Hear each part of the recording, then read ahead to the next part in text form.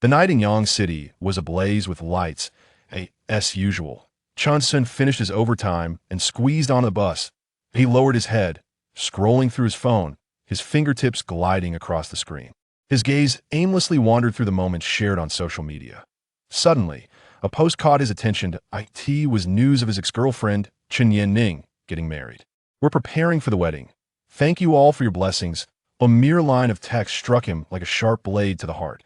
She was clad in a pristine white wedding dress, beaming radiantly. Beside her stood a stranger, a man he did not recognize. The image flashed through his mind. Chun-sun felt a tumult in his throat, eager to respond, but found his vision blurred by tears. The scenery outside whizzed past as he helplessly closed his eyes, memories flooding back. They had met in university and had been in love for 4 years. After graduation, they traversed the streets of Yang City, seeking out shady agents to save a month's rent. Though they were poor, their hearts were alight with hope.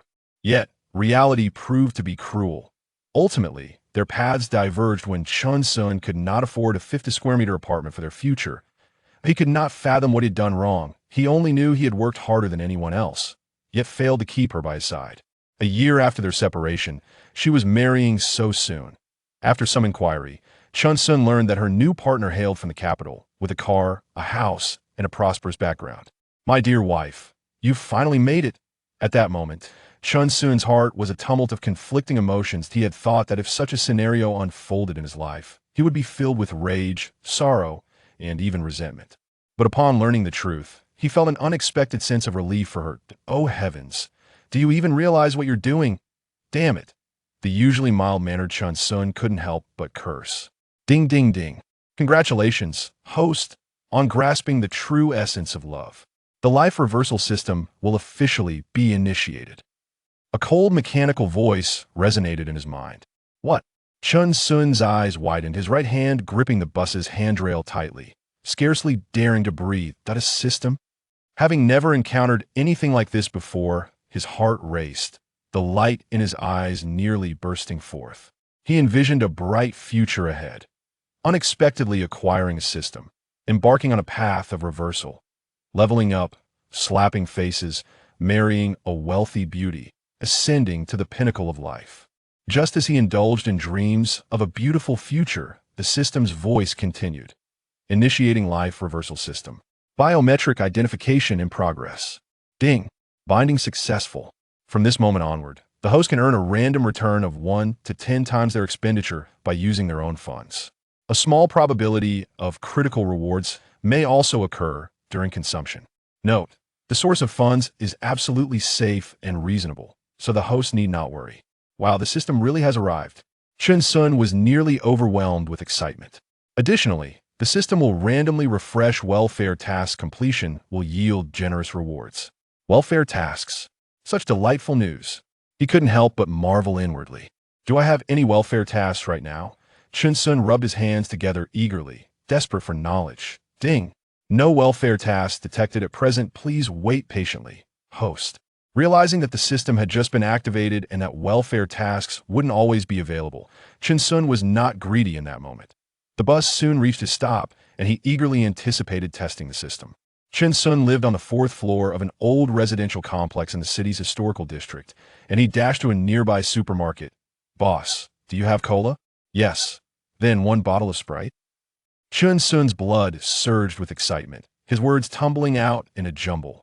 Ding. Congratulations, host. On a successful purchase, you have earned a 10-fold return on your expenditure. After scanning to pay 3 yuan, the system's voice chimed in promptly. Your system account has been credited with 30 yuan balance, 5,030 yuan. As this is the host's first purchase, the system grants you a skill and identification. Since this is the host's first purchase, a welfare task has been activated. Host must accumulate 1 million in savings to receive a Mercedes-Benz G-Class as a reward. Clatter! The Sprite slipped from Chun-sun's hand and shattered on the ground, leaving him frozen in disbelief. The palpable sensation of real money in his account made him breathe rapidly. This isn't a dream. It's actually real. He pinched his arm hard, wincing from the pain. Excited, he rushed back to his rented room, panting heavily, collapsing onto his bed. Gazing up at the dilapidated ceiling, his mind was a whirlpool of thoughts. The Mercedes-Benz G-Class, The dream vehicle of every man, it may not always accompany you, but it will. After regaining his composure, Chun Sun decided to wash his face in the bathroom to calm down. What on earth? What's going on? Staring at the handsome figure in the mirror, he found it difficult to distinguish which was the true self. He raised his phone and snapped a selfie from an awkward angle, his fingers zooming in and out on the screen. The photo revealed deep-set eyes, a high-nose bridge, and well-defined facial contours. That smooth jawline exuded undeniable masculine allure. In the next moment, he felt an unusual itch in his body and quickly shed his jacket.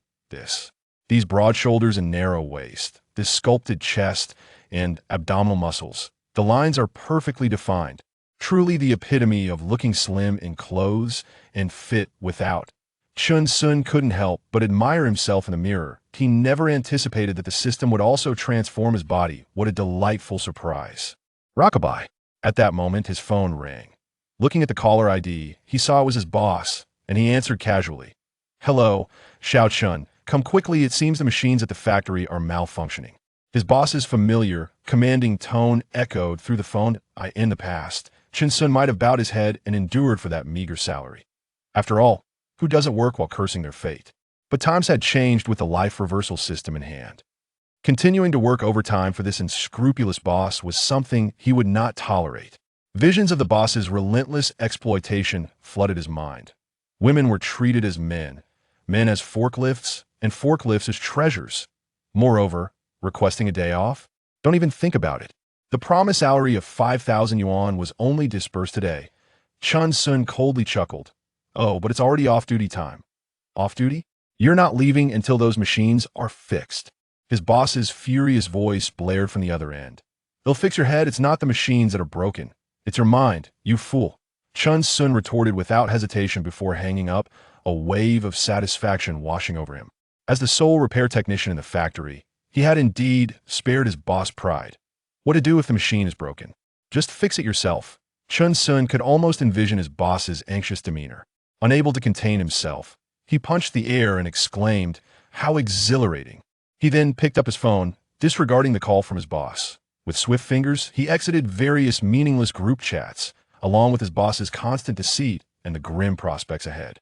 All of it uninstalled. "Oh, I almost forgot one thing. I haven't completed today's gaming routine." Chun Sun was engrossed in a classic action game that required relentless effort. Every day, he had to gather materials to enhance his equipment, or else he'd fall behind others. With that thought, he shook his head.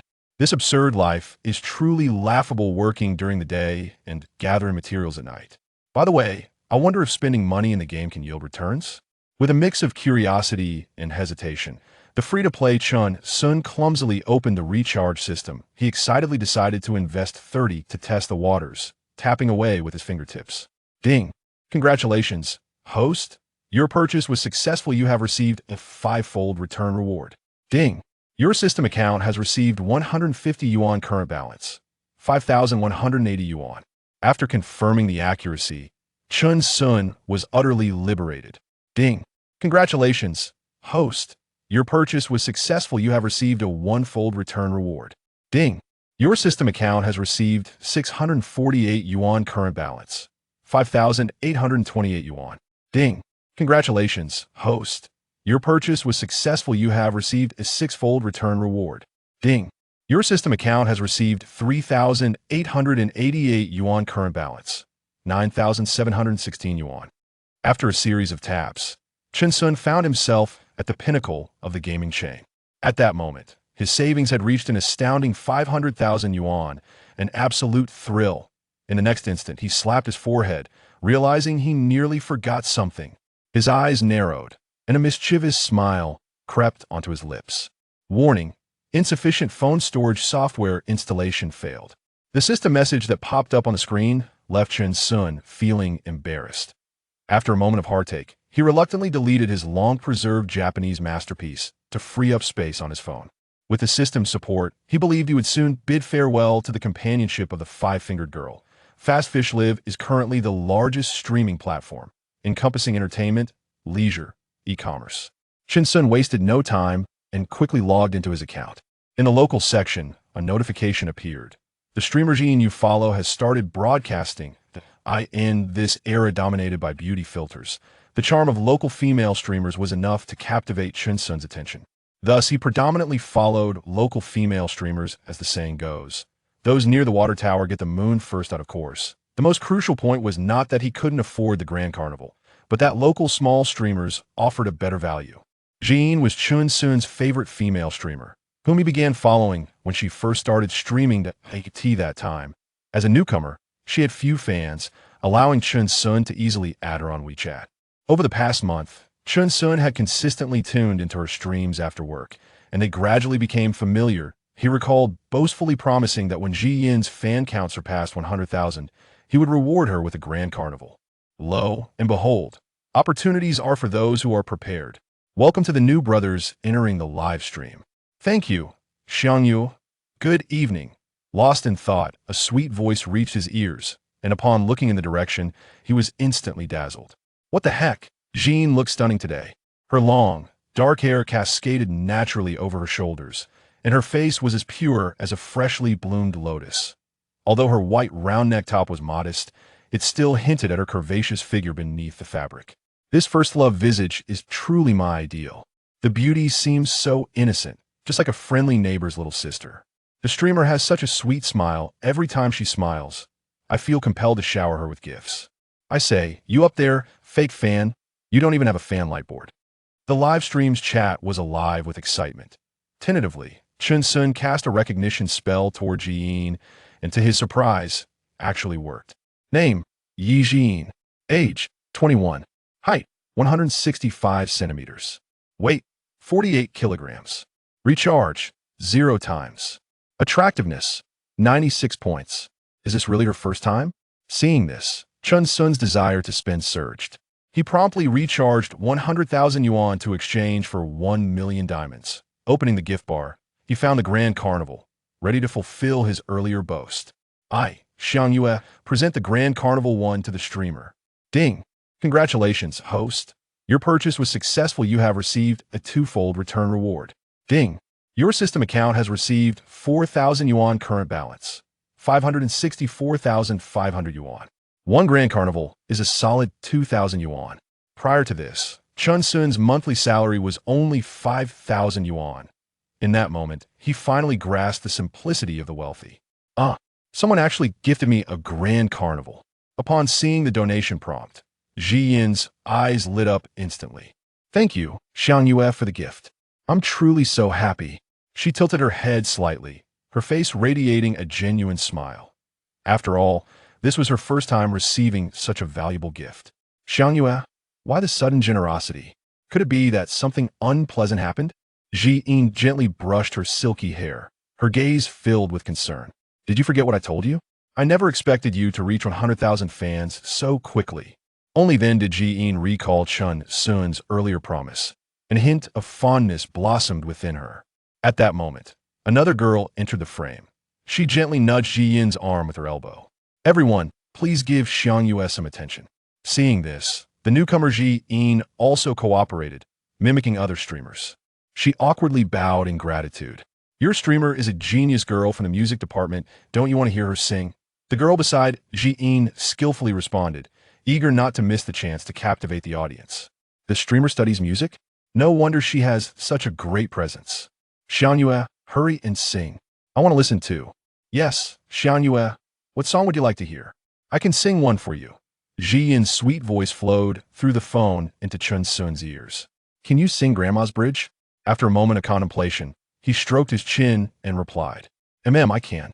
Xiangyue, wait while I set up the accompaniment. Ji Yin promptly responded, then slightly nodded. Closing her eyes, she took a deep breath, and with her lips slightly parted, her voice flowed forth like a clear spring.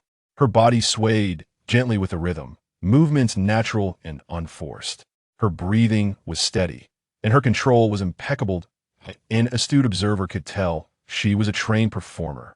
Compared to her usual streaming demeanor, Ji Yin seemed like a completely different person. Her movements were effortless and confident, complemented by a pure, sweet smile that was simply captivating. Rocking and rolling, 15 shakes past the autumn equinox, its Grandma's Bridge, the enchanting melody effortlessly captivated the audience, immersing them in the live streams. Ambience, as the final notes reverberated. The chat erupted in a flurry of excitement. Countless likes and small gifts flowed in as if they were free. What a remarkable presence, truly comparable to any star. Chun Sun promptly demonstrated his satisfaction through action. I send my heartfelt Carnival 1 to the host. I send my heartfelt Carnival 1 to the host. I send my heartfelt Carnival 1 to the host. How many carnivals must this have cost? This is a true big brother. Quick, everyone, snatch the red envelopes and help Ji-in gain more fans. Ji-in, caught in the spotlight, was momentarily stunned. She had never witnessed such a grand spectacle in a live stream before. Wow, Ji-in, you truly deserve the title of Campus Belle at Yangqing University. Having only engaged in live streaming for a little over a month, I haven't earned as much in a single day as you have today. The girl beside Ji-in widened her eyes in astonishment, her mouth slightly agape in envy. Chun Sun spared no expense, sending over 50 carnivals in one go, propelling the atmosphere of the live stream to its zenith. Thank you so much, Brother Xiang Yue, Ji-in expressed gratefully. They'll treat you to dinner tonight as a token of my appreciation. Moments later, a message from Ji-in popped up on WeChat. Hee, do you trust me so readily? Chun Sun felt a surge of joy upon reading her message. What's there to fear? We live in a society governed by law. Moreover, after spending so much time together, I can't believe you would be a bad person. Chun Sun gazed at Ji-in on the screen, biting his lip in delight as he accepted the invitation. All right, you choose the time, and I'll get ready. He then quietly exited the live stream. To his surprise, his private messages skyrocketed to 99 that the only piece he had shared was a casually taken landscape photo. In that instant, the likes surged into the thousands, and Chun Sun briefly glanced at the comments. Can we chat and be friends? Brother, how can I win you over with a sack or sweet talk? Is my brother a photography major? Come take pictures of me. Ding. Congratulations, host. On successful consumption, you have received a 5-fold reward. Ding. Your system account has been credited with 10,000 yuan balance. 1,02,500 yuan. Ding. Congratulations, host. Your deposits have reached 1 million. The Mercedes-Benz G-Class reward has been credited. After sending those 50 carnivals, the system notifications followed suit. Chun Sun felt a wave of joy after diligent study. He had mastered the system's functionalities. He promptly retrieved the car keys from the system's space. As he toyed with the weighty keys in his hand, the wheels of fate began to turn silently. Rising to his feet, he surveyed the room. A slight smile gracing his lips, everything seemed to be changing quietly. Thinking of the date that awaited him tonight, he eagerly opened his wardrobe. As the scent of aged wood wafted through the air, a cockroach slowly emerged. He found himself lost in thought, contemplating the pilled t-shirt and faded jeans hanging in the wardrobe. Chapter 3. The astonishing landlady Chun Sun locked the door behind him and took a deep breath, preparing to venture out and procure some new attire to embrace the dawn of a new chapter in his life. The interplay of light and shadow in the corridor cast an enchanting silhouette upon his robust figure, accentuating his tall and handsome stature with undeniable charisma. As he bent down to tie his shoelaces, the distant sound of stiletto heels tapping against the concrete floor reached his ears. Upon stepping outside, he encountered his landlady, Su Wanqing. A flicker of recognition sparked within Chun Sun. Name, Su Wanqing. Age, 30. Height, 168 centimeters. Weight, 55 kilograms. Charge, 0 times. Attractiveness, 95 points. Su Wanqing was clad in a pristine white silk blouse, impeccably tailored to complement her form. The neckline, accentuated by her ample bosom, created a striking curve. The delicate hem of her blouse was neatly tucked into a sleek black pencil skirt, harmoniously blending with her glossy black stockings. The subtle hints of her figure artfully revealed her slender waist and shapely legs. Today, the landlady, Su Wanqing, exuded an extraordinary aura of sensuality and charm. Chun Sun's grip on his car keys suddenly faltered, his throat involuntarily swallowing. He swiftly straightened, casting a polite glance at the enchanting landlady before him. To his astonishment, he realized he had grown considerably taller, now able to meet Su Wanqing's meticulously styled cascading waves of hair at eye level. Is that you, Xiaoqin? How have you grown so tall? And your demeanor seems transformed. Su Wanqing exclaimed, her head slightly tilted back, her eyes wide with surprise. Haha, I've been quite diligent with my workouts lately. My physical well-being has improved, Chin Sun replied, secretly reveling in his newfound confidence while maintaining an air of humility. Oh my, it seems that absence makes the heart grow fonder. One cannot help but see you in a new light. Su Wanqing remarked languidly, her tone imbued with admiration. Come now. Sister Qing, you jest. Upon first seeing you, one might mistake you for a celebrity gracing our neighborhood. Chin Sun complimented, eliciting an unrestrained burst of laughter from Su Wanqing. Her delight palpable. Hee, you certainly know how to flatter me. She responded playfully. The striking beauty of the landlady stood in stark contrast to the ordinary surroundings. Reminiscent of his sleek Mercedes. For Chin Sun, a young man who had resided here for a year, his reputation was that of a punctual tenant, never delaying his rent payment. Always courteous, he greeted her with endearments, addressing her as Sister Qing at every encounter, which naturally endeared him to her. Her gaze inadvertently lingered on the trident emblem on Chin Sun's keychain, yet she thought little of it, dismissing it as merely a youthful accessory. In the narrow corridor, where two could ordinarily pass with ease, Chin Sun now found himself significantly more imposing, a testament to the enhancements he had undergone. To navigate through the crowd alongside the voluptuous Su Wanqing proved to be rather cramped. Just as their conversation drew to a close, Su Wanqing prepared to turn aside when, unexpectedly, she twisted her ankle. Her high heel suddenly tilted, causing her body to lose balance in an instant. A startled gasp escaped her lips as she began to topple forward, perilously close to crashing onto the unyielding ground. In that fleeting moment, Chin Sun instinctively reached out. He deftly encircled Su Wanqing's slender waist with one arm, while his other hand swiftly supported her arm. The entire maneuver flowed effortlessly, as though rehearsed countless times. Su Wanqing pressed against him, emanating a soft warmth that stirred Chin Sun's gaze towards her. At that very second, her panicked eyes locked onto his. Their gazes intertwined. She lingered on his face, where concern danced in his gentle, tender eyes. A wave of emotion surged within Su Wanqing, causing her cheeks to blush ever so slightly. She distinctly felt the strength of Chin Sun's arm enveloping her, the solid sensation sending a gentle tremor through her heart. An air of ambiguity enveloped them, rendering the scene irresistibly captivating. Please, let go of me.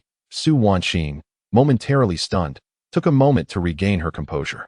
She quickly glanced around, ensuring no curious onlookers had witnessed the incident, which allowed her to relax. Are you all right, Sister Qing? Does it hurt? Chin Sun gently assisted Su Wanqing onto the nearby sofa. I'm fine. I merely twisted my ankle. You truly saved my life today, she replied, regaining her composure as she straightened up, shaking her head lightly, her voice tinged with shyness. As she settled into her seat, the neckline of her silk blouse opened slightly, revealing a glimpse of her snowy white skin, which instantly captivated Chin Sun's attention. Such beauty, he thought, feeling a rush of warmth flood through him, his heart racing. He quickly averted his gaze, anxious that Su Wanqing might notice his lapse of decorum. Sister Qing, you're too kind. You shouldn't move that foot too much right now, he advised her with a serious expression before continuing. To be honest, my uncle's second cousin's pet doctor happens to be a physician. I've spent much time in their clinic since childhood, absorbing knowledge by osmosis. Let me take a look at your ankle.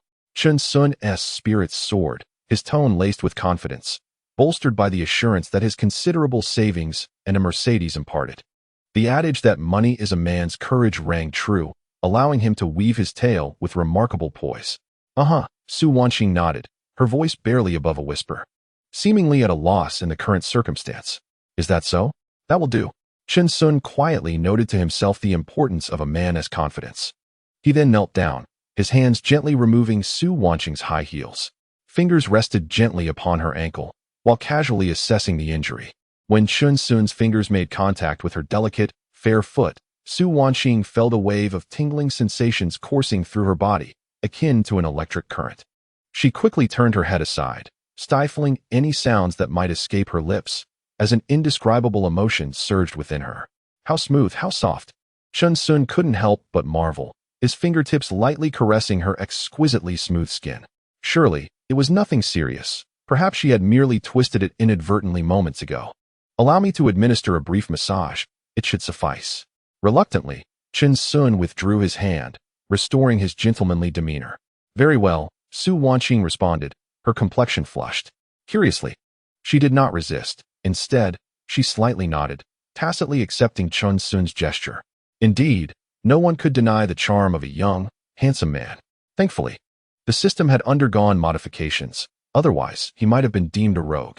Chun Sun suppressed the exhilaration within, pondering silently. Moments later, Su Wanqing rose to her feet, attempting a few tentative steps, and discovered that the pain had significantly abated. It seems I am truly fine, thanks to you, Chun Sun. She beamed at him, deliberately elongating his name with a playful lilt. It's nothing, merely a trivial matter. Chun Sun waved his hand dismissively, his tone imbued with a touch of magnanimity. You rascal, taking advantage while pretending to be modest. Little did he know that Su Wanqing had already seen through his ruse, a sly smile curling at the corners of her mouth. With that, she reached out and gently pinched Chun Sun's arm, her movement tinged with affection. Ouch, ouch, ouch. I want to do it again. Chun Sun hastily feigned pain, repeatedly begging for mercy, yet an unmistakable smile lingered on his face. After confirming that Su Wanqing's foot was indeed unscathed, she slipped back into her towering heels. See you later, handsome, she called back to Chun Sun, her voice laced with allure.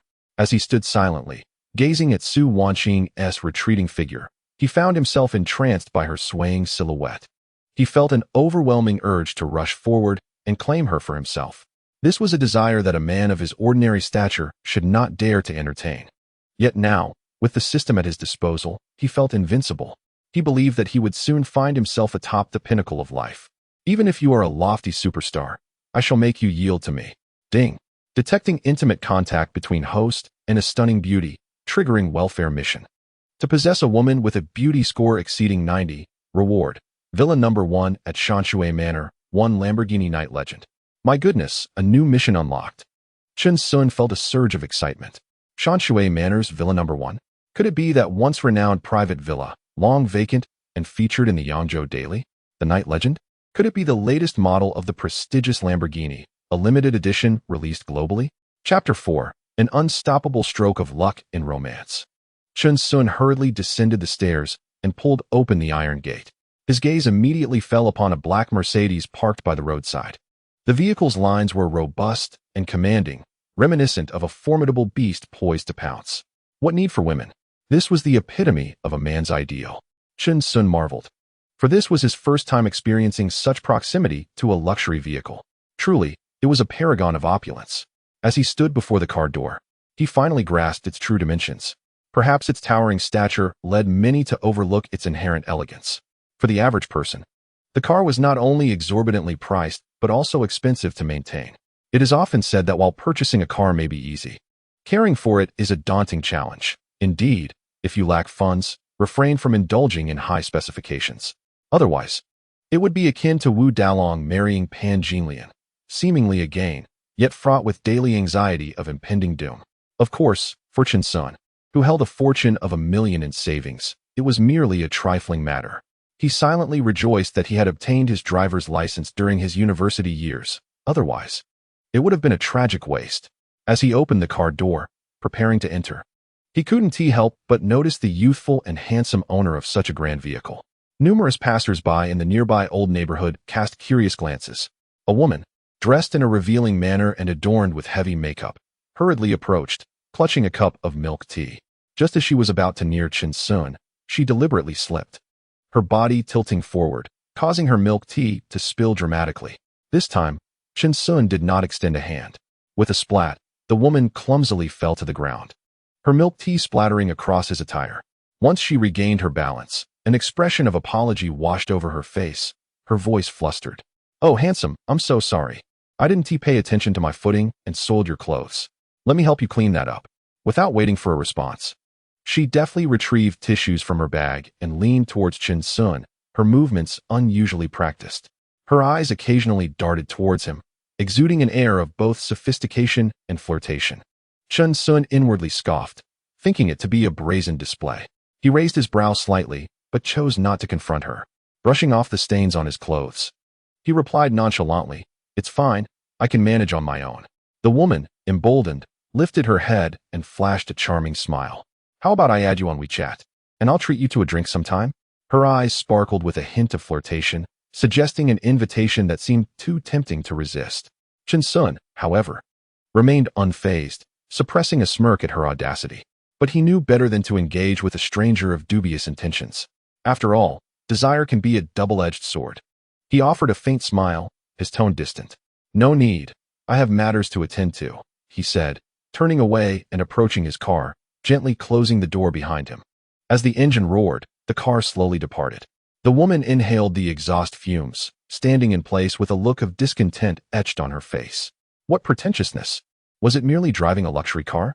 Did she truly believe herself to be someone of great significance? She muttered curses under her breath, irritated by Chun Soon's lack of charm. Subsequently, she took a deep breath, composed herself, and reaffixed a smile upon her countenance, contemplating the next serendipitous encounter.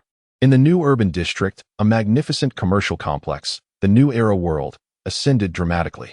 Here, life, shopping, and entertainment facilities were plentiful. Rumors circulated of a lavish restroom costing 20 million, hailed as the Rolls-Royce of toilets. Chun Soon made his way directly to the boutiques of Chanel, Armani, and Gucci. Upon entering the store, he instantly captured the attention of numerous female attendants. "Look quickly, this person resembles Peng Yuyan," exclaimed one. "Goodness, is there truly someone so handsome? I used to doubt it." Chun Soon simply browsed, standing before the fitting mirror, casually selecting two outfits of exquisite quality. Indeed, one's appearance is greatly enhanced by clothing. With a body upgraded by the system, complemented by luxurious adornments, Chun Soon exuded an air of stardom. As he approached the front desk to make his payment without the slightest hesitation, the girl attending to him met his gaze and shyly lowered her head. "I wonder which conglomerate's heir he is. Not only is he affluent, but he is also remarkably handsome," murmured the attendants behind him. "Beep. Congratulations, host, on a successful transaction. You have received a double cashback reward. Beep.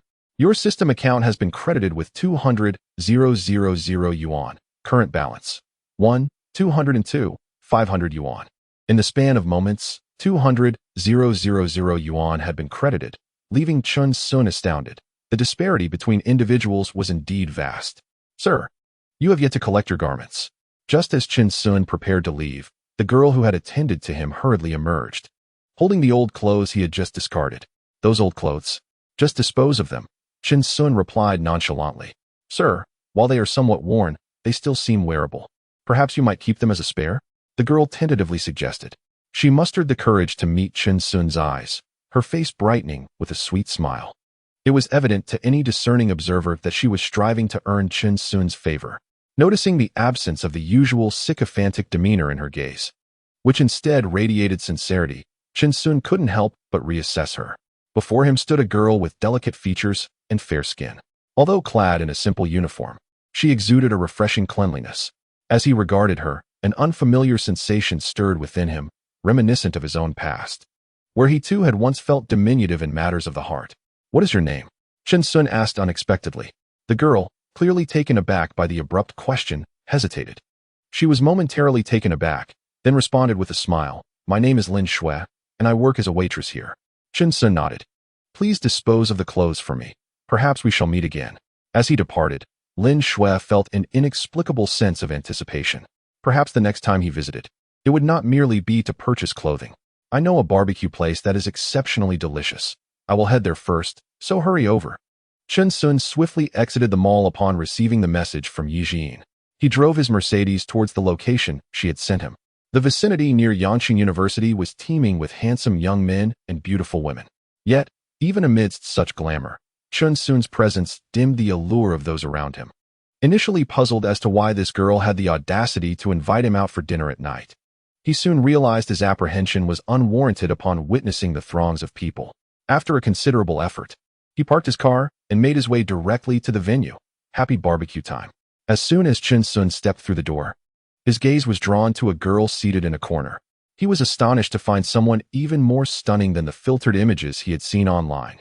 Unlike her live streams, Yi Jin had styled her hair in an elegant updo, showcasing her swan-like neck. Upon closer inspection, a beauty mark graced her cheek, enhancing her features rather than detracting from her beauty. The radiant smile on her innocent face instantly transported Chun Soon back to his university days. Before he could approach her, a middle-aged man in his 40s briskly passed by him and sat down opposite Yi Jin. "What is going on? Have I mistaken someone?" Chun Soon pondered, slowing his steps. his gaze shifting between Yi Jin and the middle-aged man. "Excuse me, may I share this table with you?" the man asked, his tone slightly domineering. Yi Jin smiled politely, but her voice was somewhat indifferent. "I'm sorry, but I have someone meeting me. There's no need to be shy. I'll treat you later." The middle-aged man insisted, his gaze fixed intently upon her. "Perhaps another time," Yi Jin's friend, Xiao Lu, interjected, attempting to diffuse the tension. "I wasn't talking to you." The man's expression darkened as he slammed his hand onto the table, startling nearby patrons. Yi Jin averted her gaze, her fingers nervously entwined, contemplating whether to leave. At that moment, a cool voice interjected from the side. "This table is occupied. Are you not aware?" Chen Sun raised an eyebrow, his piercing gaze fixed on the middle-aged man. The man looked up, only to find a tall young man standing before him, towering over him by a head. Suddenly, he recalled that this was the same young man who had just descended from the large vehicle. Sensing the unfavorable shift in the atmosphere, the middle-aged man promptly turned to leave, intending to apologize to them. Chen Sun's voice, though not loud, carried an unmistakable tone of authority. The man's footsteps faltered as he turned back to face Chen Sun, who, clad in exquisite attire and exuding a calm demeanor, appeared to be a privileged heir from a wealthy family. After a swift internal assessment of the situation, a sycophantic smile spread across his face. "Ah, my young brother. I sincerely apologize for disturbing your girlfriend. I shall make amends at once." With that, he hurriedly inclined his head toward Yi Jin, repeatedly uttering, "I am truly sorry." Observing this scene, Yi Jin felt a wave of relief wash over her. She raised her gaze to Chen Sun and tentatively spoke, "Hello." Before her stood Chen Sun, adorned in designer labels, his presence elevating even the modest barbecue establishment around them. "My goodness, he is extraordinarily handsome. Jin, you are indeed fortunate." Xiao Lu, who was beside her, could not help but admire Chen Sun. "Are you Xiangyu?" Yi Jin, somewhat incredulous, felt her fingers involuntarily press into her palm. She had never anticipated that the man who had showered 50 golden effects in the live stream would manifest as this seemingly studious senior before her. "Are you accompanied by your friend, fearing that I might take advantage of you?" Chen Sun chuckled, a teasing note in his tone. Upon hearing this, Xiao Lu immediately clutched her stomach, a mischievous grin illuminating her face. "Oh, I just remembered that I have to cover for the dormitory supervisor today, Jin. I must take my leave." Before Yi Jin could react, Xiao Lu had dashed away several meters. "Xiao Lu, you." Yi Jin felt a blend of embarrassment and irritation, her cheeks flushing. Now left alone with Chen Sun, she realized that she had never dined alone with a male companion before. This unprecedented experience caused a rush of color to rise to her neck. Prior to their arrival, the two friends had agreed to escape if either felt uncomfortable. Yet, who could have predicted that the other party would turn out to be the remarkably youthful and charming Chen Sun? Taking a seat opposite her, Chen Sun sparked a flutter of anxiety within Yi Jin, though she masked it with a facade of composure. Soon, the ordered barbecue platter arrived in full. The flavors at this barbecue place are delightful. You should give it a try." Yi Jin attempted to ease the tension, managing to utter a few words. Chen Sun, observing her bashful demeanor, couldn't help but laugh. "What is it that amuses you?" Yi Jin asked, feeling a bit flustered. "You appeared so poised during your singing in the live stream. Why the sudden shyness now?" Chen Sun picked up a skewer of barbecue and replied gently, "It's different. In the live stream, one merely faces the camera, which is quite simple. I owe it all to Xiao Lu's guidance. She knows so much." Yi Jin quietly explained. "Indeed, it is evident. Just ensure she does not lead you astray," Chen Sun said with a smile. As they exchanged a few more words, the atmosphere gradually became more congenial. Yi Jin gradually lowered her guard and began to engage in casual conversation with Chen Sun. She was indeed a pleasant person, though her romantic life was rather tumultuous. "I certainly would not follow in her footsteps by dating numerous partners." Seizing the moment, Chen Sun inquired, "How many have you dated?" "I haven't dated anyone yet," Yi Jin replied, her gaze cast downward, her voice barely audible. The most effective way to spark a woman's interest is to discuss her close friends. And Chen Sun was well aware of this. Before long, the barbecue was over, and the two had grown more familiar with one another. "I'm full now," Yi Jin remarked contentedly after savoring the last piece of toasted bread. "How about we take a stroll afterward?" Chen Sun suggested, with some time before the dormitory closed. The bustling streets seemed perfectly safe. Besides, she felt a lingering desire to spend more time with the man before her. Yi Jin tentatively nodded, sure. But I must return to school today. Upon hearing this, Chun Sun smiled with gentlemanly charm. I promise to ensure you meet your obligations. Noticing that he displayed no signs of displeasure, Yi Jin felt a surge of affection for him, thinking, he seems quite dependable. As they stepped outside, Chun Sun graciously opened the car door for her. Is this your car? Yi Jin asked, somewhat astonished. Her thoughts drifting to the kind of person who could earn 10,000 yuan in a single evening of live streaming, which now seemed quite plausible. One of them. Chun Sun replied, contemplating the thrill of driving a limited edition sports car once he completed the system's welfare tasks. Chun Sun could not resist giving her a small surprise. Goodness, you are truly impressive. Yi Jin marveled, realizing that high-class, handsome men truly existed in this world. Due to its larger size, the vehicle's chassis was higher than that of an ordinary car. Chun Sun elegantly opened the spacious passenger door, his right hand hovering delicately 3 centimeters above her head, while his other hand gently supported Yi Jin's slender waist. Sensing her slight shiver, he felt a flutter in his heart. Are you cold? I'll turn on the air conditioning, he said, showing his thoughtfulness. Thank you, came Yi Jin's soft voice from within the car. Before long, they arrived at the nearest pedestrian street. After confirming that Chun Sun was not a frivolous playboy, Yi Jin gradually relaxed. They chatted and laughed merrily along the way. Knowing that Yi Jin had only recently begun live streaming, Chun Sun led her into the Apple flagship store, purchasing the latest iPhone to support her endeavors. Beep. Congratulations to the host for successful spending, receiving a 10-fold reward. Beep. Your system account has been credited with 880 yuan, current balance. 380 yuan. Wow, a 10-fold return. What a stroke of luck. Chun Sun thought to himself, contemplating purchasing even more. He casually ventured into the store to purchase a handbag for her, spending an astonishing 888, and to his surprise, it was accompanied by a 10-fold cashback offer. At this moment, Chun Sun's savings had ascended to over 1.5 million. This is far too extravagant. I cannot accept it. Yi Jin quickly waved her hand in protest. Consider this. My few thousand is equivalent to your few hundred. Isn't it reasonable to spend a few hundred on a girl you admire? Chun Sun replied with a smile as he handed her the handbag. Upon hearing that it was intended for someone he cherished, a blush crept onto Jin's cheeks. She stood frozen in place, dazed as she accepted the bag from Chun Sun, her mind racing with disbelief. Noticing her hesitation, Chun Sun tenderly wrapped his arm around her delicate shoulder and said, Come, let me take you home. As the powerful roar of the engine resonated in the air, the scenery outside whizzed by, the clamor of the city gradually fading into the background. Inside the car, soft, suggestive music began to play, creating a subtly charged atmosphere. Just as they were about to disembark, Chun Sun leaned in to gently unbuckle her seatbelt.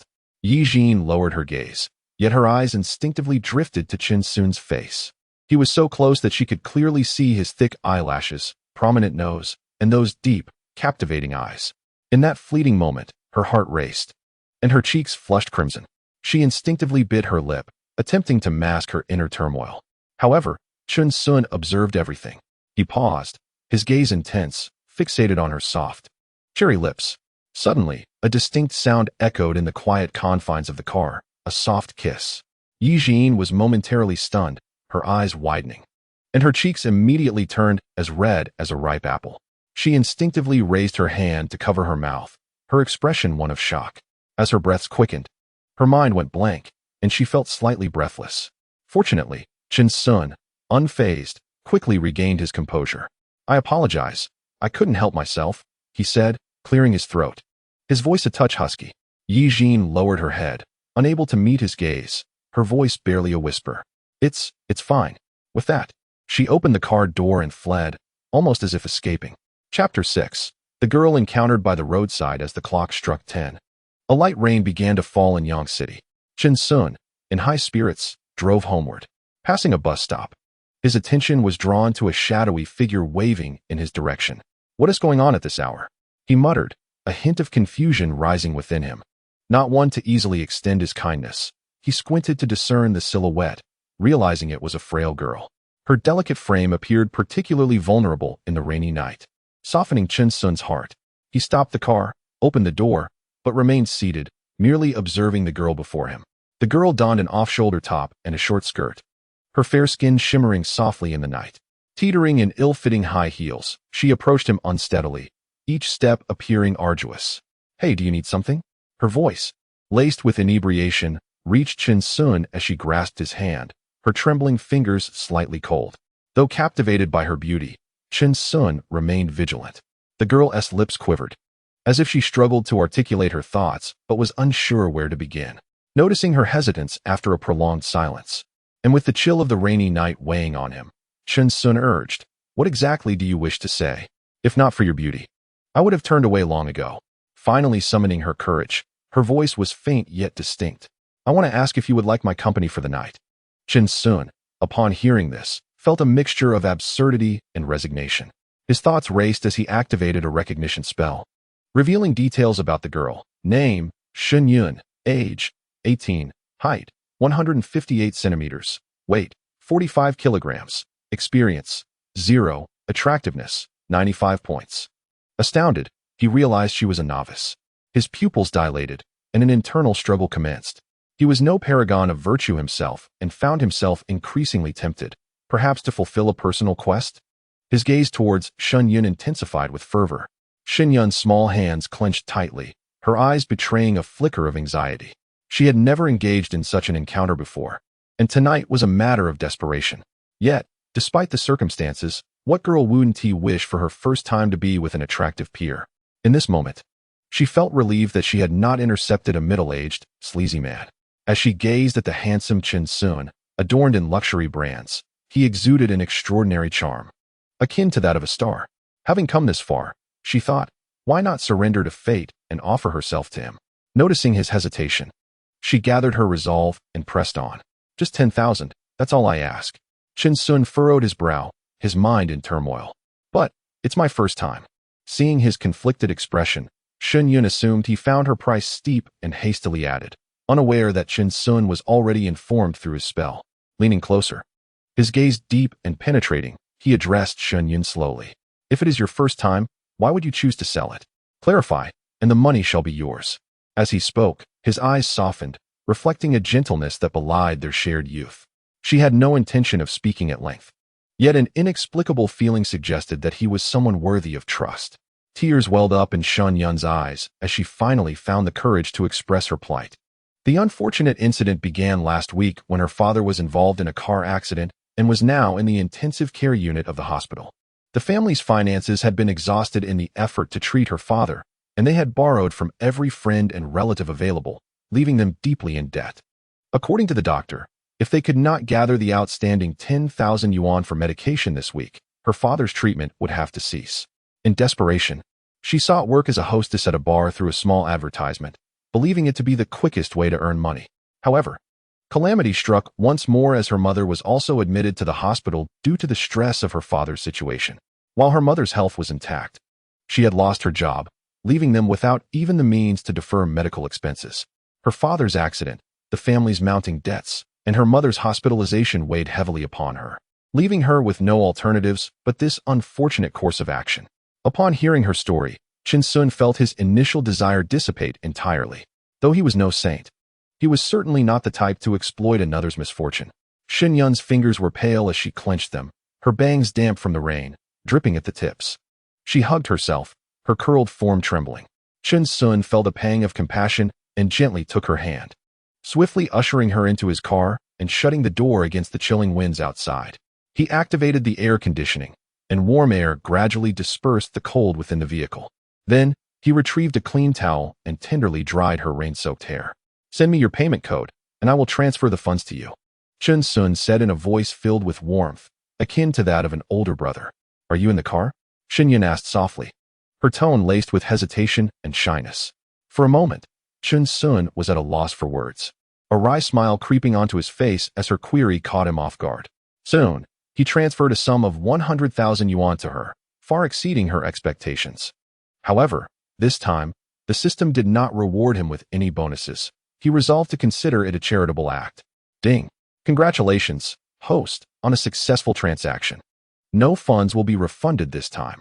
An additional martial arts master skill has been gifted. A martial arts master? Better to have skills than to spend all the money and lose everything. Chin Sun mused, his spirits lifting considerably. He then turned to the girl and inquired, "Which hospital are you headed to? I can take you there directly." "The Central City Hospital," Shun Yun replied softly. Although she was puzzled by the apparent lack of interest from the man before her, she refrained from asking further questions. Soon, they sped through the rainy night in silence. "I've transferred the money, and we've arrived at the hospital. Please take good care of your parents," Chen Sun spoke slowly. "Yes, thank you so much for today," Shin Yun responded gratefully. Shin Yun gazed at Chen Sun, who was eager to turn away. It would be disingenuous to claim she felt no gratitude towards her savior. After a moment of internal struggle, she stepped forward, enveloping him in an embrace, her head nestled against his broad chest, her small hands encircling his waist. As she sobbed softly, Chen Sun, with a tender heart, gently patted her back. After a considerable pause, the girl lifted her tear-streaked face to meet his gaze.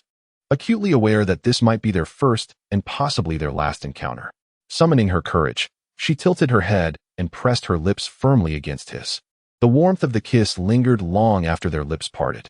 Opening his eyes, Chen Sun found himself entranced by the dazed, delicate expression in Shun Yun's eyes. Fearing he might succumb to temptation, he hastily pushed her away. "I must go now. Take care of yourself." With that, he turned and left without another word. Watching his retreating figure, Shun Yun felt an unexpected pang of disappointment. Why had he given her money only to walk away? Was she truly so unworthy? Surely not. After all, she was the campus belle, and many suitors had pursued her. Shaking her head to dispel such thoughts, she refocused on the pressing matter at hand, returning the life-saving funds to the hospital. Chapter 7. The landlady's initiative. By the time Chen Sun returned home, the night had deepened. He was about to wash up and rest when he noticed the door to the apartment of his landlady, Su Wanqing, slightly ajar, warm yellow light spilling through the crack. Unable to resist pausing, he heard her anxious voice from within. "Is that you, Chen Sun? Come in and help me, please." "What is the matter, Qingjie?" he inquired, pushing the door open with curiosity. "The drain in the bathroom is clogged. I just finished showering, and the water is overflowing." Su Wanqing sighed in exasperation, gesturing towards the bathroom. "Don't worry, I have some experience with appliance repairs. Clearing a drain should be no issue," Chen Sun assured her as he prepared to assist. "Thank you so much. I truly appreciate it, especially at this late hour," she replied with a faint smile, stepping aside to allow him entry. As he opened the door, his gaze involuntarily fell upon Su Wanqing. Fresh from her bath, she wore a gossamer black camisole that barely concealed her thighs, revealing her smooth, glistening skin. Her long hair, slightly damp, cascaded casually over her shoulders, exuding a subtle fragrance. Chen Sun quickly averted his eyes, following her into the bathroom. Struggling to suppress the stirrings of desire within him, he crouched down to examine the drain. It must be blocked by hair or something similar, he deduced. "I'll go grab my tools from my room and be right back." "All right. Thank you so much for your help, especially at this hour," she replied, her voice tinged with gratitude. Su Wanqing nodded slightly, leaning against the door, her gaze lingering on Chen Sun's youthful and handsome silhouette, lost in contemplation. Chen Sun returned to the room quickly, retrieving his tools and skillfully operating them. Before long, the drain was unblocked. "Ah, I truly don't know how to thank you." "Chen Sun," Su Wanqing exhaled in relief, her tone filled with genuine gratitude. "It's a trivial matter, no need for formality," Chen Sun smiled, preparing to leave. "Wait," Su Wanqing called out suddenly, a flicker of hesitation crossing her eyes. "Would you like to come in and sit for a while?" Chen Sun hesitated momentarily, but eventually nodded, following her to the living room. "You look quite dashing in that outfit today," Su Wanqing commented, her gaze lingering on him, laced with a hint of teasing. "Haha, you flatter me," Chen Sun replied, feeling a bit shy as he scratched his head. "By the way, Sister Qing, why are you still awake so late?" he asked. "I was just about to rest," Su Wanqing replied softly, turning her gaze towards the window. "And you? Aren't you in your 20s? Why not find a girlfriend?" Chen Sun was caught off guard by the question, pondering how to respond when, in the next moment, Su Wanqing leaned closer, a playful glint in her eyes. "What do you think of me, sister?" Her voice was gentle, yet sent a jolt through Chen Sun's heart. He found himself at a loss for words. His gaze inadvertently drawn to Su Wanqing's face, so near to him. Her fair, delicate skin was tinged with a rosy hue, and her eyes held a hint of allure. The slight upward curve of her lips bore an enticing suggestion. "Sister Qing, you." Chen Sun's throat tightened, his heartbeat quickening involuntarily. What? Afraid to answer? Su Wanqing chuckled lightly, her gaze tinged with mischief. Chen Sun took a deep breath and suddenly pulled her into his embrace. His voice low and resolute. What man could remain unmoved by a woman like you, Sister Qing? Rather than resisting, Su Wanqing nestled against him, tilting her face upwards to meet his gaze. And you? Chen Sun felt a rush of blood surge through him, forgetting all else as he leaned down to initiate a kiss. However, a slender finger pressed against his lips, silently halting his advance. He froze, his impulsive desire momentarily restrained by reason. Sensing Su Wanqing's fluctuating emotions, Chen Sun felt a twinge of regret for his earlier rashness. Su Wanqing gently pushed him away, tapping his head softly. All right, you should go back and get some sleep. Seeing this, Chen Sun could only comply, turning to leave and returning to his rented room. After a shower, he lay in bed, tossing and turning, unable to find sleep. Just then, his phone buzzed, a message from Su Wanqing. Chen Sun, are you asleep? Startled, he sat up quickly, a thought crossing his mind. What does this mean? Could there be something more? After a moment's contemplation, he hurriedly replied, What's up? Sister Qing? Nothing much, thank you for today. I'm heading to bed now. Upon seeing this message, Chen Sun felt a mixture of amusement and despair. Was this a test for my steadfast masculinity? Chen Sun had always adhered to his principles. Better to mistakenly harm than to let slip away, rather than lamenting later. It was preferable to take initiative. Opportunities are always bestowed upon the well-prepared. With this thought, Chen Sun steeled himself and approached Su Wanqing's door. He gathered his courage and knocked firmly. Who is it? Came Su Wanqing's slightly unusual voice from within. Qingjia, are you all right? Chen Sun inquired with concern. Nothing's wrong. Just wait a moment while I open the door, she replied. Moments later, the door creaked open, revealing an abyss of darkness within, where one could not discern even a hand in front of their face. Just as Chen Sun pondered this, a faint scent of perfume wafted to his nose, reminiscent of jasmine after rain. The air was also tinged with a subtle sweetness, but before he could savor it, a figure staggered towards him through the night. Delicate fingers instinctively wrapped around his neck, and Chen Sun, quick on his feet, caught her waist. Su Wanqing lifted her head, revealing a visage of exquisite beauty. Her large eyes, slightly upturned at the corners, exuded a hint of allure. In that moment, her gaze appeared somewhat dazed, her cheeks flushed with the warmth of intoxication. Qingjia, are you okay? Chen Sun asked, his words somewhat halting. His hand still rested on Su Wanqing's waist, and through the thin fabric, he could feel her warmth. I'm fine, Su Wanqing replied softly. Her gaze lingered on Chen Sun's face for a moment before she suddenly rose onto her toes and whispered in his ear, Don't go. She then attempted to straighten up, but stumbled again. Observing this, Chen Sun's protective instincts surged. He swept her into a princess carry and entered the room, deftly closing the door behind them. At that moment, Chen Sun's heart skipped a beat, as if he were engaging in some mischief. The mingled scent of alcohol and perfume enveloped him, her warm breath brushing against his ear, igniting a flutter of excitement within him. Chen Sun remained, his voice slightly husky as he queried, Why? Su Wanqing's arms encircled his neck as she tilted her face up to gaze at him. Do you know? Her voice carried a beguiling allure. From the moment you left today until just now in the bathroom, I have been watching you. Chen Sun felt his throat tighten. He could sense Su Wanqing's breath, warm against his lips, and caught a whiff of the faint scent of alcohol from her alluring red lips. Qingjia, you're drunk, he stated, apprehensive that she was merely testing him. I am not, Su Wanqing replied with a light laugh. I know exactly what I am doing. Her fingers gently traced Chen Sun's face, gliding from his brow down to his chin, and he felt his rationality begin to crumble. Chen Sun, Su Wanqing's voice was soft. Are you going to reject me? The words struck Chen Sun like the final straw, shattering all his rationality. He lowered his head and kissed her crimson lips. Su Wanqing's lips were soft, imbued with a hint of sweetness, as she delicately threaded her fingers through Chen Sun's hair. Overwhelmed, he felt dizzy, his mind consumed solely by her presence. He wrapped his arms around her waist, and gradually, her strap slipped to the floor, retreating step by step towards the bed. The night was deepening, leaving only the sound of their breaths in the room. Chapter 8. The gentle and virtuous wife. Chen Sun had anticipated a night of tender solace in Su Wanqing's embrace, but to his astonishment, he was ushered out in the middle of the night. Lying on the bed, he sighed helplessly, pondering the inscrutable nature of a woman's heart. like searching for a needle in the ocean, rubbing his sleepy eyes. He was pleasantly surprised to discover that the system task had been completed.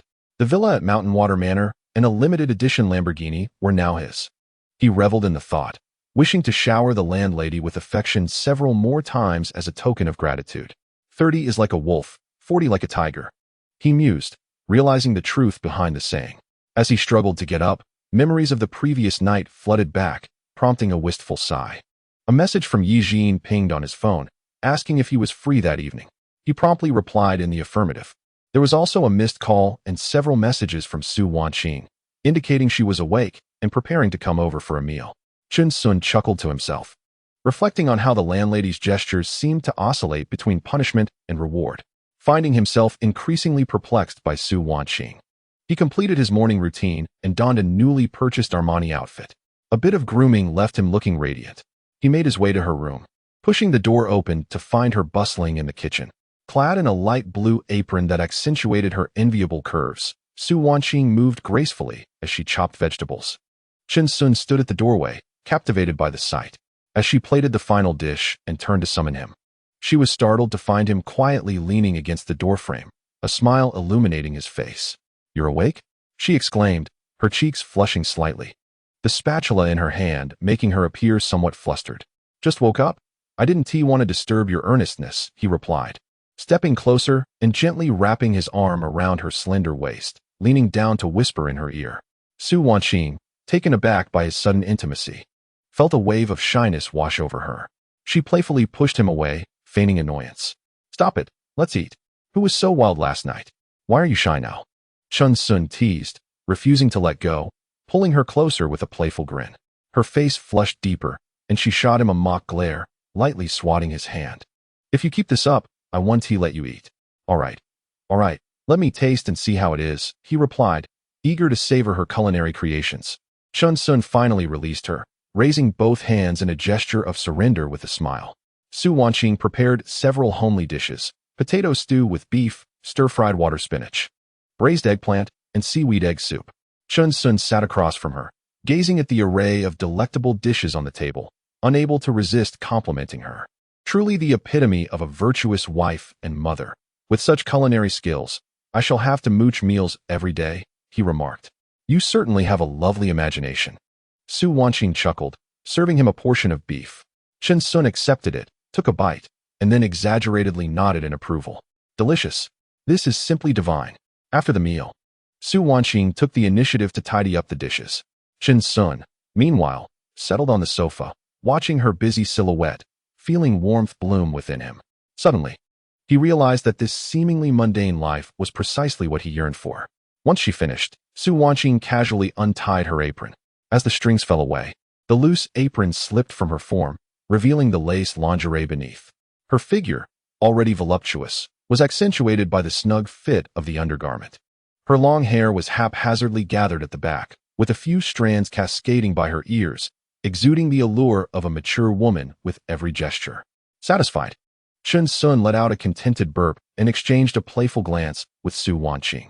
Before she could finish her chores, he strode forward confidently. An hour later, with the click of a lighter, Chun Sun slowly rose to his feet. At 6 p.m, he received a message from Yi Jin. "I'll wait for you at the entrance of Yangqing University." A wave of guilt washed over him as he glanced at Su Wanqing nestled in his arms. "Girlfriend?"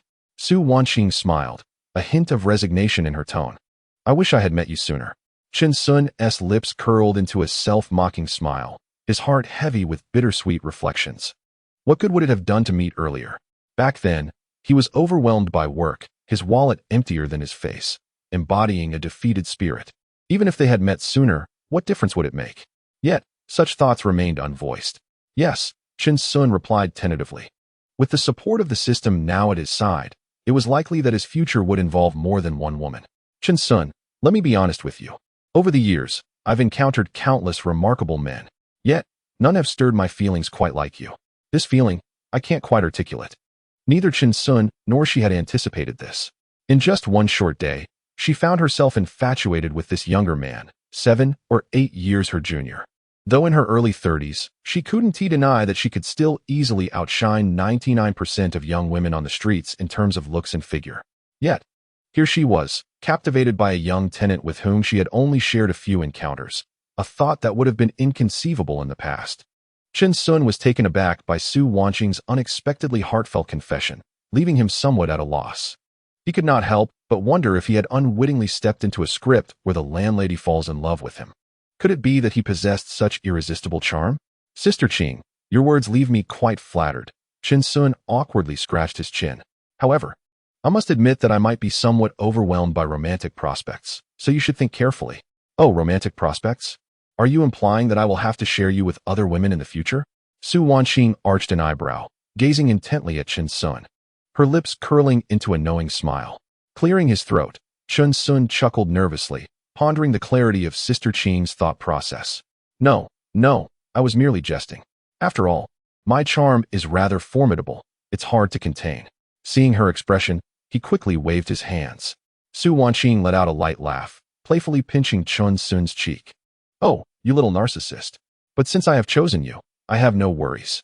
I am confident that no matter how many women surround you, I will always be the most exceptional one. Upon hearing this, Chen Sun was momentarily stunned and quickly nodded in agreement. Absolutely, Sister Qing is truly one of a kind. With satisfaction, Su Wanqing nodded, then teasingly remarked, however, your attire and the hefty car keys do take me by surprise. You're not some wealthy heir trying to experience life, are you?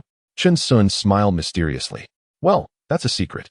But rest assured, Sister Qing, regardless of who I am, my feelings for you are genuine. Su Wanqing narrowed her eyes. I don't care about your reasons. What matters is that I belong to you now. You must treat me well. I am a solitary soul, not seeking a title, but you must hold me in your heart. Hearing Su Wanqing's heartfelt declaration stirred something within Chen Sun. He tightened his embrace around her, as if wishing to meld her into his very being. With such a resolute choice from her, memories of her past departure flooded back. Lowering his gaze, he locked eyes with her beautiful orbs, his voice trembling slightly. Sister Qing. Thank you. Chapter 9. The Curvaceous Anchor. Ruashi. After a moment of tenderness, Chen Sun gently kissed Su Wanqing on the forehead, reluctantly making his way downstairs. Outside, the latest model of the Lamborghini Night Legend awaited him. Accustomed to larger vehicles, Chen Sun found himself momentarily unaccustomed to such a low-slung car. He lightly pressed the accelerator, and the roar that erupted was akin to the growl of a beast, deafening and exhilarating. Relishing the thrill of the top-tier supercar, he glanced at the time. It was 5 in the afternoon, still early for his rendezvous with Jean. He then proceeded to watch a live stream in the car. The vehicle's windows were crafted from a special material, allowing visibility from inside to out while concealing the interior from the outside world. Chen Sun gazed absently at the screen, his index finger gliding effortlessly as he dismissed one female streamer after another. Suddenly, a pair of exquisitely beautiful legs captured his attention. The voluptuous thighs contrasted sharply with the slender calves, reminiscent of a wine glass, broad at the top and tapering below, evoking a sense of sensuous beauty. A well-known quip flashed through his mind. In youth, one fails to appreciate the allure of mature women, mistaking youthful maidens for treasures. Before him, a local streamer, despite the mask concealing her face, could not hide the elegance of her delicate features. Her legs, ensconced in flesh-colored stockings, appeared sleek and firm, devoid of any bulk, igniting a desire to reach out and touch. Her dainty feet adorned with black stiletto heels exuded a mature charm, brimming with allure. As he followed the line of her figure upwards, a black high-waisted miniskirt artfully accentuated her waist and hips. The fitted black top was simple yet graceful, its lace details hinting at a touch of sensuality. Chen Sun found himself unable to tear his gaze away. A glance at the chat revealed only a handful of viewers online. Such beauty, and yet no one else to appreciate it? A pang of sympathy for the streamer welled up within him, prompting him to wave his hand grandly. A dazzling display of carnival effects erupted in the live stream, naturally elevating him to the top supporter. Wow. Thank you, Brother Xiangyue, for the carnival. Thank you. The streamer, named Ruashi, exclaimed with excitement. This was her first carnival gift in her streaming career, and it appeared there was more than one. What dance would you like to see me perform, brother? Ruashi's eyes sparkled with delight as she hastily inquired. Chen Sun scanned the program list, noting that it was filled with the latest popular dances. Just choose the one you excel at, he replied, his indifference evident. All right, brother, then I shall perform a dance called Myth, which is my forte. Sensing the shift in Chun Sun's demeanor, Ruashi's heart swelled with hope. It seemed he was not a base individual. She prepared to showcase her most cherished talents. Aware that her usual audience consisted predominantly of men with crude desires, particularly those who collected her worn stockings, high heels, and intimate apparel. They clamored for items that were not only aged, but also imbued with a potent fragrance. Finally encountering someone like Chun Sun, who made no excessive demands and allowed her creative freedom, filled Ruashi with warmth, akin to finding a kindred spirit in a vast sea of faces. "Brother, for this next dance, I shall perform solely for you," she declared earnestly, her demeanor serious and her gaze sincere. As her words faded, she gracefully rose. Her voluptuous form retained an air of lightness, her movements as fluid and smooth as flowing water. The undulating curves, in a dance of rotation and leap, emerge with breathtaking grace, exuding an intoxicating sensuality. Delicate fingertips glide through the air, inadvertently stirring an allure that bears no trace of the mundane. A mythic melody envelopes her, seamlessly blending the elegance of classical dance with the enchantment of modern choreography. Is she merely a live-streaming host? Clearly, she is a prodigy from a prestigious dance academy. In a moment of dazed admiration, Chun Sun was compelled to lavishly gift a dozen carnival tokens, only pausing when his account balance soared to 2 million. The substantial gifts instantly attracted a myriad of newcomers, igniting a lively discussion in the chat. "Such a captivating figure. I must excuse myself to the restroom," he typed, coughing lightly to affirm his innocence. Unable to restrain himself, Chun Sun added, "Quite impressive, indeed." Initially, he had anticipated a plethora of crude performances in the live stream.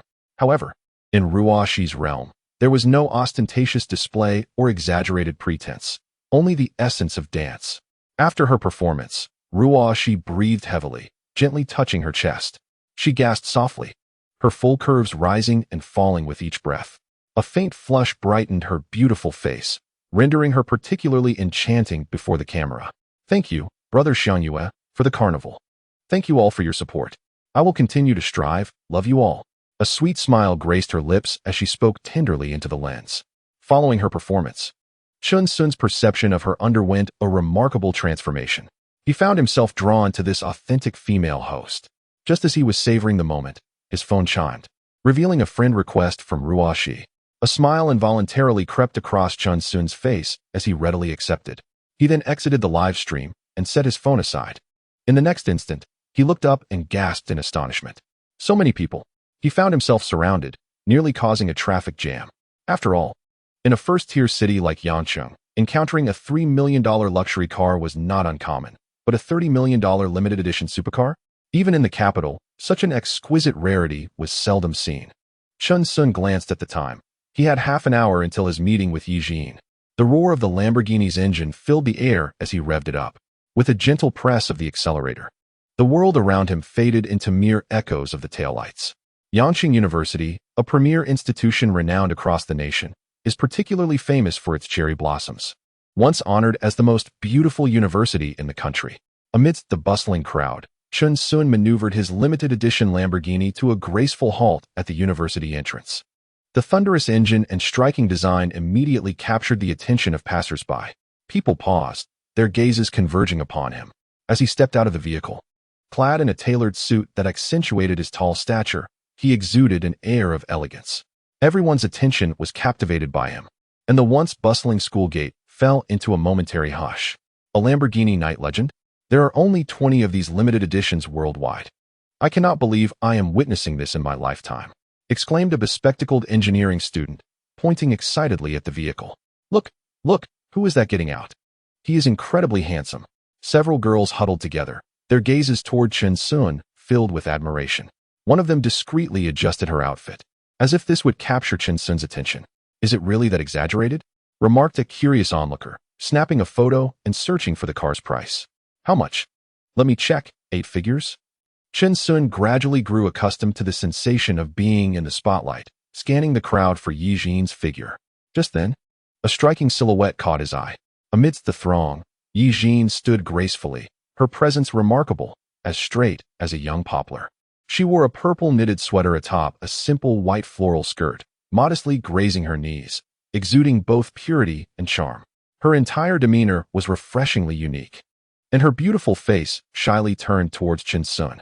How about we stroll around the campus and admire the cherry blossoms? In the early summer campus, the cherry blossoms had reached their full bloom. Sounds great. I am not very familiar with this place. I will follow your lead. As the sun set, the two walked side by side into the campus. In the distance, a few boys were involuntarily drawn to Yijin, watching Chin Sun beside her. They couldn't help but wish to take his place immediately. Isn't that the campus beauty? I have seen her photos on the school forum. It really is her. She is even more beautiful in person. Who is that boy next to her? How infuriating. Chapter 10. Passion in the Grove since graduating. This was Chin Sun's first return to the university. Watching students pass by in small groups brought back fond memories of his university life. If it weren't for the systems enhancement, he would still be in the factory, surrounded by machines, day in and day out. Even a talented girl from the music department like Yijin faces numerous challenges upon entering society. No wonder she started live streaming online. Fortunately, that led to their encounter. This is the most famous cherry blossom avenue of our school. Every year at this time, it is packed with people, particularly those taking photos. Yijin walked beside Chin Sun, her steps light, pointing toward the road in the distance. Chin Sun followed her gesture. The road was lined with cherry blossom trees, and as they approached, the faint fragrance of the blossoms wafted through the air. They walked slowly, and as a breeze blew, petals fell like snowflakes, creating a particularly romantic scene. The cherry blossoms at Yang University are beautiful, aren't they? Yijin looked up at the blossoming trees, a hint of pride in her voice. Indeed, they are truly stunning. Chin Sun spoke, yet his gaze remained fixed on Yijin's face. In the glow of the setting sun, her profile appeared extraordinarily gentle. Stunningly beautiful.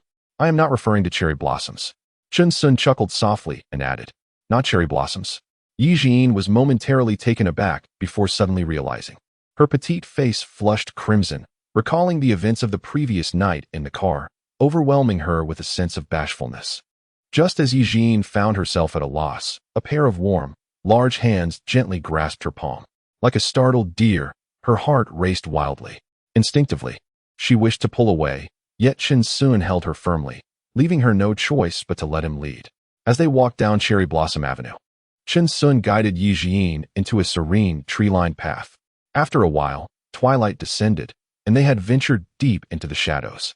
Suddenly, Chin Sun halted, extending his hand toward Yijin. Chin Sun, what are you doing? She asked, her voice laced with a hint of panic. Chin Sun gently brushed away the cherry blossoms that had settled on her head. It was then that Yijin realized her misunderstanding, feeling a rush of embarrassment as she gazed at him. I'm sorry, I thought you were going to. But Chin Sun looked at her earnestly, softly declaring, you look truly beautiful today. No girl would dislike hearing such compliments, especially when they came from Chin Sun, someone she had feelings for. Really? Yijin's heart swelled with delight. She lifted her white skirt and twirled gracefully. The edges of her skirt, lifted by the gentle breeze, tugged at Chin Sun's heartstrings. Are you deliberately trying to tempt me? Chin Sun's thoughts became tumultuous. Noticing their solitude, he stepped forward and wrapped his arms around her slender waist. His lips descended upon her enticing mouth without hesitation. Yijin gasped in surprise, emitting a soft whimper, held in Chin Sun's embrace. Her small hands pressed against his chest as she attempted to struggle. However, her feeble body lacked the strength to resist, her attempts seeming more like an invitation than a refusal. Chin Sun, she murmured, her heartbeat quickening, her breath becoming shallow. Chin Sun's large hand roamed over her body uncontrollably, each touch sending shivers down her spine. No, this isn't right. Yijin instinctively rejected him. Yet, her captivating eyes gazed dreamily at Chin Sun, her cheeks flushed, clearly caught in a whirlwind of emotions. Seeing her reaction, Chin Sun could no longer restrain himself. Ecstatic, he lifted her into his arms, preparing to carry her into the thicket. This startled Yijin. As adults, they both understood what would ensue. Yijin did not want her 20 years of innocence to be surrendered so ambiguously in this moment. She quickly regained her composure and pushed Chin Sun away. Thoughts raced through her mind as she contemplated how to gently decline his advances. The fervent sounds emanating from the grove interrupted her reverie. The two exchanged a glance, instinctively holding their breath in unison. Chin Sun halted his movements, reluctantly setting Yijin down from his embrace. He was not a pervert. He did not wish to be disturbed while engaged in serious matters. As Chin Sun released his grip, Yijin hastily descended from him, flustered as she readjusted her skirt, instantly regaining the poised demeanor befitting a campus beauty. If someone had seen that, how could I possibly face anyone? Thankfully, darkness had descended. Chen-sun, you truly are bold, Yijin remarked, a hint of embarrassment coloring her cheeks. She raised her hand, feigning a strike at Chen-sun. He, feeling a twinge of compassion, allowed her delicate hand to gently land upon him. As her strikes lost their vigor, her movements gradually ceased. It's too dark here. I'm a bit frightened, she whispered suddenly, her tone laced with unease. Let us go watch a movie, Chen-sun suggested, recalling his villa at the Shanshui Manor. Sure, but you must not play any tricks on me, Yijin replied, her eyes twinkling playfully. Rest assured, I promise, Chen-sun responded with a smile. And the two began retracing their steps. He held her small hand as they approached the car parked at the school gate. Is this your car? Oh my goodness, Yijin exclaimed, her eyes widening in astonishment. Even though she did not recognize it, the striking design of the Lamborghini made it clear that it was no ordinary vehicle. At this hour, a crowd had gathered around the car, pointing and whispering in awe. This car is nothing. It can't even compete with the Bugatti Veyron, a man beside the car remarked, scratching himself awkwardly. Chen-sun felt a wave of exasperation wash over him as he retrieved the car key and pressed a button. With a beep, the headlights illuminated, instantly capturing the attention of all onlookers. Realizing the owner had arrived, the surrounding men were taken aback, anxiously scanning for the identity of the car's driver. When their gazes fell upon Chen-sun and Yijin, expressions of envy and disdain filled their faces. With grace, Chen-sun opened the car door, courteously assisting Yijin into the passenger seat. He then started the sports car and steered it towards the direction of Shanshui Manor. Nestled in a tranquil, elegant area of the new district, Shanshui Manor is considered the most luxurious residential area in Yangzhou. With property prices soaring to 100,000 yuan per square meter, it may not rank among the elite in Shanghai or Beijing, yet in Yangzhou, it undoubtedly represents the pinnacle of opulence. The manor boasts sprawling grounds, meticulously planned interiors, and features a total of 16 villas, arranged in order of numerical grandeur, reflecting distinct levels of prestige. Certainly, this does not imply that Villa 16 is inferior, it merely appears more understated in comparison to its predecessors. However, even this seemingly modest abode, situated in Yangzhou, holds a value beyond 100 million, rendering those of lesser means unworthy of even a viewing. Chen-sun followed the navigation, his vehicle gliding slowly to the entrance of the estate. Hand in hand, the couple approached the Shanshui Manor. The gilded characters spelling out Shanshui Manor shimmered in the night, exuding an air of opulence. The stone elephant at the entrance, a symbol of good fortune and strength, silently guarded this sanctuary. Do you reside here? Yijin asked, once again struck with awe, her eyes wide with surprise. She had never set foot in such an elite locale. Today marked her inaugural visit, and a flutter of apprehension coursed through her. Little did she know, it was Chen-sun's first time here as well, his astonishment mirroring hers.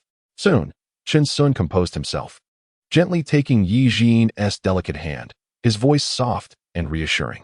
Indeed. Follow me. Chapter 11. Love in the Island Nation. Excuse me, are you Mr. Chen-sun? As they stepped into the community, a property manager approached them respectfully. How did you recognize me? Chen-sun inquired, taken aback and somewhat puzzled. There are a total of 16 residences in Shanshui Manor, and only one remains unoccupied. I noticed you were unfamiliar, which led me to deduce you must be the owner of Villa 1. Chen-sun smiled and nodded, silently appreciating the manager's professionalism, who had not underestimated him.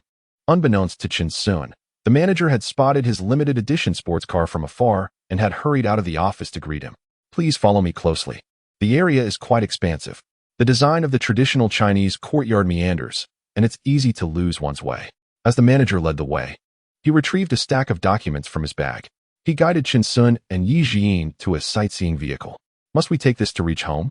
Chen-sun expressed his surprise. Indeed, it will save considerable time. I have already registered your vehicle, so next time you may drive directly to the underground garage associated with your villa.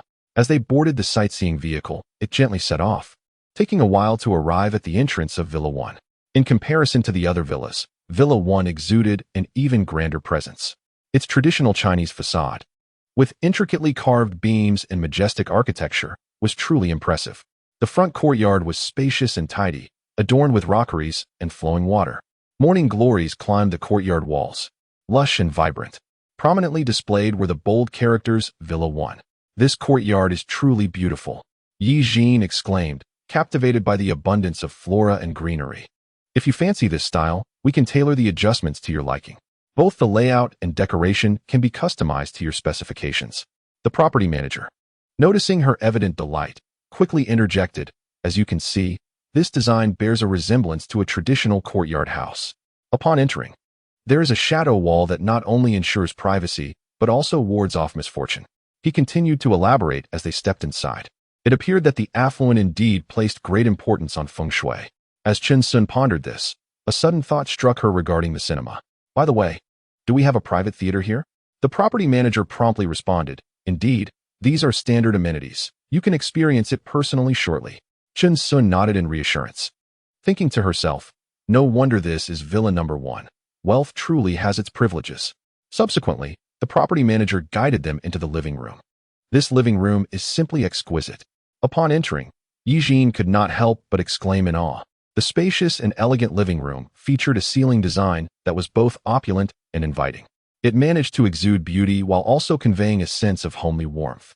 The entire wall facing outward was crafted from transparent glass, disregarding cost purely for the sake of visual appeal. Even more remarkable, a grove of bamboo was specially planted just outside the living room. A gentle breeze rustled the bamboo leaves, not only providing a picturesque view, but also blending the indoor and outdoor spaces harmoniously. Every detail was worthy of meticulous examination, embodying a blend of traditional Chinese aesthetics with modern luxury.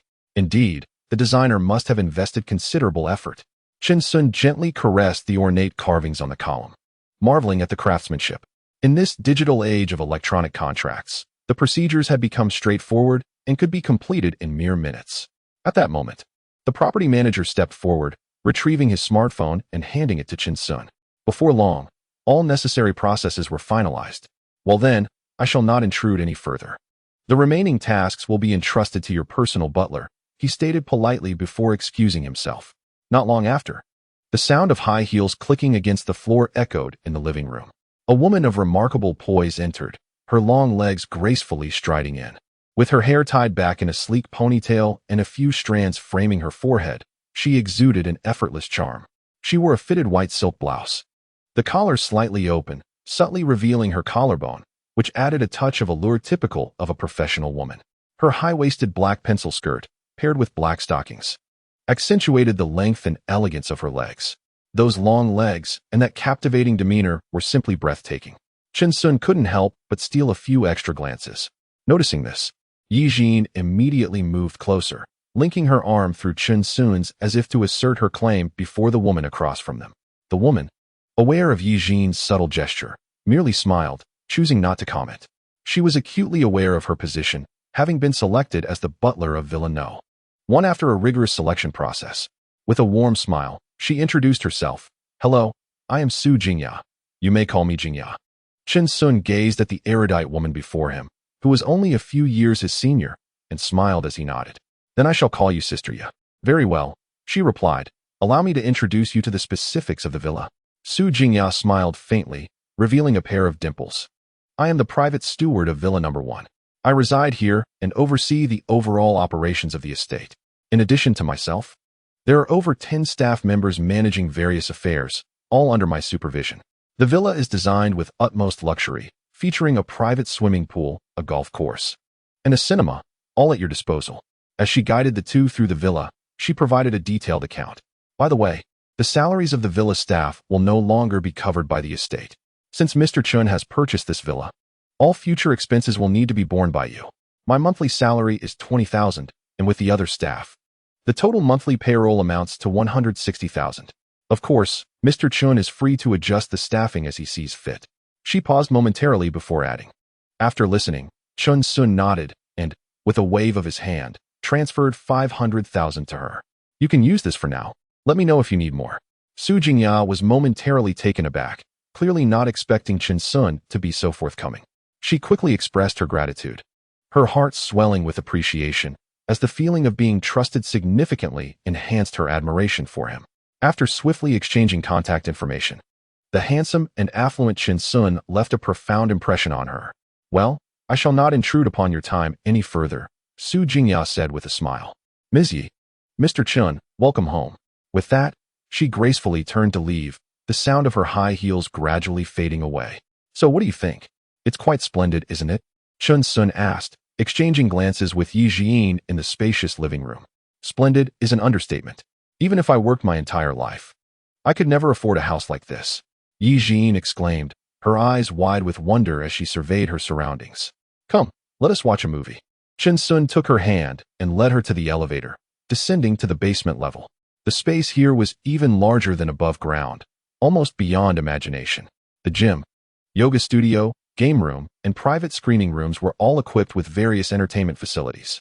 Yi Jian was as giddy as a child, exploring with uncontained delight. The joy in her eyes as she looked at Chen Sun seemed almost ready to overflow.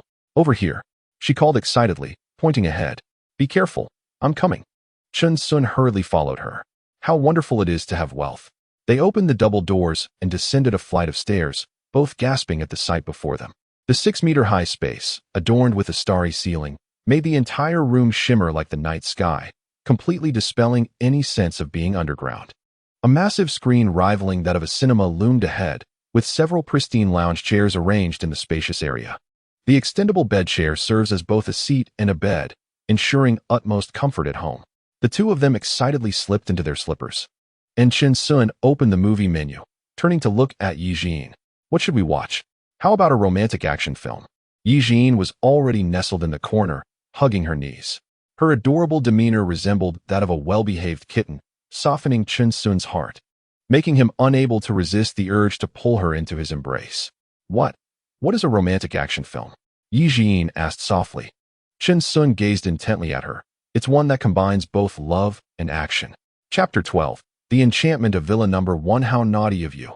Yi Jian's face flushed red as she comprehended his words. All right, I was just teasing you."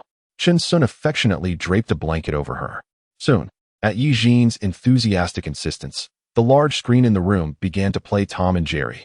Chen Sun never anticipated that beneath the seemingly aloof and pure exterior of the campus Belle lay a little girl. Observing the sweet smile blossoming on Yi Jian's face, warmth enveloped Chen Sun's heart. The two of them resembled a loving couple, savoring the leisurely moments of their weekend. "If only we had something to eat," Chen Sun mused, his gaze wandering until he spotted a row of buttons nearby.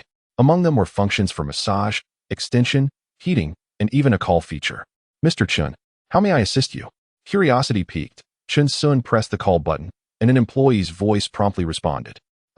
Do you have any popcorn or cola? Please send some over," Chen Sun casually requested. The employee politely replied, "Certainly, please hold on." As the epitome of a luxurious villa, it boasted a well-stocked pantry filled with an array of snacks, beverages, and daily necessities. In the past, he believed that having 24-hour hot water and air conditioning was the dream home. Little did he know that this villa could provide snacks and drinks, as well as tobacco and tea, at any time, akin to a 5-star hotel. Before long, a knock echoed from the door. "Come in."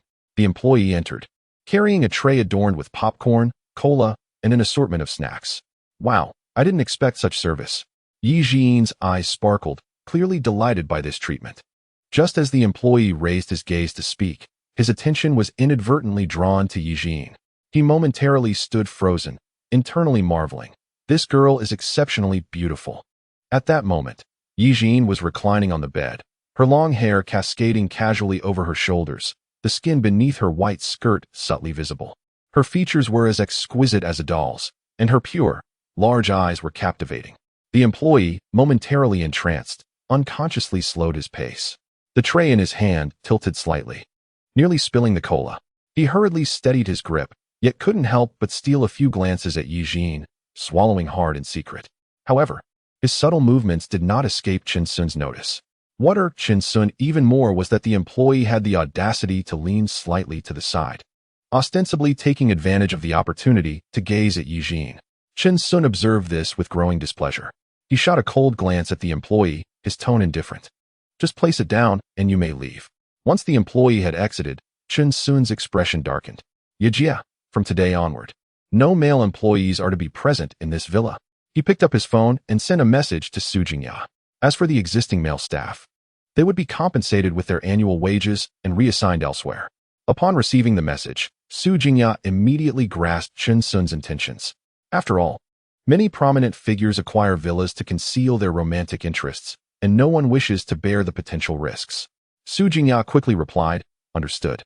I will make arrangements to ensure that all staff at this villa are female from now on." After concluding this matter, Chen Sun turned back to relish the delightful moments spent with Yi Jin. Laughter erupted from her as she munched on popcorn, her large eyes occasionally glancing at Chen Sun with an air of satisfaction. At that moment, Chen Sun appeared languid, his brows relaxed, and his deep-set eyes exuded an irresistible charm that stirred her heart. Yi Jin subtly shifted her position, inching closer to Chen Sun. Suddenly aware of her movement, Chen Sun instinctively pulled her into his embrace. The warmth radiating from the girl in his arms sent a thrill through him, and his hands began to wander over her form unbidden. Although Yi Jin felt a touch of shyness, she did not resist, tacitly accepting Chen Sun's gentle advances. After a while, she lifted her gaze, her enchanting eyes searching his, and asked with a hint of helplessness, "What exactly is our relationship now?" Even the most oblivious of men could decipher Yi Jin's feelings at that moment. Chen Sun gazed deeply into her eyes before gradually speaking. "Would you be willing to be my girlfriend?" "Yes, but you must promise never to leave me," she replied, nodding, her voice soft yet earnest. "I only just realized you are not an ordinary person. You drive a luxury car worth millions and reside in a villa worth billions. I fear that one day you might abandon me, or that this is merely a fleeting amusement for you." Nestled in Chen Sun's embrace, her small hand traced gentle patterns on his chest. He was acutely aware that he had inadvertently attracted the affections of the landlord's wife, Su Wanqing, and now the campus belle, Yi Jin. A sense of inner turmoil gripped him as the words he longed to express hovered on the brink of his lips. Yet, unwilling to cause Yi Jin any sorrow, he remained lost in the depths of her beautiful eyes. As soon as her words fell, Yi Jin unexpectedly reached out, wrapping her arms around Chen Sun's neck. She lifted her head, pressing her soft, fragrant lips directly against his. Chen Sun was taken aback by the intensity of Yi Jin's reaction. He gazed at her, her eyes hazy and her body seemingly beyond her control. Unable to resist the surging impulse within him any longer, he held her tightly, their bodies melding together. Yi Jin appeared to have lost all strength, languidly collapsing into Chen Sun's embrace. After a long moment, their lips parted. "Jin, rest assured, no matter what, you are the woman I cherish most," Chen Sun said softly, gazing at Yi Jin's flushed face. "Really? You mustn't deceive me," she replied, her hair disheveled and breathing slightly labored, her chest rising and falling. Chen Sun's eyes burned with desire as he beheld the alluring scene before him, eager to take their intimacy a step further. He swiftly lifted her into his arms.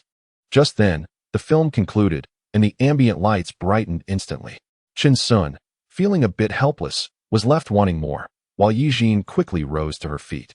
With an adorable expression, she looked at him and said, "It's getting late. I must return to school."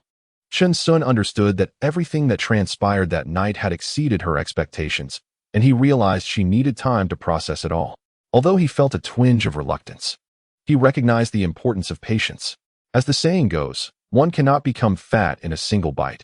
Chen Sun was already content with how far they had come. "Let's go. I'll drive you back," he said, a smile of relief crossing his face. Yi Jin straightened her clothes, noticing the hint of melancholy in Chen Sun's expression, and couldn't he help but lean in to kiss him gently.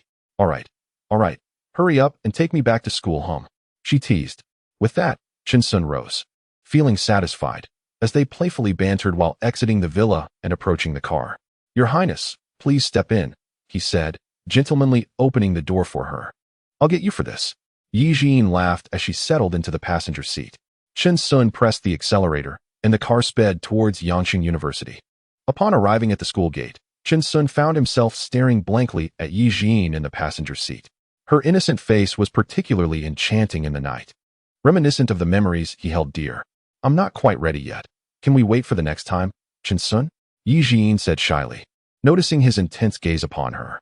He smiled gently. "There's nothing to apologize for. I want you to love me freely and wholeheartedly. Do you understand?" I understand."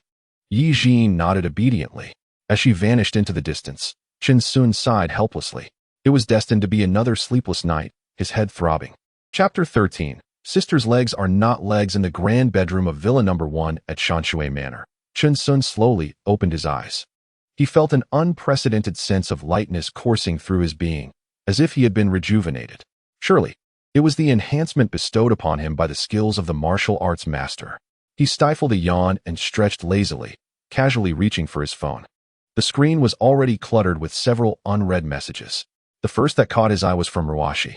"Brother, are you free to have a meal together?" Chun Sun smiled faintly and replied, "Let's see. I've been rather busy lately." Next came a concerned inquiry from his landlady. "Why didn't you come back last night?" Chun Sun sighed softly and responded, "I was simply too exhausted from work last night to return to the old neighborhood for rest." In truth, it was because the villa was so spacious that he needed time to familiarize himself with it. After all, it was his first experience, and he wished to savor it fully. The final message was from the campus Belle, Yi Jin, who teased, "Aren't you up yet? Silly goose." Chun Sun couldn't help but chuckle.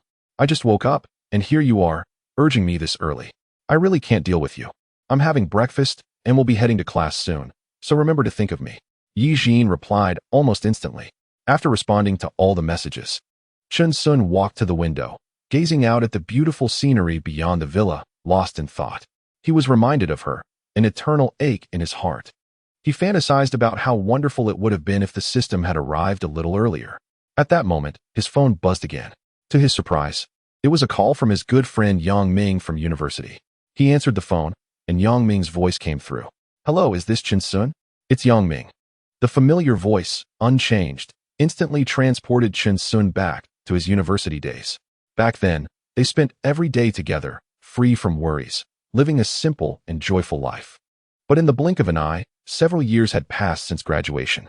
Those classmates and friends had all gone their separate ways, and life had become increasingly hectic. With communication dwindling, Yang Ming, Chun Sun was somewhat surprised. It had been a long time since they last connected. Why was he calling out of the blue? Yang Ming explained with a laugh. "Well, a few of us university friends just met, and we suddenly realized how long it had been since we last saw each other. We decided to gather everyone from our class still in Yang City. You must come. Don't hesitate. I'm doing quite well now, and this time, I'll treat you. You'd be missing out if you don't come." Chun Sun was contemplating how to decline, but Yang Ming continued to entice him over the phone. He smiled. In truth, he no longer cared much about money or appearances. Glancing at his phone, he noted that his balance exceeded 3 million, and he felt no financial pressure whatsoever. Yet, upon hearing Yang Ming reminisce about the past, he couldn't help but feel a pang of nostalgia. "All right," Chun Sun acquiesced. "Let us meet up." "Wonderful. Tonight at the Bay Resort Hotel. Don't be late." After Yang Ming finished speaking, he seemed preoccupied with work and hastily ended the call. Chun Sun set his phone down and shook his head in resignation. He had initially wished to engage in a longer conversation, but Yang Ming was evidently overwhelmed with his obligations. Taking a seat on the sofa, memories of university life began to resurface in his mind. He recalled late-night study sessions, playing basketball together, and queuing in the cafeteria for meals. The image of Nian Ning flickered repeatedly before him, prompting Chun Sun to shake his head vigorously. He stood up, let out a gentle sigh, and felt a twinge of nostalgia. Perhaps he should meet up with everyone tonight. It might rekindle some of the feelings from the past. With this thought, a sense of anticipation began to blossom within him. After tidying up briefly, Chun Sun glanced at the time and noted that the gathering was still a while away. He then casually opened Feiyu Live, intending to pass the time. Upon entering the homepage, a live stream featuring Ruashi popped up. Without a second thought, he clicked on it. As soon as he entered the live room, the barrage of comments flooded in. "Sister, crush me. Her legs are not mere legs. They are the spring waters of the Seine. If I could marry a woman like her, I would gladly drive a luxury car and live in a villa." Chun Sun focused his gaze and noticed that she was wearing a black short skirt today. The hemline reached mid-thigh, complemented by nude stockings and red-soled black high heels. The scene was undeniably alluring, rendering one unable to look away. She seemed pleased with the comments, a subtle smile gracing her lips. Sitting gracefully before the camera, her legs elegantly crossed, the curves subtly visible beneath the skirt ignited a rush of excitement. The high heels, poised delicately on her toes, enhanced her allure to its fullest. Her fair and rosy heels appeared as tender as a young maiden's, with faint blue veins clearly discernible. This instantly sent a wave of exhilaration through many viewers of a particular proclivity. So plump, I want to squeeze them. She, let me kiss your feet. Mom, only you can redeem me. Observing the comments, Chin-sun couldn't help but chuckle.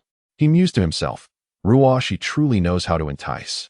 Beneath his seemingly calm exterior, his right hand had begun to uncontrollably shower her with gifts. Currently residing in the #1 villa of the Shanshui Manor, his monthly expenses were quite substantial. Whenever he found a streamer to his liking, he would generously start with dozens of carnival gifts. Unbeknownst to him, his account's gifting level had already reached its peak. Last night, Ruoshi had intended to send Chun-sun a direct message. However, feeling a bit disheartened by his lack of initiative, she refrained. Upon waking that morning, she hastily sent him a message and even pinned his WeChat to the top. For her, Chun-sun had become her most significant benefactor. The agency she was contracted with had strict requirements. If her gifts did not meet the targets, not only would she forfeit her commission, but her salary would also be deducted. Felt a deep sorrow within her heart, yet she found herself helpless, relying solely on Chun-sun, the one who had once brought her miracles. As she began her usual live stream, she was unexpectedly delighted to see the familiar name, My Heart Aims for the Moon. With joy, she greeted him in the chat. Brother Xianyue, you've arrived. Chun-sun, preoccupied with his pursuit of wealth, was solely focused on the carnival, hardly engaging in conversation within the stream. With no thoughts of women, he was fully immersed in his endeavors. When Ruoshi looked up, the screen erupted with a dazzling display of carnival effects, leaving her astonished by Chun-sun's extravagant generosity. How on earth does he manage such splendor? Suppressing her curiosity, she maintained a sweet smile, continuing to interact with her audience.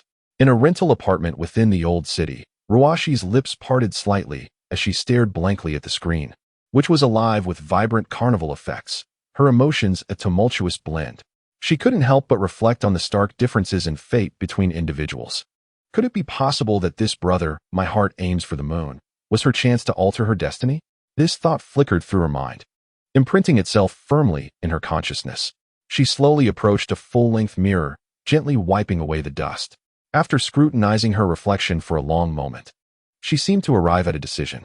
Taking out her phone, she earnestly snapped several photos of herself in the mirror, subsequently sending these stunning images to Chun-sun via WeChat. At that moment, her cheeks flushed with warmth. Such requests had come from other brothers before, yet she had never acquiesced. In the online world, she wore an entirely different persona from her reality.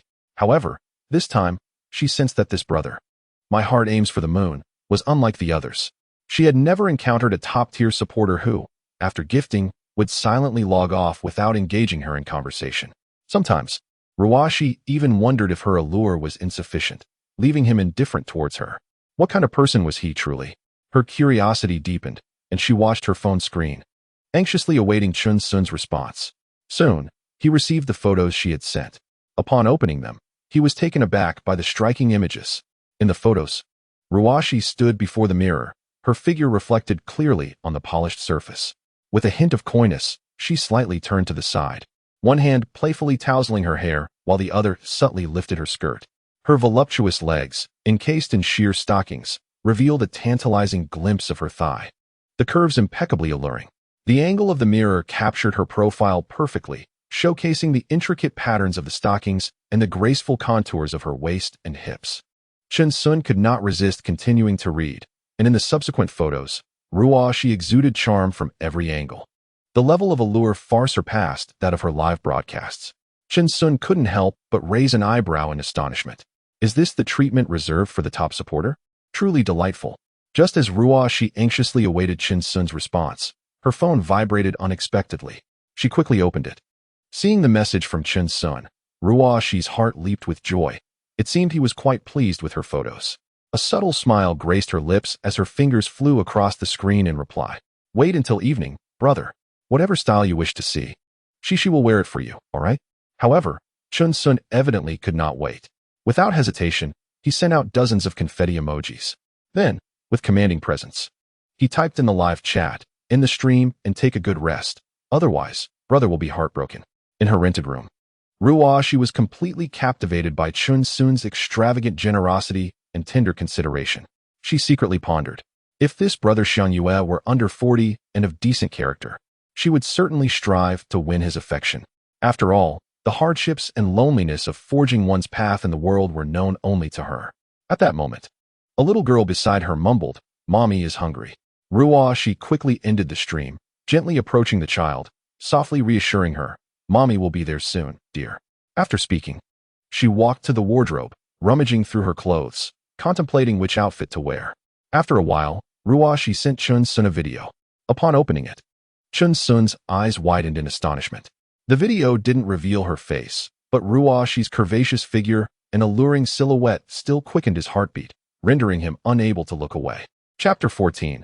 The butler's unspoken burden. Chun-sun glanced at the time. According to their agreement, the class reunion was drawing near. Observing the address sent by Yang Ming on his phone, he prepared to set off. As he descended halfway down the stairs, Su Jingyao was already waiting there. Chun-sun looked up and was momentarily taken aback. Today, he realized just how long Su Jingyao's legs were. She seemed to have stepped out of a comic book. Those slender, straight legs, adorned with black stockings and high heels, exuded both elegance and sensuality. Chun-sun couldn't help but gaze at her face. It was petite and exquisite, perfectly proportioned, with features that were nearly flawless. She smiled gently, her lips curling up to reveal two faint dimples, making her appear sweet and approachable. Chun-sun mused to himself, recalling Dong Ji's famous saying. How had he not noticed how beautiful Sister Yu was yesterday? Was he merely suffering from aesthetic fatigue? Upon reflection, it was not surprising at all. After all, the top-tier beauties he had recently encountered, Su Wanqing, Yi Jin, and Shi, were all stunning in their own right. Especially during his interaction with Yi Jin last night, he perhaps became too engrossed, inadvertently neglecting Sister Yu. He shook his head, withdrawing his thoughts, and hurried towards Su Jingyao. "Mr. Chun, you have yet to dine today," Su Jingyao remarked, presenting a tray. Upon it rested a cup of warm milk, a fried egg, and a steak, garnished with a few broccoli florets, exuding a delightful aroma. "You've been here all night." Chun-sun lifted his gaze in surprise. "Me? I reside in the villa's dedicated steward quarters. If Mr. Chen finds my presence bothersome, I can certainly relocate," Su Jingyao nervously explained, assuming Chun-sun disapproved of her. "Oh, please don't misunderstand. That is not my intention." Chun-sun quickly waved his hands, secretly wishing for Sister Yu to remain. With his disposition, having such a meticulous, enchanting steward by his side was simply invaluable. "You must be quite exhausted," Chun-sun remarked casually, his gaze lingering on the tray. "Did you prepare this?" "Not quite. I had the kitchen prepare it. My role is to serve Mr. Chen well," Su Jingyao replied with a gentle smile, her tone laced with satisfaction. Although time was somewhat pressing, Chun-sun, adhering to his principle of waste not, quickly took a seat, ready to indulge. He picked up the knife and fork, but found himself somewhat clumsy, his movements awkward. Observing this, Su Jingyao promptly turned and fetched a pair of chopsticks. Presenting them to him. "Mr. Chun, perhaps it would be better to use these." Chun-sun accepted the chopsticks with a smile, unreservedly diving into his meal. "You are like a worm in my stomach," he exclaimed with his mouth full, nodding in approval. "Delicious." He was entirely unconcerned about his eating mannerisms, exuding a down-to-earth charm. Watching Chun-sun relish his meal, Su Jingyao felt a wave of reassurance wash over her. She had initially worried that this new master might be difficult to please. But to her surprise, he was so amiable, even a bit endearing. She let out a soft sigh of relief, her dimples reappearing, radiating a pure and innocent allure. "Mr. Chun, please take your time," she said kindly, her voice gentle. Chun-sun glanced at her, his mouth still full, mumbling, "Sister Yu, don't just stand there. Come sit and join me." "No, thank you, Mr. Chun. I have already eaten. Please enjoy at your leisure. I am right here should you need anything," Su Jingyao responded, momentarily taken aback, then shaking her head with a smile. Chun-sun nodded and continued to feast, feeling increasingly fond of the beautiful steward. He suddenly realized that mere luxury in Villa No. 1 was not sufficient. It was the presence of Sister Yu that added a touch of warmth to the mansion. Su Yajing observed Chun-sun devouring his breakfast, feeling significantly reassured in her heart. Although her occupation is that of a private housekeeper, the role is far from the effortless endeavor it appears to be. She has encountered several exceedingly difficult employers, and on one occasion, a boss, tempted by her beauty, harbored inappropriate intentions and even attempted to seduce her with monetary offers. She resolutely declined, standing firm in her principles, despite losing that position. Ultimately, She harbored no regrets, for she possessed her own values and boundaries. Subsequently, through her professionalism and esteemed reputation, she was referred to the #1 villa at Shanshui Manor. The remuneration here is quite substantial, amounting to 20,000 a month, which is a commendable income for her. At merely 28 years of age, with a few more years of diligence, she could amass enough funds to purchase her own home. It is rare to encounter a young employer like Chin Sun, who not only possesses a good temperament, but is also remarkably handsome. She resolved to perform her duties with utmost dedication. Unbeknownst to Chin Sun, Su Jingyao harbored her own thoughts. After hastily finishing his breakfast, he stood up, satisfied. Mr. Chun, do the bed linens need to be changed daily? Additionally, should the room be cleaned every day? Su Jingyao inquired softly as she stepped closer. Chin Sun scratched his head, feeling somewhat awkward, and replied, Just call me Chin Sun from now on. It would be great if you could assist with the cleaning. The title of Mr. Chun felt quite uncomfortable to him. Of course, that is only proper, Su Jingyao said with a gentle smile, then handed him the keys to the Lamborghini. He accepted the keys with a sense of resignation. Initially, he had intended to maintain a low profile by driving his previous Mercedes, but alas, that vehicle remained parked in the old city, leaving him with no choice but to drive the Lamborghini today. He sighed, realizing that his desire for discretion was futile. Su Jingyao led the way, effortlessly pressing the elevator's down button. Her long, slender legs, encased in black stockings, exuded an alluring charm. Chin Sun, unable to resist, stole a few more glances. His mind racing. Name, Su Jingyao. Age, 28. Height, 172 centimeters. Weight, 52 kilograms. Charge, 0 times. Attractiveness, 95 points. Could it be that she has never had a boyfriend? A sudden thought crossed Chin Sun's mind. Perhaps her high standards stemmed from her exceptional circumstances, making her indifferent to ordinary men. The more he pondered, the more plausible it seemed. Much like those female bank employees who frequently interact with affluent clients, their expectations become elevated, rendering it difficult to accept the ordinary once they return to reality. Jingyao, are you married? Chin Sun blurted out, unable to contain himself. The question surprised even him. While such an inquiry might seem presumptuous coming from another, he felt compelled to ask. However, the words spoken by the man before her did not evoke any distaste within Su Jingyao. Was it due to his lavish demeanor or his youthful handsomeness? At that moment, Su Jingyao found herself uncertain of her own thoughts. A tremor coursed through her as she stood in the elevator, momentarily dazed. She glanced up at Chin Sun, her tone imbued with complexity. It's a long story, she remarked. Sensing her reticence, Chin Sun swiftly offered an apology. I apologize, Yijia. It was not my intention. It's nothing, Su Jingyao replied, her voice gentle. Upon reaching the underground parking lot, Su Jingyao accompanied Chin Sun to his Lamborghini. Only after watching him enter the vehicle did she turn and slowly make her way back to the villa. The roar of the Lamborghini echoed throughout the garage.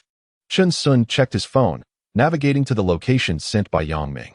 With a press of the accelerator, he sped out of the parking lot towards his destination. As Su Jingyao returned to the villa, she felt a sense of emptiness upon witnessing Chin Sun's departure, contemplating the unique aspects that set her apart from other women. A wave of insecurity washed over her. Would he find her lacking? The thought made her cheeks involuntarily flush. Chapter 15. Yang Ming's invitation to a gathering. The limited edition Lamborghini Night Legend boasts a top speed of 400 kilometers per hour, its performance astonishingly formidable. Chin Sun, while ensuring safety, endeavored to fully experience the terrifying capabilities of the Night Legend. A gentle press on the accelerator unleashed a powerful thrust that was utterly exhilarating. The Bay Resort Hotel, nestled in the outskirts of Yangzhou, sprawls across a vast area, embraced by verdant trees and picturesque landscapes. This venue is a favored gathering place for tourists and corporate events alike. The wide, straight avenue leading from the city center to the resort is in excellent condition, allowing the Lamborghini's prowess to shine. As Chin Sun gradually entered the Bay Resort Hotel, he noted the bustling atmosphere. The parking lot was abuzz with activity. A young attendant, responsible for directing the parking, wore a displeased expression. He had already dealt with several groups arriving in their Mercedes and BMWs, who not only disregarded parking protocols but also condescendingly instructed him to maneuver their vehicles into place, showing him little respect. Frustration simmered within him as he muttered to himself. Such a lack of manners. Do they think there's something special just because they drive luxury cars? just as he was stewing in resentment. His gaze caught sight of a sports car approaching slowly. Upon closer inspection, his eyes widened in astonishment, and he could not help but exclaim, "Wow! Could that be a limited edition Lamborghini?" The night legend. Clearly, he possessed considerable knowledge of sports cars, instantly recognizing this rare beauty. Who could possibly be of such significance to arrive in such a vehicle? He licked his lips, momentarily halting his movements. As the sports car gradually approached, the window rolled down. Chen Sun revealed a gentle smile and nodded at him. He then pulled out a cigarette from his pocket and handed it over, saying, "Thank you for your hard work, brother." "Wow, so young and yet so polite." The valet, surprised, accepted the cigarette. Typically, those who drove luxury cars were arrogant, often refusing to acknowledge him. Yet the owner before him, seemingly of similar age, not only exhibited a warm demeanor, but also willingly offered a cigarette, leaving the valet pleasantly astonished. Today, parking spaces were particularly scarce, as the resort was bustling with weekend tourists, and the parking lot was already overflowing. The young man scratched his head, feeling somewhat awkward as he said, "Brother, all the parking spots are filled today. Please follow me over here." He then briskly walked ahead, guiding Chen Sun to park in an unapproved area. In truth, parking was not permitted here, but there were no other options available. "It's all right, you can park here," Chen Sun reassured him. After securing the car, he pulled out 200 yuan bills and smilingly handed them to the young man. "I would appreciate it if you could keep an eye on it." Although the valet understood this was merely a polite remark, he found the sentiment quite charming. A warmth surged within him. No wonder people drive luxury cars. As he accepted the money, his heart fluttered with excitement. After all, his monthly salary was only 5,000, barely sufficient to cover his expenses. Suddenly, he had earned a day's wage in one transaction, leaving him both astonished and delighted. "All right, brother, don't worry. If you need to move the car, I'll call you immediately," the young man quickly responded, nodding respectfully.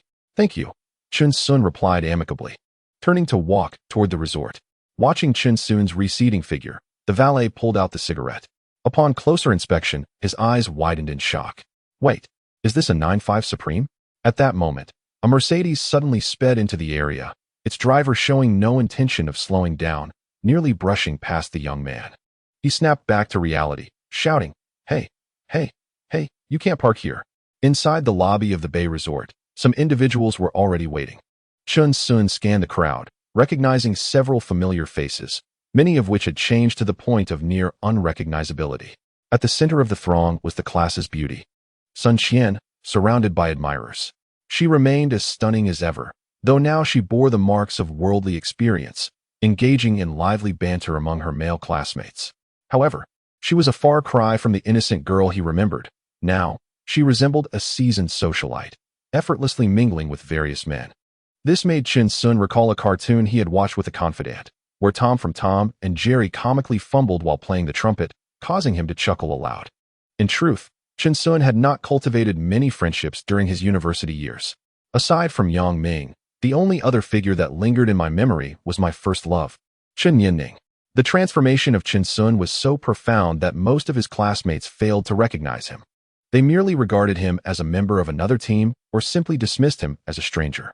Throughout his life, Chen Sun had always been somewhat inconspicuous, neither servile nor arrogant, methodically adhering to his own rhythm and pursuing his own endeavors. This did not concern him, for these individuals were irrelevant to his life. Chen Sun had come here solely to reconnect with close friends and, perhaps, to catch a glimpse of Nian Ning, nothing more. It is worth noting that her departure years ago had left Chen Sun feeling utterly despondent. Nevertheless, an inexplicable emotion remained buried within him, one that even he could not articulate. He was acutely aware that Nian Ning had married and relocated to the capital, rendering her presence in Yang City almost impossible. Yet, such is the nature of humanity. Sometimes, even when aware of the improbability, one cannot resist the urge to seek confirmation. Chen Sun even found himself secretly fantasizing about encountering her once more. Confronted with these bittersweet memories, he shook his head, striving to organize his thoughts. Observing the jubilant crowd before him, he quietly made his way to a nearby sofa and settled down in silence, awaiting the passage of time. Just then, a woman with short hair gently tapped him on the shoulder. Turning around, Chen Sun discovered it was a female classmate from his class. She smiled and nodded at him, her eyes reflecting a hint of curiosity. In truth, from the moment Chen Sun had entered, She had felt a sense of familiarity with him. However, the Chun Sun she remembered had never been this tall or handsome, which had deterred her from approaching him until she had finally mustered the courage to inquire. "Are you Chun Sun?" she asked. Chun Sun smiled slightly and nodded. "Yes, indeed. What's wrong? Can't you recognize me?" "Oh my goodness," the classmate exclaimed. "What have you been through these years? Surely, you haven't undergone cosmetic surgery in Korea? You've become so handsome." "Not at all," Chun Sun replied politely. "You've become quite beautiful yourself." Their brief exchange was interrupted by a sudden commotion among the female classmates. Chun Sun looked up to find the campus celebrity, class leader Yang Ming, making his entrance. The momentary gloom that had enveloped Chun Sun was instantly lifted by the sight before him. Yang Ming, clad in a tailored suit with a tie, his hair impeccably styled, exuded an air of polished sophistication, reminiscent of a domineering CEO from a novel. Chun Sun couldn't help but reminisce about their college days. Had it not been for Yang Ming's commendations to the teachers, he feared that his scholarship would have long been claimed by the favored students surrounding the instructor. Moreover, on several occasions, when his living expenses fell short due to romantic pursuits, it was Yang Ming who had lent him money.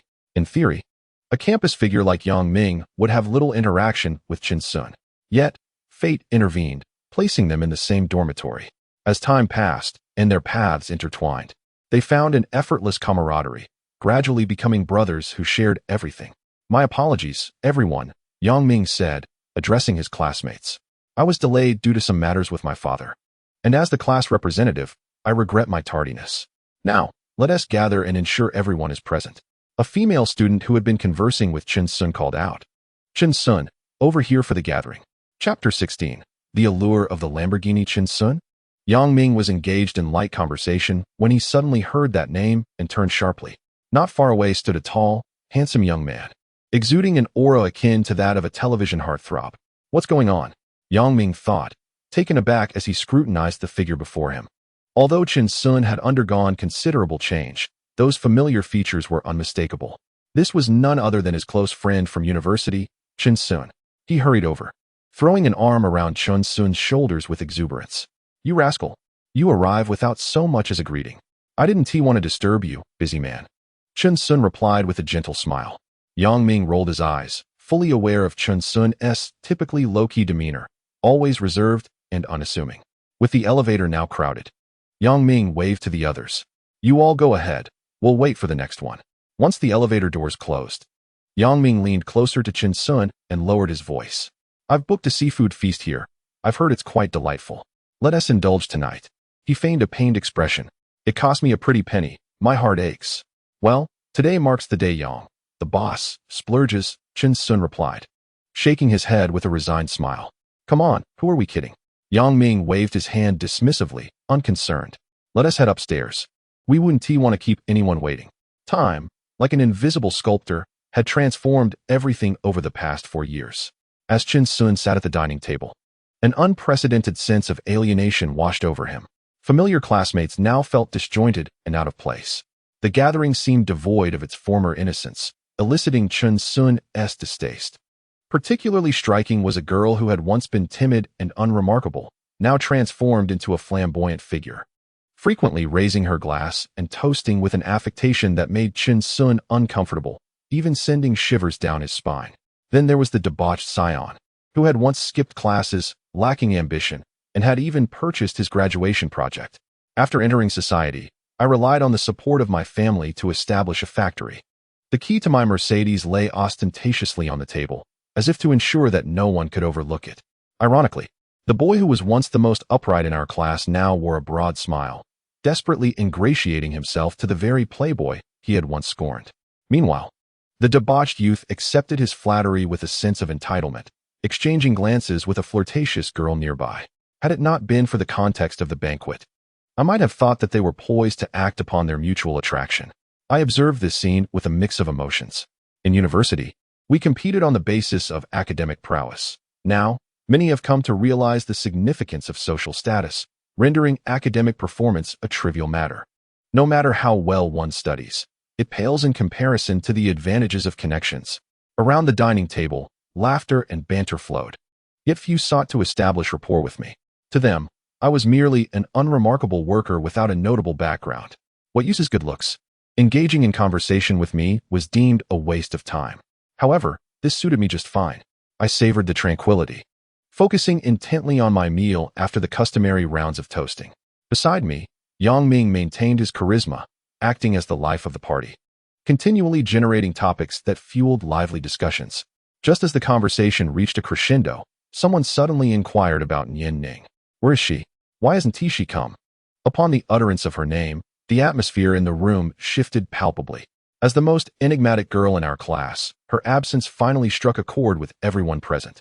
Curiosity abounded regarding the current state of the class beauty. Oh, Nian Ning? I've heard she is married quite well. The flirtatious girl exaggerated, though her tone betrayed an undercurrent of insecurity.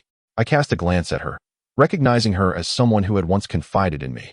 Nian Ning had mentioned a thief in her dormitory, and at first, I had been skeptical. To my surprise, she and her roommates had ultimately captured the culprit, resulting in disciplinary action from the school. Reflecting on this, my feelings towards her soured completely. I replied coolly, perhaps like you, unable to marry. How can I not marry? You explain that to me. The flirtatious girl erupted, her outburst shattering the previously harmonious atmosphere. Yet, I remained unperturbed, not even lifting my gaze. I leisurely picked up my chopsticks, dismissing her inquiry entirely. At that moment, Sun Qian, seated nearby, seized the opportunity to interject. Indeed, Chen Sun. Weren't you two quite close? Her tone feigned concern, yet the smile on her face carried a deeper meaning. As one who had once prided herself as the class beauty, she harbored lingering resentment towards Nian Ning, whose presence had overshadowed her own.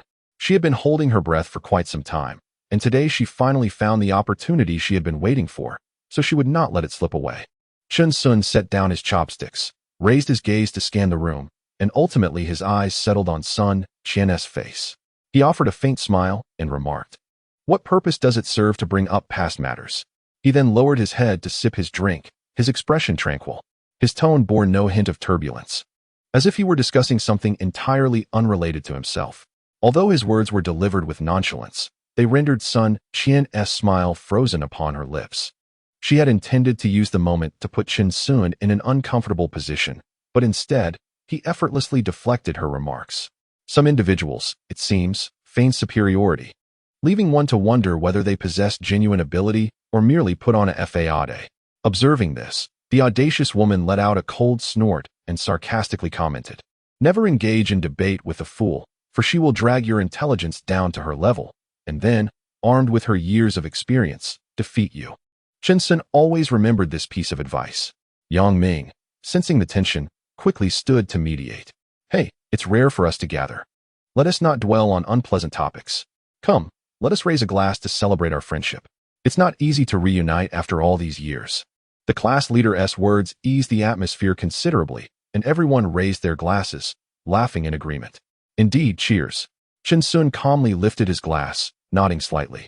Yang Ming approached, patting him on the shoulder, and whispered, "Don't take it to heart. She's just being mouthy, having had a bit too much to drink." Just then, a series of knocks echoed through the room. "Who is it? Come in." The audacious woman called out impatiently. The door swung open to reveal the young man who had helped with the parking moments earlier. He stood at the entrance, scanning the table before his gaze fixed on Chen Sun, and hurried over. Due to the din of the gathering, he raised his voice. "Boss, your Lamborghini is attracting quite the crowd. It's blocking the way. Could you please move it?" Chen Sun let out a wry smile, retrieving the Lamborghini key from his pocket and gently handing it to the young man. "Would you mind moving it for me? It's in your capable hands now." As soon as he finished speaking, the previously boisterous table fell into an abrupt silence.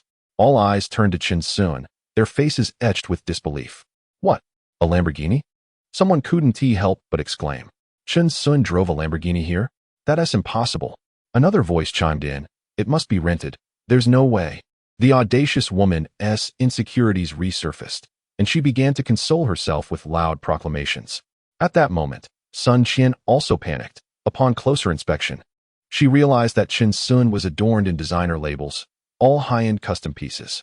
Working as a sales associate at an Armani boutique, she immediately recognized the value of these luxury items. Noticing that the audacious woman was still making a scene, Sun Qian quickly reached out to pull her back. "Enough. Cease your chatter. Are you not embarrassed enough?" The young man stammered, "Brother, I cannot drive it. A 30 million vehicle. What if I scratch it? I truly cannot afford to pay for that. His hands trembled with anxiety. 30 million. The flamboyant girl was on the verge of madness, staring incredulously at Chin Sun, her face a canvas of shock and envy. Yet, Chin Sun remained composed, offering a faint smile as he reassured the young man. It's all right. Just drive carefully. You won't be liable for any damages. After a moment's hesitation, the young man, his heart racing, ultimately accepted the keys and turned to leave the private room. The atmosphere at the table had shifted dramatically.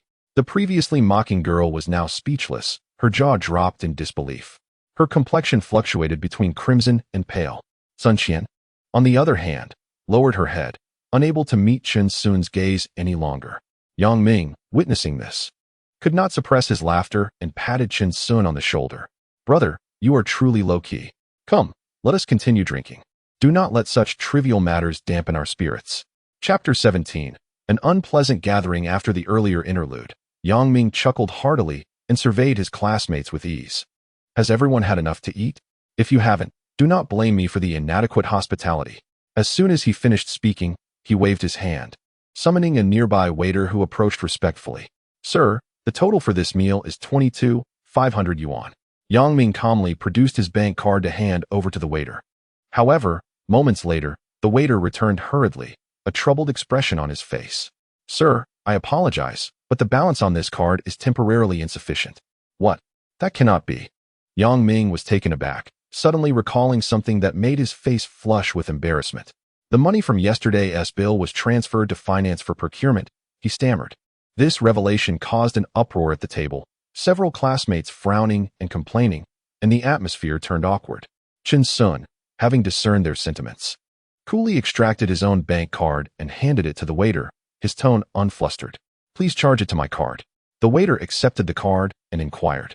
Shall we continue with the next activity, sir? That is of no concern. Place all expenses on my account. Chin Sun replied nonchalantly. Very well. The total for dining and resort expenses is 88,000 yuan. Just as the waiter was about to leave, Chin Sun called out to her, by the way, let those two cover their own bills, gesturing towards Sun Qian and the flamboyant girl. Understood, sir, the waiter nodded in acknowledgement. Upon hearing this, the flamboyant girl could no longer maintain her bravado, her demeanor deflated. She originally came to enjoy herself, even planning to post a few pictures on social media to attract some affluent admirers. Now, however, not only was she unable to have fun, but she also had to foot her own bill. Chin Sun, must you be so extreme? After all, we are old classmates. Sun Qian could not help but interject, her tone tinged with dissatisfaction. It should be noted that the cost per person amounted to 4,000 to 5,000 yuan, equivalent to a month's salary. Even if they opted out of the subsequent activities, just the meal alone would require each individual to pay 1,000 to 2,000 yuan. Sun Qian was fortunate, working in a luxury clothing store, earning around 10,000 to 18,000 a month. In contrast, the flirtatious woman beside her had no proper job. To say nothing of 4,000 to 5,000 yuan, even 1,000 or 2,000 had to be coaxed from various men through a web of deceit. Such interactions came at a price. Yang Ming observed the scene, scratching his head, his gaze inadvertently drifting towards Chin Sun. Chin Sun's heart softened, and he spoke softly. For the sake of Yang Ming, let the meal expenses for the two of them be charged to my account, while the rest can be settled by themselves. Certainly. The waiter replied patiently. Yang Ming cast a grateful glance at Chin Sun and whispered, Thank you. Chin Sun waved his hand dismissively, offering comfort. No need to mention it. My good brother. All right. Ahaha. Yang Ming responded with a smile, the atmosphere lightening considerably. As Chin Sun took his seat, a notification sound echoed in his mind. Ding. Congratulations, host, on a successful transaction. You have received a 5-fold cashback reward. Ding. Your system account has been credited with 440,000 yuan. The balance now stands at 3,240,000 yuan. Ding. Critical reward triggered. You have obtained 51 shares in the Nightless Sky. Nightless Sky? Chin Sun paused slightly, pondering to himself. Isn't that the name of a bar or nightclub? This place is somewhat unfamiliar to me. He raised an eyebrow, surprised by the sudden reward, and a flicker of curiosity ignited within him. After such a tumultuous experience, both of them had completely lost their enthusiasm. As everyone else excitedly surged forward, Yang Ming hastily waved his hand, exchanged brief greetings, and prepared to leave. His departure barely drew attention. After all, the bill had been settled, and the harsh reality of society felt particularly cold at that moment. Sun Qian's expression darkened to an extreme. The carefully crafted persona she maintained crumbled in an instant, leaving her unable to face the gazes of others. Gritting her teeth, she turned and hurried away, her back betraying a sense of disarray. The flirtatious woman, witnessing this, quickly grasped the arm of the wealthy gentleman she had been boasting about at the table, hoping he would assist her with the bill. However, he was not a fool. Smirking internally, why waste a few thousand yuan on her when there were countless other options available? Seeing the wealthy gentleman remain indifferent, the flirtatious woman began to realize the gravity of her situation, her complexion gradually transforming into one of distress. She watched helplessly as Sun Qian departed, a flicker of regret surging within her. Of course, her remorse was not for the earlier insult directed at Chen Sun, but rather the realization that she would now bear the burden of this bill alone. Standing at the door, she bit her lip, cursing inwardly. What a stroke of misfortune. Surrounded by a bunch of rascals, Chen Sun, having lost interest, turned to leave. The gazes of several girls followed him closely, their eyes shimmering with an unusual glint. Oh, Chen Sun, are you really leaving? Won't you stay a little longer? One girl with short hair could not help but interject, her tone laced with a hint of pleading. The boys nearby chimed in as well. Yeah, let us all hang out together, get to know each other better. However, Chen Sun harbored little affection for these acquaintances with whom he shared a superficial rapport. He offered a faint smile, his voice calm yet detached. Let us gather another time. There is plenty of time ahead. With that, he turned without hesitation, his silhouette exuding a carefree elegance. The remaining group exchanged glances, their faces etched with disappointment and awkwardness. A subtle tension hung in the air, a reminder that some distances had long since become insurmountable. Chen Sun, I never imagined you'd fall to such depths. Truly remarkable. Yang Ming remarked, a hint of admiration in his tone. Chen Sun smiled faintly, his demeanor unruffled. I apologize for ruining the gathering you organized. Haha, I've come to see things clearly now, Yang Ming replied with a wry smile, a flicker of complexity crossing his eyes. Come, let me take you somewhere fun, he said suddenly, his tone taking on a conspiratorial edge. Where to? Sounds peculiar, Chen Sun queried, puzzled. Aren't you short on funds?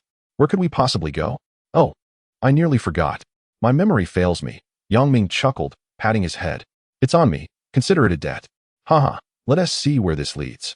I've never met anyone who treats on credit before, Chen Sun joked as they made their way outdoors. Even as the parking attendant remarked that it was his first time seeing a Lamborghini, Yang Ming was utterly awestruck. Following his gaze, the Lamborghini in the night was indeed a legendary sight. The headlights gleamed brilliantly in the darkness, a breathtaking spectacle. His own second-hand Mercedes appeared rather dull in comparison. No wonder people often said that one must discard what cannot measure up. Let us go, follow my lead, Yang Ming, regaining his composure, said as he settled into the car. Seeing Yang Ming comfortably ensconced in the Mercedes, Chen Sun felt a genuine joy for his friend's apparent success. The parking attendant respectfully handed the keys to Chen Sun, his tone imbued with envy. Sir, driving that Lamborghini must be exhilarating. Chen Sun gently patted the shoulder of the parking attendant, refraining from uttering the cliché encouragements of keep it up or you can afford it, for such sentiments felt impractical. It is essential to recognize that certain things are bestowed at birth, while others remain eternally elusive. Chapter 18. What love truly is. The city known as Never Night is a moniker favored by the locals. This appellation derives not only from its vast scale, but also from its grandiose presence. It resembles a miniature metropolis. If one possesses ample wealth, everything one desires is available here. Only the limits of imagination can restrain one's pursuits. Under the flickering neon lights, the kaleidoscope of shadows and the opulent decor devoid of humanity present in overwhelming luxury, where every detail is worthy of admiration. As if one has stepped into an alternate realm. Is this truly Never Night? It exudes an air of magnificence. Chen Sun stood at the entrance, unable to suppress his astonishment. He had not anticipated that Yang Ming would lead him to this very place, the establishment he had just acquired through a remarkable stroke of luck. Standing at the threshold, he felt a sense of disorientation, as if all of this were somewhat surreal. This venue is the most extravagant entertainment locale in Yangzhou, with nightly revenues effortlessly exceeding several million. Yang Ming, standing beside him, spoke with an air of pride, clearly well-versed in the establishment's workings. He guided Chin Sun inside with ease, explaining as they walked, "Ordinary wage earners cannot frequent such places. I usually come here for clients, entertaining them while signing contracts." Chin Sun raised an eyebrow, casting a skeptical glance at Yang Ming. Yang Ming, feeling somewhat embarrassed under the scrutiny, rubbed his nose and chuckled awkwardly. "Ah, I almost forgot. I have a membership card. I adhere to the principle of not wasting opportunities, right?" "Ah." Chin Sun laughed, giving Yang Ming a playful pat on the shoulder. Teasing, "You're single, so it's entirely up to you." He was aware of Yang Ming's affections, and with this remark, they both shared a knowing smile. This was Chin Sun's first visit to such an establishment. He mused that since he was now the owner, he might as well inspect his property. As he followed Yang Ming deeper inside, he curiously surveyed the surroundings. Pushing open the heavy glass doors, they entered the dance floor area. The venue was fully equipped, boasting bars, booths, and private rooms. There was even an arcade and an esports area, presenting a comprehensive entertainment complex. The deafening music enveloped them instantly, as if to drown them in the cacophony. Chin Sun was awestruck by the spectacle before him.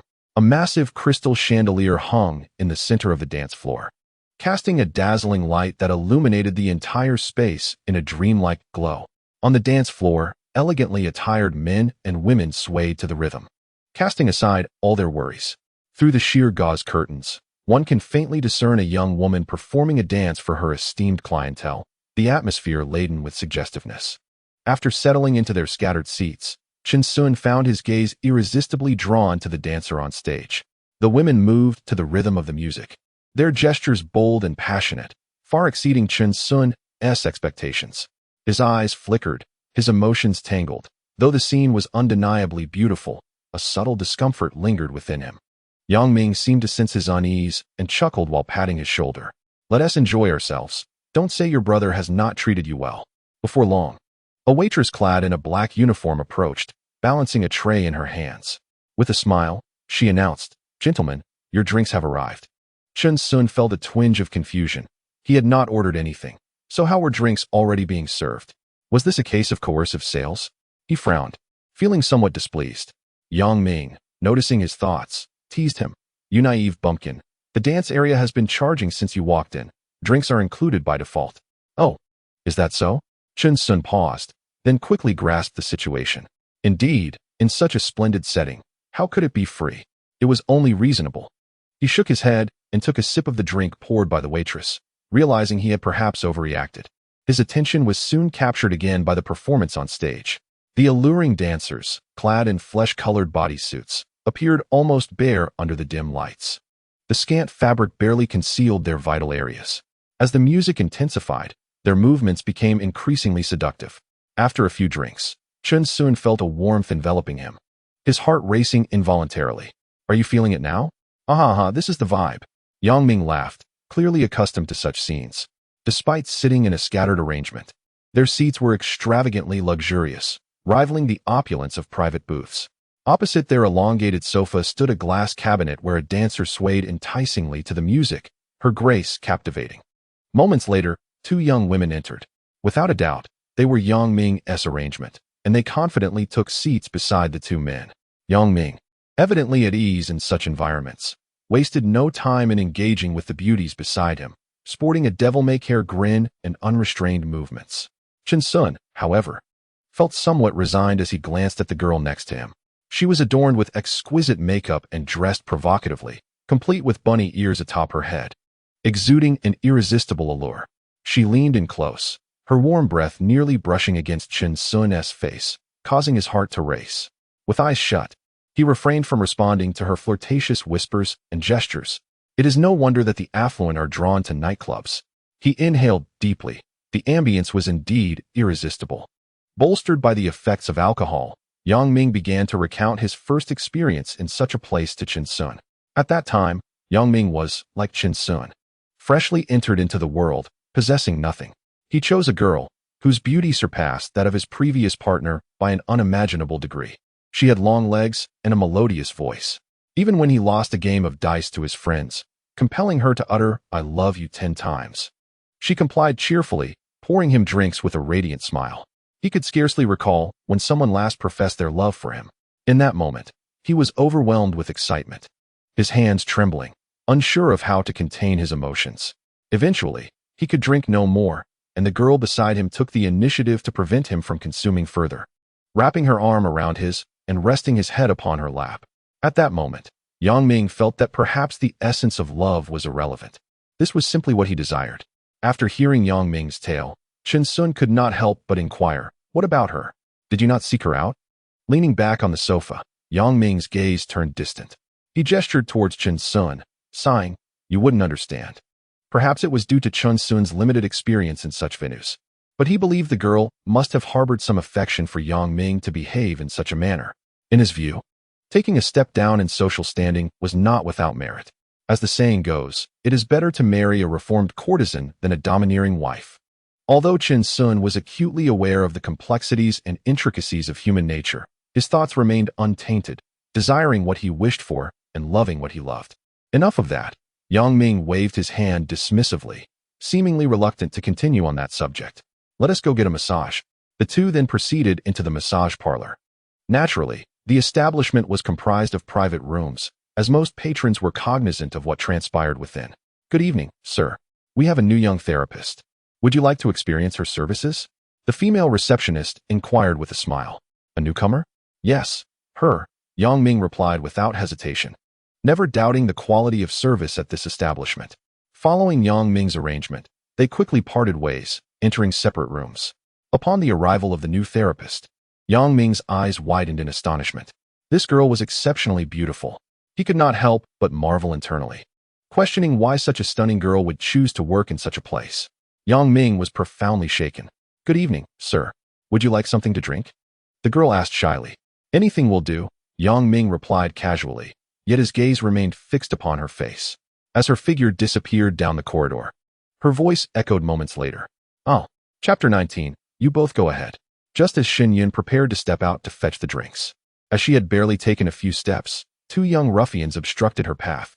Xin Yun furrowed her brows, contemplating a detour. However, the two youths were relentless, positioning themselves on either side of her. Xin Yun recognized that they were not of good character. She had come here to earn a living and wished to avoid any trouble. Thus, she turned to leave in another direction. "This is a place of business, and I am an employee here. What do you want?" she exclaimed. Nevertheless, the two ruffians persisted, their gazes lecherously roaming over her, accompanied by despicable smirks that made her stomach churn. A wave of nausea washed over her.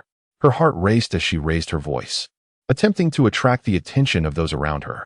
The female technicians passing through the corridor seemed to recognize the two men, hastily lowering their heads and quickening their pace, none daring to intervene. Xin Yun's heart sank, a chilling sense of isolation creeping in. "Employee? That's even better. Little sister, you must be the new technician here."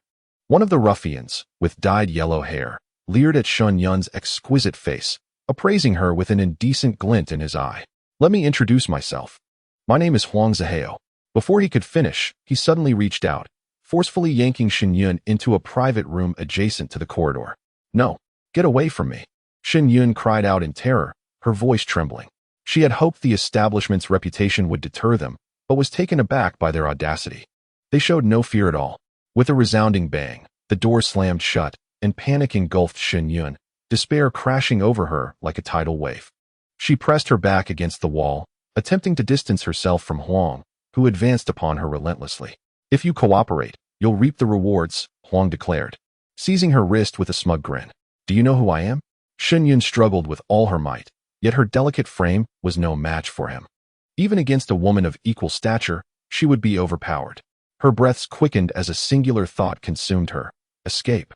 A ripping sound shattered the tension in the room. One of the ruffians had yanked at her black uniform, tearing open a gash at the shoulder. Instantly, her smooth, fair back was exposed to the cool air. This unexpected revelation sent the young thug into a frenzy, his eyes wild with a drug-like excitement, his breathing becoming erratic. "You bastard!" Huang roared in anger, kicking the other thug to the ground. "Get into the corner, put that trash can on your head, and face the wall." His face was dark with displeasure. How could the woman he had reserved be sullied by another? The young man with yellow hair fixated on the expanse of fair skin revealed by Xin Yun's back, a glimmer of greedy delight flickering across his face. He deliberately lowered his voice, feigning a gentle demeanor. My dear, I assure you, I am quite gentle. By the way, my father is the manager of the Eternal Night establishment. I trust you understand how to proceed? Shenyun leaned weakly against the wall, her body trembling slightly. Aware of her inability to resist, she slowly crouched down, burying her face in her knees, and began to sob softly. Observing this, the young man smirked with a sense of triumph, as if everything were under his control. Haha, that's more like it. He turned to the gang member behind him, waving his hand impatiently. You get out. Yes, yes, Brother Huang. The gang member replied hurriedly, clumsily removing the trash can from his head and rushing towards the door. In that fleeting moment, he opened the door. Shenyun recognized her chance. A glimmer of resolve flashed in her eyes, taking advantage of Huang's turned back. She suddenly lifted her foot and delivered a fierce kick to his groin. Ah! Huang let out a heart-wrenching scream, bending over in agony, his face contorted in pain. Had she fallen into his hands at that moment, the outcome would have been nothing short of a living nightmare. Without a moment's hesitation, Shenyun swiftly darted through the crack of the door and fled. Catch her for me. Huang's frantic roar echoed behind her, laced with the agony of shattered pride.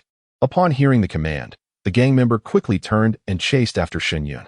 Gritting her teeth, she summoned every ounce of strength to run forward. Meanwhile, in another room, Chen Sun regarded the female technician before him, no longer constrained by Yang Ming's presence. With a calm tone, he stated, You may remain here for a while. You can leave once the time is up. Having said that, he ceased further conversation and stood up to explore the Eternal Night establishment. After all, it was his family's property, and since he was there, it would be worthwhile to familiarize himself with it. As he turned a corner, suddenly, a petite figure collided into his embrace. Shenyun looked up, her gaze locking with Chen Sun's. In that moment of connection, she exclaimed with delight, It's you. There was no time for further conversation, as hurried footsteps echoed ominously behind them. Hand her over, and you can leave. Huang's furious voice pursued them, his expression dark and threatening. Chen Sun disregarded Huang's outburst, his attention resting on Shenyun. He quickly noticed the torn fabric of her clothing at the shoulder, revealing her delicate skin. Without hesitation, he removed his jacket and gently draped it over her shoulders. The oversized garment enveloped her, providing a comforting shield. Shenyun felt a warm sensation spreading from her heart, her previously taut nerves beginning to ease. She looked up at Chen Sun, her eyes brimming with reliance. Chen Sun raised his gaze to the two young ruffians before him, his brow slightly furrowed. It appeared that the security in this area required reinforcement. His demeanor was indifferent, and though his tone remained calm, it carried an undercurrent of coldness. The ruffian beside him, incensed with humiliation, stepped forward, jabbing a finger at Chen Sun's nose and berating him. Brother Huang is speaking to you. Are you deaf? Having exhausted his patience after encountering such insolence on his own turf, Chen Sun's eyes turned icy. He raised his hand and delivered a resounding slap. The sound echoed crisply down the corridor as the young thug was left dazed, blood gushing from his nose as he staggered several steps back. Before he could recover, Chen Sun executed a swift and forceful side kick, sending him flying 5 or 6 meters, crashing heavily to the ground, unable to rise again. The entire sequence unfolded with the fluidity of flowing water, executed effortlessly. With the enhancement of the system's physical strength and the awarded martial arts mastery, Chen Sun found himself capable of such prowess. He mused internally. If faced with such opponents one after another, he felt he could continue until his stamina was depleted. He turned to the yellow-haired thug, his tone steady. Now, it's your turn. The yellow-haired youth, intimidated by Chen Sun's presence, paled instantly. He instinctively retreated, though only in a physical sense. Yet he maintained a bravado, declaring, My father is the general manager of the Nightless City. Dare you lay a hand on me? Security. Security. As Chen Sun advanced, he shouted in panic. In the control room, the security personnel, who had been monitoring the situation, hurried to the scene upon hearing Huang Ziheo's command. Witnessing this, Chen Sun let out a cold laugh. No wonder they claimed the security forces were insufficient. It seemed they were all deployed to protect such individuals. You all can come at me. I'm pressed for time. He surveyed the 5 or 6 burly men encircling him with an extraordinary calmness. The security guards exchanged glances, reluctant to engage with Chen Sun, as they were merely fulfilling their duties. Whoever dares to step back will be dismissed. Huang's voice echoed from behind, forcing them to advance with trepidation. Stop! A booming voice suddenly rang out. Chapter 20. The arrogant father and son of burly, bald man adorned with tattoos stepped forth from the crowd. The vicious dragon tattoos covering his exposed arms stood out starkly under the dim lights. Observing this, the yellow-haired youth rushed forward, his voice tinged with dissatisfaction. Uncle Chong. However, Uncle Chong, who usually cleaned up after their messes, displayed an unexpected demeanor this time. His brow furrowed as he looked at the restless Huang. Must I always come to your aid for your reckless deeds? The tattooed man's voice was low, yet carried an undeniable authority. He waved his hand, his tone commanding. Everyone, step back. Suddenly, he turned to the crowd gathered around him and proclaimed loudly, You may disperse. The events of this evening conclude here. The tattooed man then pivoted towards Chen Sun, a hint of regret in his demeanor. Young man, are you unharmed? You should leave at once. Huang Mao is quite vengeful, and you would do well to avoid trouble. He had observed Chen Sun's skills moments prior, and had refrained from intervening, hoping to teach Huang Mao a lesson. Chen Sun nodded, intending to express his gratitude, when he noticed the expression on Huang Mao's face twist in disbelief. Clearly taken aback that strong uncle was not on his side. With gritted teeth, he pulled out his phone and swiftly dialed a number. A mix of indignation and fury evident in his voice. Dad, I've been assaulted at the Unending Night. Hurry. Meanwhile, in the luxurious office on the 5th floor of Unending Night, Huang Yue was engrossed in a hedonistic revelry with a young woman. The sudden ringing of his phone shattered the ambience within the room. Frowning in irritation, he answered, but upon recognizing his son's voice, his expression turned grave. I'll be right back. He hastily adjusted his attire, leaving behind a terse remark for the woman beneath him, and hurried downstairs. Just prior to this, he had received news of his appointment as the new chairman of the board, leaving him somewhat anxious. According to insider information, a mysterious individual had acquired Unending Night at an exorbitant price, intensifying the pressure he felt. As the general manager, he had long relied on the influence of his predecessor. But now he was desperately contemplating how to cultivate a favorable relationship with the new chairman. At this critical juncture, learning that his son had been attacked filled him with uncontrollable rage. It was essential to note that his only son, the sole heir after years of excessive indulgence, was irreplaceable. Consequently, he doted on this son to an almost excessive degree, fulfilling his every request. Damn it, which fool dares to wreak havoc at Unending Night? He muttered angrily as he rushed through the throngs of people, his expression dark and stormy. The pent-up fury within him simmered like a volatile volcano, ready to erupt at any moment. As he made his way, the employees of Unending Night, seeing Huang You's grim countenance, instinctively lowered their heads. With trepidation, they murmured, Good evening, General Manager. Their voices trembled with fear, unwilling to meet his gaze, lest they incur his wrath. After all, aside from the reclusive old-timers on the board, Huang Yue was the visible authority of Unending Night, wielding significant power that no one dared to disregard. He nodded expressionlessly, yet unease gnawed at him. Only he understood that with the new chairman's ascension, his position was precarious. If he could successfully curry favor with the new chairman, perhaps he could retain his role as general manager. At the very least, one must maintain a facade of decency and must never offend the other party. Otherwise, the unsavory deeds committed over the years could very well lead to a dire fate behind bars. Contemplating this, Huang Yue furrowed his brow, quickening his pace. Suddenly, a notification chimed on his phone, causing his heart to race as he hastily retrieved it, anxious not to miss any news regarding the newly appointed chairman. What greeted his eyes was an internal memo announcing the appointment, circulated among all employees and the leadership. The message was succinct yet formal. Following deliberation by the board of directors, Chen Sun has been appointed as the chairman of the group, fully responsible for strategic planning, operational management, and major decision-making, effective immediately. Huang Yue murmured to himself, Chen Sun, who could this person be? Soon, with Huang Yue's arrival, the audacity of the young man with the yellow hair was reignited. Dad, it's them. They attacked me, the young man exclaimed, pointing at Chen Sun in a fit of rage. As soon as he finished speaking, he gasped in pain. The intense chase had inflicted severe anguish upon his lower body. What had once been a mere fracture now felt as if it had been thoroughly shaken. He collapsed helplessly to the ground. Son, are you all right? Huang Yue rushed forward to support him. Already physically impaired, he was incensed that someone dared to threaten his family's lineage, with rage surging to a boiling point. Huang Yue strode forward, his gaze piercing as he surveyed the scene, ultimately landing on a bald, tattooed man nearby. Gao Chang, what is going on? You can't even handle him? He demanded sternly. The tattooed man hastily approached Huang Yue, whispering a litany of the recent misdeeds committed by the young man with yellow hair. It was known that the last victim still lay in the hospital, under threat of violence.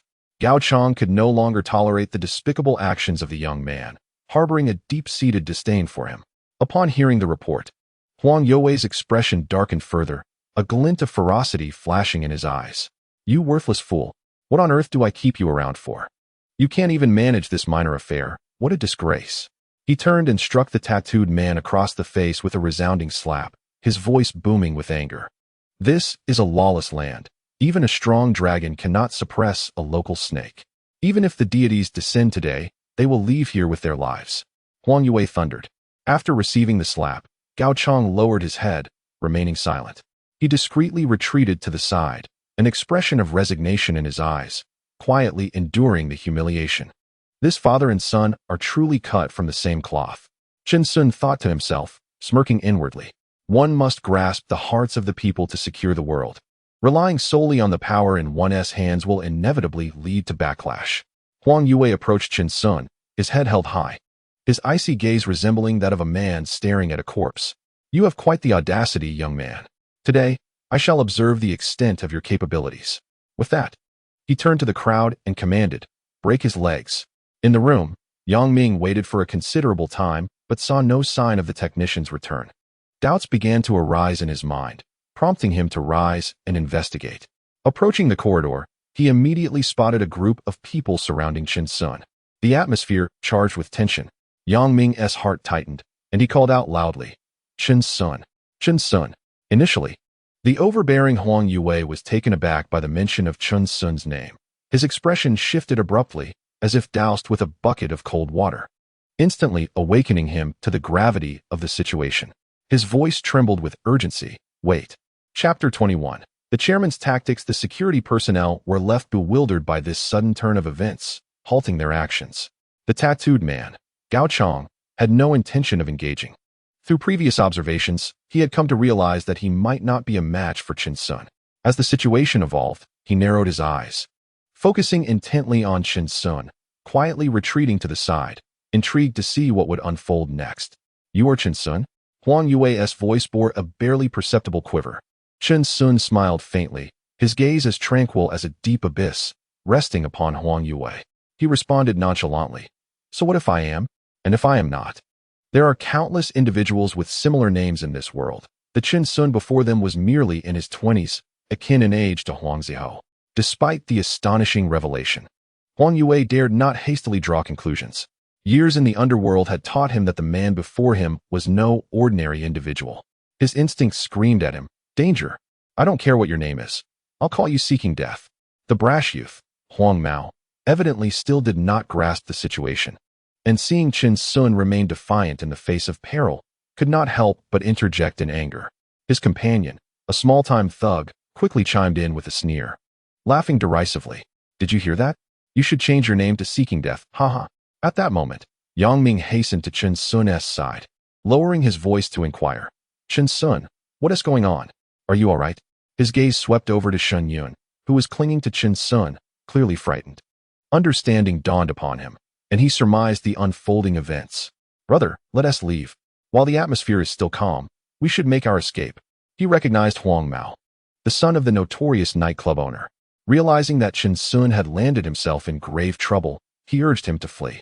However, Chen Sun remained unfazed, his demeanor calm and composed, as if he held a masterful strategy in mind. Even in a straightforward confrontation, he would not find himself at a disadvantage. Moreover, just moments ago, he had confirmed his identity as the chairman of the nightclub through communication with the system. It's nothing to be concerned about. It is merely that someone has finally come to recognize reality. Chen Sun's expression remained serene, his gaze unwaveringly fixed on Huang Yue. As Huang Yue found himself in a state of indecision, his phone suddenly rang. Glancing down, he was met with a message from the board of directors, featuring a striking photograph of the newly appointed chairman. Upon opening the image, his complexion instantly drained of color, his eyes wide with disbelief. It was over, everything was lost. His heart plummeted to the depths, and no matter how much he wished to deny it, He understood that the outcome of this contest had already been determined. Murmuring to himself, his legs weakened, nearly collapsing to the ground. When he lifted his gaze to Chen Sun, despair filled his expression. However, Huang Yue, having ascended to the position of general manager, possessed a remarkable ability to read the room. Regaining his composure, he swiftly adjusted his mindset. With a forceful shove, he propelled Huang Zihao towards Chen Sun, immediately adopting a sycophantic demeanor. "Ah, Chairman, it is you. I was blind to your stature and have surely offended you. I beg for your forgiveness." As he spoke, he bowed deeply, his actions imbued with humility. "Dad, what are you talking about? What chairman?" Huang Zihao, pushed into Chen Sun, scrambled backwards in confusion. "What's wrong? What do you mean?" Huang Yue pointed accusingly at a nearby ruffian, his voice rising in anger. Before the words could leave his lips, he seized the ruffian and mercilessly slammed him to the ground, following up with a barrage of kicks. "How did you offend the chairman? You dare to bully the chairman's woman? Speak. Are you courting death?" The mention of chairman sent shockwaves through the crowd, their eyes widening in astonishment, jaws nearly dropping to the floor. Chen Sun was the chairman? The true power behind the scenes at the notorious nightclub? Had someone suggested this earlier, they would have been met with laughter, as it seemed utterly ludicrous. Yet, witnessing Huang Yue's actions firsthand, no one dared to question the reality. The ruffian on the ground groaned in pain, cursing inwardly. "Damn it! Is there anyone worse than Huang Zihao? This is sheer exaggeration. A complete fabrication." Lying there like a punching bag, he endured Huang Yue's assault, his silent suffering unexpressed. Panting, Huang Yue finally ceased his onslaught. Lifting his gaze, he encountered Chen Sun's enigmatic smile, which hinted at dissatisfaction. His eyes shifted to Shen Yun. "Ah, Chairman, this girl has just been recruited here. If you fancy her, she could be promoted to serve as your secretary." Chen Sun chuckled, entertained by Huang Yue's clownish display, though his smile carried a hint of mockery. Seeing Chen Sun finally smile, Huang Yue believed he had finally catered to the chairman's taste. Quickly stepping closer, his eyes darted about as he whispered sycophantically, "As long as the chairman is pleased, feel free to choose. Choose as you like, ha ha ha. I want your wife." Chen Sun gazed at the man before him, Huang Yue, and replied in a solemn tone, as if stating the most ordinary of matters. Huang Yue abruptly raised his head, staring at Chen Sun in disbelief, pondering in his heart how the young chairman could possibly harbor an interest in another man's wife. Truly, he thought, this chairman is indeed a formidable figure. At that moment, Huang Yue, not forgetting to put on a flattering smile, continued to shower praise. After a moment of internal struggle, he gritted his teeth and slowly replied, "This is negotiable. We can discuss it further, ha." As he reached out his hand to shake hands with Chen Sun in a gesture of reconciliation, he was met with silence, leading him to believe he had fallen short in some regard. Racking his brain for a solution, a sudden spark of inspiration struck him, and he exclaimed, "Oh right. Gao Chong, come over and apologize to the chairman. Living under someone else's roof, one must bow their head." Gao Chong then emerged from the dim corner, contemplating how to speak. However, Chen Sun extended his hand, leaving Gao Chong momentarily stunned. Though surprised, he still shook hands. "From now on, you shall be the general manager of the Nightless Sky," Chen Sun stated calmly, patting Gao Chong on the shoulder. "Me?" Gao Chong pointed to himself, glancing at Huang Yue with an incredulous expression. "What about him? He will be left to your discretion.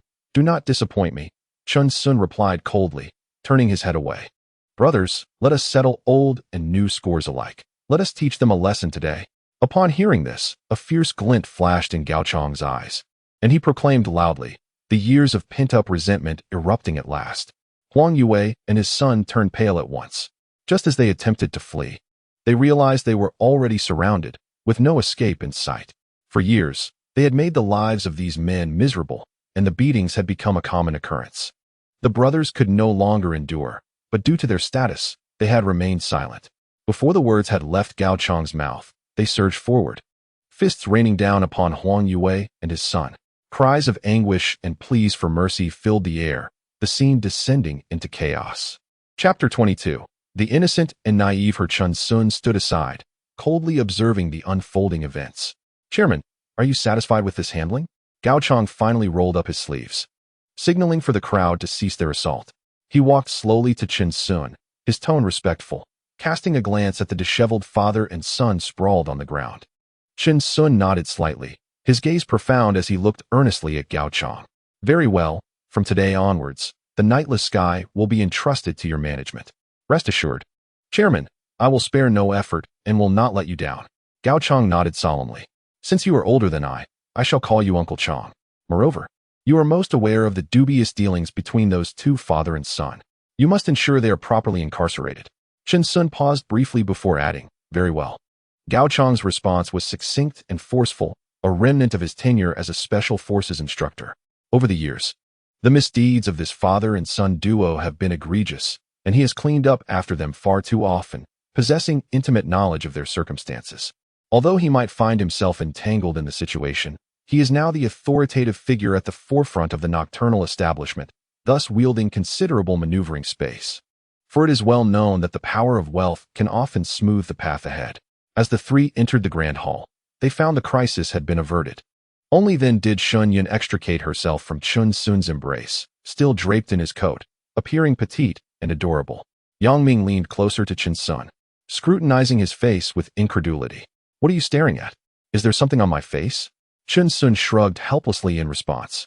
No, it's just that my brother is actually the chairman, the true controller of the nocturnal establishment. I still feel as though I am dreaming. Yang Ming scratched his head, his voice laced with disbelief.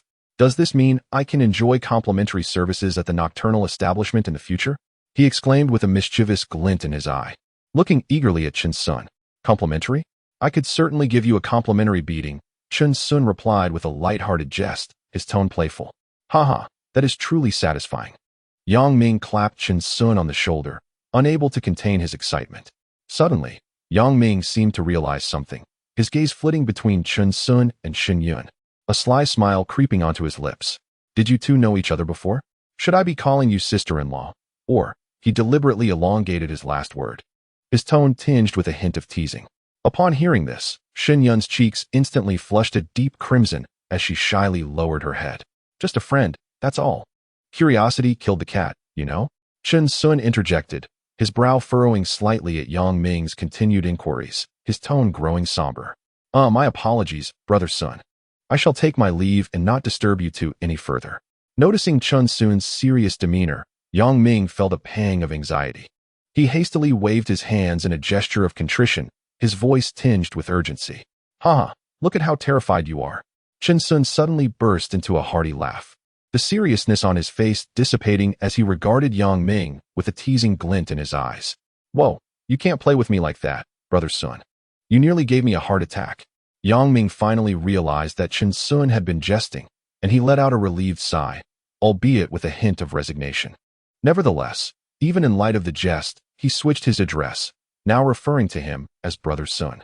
After all, the chairman of the Nevernight Corporation is such a significant figure that it no longer seemed appropriate to address him by name. He was well aware of the subtleties of social etiquette. I shall take my leave, Yang Ming said, waving his hand as he turned towards his second-hand Mercedes. He soon drove away from Nevernight, vanishing into the night. With Yang Ming's departure, Chen Sun settled himself comfortably on the upscale sofa in the lobby. Despite knowing that Chen Sun was his superior, Shen Yun exhibited no restraint. She nestled beside him, her large eyes sparkling with curiosity as they fixated on him. Shen Yun. Chen Sun began, his voice low and measured. How did you come to be here? How do you know my name? Shen Yun blinked in surprise, her expression one of astonishment. Chen Sun chuckled inwardly. He could attribute his knowledge to his built-in system, yet her name tag on her uniform also revealed her identity.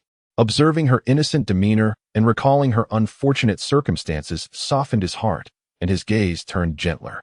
That is of little consequence, Chen Sun replied, sidestepping the question with a warm tone, as if soothing a child. What matters is, when did you arrive at Nevernight? Yesterday. Shen Yun tilted her head. On my way to the hospital by bus, I saw they were hiring. The salary is decent, with meals and accommodation provided, so I came. Is my financial support not sufficient? Chen Sun felt a twinge of irritation upon hearing her words, unable to comprehend why she would willingly leap into a burning pit. Fully aware of the dangers. It's enough for now, but I still need to attend university. I want to earn a good living. She waved her small hands, her mind filled with dreams of campus life. Chen Sun bowed his head in contemplation, taking a moment before raising it again. He approached Shen Yun and spoke softly. How about this? I will find you a job that is less demanding with a comparable salary. Would you be interested? Shin Yun's eyes brightened, and without hesitation, she nodded eagerly. Yes, yes, I will do as you say. She harbored no reservations towards the man who had saved her twice. Then follow me, Chin Sun instructed as he turned towards the entrance. After taking a few steps, he seemed to recall something and halted, glancing back at Shin Yun. First, let us buy you some new clothes. Really? Shin Yun exclaimed, hastening to catch up. Her eyes widened with excitement, and her smile radiated even more brilliantly. Once in the car, they made their way to the nearby Xiniandi Plaza. Your car looks quite peculiar. It's not attractive at all, not like the last one, Shin Yun remarked with a childlike candor, her words striking Chin Sun as remarkably frank. He paused in surprise before chuckling and shaking his head. Unlike the rainy night before, Shin Yun seemed to have fully regained her composure today. Her expression was radiant, and her eyes sparkled with light. The innocent and carefree demeanor stirred something deep within Chin Sun. Throughout the journey, Shin Yun, seated in the front passenger seat, curiously surveyed the various rare objects within the car. How annoying. It's all that blonde hair's fault for messing up my hairstyle, she grumbled while fiddling with her makeup mirror. She meticulously groomed her hair in the reflection, muttering complaints to herself. After a while, she pointed towards the window, exclaiming, "Look, there's a park over there. Wow. So many people. Quick, look at the kites in the sky. By the way, where are we going to buy clothes? Can we open the window? It's a bit stuffy. Ah, could you drive a little slower? Why have you stopped talking?" Chapter 23. Unspoken Secrets. Upon returning to the New Era Square, Chin Sun felt quite familiar with the surroundings. He led Shin Yun straight to the Chanel boutique, having never entered such an upscale store. Shin Yun bounced in with childlike excitement. "I want this one. This dress is so beautiful." Upon entering, she was captivated by the garments displayed in the window. Standing on her tiptoes to point at them, Chin Sun observed her unabashed enthusiasm, feeling both amused and exasperated. "All right, if you like it, go ahead and buy it." He settled down in the nearby shoe-fitting area, leisurely waiting. "Choose 2 outfits for yourself. If you like them, just buy them all. Miss, if you like it, you can try it on directly." A female attendant in a sleek black uniform approached Shin Yun, warmly guiding her towards the fitting rooms. At that moment, her gaze inadvertently swept over Chin Sun, and she froze in surprise. "It's him." Lin Shui's eyes widened, her heart silently exclaiming. Her attention then shifted back to Shin Yun, and she couldn't help but wonder, so this girl must be his girlfriend. A wave of despondency washed over Lin Shui. It turned out he already had a girlfriend, and she was so sweet and lovely. She endeavored to maintain her composure, yet a soft sigh escaped her lips. Turning back to her duties, she occasionally cast glances toward the fitting room. Seizing the opportunity while Shin Yun was changing clothes, Chin Sun picked up his phone and casually scrolled through messages. Yi Jin had sent a video of herself practicing in a vocal studio. In the video, she sang passionately, expressing a desire to always be together. "Listen to this and tell me how it sounds." Yi Jin included a message, eagerly awaiting Chin Sun's response. "It's beautiful. I wonder when you might consider releasing an album. I am all ears." Chin Sun opened the video and listened attentively, unable to suppress his admiration. "Really? Do you like it?" Yi Jin replied shyly. Yet her joy was palpable between the lines. Although Chin Sun was an amateur in this realm, he knew good music when he heard it. He suddenly conceived an idea. Perhaps he could assist Yi Jin in releasing an album, gradually nurturing her talent as a means to pave the way for her future. After all, not only did she possess a melodious voice, but her beauty was also striking, which would surely attract a considerable fan base. As these thoughts crossed his mind, Chin Sun felt a surge of delight, even beginning to fantasize about his future wife becoming a grand star. "I'll save your songs and listen every day. Just remember me when you become a superstar," Chin Sun teased. "How annoying. It's not that simple," Yi Jin replied, blushing, hurriedly retracting the video, fearful that her private thoughts might be uncovered. Chin Sun chuckled, preparing to respond when suddenly, a notification chimed. It was a message from the landlord's wife, Su Wanqing, who mentioned she would be returning to her hometown in a couple of days. Chin Sun promptly replied, "Do you need me to come along? To avoid your family pressuring you about marriage?" Su Wanqing sent a determined emoji in response, stating, "You'd better work hard. I'll consider it." Chin Sun understood that their relationship was just beginning and could not be rushed, so he jested, "What's the matter? Is it because you're afraid your family won't approve, or is it your husband who might object?" Su Wanqing sent a playful eye-roll emoji. feigning anger as she retorted, "Get lost." Chin Sun glanced at the screen, unable to suppress a laugh. Just as he was enjoying the conversation, the fitting room door was gently pushed open. Shin Yun peeked her head out, her expression revealing a hint of panic. Observing this, Chin Sun quickly approached her. Concern etched on his face. "What's wrong? Is something the matter?" Shin Yun stammered, appearing quite embarrassed. She struggled to articulate a coherent sentence, her cheeks flushed. Chin Sun's heart raced. Fearing she might have been injured, he urgently inquired, "Did you get hurt earlier at the nightclub?" "No," Shin Yun mumbled, her voice barely audible. "I think I've started my period." "What? No way," Chin Sun exclaimed, suddenly at a loss for how to handle the situation. As a man, he had no idea how to procure what she needed. He contemplated telling Shin Yun to wait while he searched nearby for supplies. Just then, Lin Shui, who had been attentively listening to the commotion in the fitting room, seemed to have caught on to their conversation. "Don't worry, little sister, just wait a moment. I have some in my bag. I'll get it for you right away." She stepped forward, offering Shin Yun a reassuring smile before softly adding, "Okay, thank you, elder sister." Shin Yun breathed a sigh of relief, expressing her gratitude. Lin Shui waved her hand dismissively. "It's nothing. We're all girls here. Helping each other is only natural." With that, she turned and hurried to the staff room. In a short while, she returned with the necessary items and handed them to Shin Yun, who then retreated back into the fitting room. At that moment, Chin Sun finally had the opportunity to scrutinize the girl before him. Recognizing Lin Shui, he cast a grateful glance in her direction. "Thank you." Chin Sun spoke sincerely. "It's nothing, really." Lin Shui, noticing Chin Sun's gaze upon her, felt a slight flush creep onto her cheeks and responded somewhat shyly. A moment of silence ensued, creating an atmosphere that was subtly charged. Mustering her courage, Lin Shui cautiously ventured, "Mr. Chun, your girlfriend is truly beautiful." She was unwilling to let her assumptions remain unverified. "Ah, you've misunderstood. She is not my girlfriend," Chun Sun hurriedly clarified, a hint of exasperation in his tone. "I see," Lin Shui replied with a gentle smile, her demeanor noticeably lightening. "You are quite generous with your friends, considering Chanel's items are not inexpensive." At that moment, Shin Yun emerged from the fitting room, having changed back into her own clothes. A smile graced her face as she approached Lin Shui, presenting the new outfit she held. "I'm ready, thank you, sister. I'll take this one." "One outfit is hardly sufficient. Based on this size, let us select another set for her," Chin Sun declared without a hint of reluctance. Shin Yun nodded obediently and chose another outfit. The total came to 180,000, and upon completing the payment, a notification of a 5-fold reward appeared. Chin Sun's account swelled by nearly 1 million. At that moment, his savings surpassed 5 million, a fact that left him exceedingly pleased. "Ding! Congratulations, host.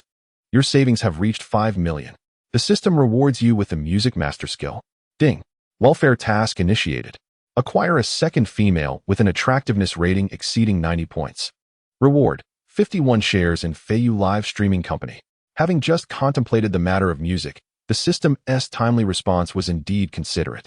He murmured to himself, a smile gracing his lips. "Feiyu Live Streaming Platform? Quite impressive."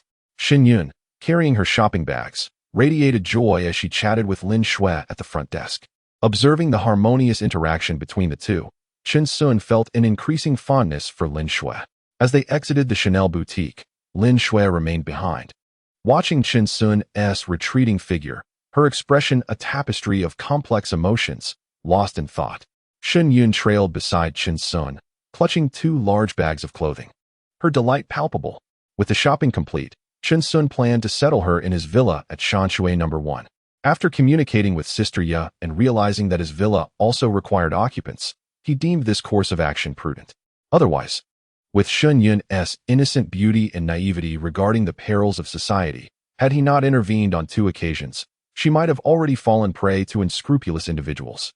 As the engine of the Lamborghini gradually quieted, Chin Sun and Shin Yun arrived at the No. 1 villa. Shin Yun gazed in astonishment at the imposing structure before her. Had it not been for Chin Sun, she likely would never have laid eyes on such opulence in her lifetime. It was undoubtedly a material symbol of transcending social classes. Upon reaching the entrance, Sister Ye awaited them, her face adorned with a warm smile. She was quick-witted and proactively took the shopping bag from Shin Yun's hands, warmly greeting. "Welcome back, Mr. Chun." Chin Sun nodded and introduced her. "Sister Ye, this is Shin Yun, I'll leave her in your capable hands. Turning to Shen Yun, he continued. Shen Yun, just follow Sister Ya. She will take care of everything. Hello, sister, Shen Yun greeted sweetly, her face adorned with an innocent smile. Su Jingya looked at the pure and charming girl before her and instantly felt a fondness blossom within her. She responded enthusiastically, certainly, come along, let us head inside. As she spoke, she led Shen Yun into the villa, yet her years of experience whispered that this girl was far more than just a new employee. Chapter 24. Shen Yun's confession. Shen Sun walked ahead, while Shen Yun comfortably linked her arm with Su Jingya's, trailing behind. Once they reached the hall and settled down, Su Jingya began reporting to Chen Sun about the latest utility expenses, the purchased furniture, and decorations. She pulled out the expenditure details and procurement list from her folder, presenting them one by one to Chen Sun. It's all right, Sister Ya. I trust you, Chen Sun said casually. When I'm not around, just manage these matters as you see fit. He merely glanced over the documents, feeling no need for further discussion, as he held a deep trust in Sister Ya. After all, one should not doubt those they employ, and he was not particularly concerned about the trivialities. Su Jingya intended to elaborate further, but Chen Sun's words gently silenced her. Feeling the master's trust warmed her heart. Suddenly, Shen Yun's stomach let out a loud growl. Embarrassed, she chuckled softly. The meals are being prepared. Do you need anything? Su Jingya asked with immediate thoughtfulness. Shen Yun instinctively glanced at Chen Sun, her eyes filled with anticipation. I'm quite hungry. Let us have something delicious, he replied, recalling the earlier gathering with classmates where he hadn't eaten much. Chen Sun nodded affirmatively. Su Jingya smiled slightly and replied, all right, I'll arrange it right away. She then discreetly stepped back, providing the two with some privacy. Shen Yun could hardly fathom that on her very first day at work, she would encounter such circumstances. Even more astonishing was that the person before her was the very handsome man who had rescued her on that rainy night. Her gaze involuntarily fell on Chen Sun, and her expression grew shy. She had believed that their paths would never cross again in this lifetime. Yet, not only had he re-entered her life, but he had also arranged a job for her.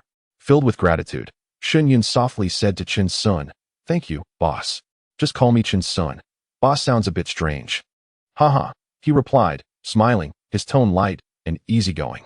Shen Yun pursed her lips, her large eyes surveying Chen Sun while suddenly posing a question. Why are you so kind to me? Do you like me? Chen Sun was momentarily taken aback. Indeed.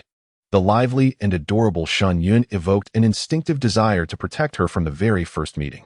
After a brief contemplation, he responded half-jokingly, what? Are you prepared to pledge yourself to me?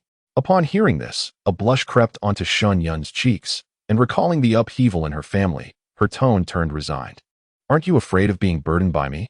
Reflecting on Shen Yun's series of actions, Chen Sun couldn't help but feel a twinge of apprehension and chose not to answer directly. I will advance you a salary. You need not worry about finances. Just let me know if you require anything. Noticing his attempt to divert the topic, Shen Yun lowered her head and murmured almost inaudibly, pledging oneself is not entirely out of the question. As she spoke, she produced a newly purchased outfit, cherishing it as she admired it repeatedly, her small face radiating satisfaction. Then, she looked up at Chen Sun expectantly. Since we just had that incident, I haven't had a chance to see how it looks. Will you help me take a look later?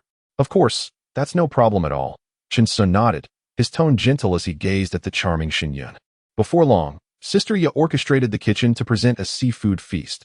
Bowls of sea cucumber porridge, garlic vermicelli steamed lobster, pan-seared salmon, kung pao shrimp, and Mediterranean-style salad. Wow!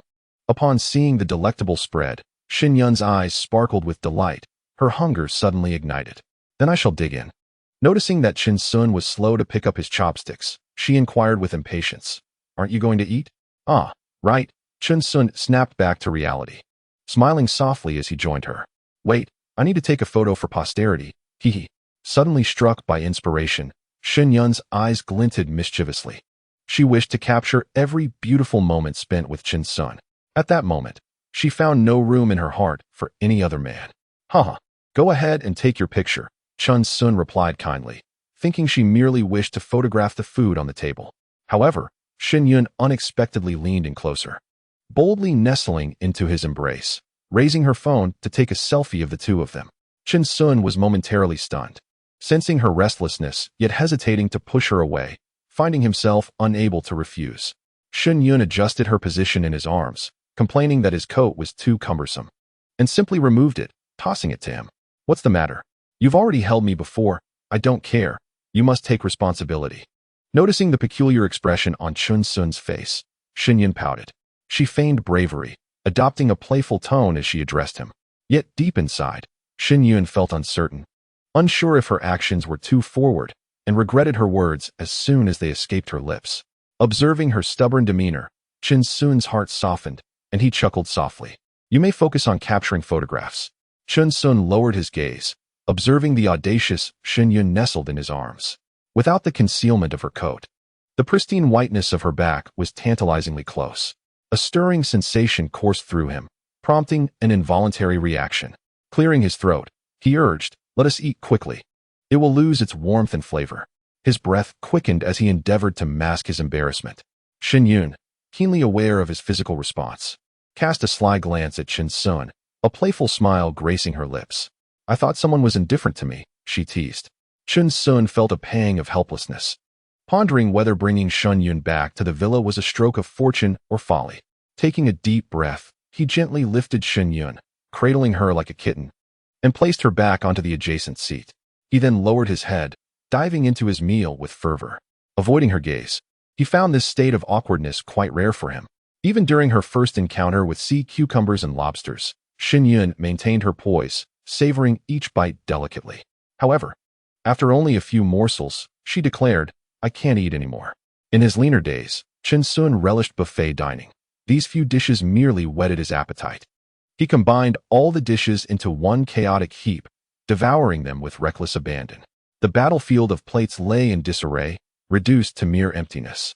"I wish to try on my new outfit," Xinyun chimed. "Where shall I change?" Chun Sun gestured towards the direction of Yejia. "No worries. There are plenty of rooms here. Choose one that pleases you." Xinyun nodded, recalling that Yejia had just occupied this space. She pointed to an adjacent bedroom. "Is this one all right? Will I reside here from now on?" She turned, her eyes seeking his approval. Chun Sun surveyed the room, recognizing it as a suite akin to Yejia's exclusive space. He nodded affirmatively. "Sure, you may stay here." A look of delight blossomed on Xinyun's face as she twirled and closed the door, preparing to change. "All right, Chun Sun, come here quickly. I wish for you to see if it looks good." Moments later, her voice echoed from within. Chun Sun pushed the door open and stepped inside.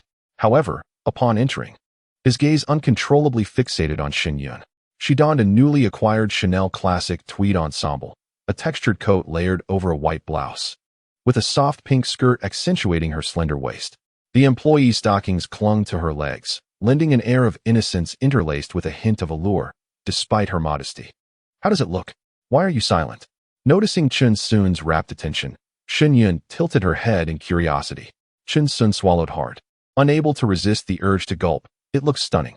Upon hearing his response, a smile illuminated Xinyun's face, and she joyfully leaped off the bed. Gently approaching Chun Sun, she entwined her arm with his and looked up at him with a playful smile. "Do you like me now?" Chapter 25. Enchantment under the moonlight. Chun Sun gazed at Xinyun before him, suddenly engulfed by a wave of nostalgia. Her visage seemed to conflate with the memory of another, Nian. This familiar sensation quickened his heartbeat and stirred his emotions. Standing by the door, he raised his hand to extinguish the light, plunging the room into darkness. Subsequently, he deftly closed the door behind him, the movement precise and decisive. Only the soft glow of moonlight streaming through the window illuminated Xinyun's beautiful face. Chun Sun remained silent as he slowly approached her. Noticing his unwavering gaze, Xinyun felt a flutter of anxiety, sensing that her confession might have succeeded. She obediently returned to the edge of the bed, bowing her head as she delicately placed her hands upon her knees, resembling a lamb ready to be embraced by Chun Sun. The moonlight bathed the room in a tranquil serenity, allowing them to hear each other's breaths.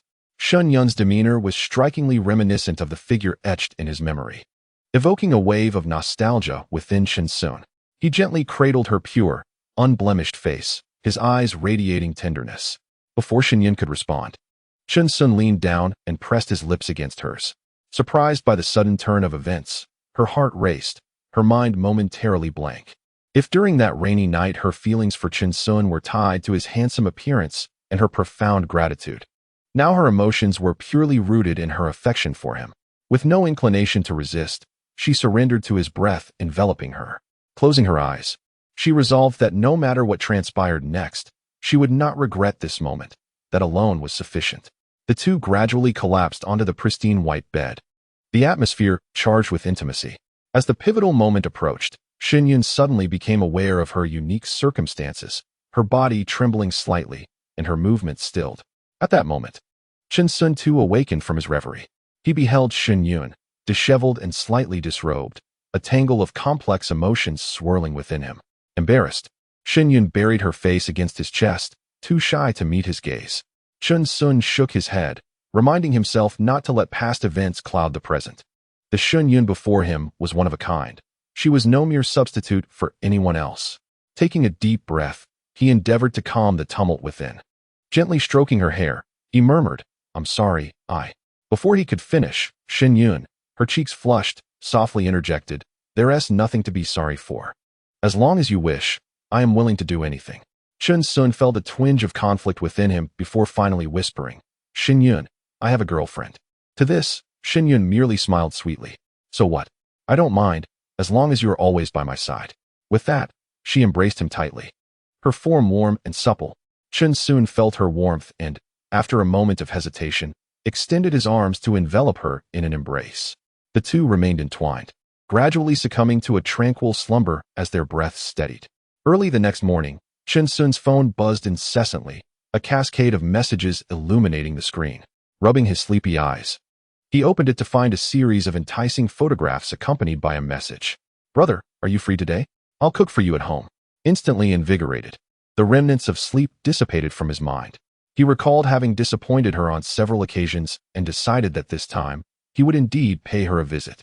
Casting a glance at Xinyun, who was still lost in dreams, he gently tucked the blanket around her before quietly slipping out of bed. As he was putting on his shoes, he heard Xinyun stir behind him. Turning around, he softly asked, "Are you awake?" In a drowsy murmur, she replied, "Not yet," and promptly closed her eyes again, embodying the essence of a reluctant riser. Unable to stifle a laugh, Chen Sun playfully pulled the blanket off her face, teasing, "Time to get up. I want to sleep." Xinyun whined, her voice sweetly laced with a hint of childishness. If you don't get up, I'll dock your wages," he said with a mischievous grin. "Please, no? Don't deduct my salary." Upon hearing this, Xinyun immediately struggled to sit up, her expression turning serious. Surprised by her earnestness, Chen Sun quickly leaned closer, softening his tone. "I was just joking, go back to sleep." At that, she giggled and, in a swift motion, planted a heavy kiss on his cheek before diving back under the covers like a child. Shaking his head in exasperation, Chen Sun couldn't help but find her utterly adorable. He was completely smitten by her charms. Just as he was about to rise and leave, he suddenly noticed the blanket shaking uncontrollably, revealing Xinyun's hidden amusement within.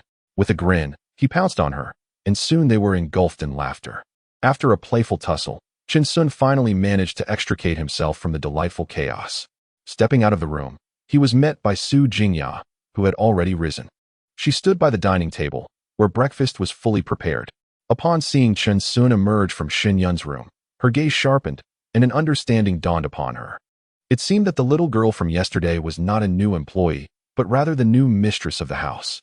Noticing her scrutinizing gaze, even Chen Sun, who typically bore a thick skin, felt a twinge of embarrassment. He let out a couple of awkward chuckles and, striving for nonchalance, greeted her, "Good morning, Sister Ya." Once seated, he took a few bites of his breakfast.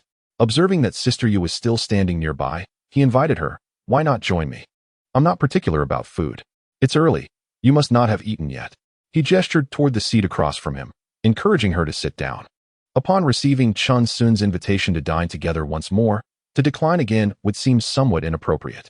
After all, it was a request from her superior, and furthermore, she truly had not yet taken a meal.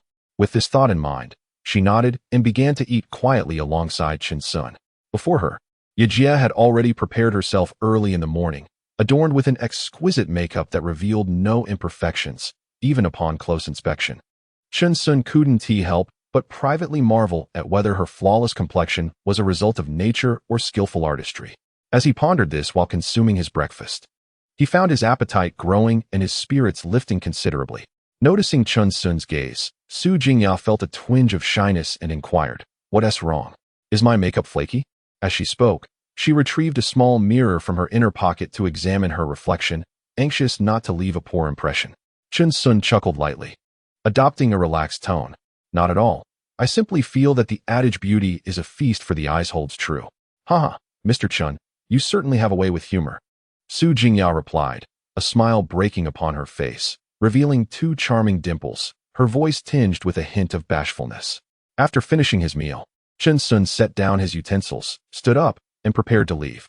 Before departing, he turned to Su Jingya and requested, could you kindly keep an eye on Xinyan? Thank you for your help. Su Jingya nodded in response. That is only natural. You need not worry. Following the address provided by Ruo Shi, Chun Sun set off. The destination was a residential area in the old town, not far from where he rented a place from Qingjie. He thought to himself that he might as well visit Qingjie since he had not seen her for 2 days and felt a pang of longing. The vehicle gradually rolled into the Happiness Garden community.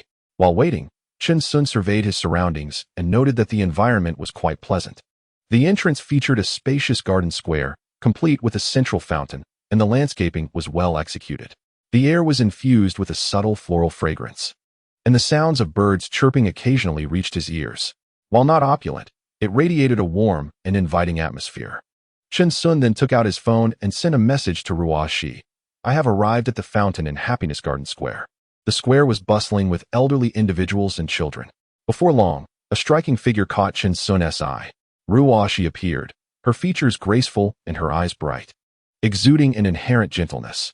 She wore a simple yet elegant green top paired with a black skirt, her legs clad in nude stockings, and her feet adorned with flat high heels. For someone accustomed to the presence of beautiful women, these details were not particularly noteworthy. What truly captivated him were Ruo Shi's legs. They were voluptuous yet firm, with smooth lines along her thighs and perfectly proportioned calves. These legs did not strive for an exaggerated slenderness, but rather embodied a genuine essence of life, exuding a unique, gentle charm characteristic of a devoted wife. Chun Sun's eyes sparkled as he fixated on Ruo Shi before him. This was truly the epitome of youthful allure. Chapter 26. The allure of a dance student. Chun Sun immediately recognized Ruo Shi, yet her gaze continued to wander.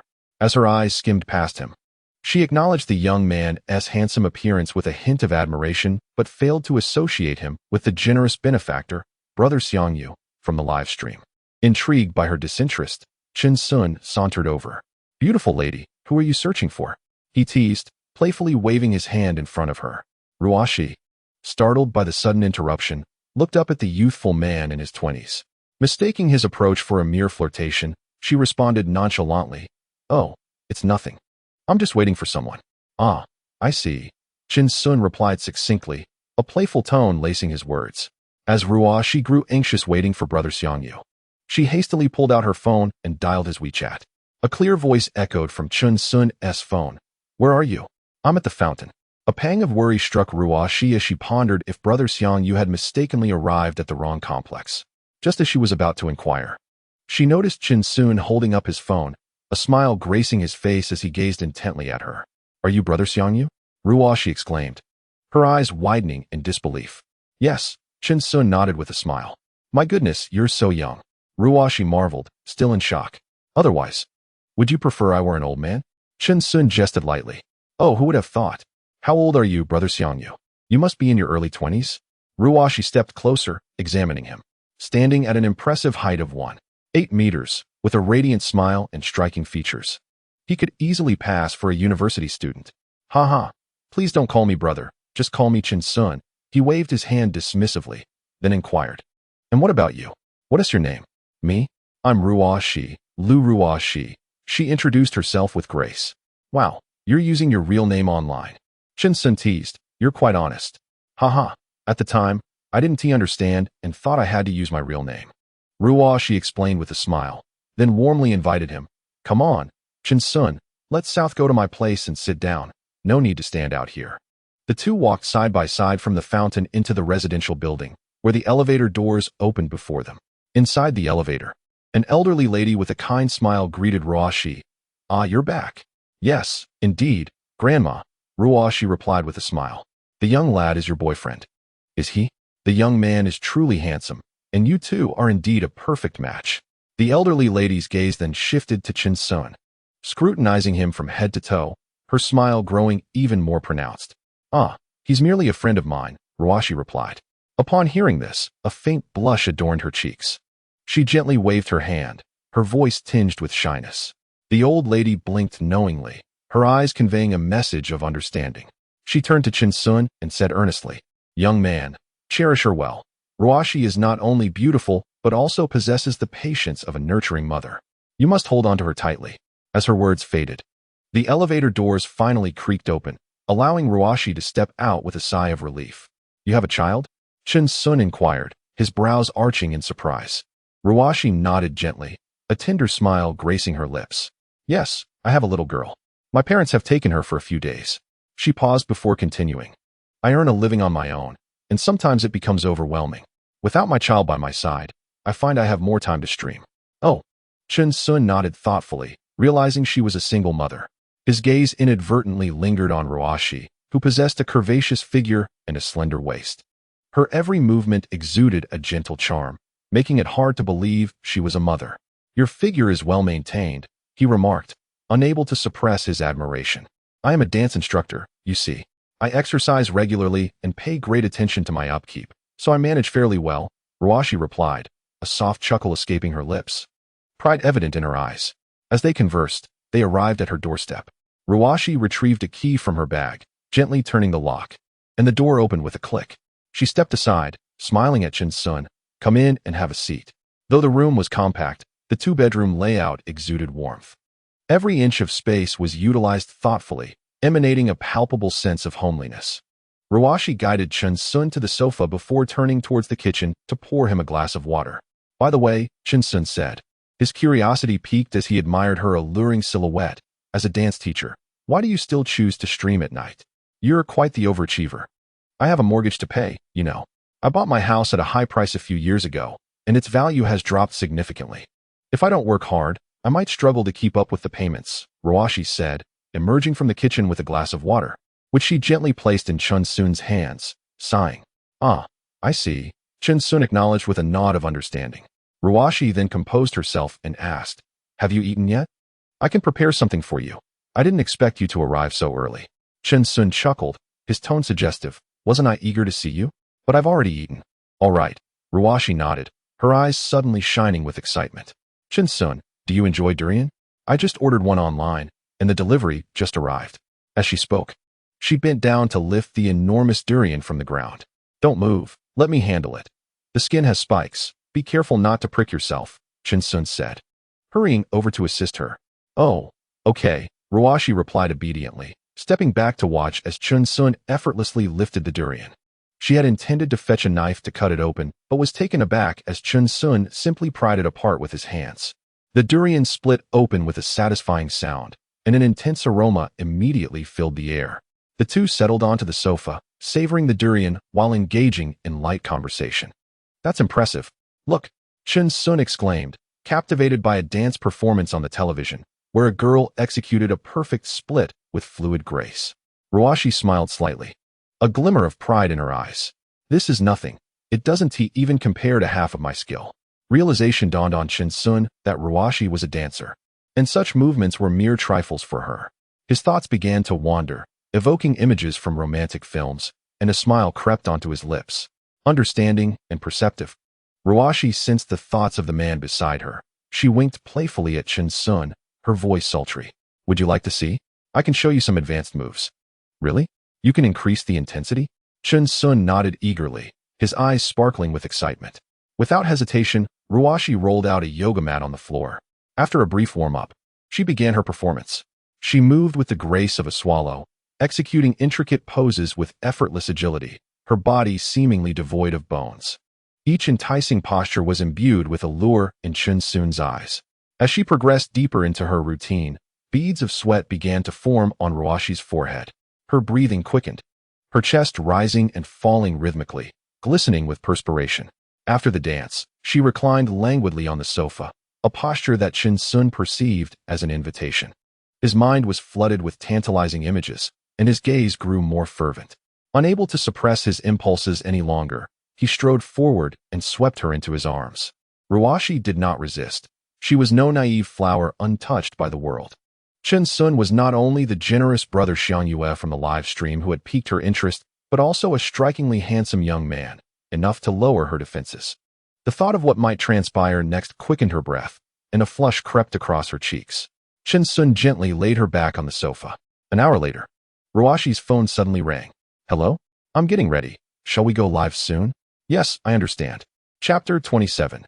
The emergence of a rival. Congratulations to the host for completing the welfare task. The reward of 51 shares from Feiyu Live has been credited.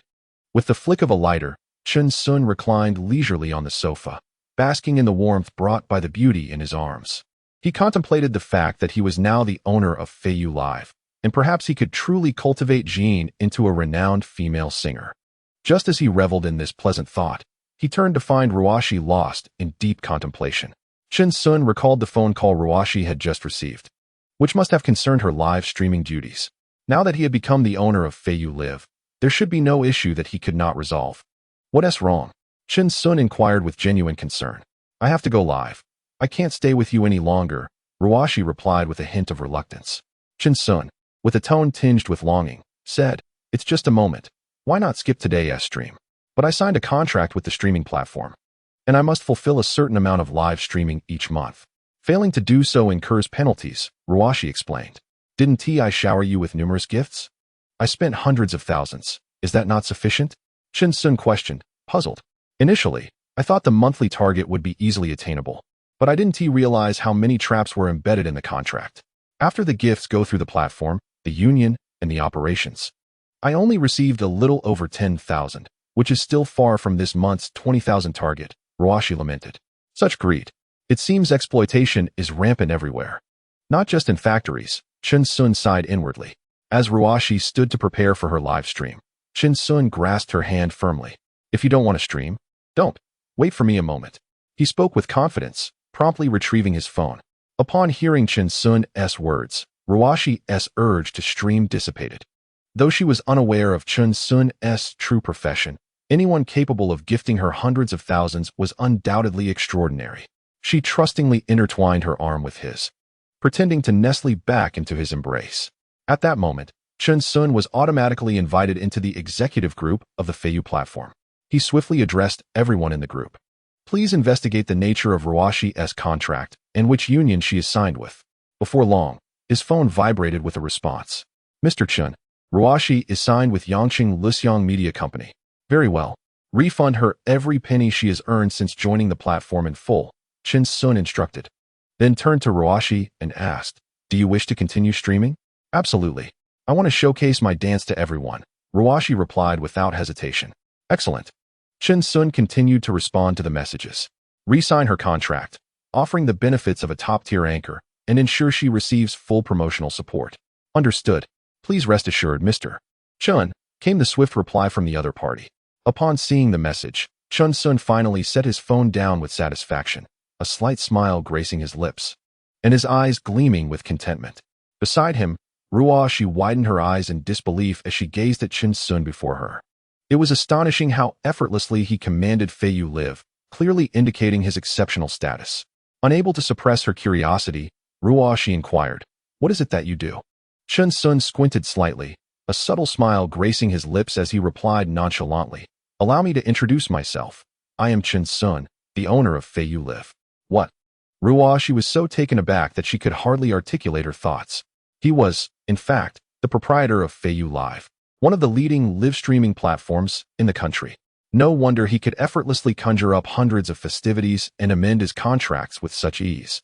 Her gaze towards Chen Sun brimmed with admiration, as the concept of youthful success materialized before her eyes. It was truly unbelievable that she had just engaged so closely with such a prominent figure. After a moment, Ruashi's phone chimed, revealing the announcement of the contract modifications. She lifted her head, her heart brimming with joy as she expressed to Chen Sun, Thank you. Chen Sun, you are truly wonderful. There will also be support in terms of traffic. You must seize the opportunity and strive towards becoming a top streamer. Chen Sun responded gently, Is that so? The thought of becoming a prominent streamer fills me with exhilaration. Unbeknownst to them, several hours slipped away quietly. Next time, I shall come to see you again. She had intended to invite Chen Sun to dine at her home, but he politely declined, citing the need to check in with the landlady. With a reluctant nod, she accompanied him to the door. Chen Sun drove his Lamborghini into the old city, gradually coming to a halt before a dilapidated residential complex. He ascended to the 4th floor, and just as he reached the staircase, he was met with the sound of an intense argument echoing through the corridor. Wanqing, grant me a chance to pursue you. I have traveled thousands of miles to Yang City just to see you. He quickened his pace to investigate. Before him stood a slender man in his 30s, clad in a black suit and holding a bouquet of flowers, fervently positioned at Su Wanqing's doorstep. Her brows were furrowed, her expression replete with disdain. The intricacies of human emotions are often convoluted. Some individuals can ignite a spark with just a glance, as was the case for her with Chen Sun. Yet, for those she held no affection for, no amount of effort could engender the slightest fondness. The man before her, Song Hao, was a university classmate who had managed to ascertain her address through her close friend, shamelessly presenting himself to profess his feelings, utterly oblivious to the fact that such actions would only deepen her aversion. Please give up, Song Hao. I truly feel nothing for you. I kindly ask that you do not disturb me any further. Su Wanqing's tone was calm, yet her resolve was unwavering, having afforded this old classmate ample grace. Nevertheless, Song Hao remained undeterred, his expression earnest. I will surely be able to move your heart. In the past, I may have lacked the capability. But now that my career is stable, I cannot believe that you harbor no feelings for me at all. His words sounded so sincere that an uninformed listener might be easily convinced. Su Wanqing scoffed inwardly, were it not for her ownership of this 4-story building, generating rental income, and the recent rumors of its impending redevelopment. How could Song Hao suddenly be so attentive to her? He merely sought to circumvent a decade of hardships. She was acutely aware of the truth behind it all, and her tone grew increasingly indifferent. I already have a boyfriend. Impossible. I refuse to believe it. Song Hao persisted, making one last desperate attempt. You should abandon that notion. Su Wanqing coldly rejected him. Upon hearing this, Song Hao's expression darkened significantly. He scoffed quietly, thinking to himself, as expected, she has taken up with a boy toy. No wonder she looks down on me. His gaze gradually turned sinister, and with Su Wanqing's refusal, he violently threw the flowers he held to the ground. He then reached out, attempting to force his way into her room, prompting Su Wanqing to resist vehemently. Chapter 28. The aroma of grilled oysters. Witnessing Su Wanqing being bullied, Chen Sun rushed forward. He seized Song Hao by the collar and, with a sudden burst of strength, hurled him out of the room. Song Hao slammed against the wall, the impact causing him to momentarily struggle to breathe and find his voice. Angrily, he pointed a trembling finger at Chen Sun, stammering, "Why you?" He then glared at Su Wanqing, gritting his teeth as he spat. So, he is the boy toy you support, is he? Su Wanqing gazed indifferently at Song Hao sprawled on the floor, unperturbed, and stepped forward to gently link her arm with Chen Sun's. Seeing this, Song Hao's eyes reddened, his face contorted in rage as he exclaimed, "Fine, fine, fine." Chen Sun approached Song Hao, coldly declaring, "If you dare to disturb Sister Qing again, I invite you to try. Get lost." With this single word from Chen Sun, Song Hao's face turned pale. Trembling, he rose from the ground, a glimmer of malice flashing in his eyes. He slinked away along the wall, his defeated form disappearing silently. "Sister Qing, are you all right?" Chen Sun turned to Su Wanqing, concern etched on his face. "You scared me. I'm so glad you were here."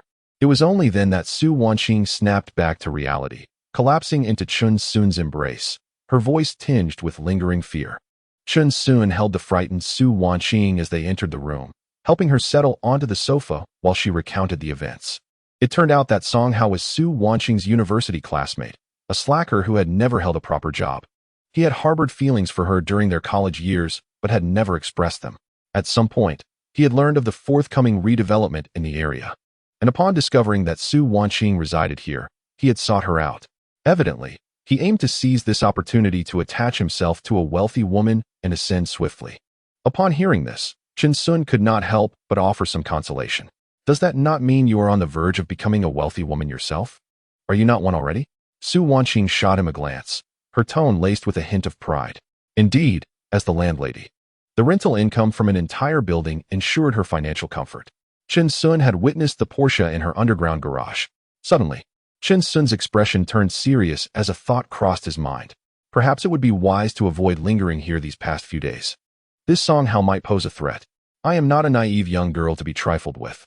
I fear him not, Su Wanqing retorted, rolling up her sleeves. Her face flushed with indignation, exuding an air of fierce confidence. Chen Sun regarded Su Wanqing before him, her exquisite visage, statuesque form, and alluring curves explained why Song Hao would pursue her relentlessly. However, with Song Hao's considerable weight, it was likely that their confrontation would be evenly matched. One must always be cautious. You are, after all, a woman, Chen Sun spoke earnestly, while internally contemplating whether to invite Sister Qing to temporarily reside in his villa. A vivid image materialized in his mind, all his beloved companions harmoniously cohabiting in that grand villa, epitomizing a life of ultimate enjoyment. Lowering his head, he pondered deeply, occasionally allowing a smile to grace his lips. What are you thinking? You're drooling, Su Wanqing teased, observing his distracted demeanor. Oh, really? Haha. Chen Sun snapped back to reality, wiping the corner of his mouth with an innocent expression. Nonetheless, we must remain vigilant. Who knows what that Song Hao might do? Feeling the warmth of Chen Sun's concern, Su Wanqing's heart swelled with affection as she softly inquired, You care for me so much? Of course, Chen Sun replied without hesitation, his gaze gentle yet resolute. I have always said that Sister Qing is the most important woman in my heart. I would not want any harm to come to her. It's nothing. I will return to my hometown tomorrow. I haven't seen the elders in quite a while, and I may be away for some time. Su Wanqing replied with a slight smile, her tone light-hearted. I understand. Chen Sun nodded, his eyes sparkling with anticipation. Given my exemplary behavior, might I be allowed to accompany you? He gazed into Su Wanqing's beautiful eyes with a playful expression.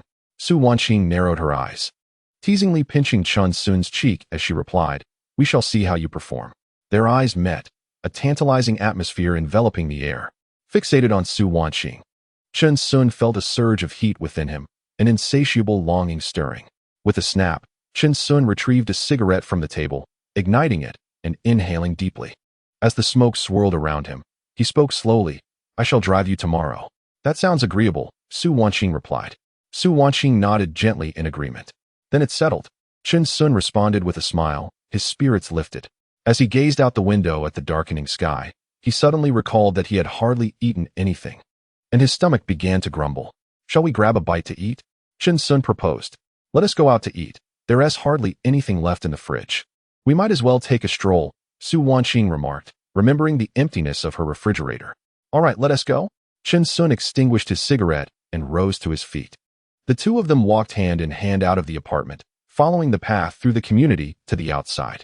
Beyond the old neighborhood lay a bustling food street, where the aroma of street food wafted through the air, a delightful aspect of residing in a well-established community. With so many delicious options, let us take a look around, Chen Sun suggested, his nostrils already catching the enticing scents from various stalls. What should we eat? Su Wanqing pondered aloud as they meandered through the throngs of people. This one looks good, she said, pointing to a stall selling lean meatballs. Great, let us have 2 bowls, Chen Sun replied readily. No need for that. 1 bowl is sufficient. There are so many tasty things to try, Su Wanqing smiled. All right, I'll follow your lead. Chen Sun nodded, his eyes filled with affection. Grilled oysters, 10 yuan each, 10 yuan each. A man's gas station, a woman's beauty salon. The loudspeaker at the nearby grilled oyster stall blared as they waited for the owner to prepare the meatballs. Chen Sun playfully squeezed Su Wanqing's hand and teased. Did you hear that? Shall we indulge in some beauty treatments?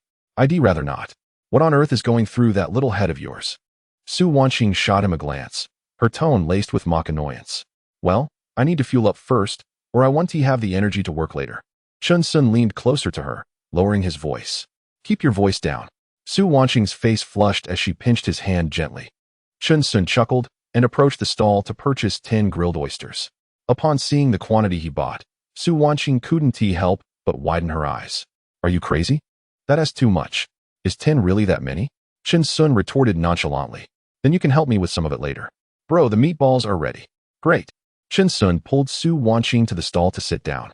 On that summer night, a gentle breeze flowed, bringing a touch of comfort. They shared bites of the meatballs, which soon disappeared. Neither was averse to the other's company. Sitting side by side, life felt wonderfully complete. After a while, the grilled oysters were ready as well. Wow, what a stunning woman.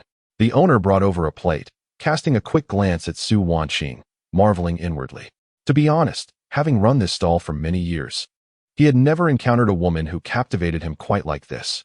As Chen Sun sat beside Su Wanqing, he indulged in oysters, his robust physique complementing the sizable delicacies. The proprietor mused to himself, pondering the potential tribulations of the evening. A pang of sorrow struck him. Why was it not he who stood beside her? It was not that Chen Sun was unworthy of Su Wanqing. Rather, they appeared as a match made in heaven. The owner silently lamented, wishing he were the fortunate one.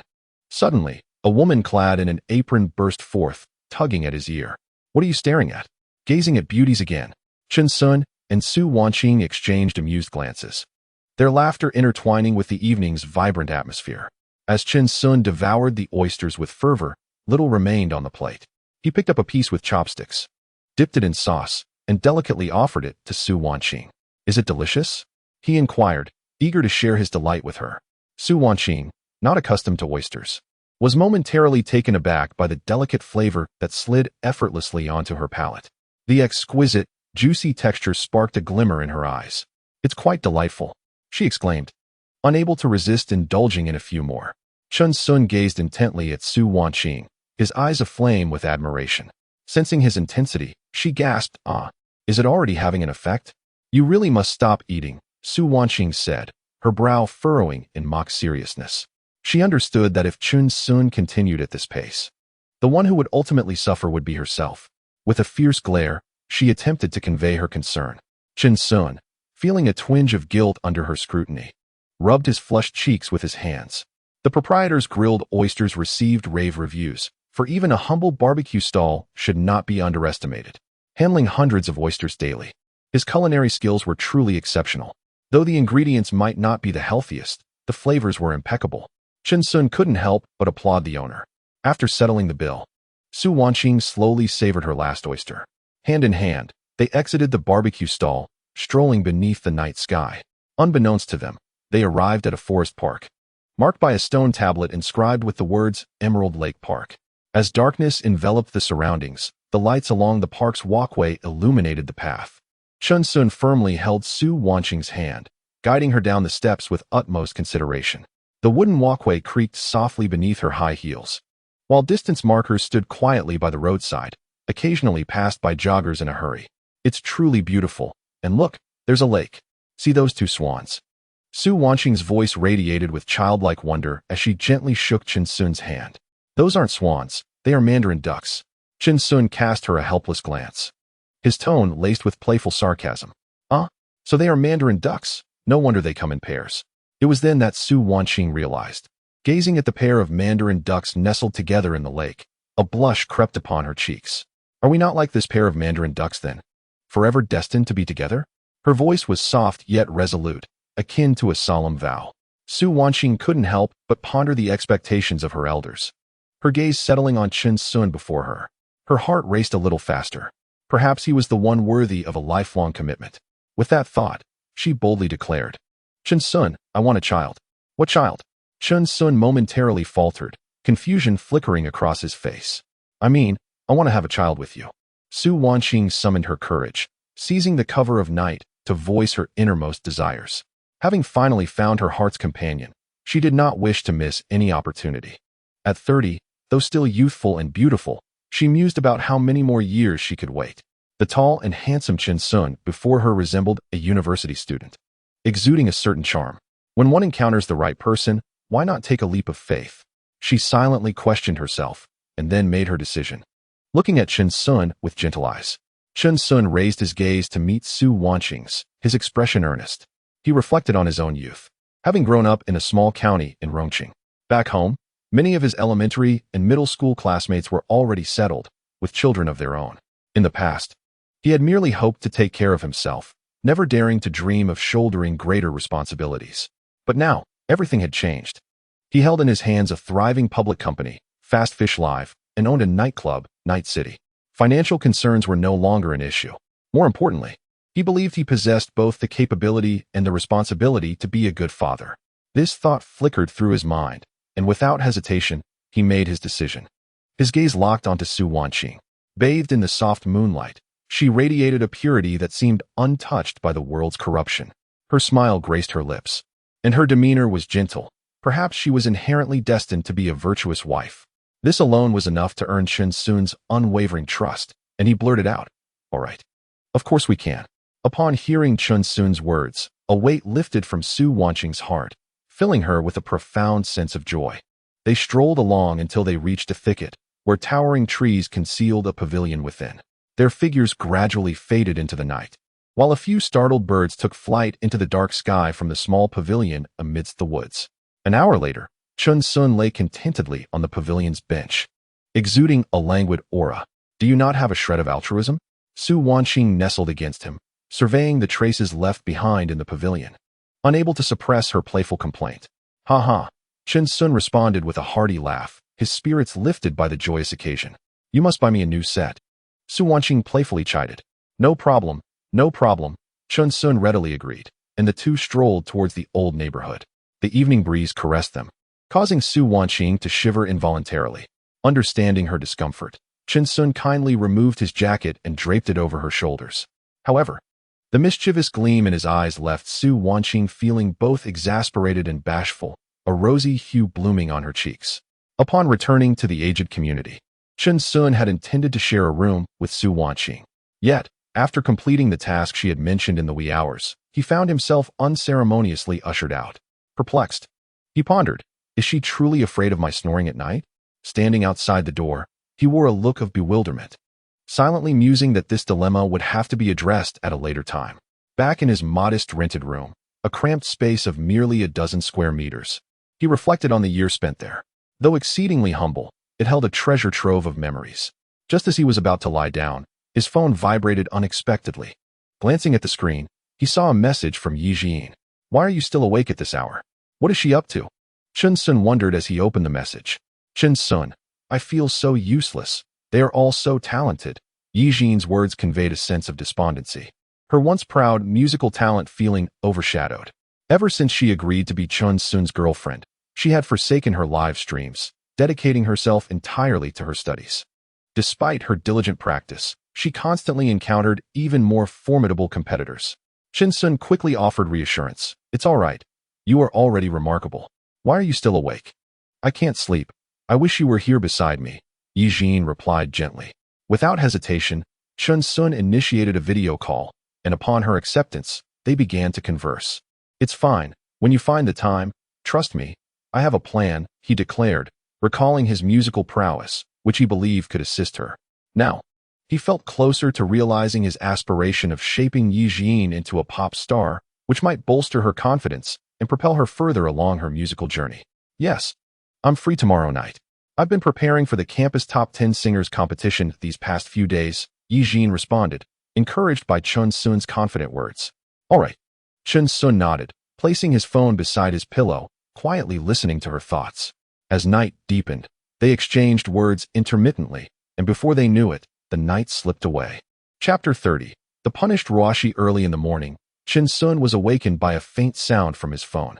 Leaning closer, he realized it was the gentle rhythm of Jin's breaths.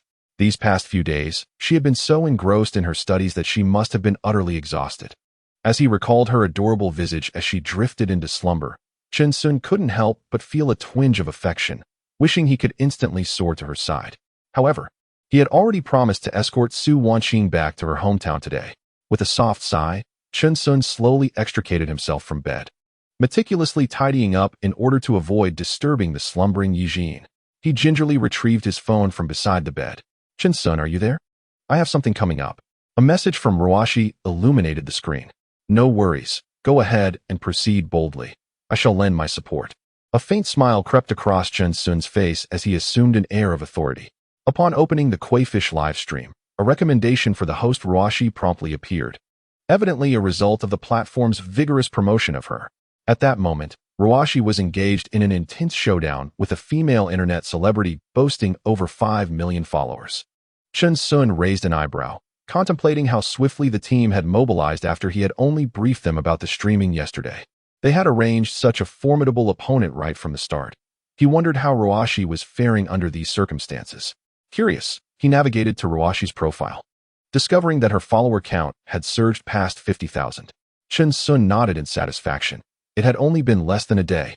The swift increase in Ruashi's followers was a clear testament to the effectiveness of the official promotion. To avoid attracting undue attention in the livestream, Chen Sun cleverly altered his identity to that of a mysterious figure. Whenever he logged on, the notifications from private messages inundated him like a tidal wave, never ceasing. Not to mention, after he gifted her, he found it nearly impossible to receive even the standard messages. In the livestream, a fierce battle unfolded between the red and blue teams. Ruashi represented the red team, while the blue team was led by the female internet star, Xiaoguai. Chen Sun cast a glance at Xiaoguai's stream. Indeed, she was a provocative streamer, adept at flaunting her charms. Observing Xiaoguai, her features were undeniably exquisite, imbued with an alluring charm that set her apart from the multitude of streamers. At that moment, her sultry gaze and graceful demeanor captivated the audience. As she playfully licked the screen, her movements imbued with a tantalizing insinuation. The fluidity of her waist movements and the rhythmic sway of her hips exuded a wild sensuality that was utterly mesmerizing. However, upon closer inspection, Chen Sun discerned traces of cosmetic enhancements on her otherwise attractive face.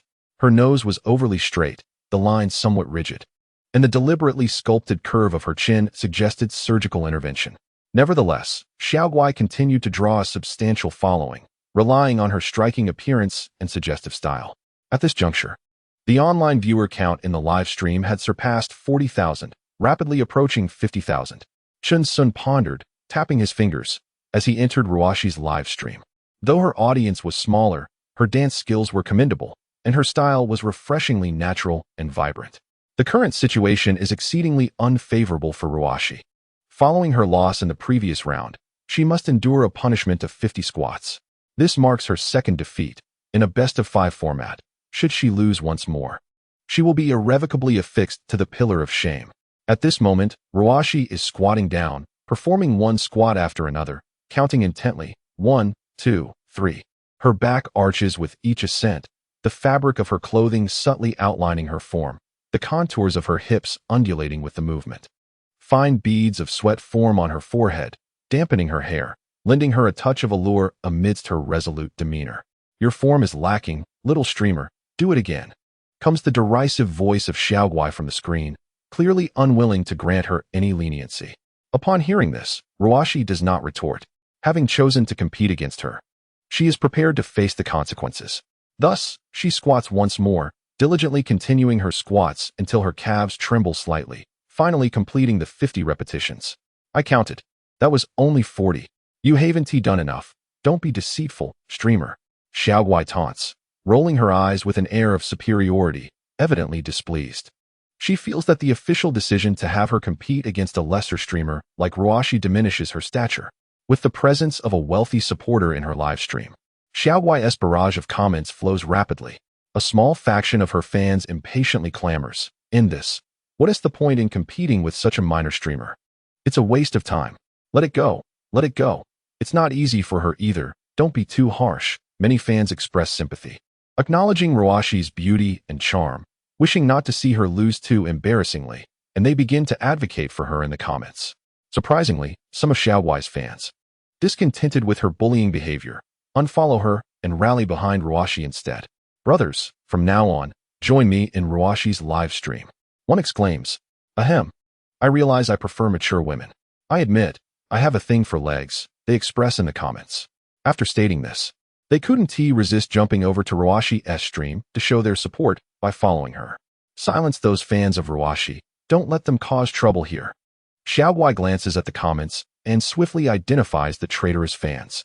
Her expression darkens, her tone icy as she immediately instructs her moderators. Clearly irked by Ruashi's attempt to steal the limelight, the moderators act swiftly, and soon the names of those defending Ruashi vanish from the live stream.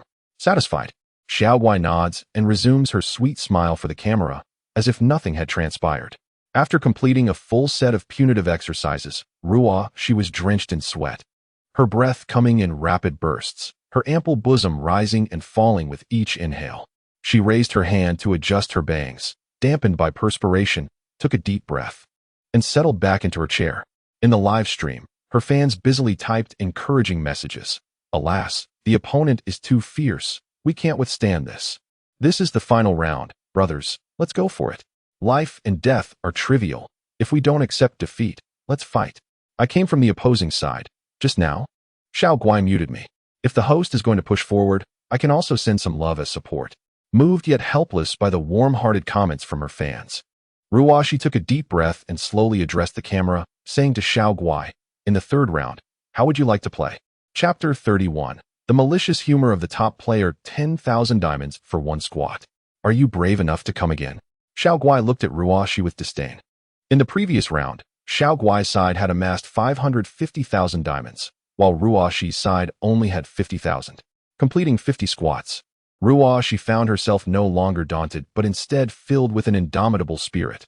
She nodded decisively, replying, "All right. Everyone, consume wisely. It's all right. Losing is losing. A few dozen squats, I can manage that."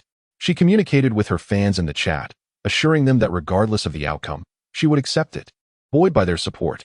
As the new round commenced, both teams exerted their efforts. Initially, Ruashi's fans united to send small gifts, gaining a slight advantage. Witnessing this, the fans erupted in cheers in the chat. "There is hope. Brothers, keep going." Unfortunately, this momentum was short-lived. After a few heavy hitters from Xiao Guai's side took action, the tide of the competition swiftly turned. With a flurry of activity, 10 carnival gifts appeared, instantly granting Xiao Guai 200,000 points. As the point gap widened rapidly and only 3 minutes remained, Ruashi's heart sank. Yet, just when the situation seemed dire, a mysterious benefactor suddenly intervened in Ruashi's live stream. This was no ordinary assistance, it was earth-shattering. The mysterious benefactor sent a series of carnival gifts, overwhelming the screen, and points surged at an astonishing rate. Who is this benefactor? Oh my! Incredible, a direct comeback. The chat exploded with excitement. Chen Sun waved his hand generously, sending out 100 carnival gifts, raising the score to 2 million. "Is that you, Chen Sun? Thank you." Ruashi speculated that it was indeed him, sending a message of gratitude. With Chen Sun's arrival, she felt a sense of reassurance. The pinnacle clash between the two prominent streamers had now reached the top 10 on the leaderboard, with the viewership surpassing 100,000. What is happening? 100 carnival gifts. The host on the opposite side, Xiao Guai, was momentarily stunned. "Brothers, I need your help. If I lose, I'll have to endure nearly 200 squats." Upon realizing her predicament, she quickly summoned all her energy, adopting a charmingly adorable demeanor, exuding an air of vulnerability. As an undefeated champion in the realm, she had never tasted the bitterness of punishment. Her untrained physique could hardly withstand such a challenge. Observing that time was running short, she noted that although her live stream had garnered numerous gifts, it was still insufficient to rival Rua's overwhelming support. With a resolute heart, she bit her lip and made a weighty decision. She took out her phone and sent a group message to her top supporter. Xiao Guai maintained a dedicated group comprised solely of her carefully nurtured top fans. Whenever these gentlemen called upon her, she was obliged to respond promptly and fulfill their every desire. She was acutely aware that these top supporters were both the cornerstone of her streaming career and a perilous double-edged sword. During her first encounter, there had been merely one individual opposite her. Though he was somewhat unattractive, she could still tolerate him. On the second occasion, however, the singular figure had transformed into a crowd, and Xiao Guai had no choice but to comply, dragging her weary body to a meager recovery the following day. By the third encounter, she found herself facing not even humans, struggling as if she had suffered a grave illness. After emerging, she spent 3 days and nights in a state of nausea, nearly succumbing to exhaustion. This time, having made a fierce declaration, she was determined not to lose to the petite rival across from her. Hastily, she sent a message in the group chat. "Brothers, please help Xiao Guai. I cannot lose this time." The top supporters, upon receiving her plea, rushed to her aid. In no time, the gifts in Xiao Guai's live stream surged, the number of carnivals skyrocketing to an astonishing 110. Her points swiftly surpassed Ruashi's, and the tide of battle had once again turned. "Humph, do you even realize who your opponent is? A mere small streamer like you dares to challenge me?" Xiao Guai sneered triumphantly at the camera, her expression brimming with arrogance, as if victory was already hers. Little did she know how formidable her opponent was. Chen Sun, feeling the strain in his fingers from sending gifts, furrowed his brow and resolved to unleash his full potential. With rapid movements across the screen, he unleashed a flurry of 500 carnivals in an instant. Priced at $2,000 each, this lavish display amounted to a staggering 1 million. This epic showdown rocketed to the top of the live streaming rankings, capturing the attention of countless viewers. The audience from both streamers exceeded 500,000. The barrage of comments streamed by at lightning speed, and the effects of the gifts filled the entire screen. Ruoshi watched as Chen Sun continuously unleashed carnivals, the changing scores revealing that he had outscored Xiao Guai by over 10 million points. By the end of this live session, Chen Sun had contributed over 1 million in real currency to her cause. Suppressing her exhilaration, she took a deep breath and calmly addressed Xiao Guai. "You have lost." Little Guai's complexion turned pale in an instant. She could hardly fathom that she had lost so utterly. Although the gifts she received amounted to over 100,000, the thought of the punishment awaiting her, far beyond a mere 1,000 squats, filled her with dread. Why? This woman, doing nothing at all, could effortlessly receive over 600 prizes. The fury within her was overwhelming, yet she felt powerless to alter the bleak reality before her. And then came the inevitable, 1,000 squats. Little Guai felt darkness closing in, her legs trembling. Who could withstand such a trial? Gritting her teeth, she abruptly severed the connection, seeking an escape.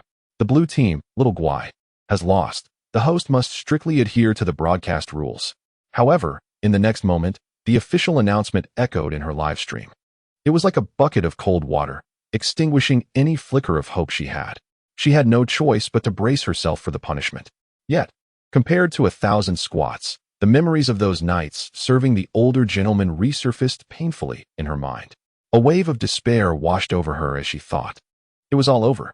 After a single live session, Ruoshi's fan count soared to 500,000, catapulting her from obscurity to stardom. "Thank you so much." Ruoshi excitedly messaged Chen Sun. "Haha, you want to thank me?" "You know what that means," Chen Sun teased. Ruoshi blushed at the message from Chen Sun. "You're incorrigible. I'm signing off now. I'll send you something later." Satisfied, Chen Sun responded with a joyful emoji. Just as Ruoshi's message was about to arrive, Chen Sun heard Su Wanqing's startled exclamation from the doorway. Chapter 32. The mysterious young boyfriend. Upon hearing Sister Qing's cry, Chen Sun lost his balance and nearly tumbled off the bed. He hurriedly scrambled up and dashed toward the door, not even pausing to put on his shoes. When he reached Sister Qing's door, the sight before him tightened his chest. The front door had been maliciously splattered with red paint. The already dilapidated walls of the old neighborhood now appeared even more desolate, emanating a chilling aura. Fortunately, it was daytime. Had it been night, the walls drenched in red would have been utterly terrifying. The red paint dripped down the walls, creating a scene of chaos on the ground. Who could have done this? And why?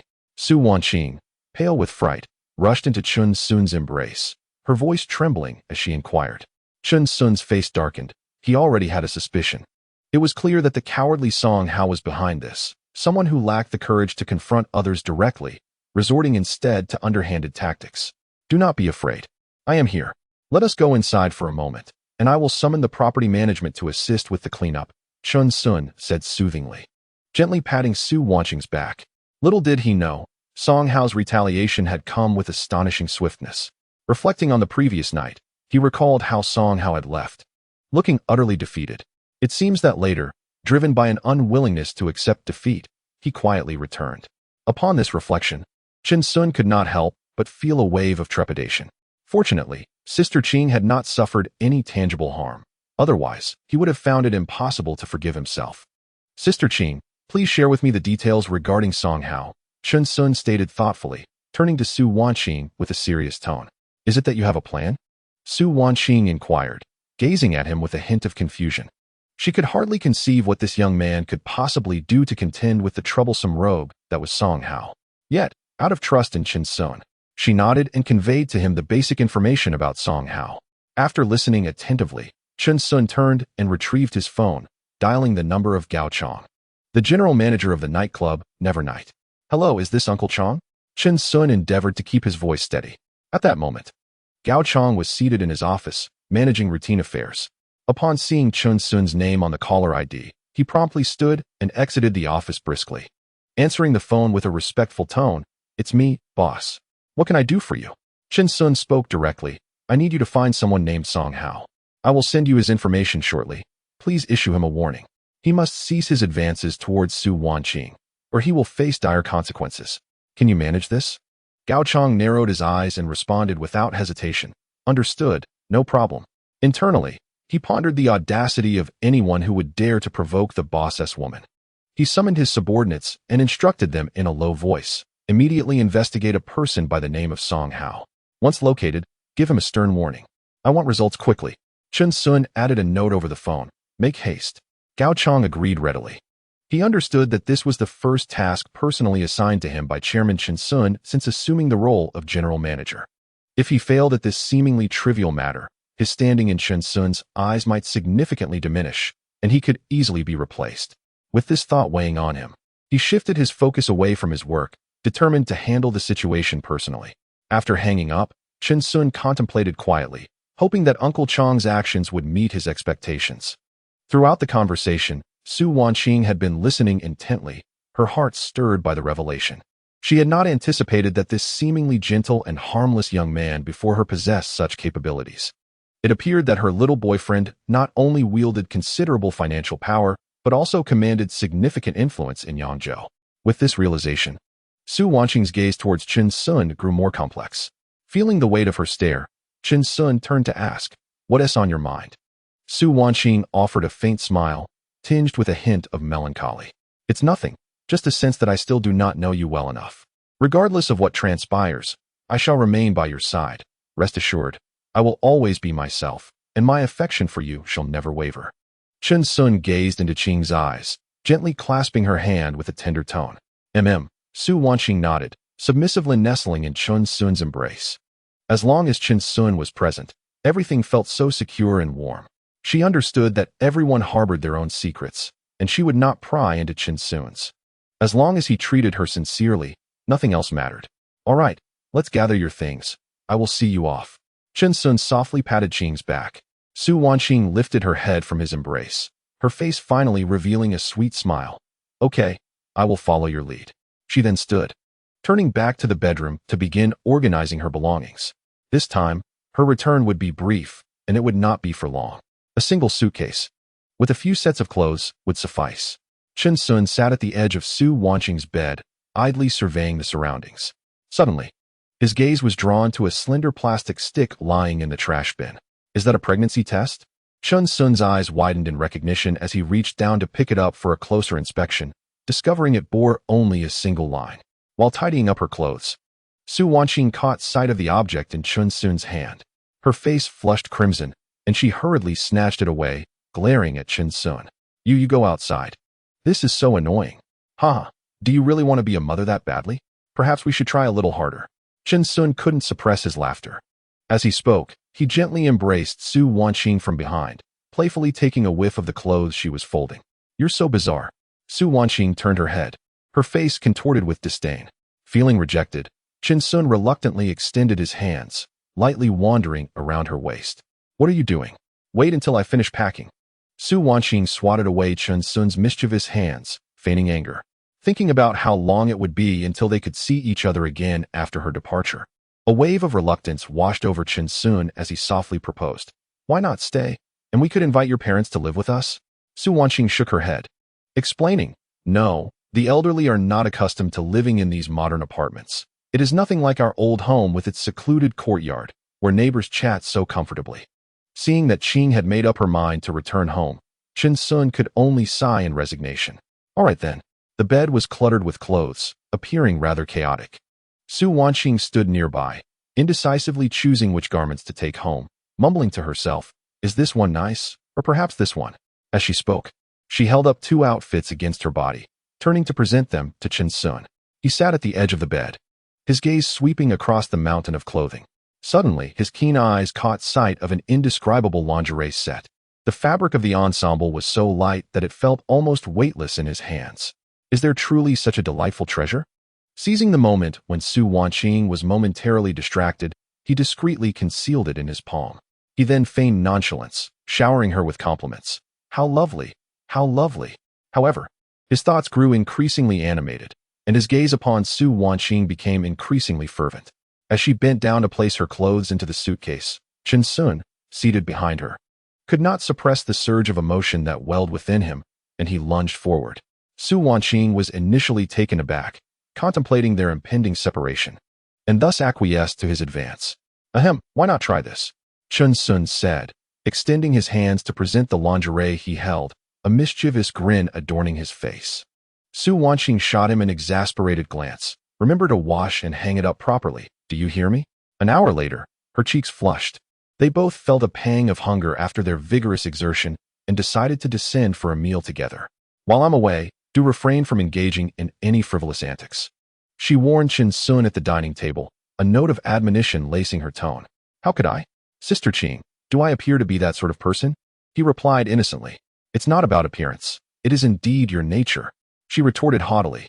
After the meal, although Su Wanqing was already aware that her young boyfriend was extraordinary, she was nonetheless profoundly astonished when a limited edition Lamborghini came into view. Unable to contain herself, she playfully tugged at Chun Sun's ear, feigning irritation as she demanded, "How many more secrets are you keeping from me? Speak." Chapter 33. The background of Nian Ning at the security checkpoint of Yangqing Airport, amidst the bustling crowd. Su Wanqing feigned a light-hearted wave, preparing to turn away. Just as she took a step, Chin Sun suddenly reached out, assertively cradling her face, and proceeded to plant 2 swift kisses upon her tender lips. Passers-by in the airport turned their attention to the young couple. Su Wanqing felt a rush of embarrassment. Her cheeks flushed with color, wishing to melt into Chun Sun's embrace.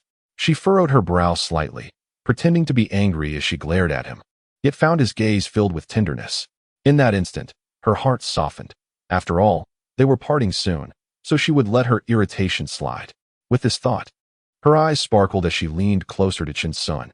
You must behave well while I'm away. When I return, I shall reward you handsomely. What is this? You make it sound as if I'm serving a sentence. Chun Sun pouted in mock dissatisfaction, yet the air was filled solely with Su Wanqing's melodic laughter. As she departed, Chun Sun felt a wave of melancholy wash over him, wandering through the airport hall in a state of despondence. However, upon recalling that he would soon meet Yijin that evening, his spirits lifted once more. He suddenly realized that when one finds themselves longing for the past and unable to move on, perhaps it is worth contemplating whether their present circumstances are not sufficiently fulfilling. As the allure of beauty surrounded him, Chin Sun found himself bereft of time for melancholy, engrossed instead in savoring the exquisite tapestry of life. The expansive Yangqing airport welcomed him, and as he wandered aimlessly, he inadvertently stepped into the opulent realm of luxury boutiques within the terminal. In his mind, Patek Philippe stood as the epitome of high-end timepieces, particularly the Nautilus series, emblematic of prestige and status. Previously, he could only gaze at them from afar in magazine advertisements, never daring to dream that one day he might possess such elegance. Upon encountering the Patek Philippe boutique, he reflected on his lack of a watch that signified his own standing. With measured steps, he entered the store, greeted by an array of meticulously crafted watches displayed in the cabinets. "Sir, which model do you wish to see?" A beautiful sales associate in uniform approached him gracefully, captivated by his distinguished presence and handsome features. "Could you please present that one for me?" Chun Sun requested, his gaze settling on a platinum Nautilus model.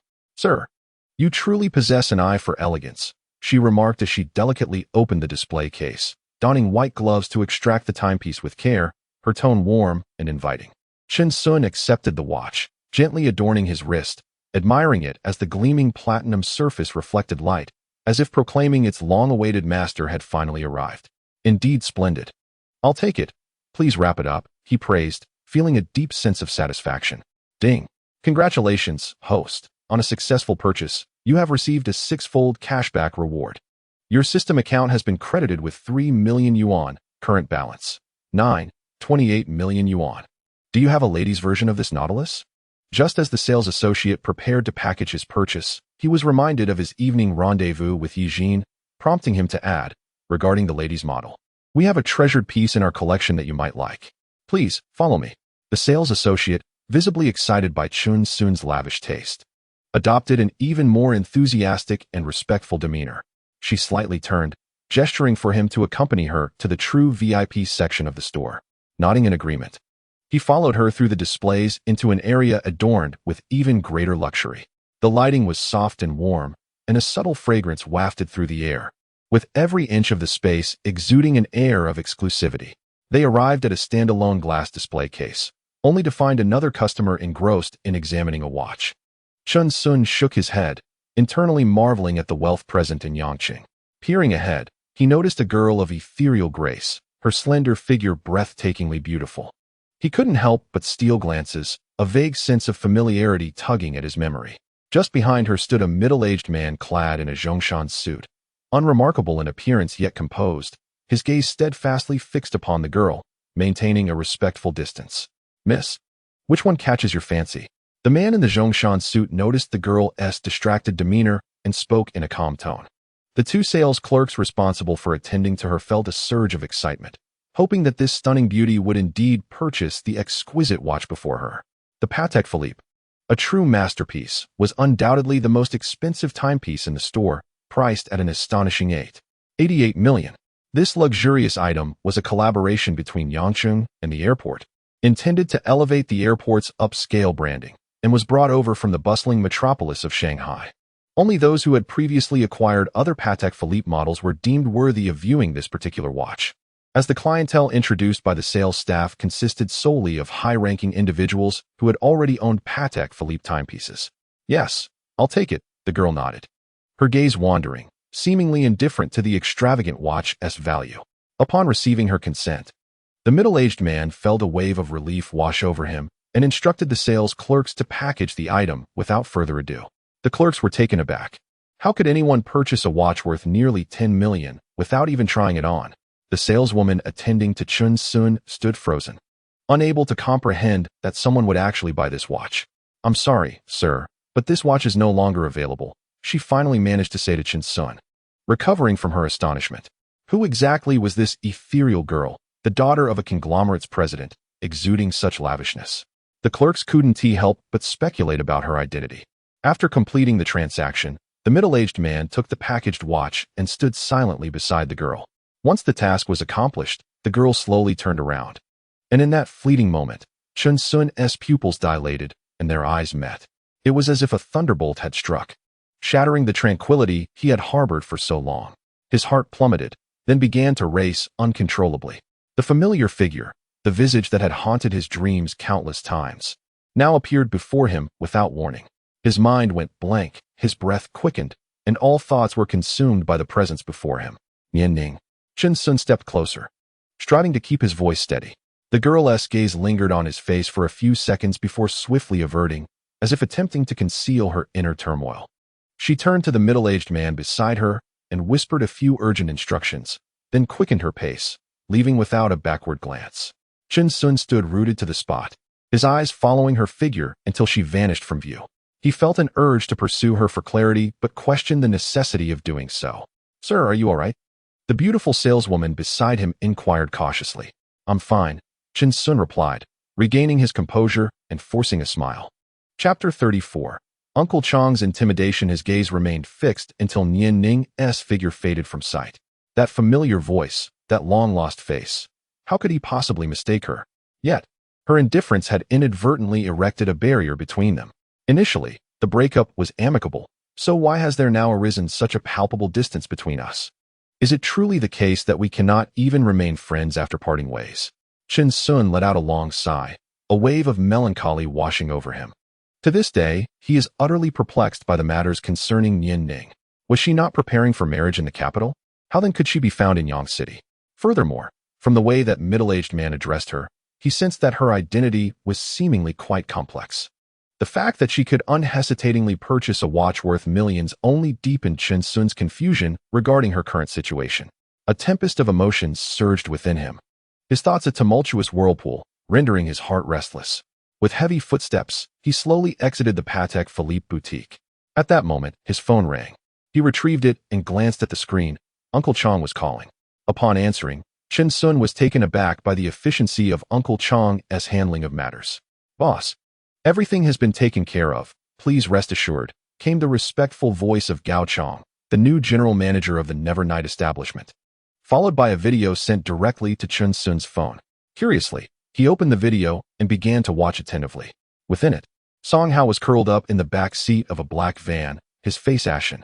His hands and feet were tightly bound by coarse ropes, and a wad of cloth stuffed in his mouth muffled his desperate cries, his expression one of sheer terror. The dim lighting allowed only a vague glimpse of the van's rudimentary seats and dilapidated windows. "Do you understand why I sought you out?" Emerged a shadowy figure from the darkness, Uncle Chong, who loomed over the cowering Song Hao, his voice chilling. As a local hoodlum, Song Hao had once accompanied his elder brother to Nevernight. He instantly recognized the man before him, Uncle Chong from Nevernight, a formidable enforcer for Huang Yue. He was both intimidating in appearance and meticulous in thought. All illicit dealings associated with Nevernight were entrusted to Uncle Chong. Though Song Hao was unaware that Uncle Chong had now risen to the helm of the organization. What had he done to provoke such personal attention from Uncle Chong? A sense of dread enveloped him, and cold sweat drenched his back. Frantically, Song Hao shook his head like a rattle. His eyes filled with fear as he surveyed the imposing figures surrounding him. Before he could gather his thoughts, the hulking men unleashed a barrage of blows upon him. In agony, he cried out, his voice hoarse, "Stop! I know I was wrong. I shouldn't have stolen her belongings. I was wrong. I was wrong." Uncle Chong raised an eyebrow, his expression one of surprise. This did not align with the instructions given by his boss. He let out a cold laugh. "Oh, go on. I will. I will. I should not have taken that technician's bag. It only contained 3,000 yuan and a cell phone. I discarded everything else." Song Hao stammered, suppressing his pain. "You truly are a scoundrel," Uncle Chong remarked with an amused chuckle.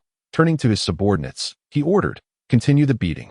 Sitting on the ground, Song Hao wore an expression of utter astonishment, his eyes filled with innocence. Were they not the leaders of the technicians? It turned out that just a couple of days prior, he had summoned a woman for the night at a bathing center in Yangcheng, not only indulging in complimentary services, but also pilfering the technician's bag. He racked his brain, pondering what misstep might have offended Uncle Chong. Before he could inquire about the matters entrusted by his boss, the young man had already confessed everything. It seemed there would be considerable work to do tonight. Uncle Chong stood nearby, coldly observing as Song Hao faced his punishment, his mind calculating. Could it be that you were sent by Su Wanqing? As Song Hao sat on the ground, a sudden realization struck him, and his gaze trembled as he tentatively questioned. Upon hearing Song Hao's words, Uncle Chong raised an eyebrow and scoffed. "You dare to lay a hand on the boss-s woman? What? Su Wanqing is the boss-s woman." The revelation struck Song Hao like a thunderbolt, leaving his mind reeling and filled with regret. As a petty thug, he understood all too well the weight of the establishment in Yangcheng. Wishing him gone could merely be a matter of moments. "I truly had no idea. If I had known, I wouldn't have dared to throw paint at her house even if I had 10 lives.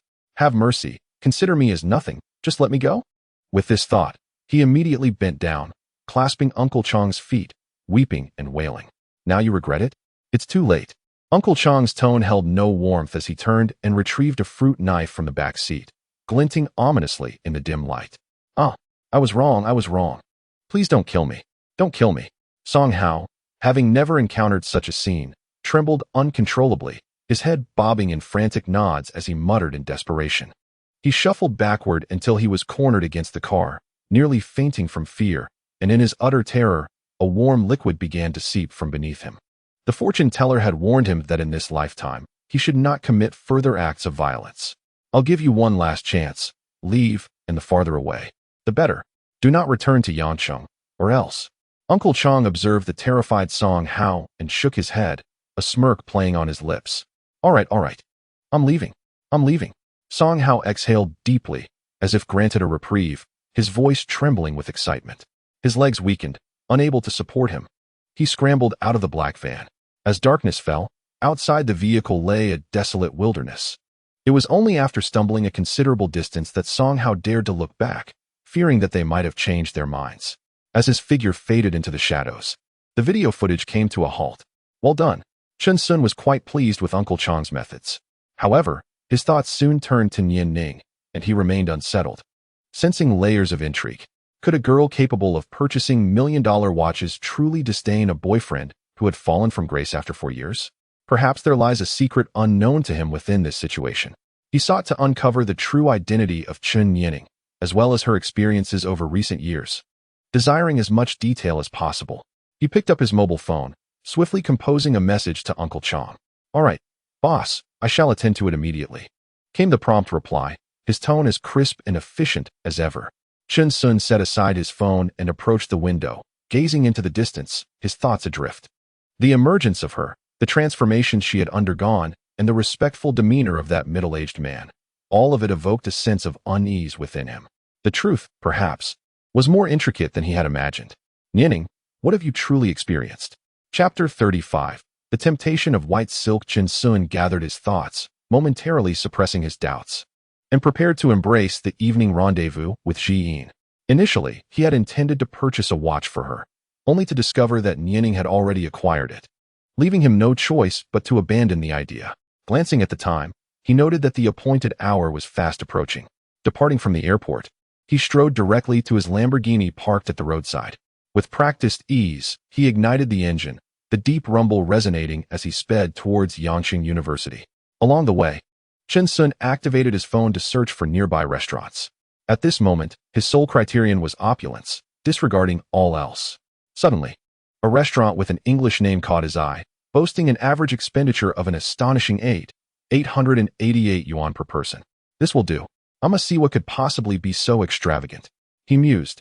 Even though he couldn't decipher the name's meaning, he confidently concluded that its high cost assured its value. He briefly surveyed the restaurant's location, situated beside the Han River in Yangqing, with a cruise hotel nearby, exuding an air of sophistication. Glancing at the hotel details, he noted the price, 888 yuan for the night. Quite steep indeed. He raised an eyebrow, yet without hesitation, clicked to make a reservation. However, arriving empty-handed to meet Ji-in did not seem appropriate. As her boyfriend, he ought to prepare something. After contemplating, an idea suddenly struck him. He promptly dialed a number, relaying a few instructions, and soon wore a satisfied smile. The car swiftly reached the entrance of Yangqing University, prompting Chen Sun to slow his speed. Scanning the crowd for a glimpse of Yi Ji-in, he halted the vehicle and took out his phone. Just about to dial her number when a gentle tapping sound echoed from outside the window. Yi Ji-in had spotted Chen Sun's car from afar. After all, it was difficult for such an eye-catching Lamborghini to go unnoticed. Can't find me, can you? Silly, she teased as she approached the window, lightly tapping the glass with a radiant smile. I apologize for the wait, Ji-in, Chen Sun said, rolling down the window to glance at her. Not at all. I just arrived myself. Today, Yi Ji-in appeared exceptionally pure and enchanting. She donned a delicate white blouse paired with a floral skirt, the length gracefully surpassing her knees. Her makeup was understated, exuding purity from her expressive eyes, while a pearl hairpin nestled among her flowing locks, embodying an effortless gentleness that seemed untouched by the world. The hem of her skirt swayed gently in the breeze, subtly revealing her elongated thighs. Passers-by, particularly students, could not help but glance over, hoping for a fleeting moment to admire her before she entered her vehicle. Chen Sun noticed two girls not far behind Ji-in, their gazes fixed upon him with unabashed curiosity. You must be friends of Ji-in, he surmised, recognizing one as Xiao Lu, who had accompanied Ji-in previously, while the other, a plump girl, was unfamiliar to him. He greeted them with a warm smile. Am I mistaken in saying that Ji-in's boyfriend resembles a celebrity? Indeed. He is even more handsome than the school heartthrob, exclaimed the girls in unison. Oh my, I must take a couple of photos to share. Upon noticing Chen Sun's acknowledgement, the girls exchanged shy glances before erupting into excited chatter. Xiao Lu managed to maintain her composure, while the plump girl gazed at Chen Sun with such admiration that she seemed rooted to the spot. Having just finished her professional course, Ji Yin's exquisite appearance prompted Xiao Lu to suspect that a date was on the horizon. She was determined to persuade Ji Yin for another glimpse of her dashing boyfriend. And the plump girl, a roommate, joined in the anticipation. Are you two coming along? Chen Sun inquired politely. The plump girl appeared quite smitten, ready to follow suit. However, Xiao Lu quickly intervened, admonishing, this is Ji Yin's date. What business do you have tagging along? Perhaps not this time, handsome. We'll save it for next time. The plump girl replied, her disappointment evident as she shook her head at Chen Sun, her displeasure directed at Xiao Lu. Sisters, let us catch up later. Ji Yin circled around the front of the car, settling into the passenger seat while waving goodbye to her roommates. With a roar of the engine, they vanished from view. Are you trying to steal Ji Yin's boyfriend? Xiao Lu scrutinized the plump girl with a disapproving glance. They say if I slim down, I could be a hidden gem, even more beautiful than Ji Yin. The plump girl retorted, gesturing to her 3 layers of excess. Yes, yes. Let us see you lose some weight first. Xiao Lu shot back. The restaurant is reserved. Let us head directly there. All right, I'll follow your lead, Jean replied, her smile radiant like most girls experiencing love for the first time. At that moment, her eyes sparkled with admiration and affection directed at Chen Sun. Meeting her clear gaze, Chen Sun smiled gently, the earlier shadows of doubt dissipating. He felt a sense of gratitude, for despite past uncertainties, he now cherished someone truly special. Ji-in, seizing the rare opportunity for their date, animatedly recounted amusing tales from school. Although most of these stories had already been shared via WeChat, she could not resist the urge to narrate them in person once more. These days, she has been cooped up at school, diligently practicing her singing, reaching a point of near suffocation. Today, she finally has the opportunity to unwind, and her spirits are particularly buoyant. As Chen Sun drives, he discreetly glances at the enchanting figure seated beside him in the passenger seat. The white shirt she wears is subtly tailored, with the collar slightly unbuttoned, revealing a delicate segment of her slender collarbone, exuding an aura of freshness and ease. The floral skirt she dons sways gently with the car's slight bumps. What captivates Chen Sun the most, however, is the pair of white stockings she has chosen for this day, unexpectedly complemented by a pair of high heels. The stockings cling snugly to her elongated legs, and the upper edge leaves a faint imprint, igniting a flicker of desire in Chen Sun's gaze, as if it were poised to burst into flames at any moment. Such inadvertent allure is utterly irresistible, prompting Chen Sun to reach out, leaving only his left hand on the steering wheel. At that moment, he catches a glimpse of her watching him, her cheeks slightly flushed, yet her eyes sparkle with an elusive smile. It turns out she had purchased these stockings specifically for their date, even consulting her friend Xiaolu for advice. Xiaolu had informed her that men are invariably fond of girls in stockings, regardless of color. Eager to draw Chen Sun's attention, she decided to give it a try, and the results are evidently striking. What inspired this sudden choice of stockings? Chen Sun clears his throat, attempting to mask his embarrassment, and turns his head, feigning nonchalance as he inquires, "Oh, I thought this ensemble would look rather appealing. What do you think?" Yi Jin blinks innocently, pretending to be nonchalant. Xiaolu was right. You boys are simply not honest. As Chen Sun's large hand roams over her stockings, she playfully chides him. Not at all. I am the epitome of honesty, he retorts, tightening his grip. The sensation of softness and elasticity beneath his palm is exhilarating. This girl has truly become adept at teasing, Chen Sun muses inwardly, wishing he could bring the car to a halt right there on the highway. Chapter 36. The Stranger's Flirtation. Chen Sun, could you please concentrate on driving? Noticing Chen Sun's attention and thoughts fixated on her, Yi Jin feels a twinge of anxiety and quickly reminds him. Oh, right, Chen Sun responds, forcing himself to focus ahead, though his mind remains somewhat adrift. If you keep touching, the stockings will surely be ruined, humph. Yi Jin mutters under her breath, her cheeks slightly reddening, feeling a mix of embarrassment and irritation. Finally, they arrive at the restaurant. Yi Jin lightly adjusts her skirt, stepping out of the car with a sigh of relief. A sulky expression adorns her face as she crosses her arms and strides ahead. Her high ponytail bounces with her quickening pace, radiating youthful vigor. Where are you going? The restaurant is this way, Chen Sun calls out with a smile, hastening to catch up from behind. Ji-in finally halted her steps, turning her head to glare at him with a pout. You should have said so earlier. All right. I admit my fault. As an apology, I shall buy you a new pair of stockings later. How does that sound?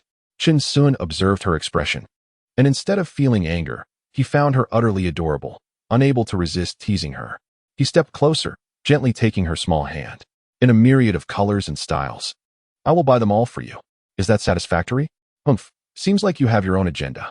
Yi Ji-in shot him a playful glare. Well, Ji-in is indeed clever. Let's eat first, for I have prepared a surprise for you. Chen Sun, having been caught in his scheme, smiled with a hint of shamelessness. Now that's more like it. It all depends on whether you can satisfy me. Yi Ji-yin's frown transformed into a smile as she took the initiative to link her arm with Chen Sun's, her face brightening once more.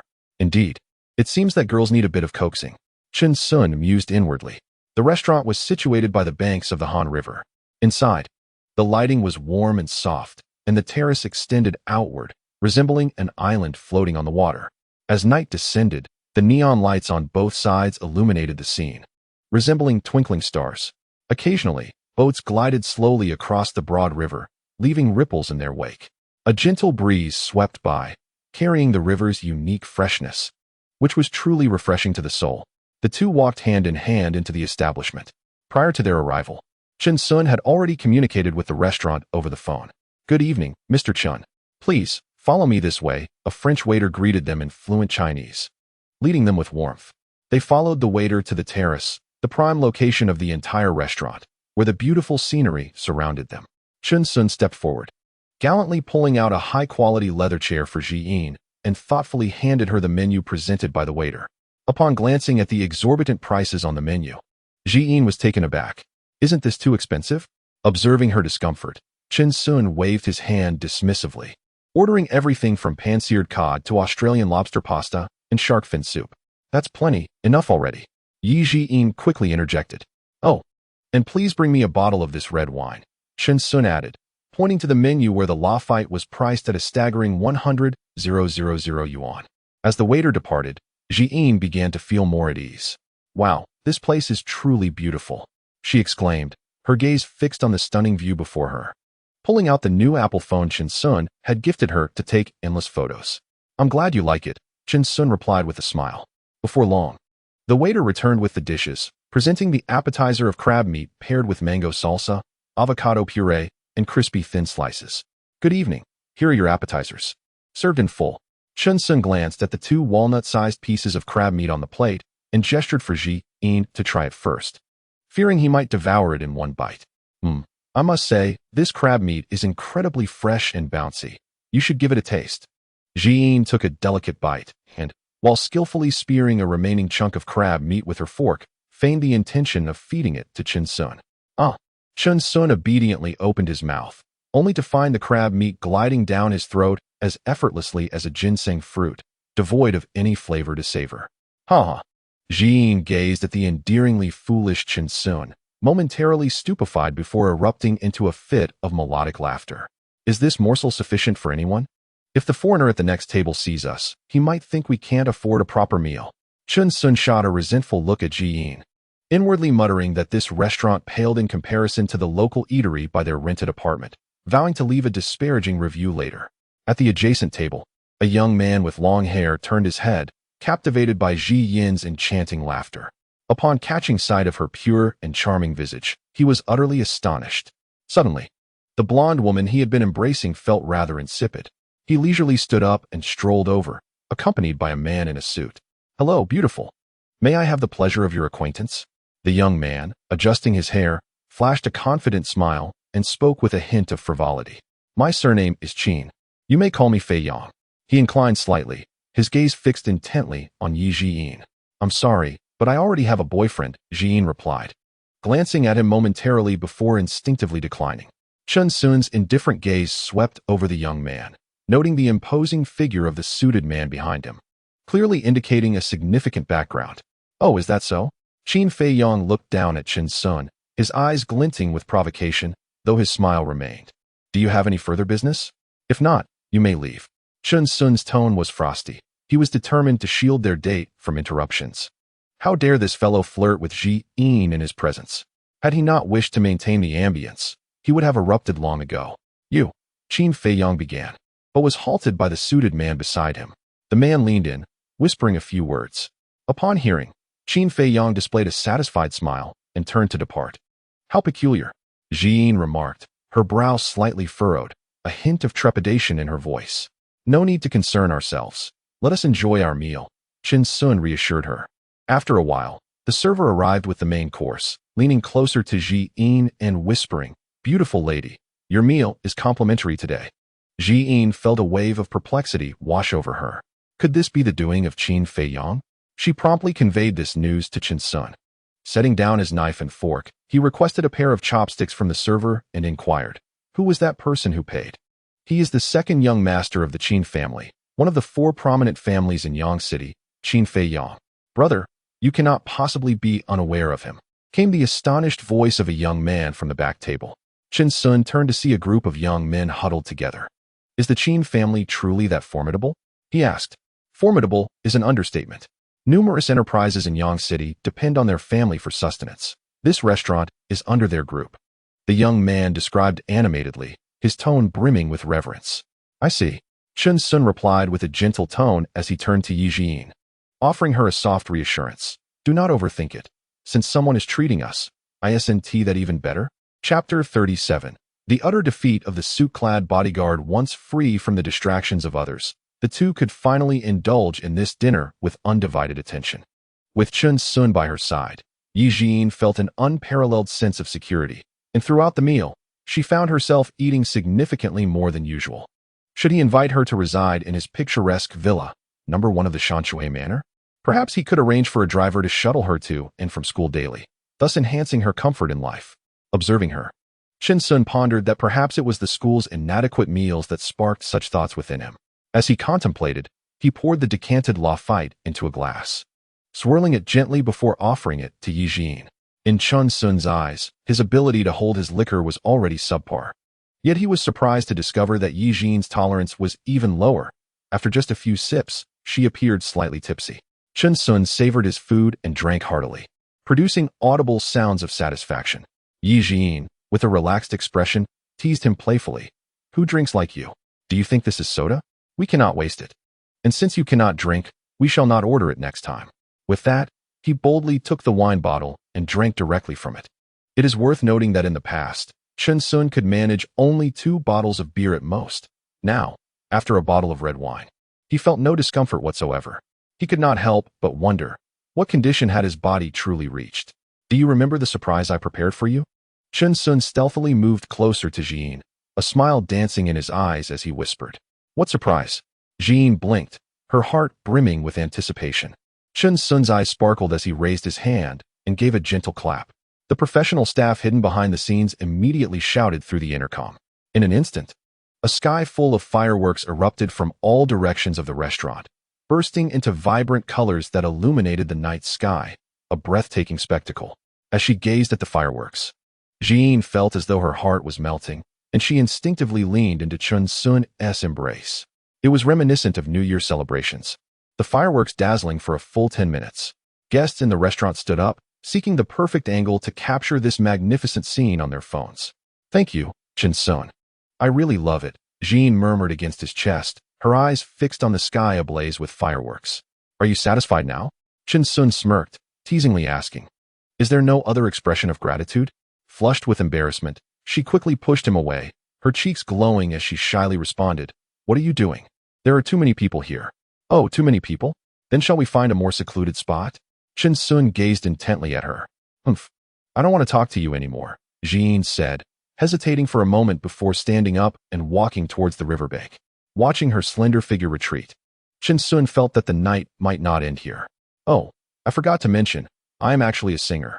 He lifted the corners of his mouth and quickened his pace to catch up, slowly speaking. Are you a singer? Then I must be a superstar. Jin raised an eyebrow, casting a skeptical glance at Chun Sun. There he stood, nonchalantly leaning against the railing with his left hand, his right hand tucked casually into his pocket, exuding an air of relaxed ease. Is that true? How can I possibly believe you? His gaze held a semblance of laughter, a look that clearly suggested deceit, yet Jin couldn't help but press further. I booked a cabin on the cruise ship, intending to teach you properly. Don't believe me? Fine. Chun Sun smiled slightly, his mind racing to recall the most challenging piece of music, and then effortlessly began. Who dares to breach the matters of the heart? Gazing at the bright moon, my heart feels desolate. In just a few short lines, there were an astonishing 15 bends. The melody was intricate, spanning a vast vocal range and presenting significant difficulty. As a professional music student, Yi Jin immediately recognized the challenge of this song. She was utterly convinced now, her eyes sparkling with amazement as she gazed at Chun Sun. In her heart, he was not only handsome and gentle, but also a multi-talented paragon of perfection. Then you must teach me well later. With the impending 10 Best Singers competition in mind, Yi Jin approached Chun Sun with a humble attitude, eager to seek his guidance. No problem, I'll teach you hands-on tonight. Chun Sun replied with a mischievous smile. You're so inappropriate. How annoying.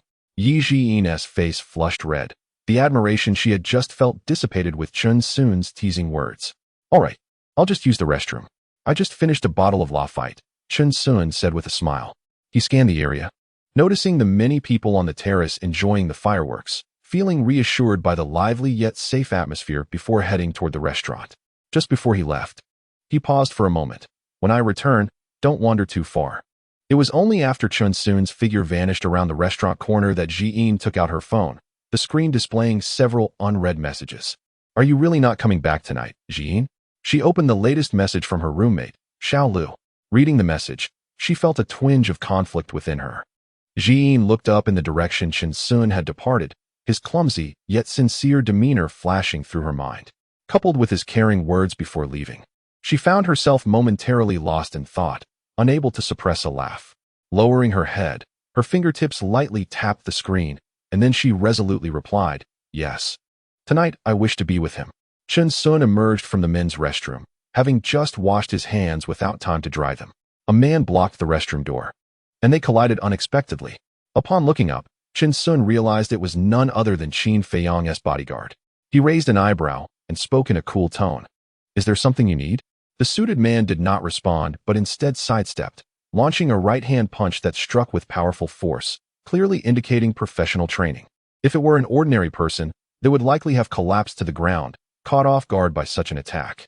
Regrettably, he was faced with the martial arts master, Chun Soon. With remarkable swiftness, Chun Soon raised his left hand to his face, effortlessly intercepting the punch.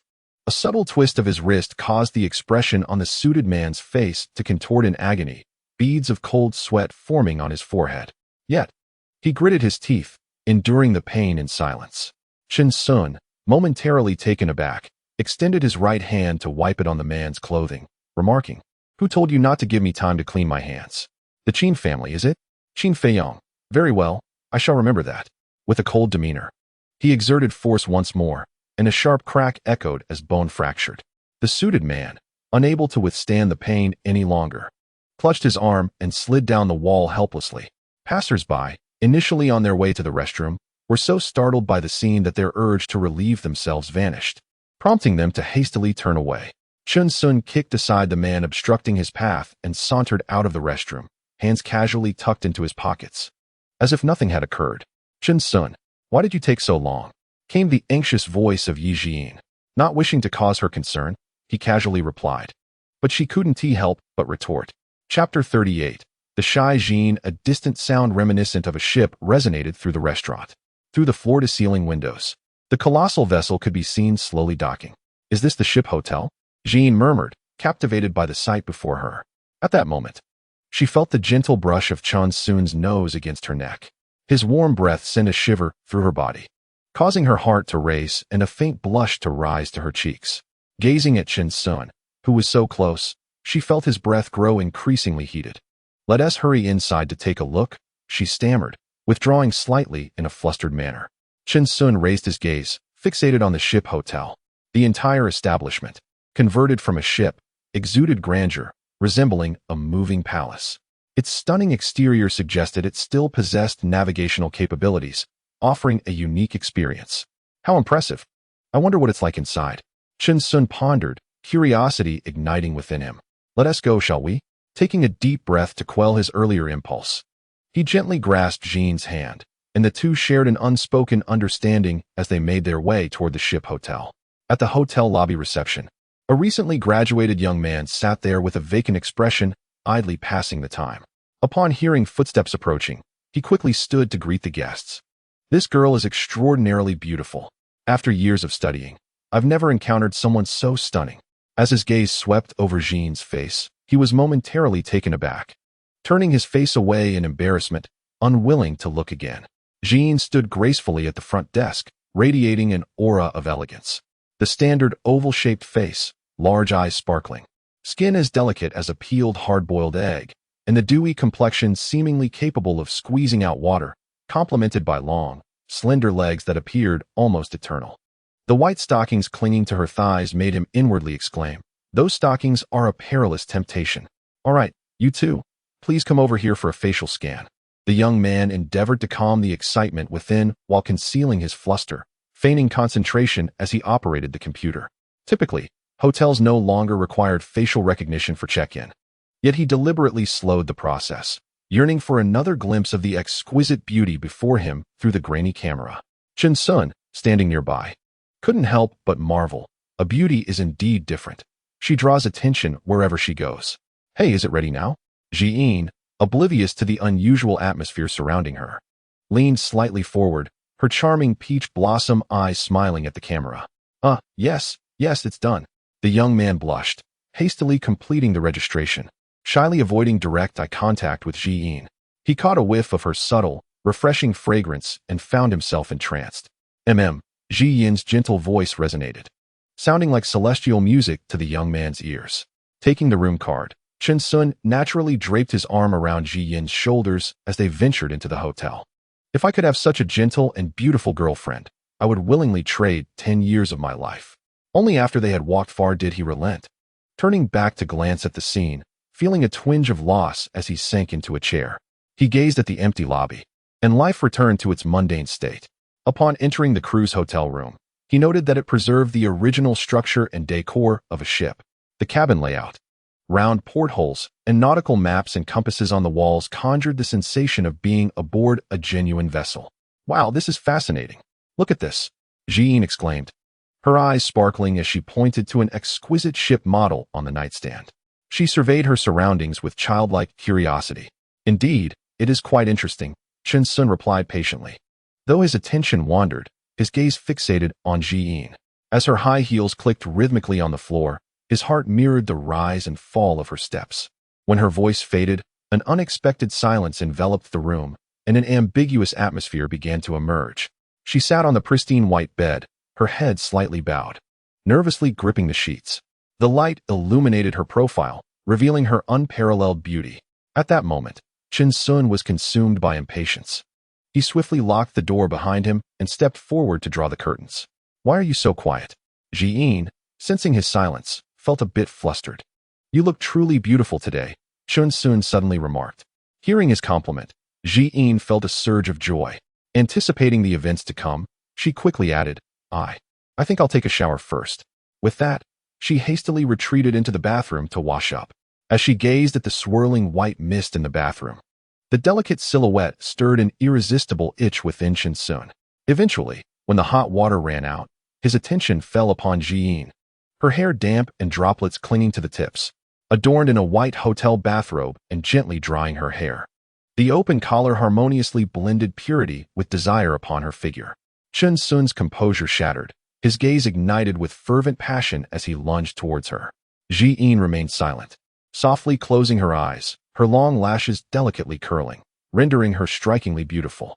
Lowering his head, Chen-sun had already made a decision long before Ji-in responded to her roommate Xiao Lu. Having reached this juncture, she would naturally not refuse him. Embracing Ji-in, Chen-sun slowly inquired, will you return to school tonight? Xiao Lu has concocted an excuse with the dormitory matron for me. I will accompany you this evening.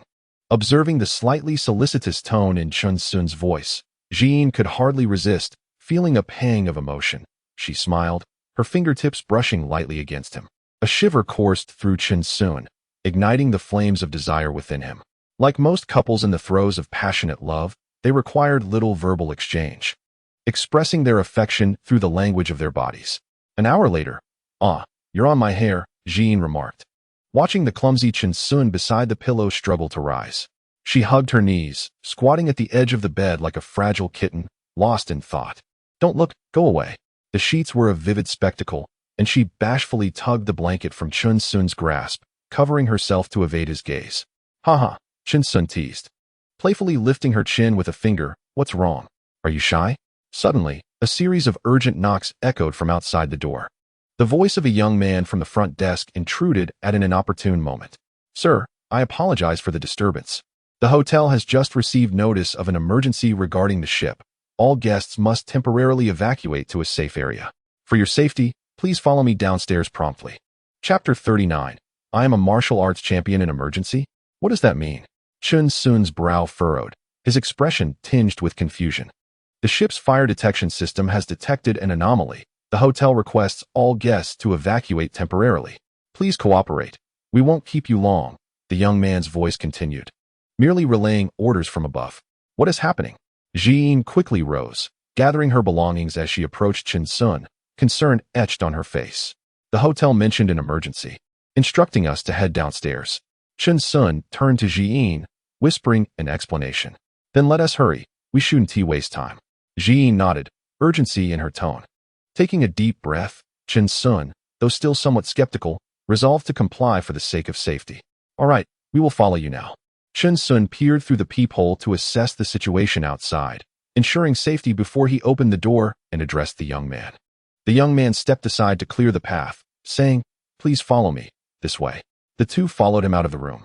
Where some guests were already being guided toward the emergency exit, the atmosphere tinged with tension. Ji-in, witnessing the scene, felt a surge of fear and tightly grasped Chen Sun's hand. "Do not be afraid. I am here," Chen Sun reassured her, holding her hand firmly and patting it gently in an attempt to soothe her anxiety. While anxiously waiting in the corridor, Chen Sun pulled out his phone and quickly conducted a search. The information that flashed on the screen caused his pupils to constrict. This ship hotel and restaurant were actually part of the same company, the Get100 Group. Maintaining a facade of calm, alarm bells rang in his mind. He realized that this was no longer mere coincidence, and he had a nagging suspicion that it could very well be linked to Qin Feiyong from that evening. Soon, as the young man led the way, Chen Sun noticed that they were being taken down a different corridor from the other guests. "Why are we on a different path than the others?" Chen Sun inquired coldly, his expression darkening as he sensed something amiss. I don't know. I was just instructed to do this by my superiors," the young man stammered, shrinking back under Chen Sun's intense gaze, unable to fathom how he had been seen through. Realizing that questioning would yield no results, Chen Sun seized the young man's arm and pulled him back sharply, delivering a powerful punch that struck the wall beside the young man's ear. Bang! The sound echoed as the steel wall dented under the force. The young man felt the rush of air and turned to see the wall, terror gripping him as he imagined the consequences had that punch landed on his head. I. His legs trembled, his face turned ashen, lips quivering as he struggled to form coherent words. "Calmly tell me what is happening," Ji-in softly urged from the side, attempting to comfort him. The kindness in her voice helped the young man regain some composure. "It was ordered by young Master Qin," he blurted out, the truth spilling forth. "Qin Feiyong?" Chen Sun's brow furrowed, his gaze sharp as ice, his tone frigid. Yes. He specifically instructed me to take you to the warehouse next to the emergency exit." The young man nodded vigorously, pointing toward the end of the corridor. After revealing this, he instinctively struggled, hoping to free himself from Chen Sun's grip. Upon hearing the young man's words, Chen Sun's expression hardened. He suddenly delivered a swift punch to the young man's abdomen. Even though Chen Sun held back some of his strength, the punch still carried an intimidating force, resembling a heavy blow despite its seemingly light appearance. A sound of retching broke the air as the young man, who had long indulged himself, found his already frail body unable to withstand such a blow. His complexion turned ashen, and dizziness overwhelmed him. After a disoriented spin, his legs buckled, and he collapsed against the wall, clutching his stomach as he vomited violently. "Ji-in, follow the direction of the emergency exit. Remaining in a crowded area will provide you with greater safety," Chen Sun said in a steady tone. In the whole of Yangzhou, the guests who boarded this vessel were not ordinary individuals. Despite the Qin family's considerable influence, they would not dare to act recklessly in plain sight, or they would not have orchestrated the duo's entrance into the warehouse. With this thought in mind, he raised his chin, gesturing towards the emergency exit, urging Jean to leave first. He understood well that having Jean by his side would inevitably distract him, hindering his full potential. Resolutely, he pledged to himself, he must rapidly expand his own influence. Otherwise, having many beautiful faces around him would be of no use if he could not protect them. "And what about you, Chen Sun?" Jean asked, her voice tinged with concern, her eyes glistening with unshed tears. "Do you believe I am still a martial arts champion?" Chen Sun chuckled lightly, attempting to ease her worries. "At such a moment, you still jest." Jean's voice trembled slightly, her anxious demeanor tugging at Chen Sun's heartstrings. "Trust me." At Chen Sun's words, she raised her gaze, meeting his piercing eyes, her peripheral vision catching the indentations on the wall. Remembering his recent actions and his undeniable identity as a master musician, she realized that her presence would only burden him. "In an hour, if I do not see you, I will come to find you, no matter what," she declared, her voice tinged with reluctance. Chen Sun felt a surge of emotion at her words. "Do not worry. I shall be fine." His heart warmed as he gently wiped away the tears that clung to her eyelashes. He felt joy, knowing that at least she would not easily part from him. That was enough. Jean stood on her tiptoes, her hands draping around Chen Sun's neck, her lips meeting his without hesitation. Jean, rest assured, for your sake, I will not falter. After a moment, Chen Sun released Jean, his large hands tenderly tousling her hair. You must leave quickly. Qin Xiao will arrive shortly. Watching his ideal woman shed tears, the young man beside him could not help but interject. Take me to the warehouse. Only after Jean's figure faded from view did Chen Sun turn, delivering a kick to the young man who had just risen. To avoid raising Qin Feiyang's suspicions, Chen Sun decided to let the young man continue guiding him into the warehouse. All right, follow me, Chen Sun murmured, glancing towards the warehouse. Qin Feiyang, I am eager to see what tricks you are up to. Chapter 40. 1 against 10 seems reasonable. This is the place. The young man paused, pointing nervously at the half-open warehouse door before him. Shortly after, the two of them slowly stepped inside. The light within the warehouse was dim, illuminated only by an old chandelier hanging from the ceiling, casting a feeble glow that barely penetrated the shadows. The air was thick with a musty odor that imparted a sense of oppression. The floor, long untouched, was coated with a thick layer of dust, and each step stirred up a cloud of particles. In the corners, various debris was piled high, wooden crates, metal barrels, and discarded equipment, all appearing to have been forsaken for ages. Chen Sun's gaze swiftly scanned the surroundings as he endeavored to acclimatize to the environment, ensuring that everything was in order. Brother, can I leave now? He asked, his heart racing as he had failed to complete the task assigned by Qin Feiyang, bringing only Chen Sun with him. The thought of Qin Feiyang arriving soon filled him with dread, causing him to instinctively retreat a few steps. Before Chen Sun could respond, the young man turned and bolted for the exit. Just as he stepped outside, he heard the sound of hurried footsteps. Looking up, his face drained of color as he saw Qin Feiyang storming towards him, flanked by a group of menacing figures. The young man froze in fear. As Qin Feiyang's gaze swept through the warehouse, he noted the absence of the woman. Where is she? Where is that woman? You useless fool. He scowled, gripping the young man by the collar. Catching sight of Chen Sun, he released his hold, raked his fingers back through his hair, and delivered a stinging slap to the young man's face. Get out. The young man, momentarily distracted by the searing pain, nodded in fear, relieved to comply. Lowering his head, he placed his hands in front of him and hunched his shoulders, his frail form struggling to push through the throng of dark figures at the warehouse entrance. Turning back, Qin Feiyang's eyes met Chen Sun's, which bore an ambiguous smirk tinged with mockery. Instantly, his anger flared, his expression contorting with rage. Without uttering a word, he waved his right hand, and 10 black-clad bodyguards surged into the warehouse like a tide. Their movements were synchronized, their faces expressionless, clearly indicating their rigorous training. With a resounding thud, the warehouse door slowly closed behind them, emitting a heavy sound. Chen Sun quickly scanned the bodyguards and noted the familiar suited figure he had encountered earlier in the restaurant among them. The suited bodyguard, catching Chen Sun's gaze, clenched his teeth in resentment. Despite his unwillingness to accept it, he also recognized that he was no match for Chen Sun. You're strong, but I don't believe it. No matter how skilled you are, can you really take on 10 of us? The suited bodyguard sneered coldly, his eyes gleaming with malice. Kid, today is your end. This group had undergone specialized training from a young age, tasked with ensuring the safety of the heirs of affluent families, their skills far surpassing those of ordinary bodyguards. Some individuals, even retired professional fighters, could effortlessly shatter cobblestones with their bare hands. Gradually, as the footsteps ceased, the once cramped warehouse became filled with over 10 individuals, dust swirling through the air. Coughing violently, Qin Feiyang's face turned crimson as the dust choked him. He waved his hand to disperse the dust before irritably brushing off the grime from his hair, cursing, "This cursed place is truly unlucky. You must be Chen Sun, right? Knowing my identity, you dare to take action. Are you perhaps a member of the Chen family?" His cold gaze turned to Chen Sun with a mocking tone. The Chen family, could they be one of the 4 illustrious families of Yang City? Hearing Qin Feiyang's words, Chen Sun felt a stir within, but maintained his sharp demeanor. Realizing Chen Sun's silence indicated that he merely shared the surname and had no connection to the Chen family, Qin Feiyang extended 2 fingers, his tone brimming with arrogance. Before we proceed, I offer you 2 choices. First, surrender that girl to me, kneel, and admit your fault. Perhaps I will be gracious and forgive you.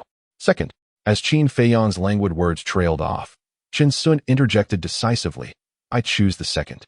A smirk of disdain crept onto his lips. Very well. Let us see how long you can keep that smile. Qin Feiyang's expression darkened instantly, his anger boiling beneath the surface. Suppressing his rage, he waved his hand with a cold command, attack. At his order, 10 bodyguards swiftly surrounded Chen Sun. Observing this, Chen Sun's eyes narrowed, his body slightly crouched, poised like a beast ready to pounce. The first bodyguard charged forward, his fists slicing through the air, aiming directly at Chen Sun's face. Chen Sun sidestepped effortlessly, evading the blow, then seized the assailant's arm, twisting it forcefully. As the bodyguard lost his balance, Chen Sun's left leg shot out, landing squarely in the man's abdomen, causing him to grunt and collapse. However, the remaining bodyguards did not retreat. One seized the opportunity to rush from behind, attempting to lock Chen Sun in a chokehold. Feeling the pressure around his neck, Chen Sun responded without hesitation. He quickly grasped the assailant's arms, his body sinking low, and utilized the attacker's momentum to execute a powerful shoulder throw, slamming him to the ground. The bodyguard let out a pained cry, his back hitting the floor, leaving him gasping for breath. In a mere minute, 2 trained bodyguards lay incapacitated. Standing firm, Chen Sun regulated his breathing, his gaze glinting coldly as he surveyed the remaining bodyguards, sneering, "Who's next?" The surrounding bodyguards, witnessing the scene, were momentarily stunned. Although they outnumbered him, they hesitated to advance recklessly, circling him instead, searching for another opportunity to strike. Even as the suited bodyguard informed Qin Feiyang of Chen Sun's superior strength, Qin Feiyang remained obstinately skeptical. He had painstakingly gathered 10 individuals, each a master in their own right, convinced that even if Chen Sun were formidable, he could not possibly take on 10. Yet, the scene before him left him utterly astounded.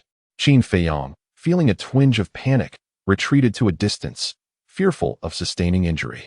He observed the bodyguards encircling Chen Sun, his expression darkening as he shouted, "Do not waste time. All of you, attack together and subdue him." Upon hearing this command, the bodyguards surged forward once more. As they approached from all directions, Chen Sun remained as composed as ever. He quietly maneuvered to a corner, eliminating the worry of a surprise attack from behind. Subsequently, he seized an abandoned iron barrel and hurled the debris into the throng. The bodyguards scrambled to evade the incoming projectiles, and seizing this opportunity, Chen Sun aimed the debris at the chandelier, plunging the warehouse into darkness and chaos. The tightly shut doors barred any escape, and in the dim atmosphere, Chen Sun sprang into action. Chapter 41. The assassination game commences in the darkness. Chen Sun's figure melded seamlessly with the surroundings. His ghostly movements were swift and silent, each maneuver and strike executed with remarkable precision. Within the pitch-black warehouse, the anguished cries of the bodyguards echoed alongside the dull thuds of heavy objects falling. Chen Sun had arrived at the warehouse earlier, possessing a clearer understanding of the environment. Enhanced by the system, his vision and perception were far beyond that of ordinary individuals. Suddenly, 2 bodyguards began grappling in the dark, when one exclaimed, "You hit me by mistake, brother." "It's me." "Oh, my apologies," said the grappling bodyguard, scratching his head awkwardly. Just as he attempted to apologize, Chen Sun's flying kick landed before him. He barely had time to react before being sent crashing against the wall with a muffled grunt. The bodyguards appeared particularly disheveled in the shadows.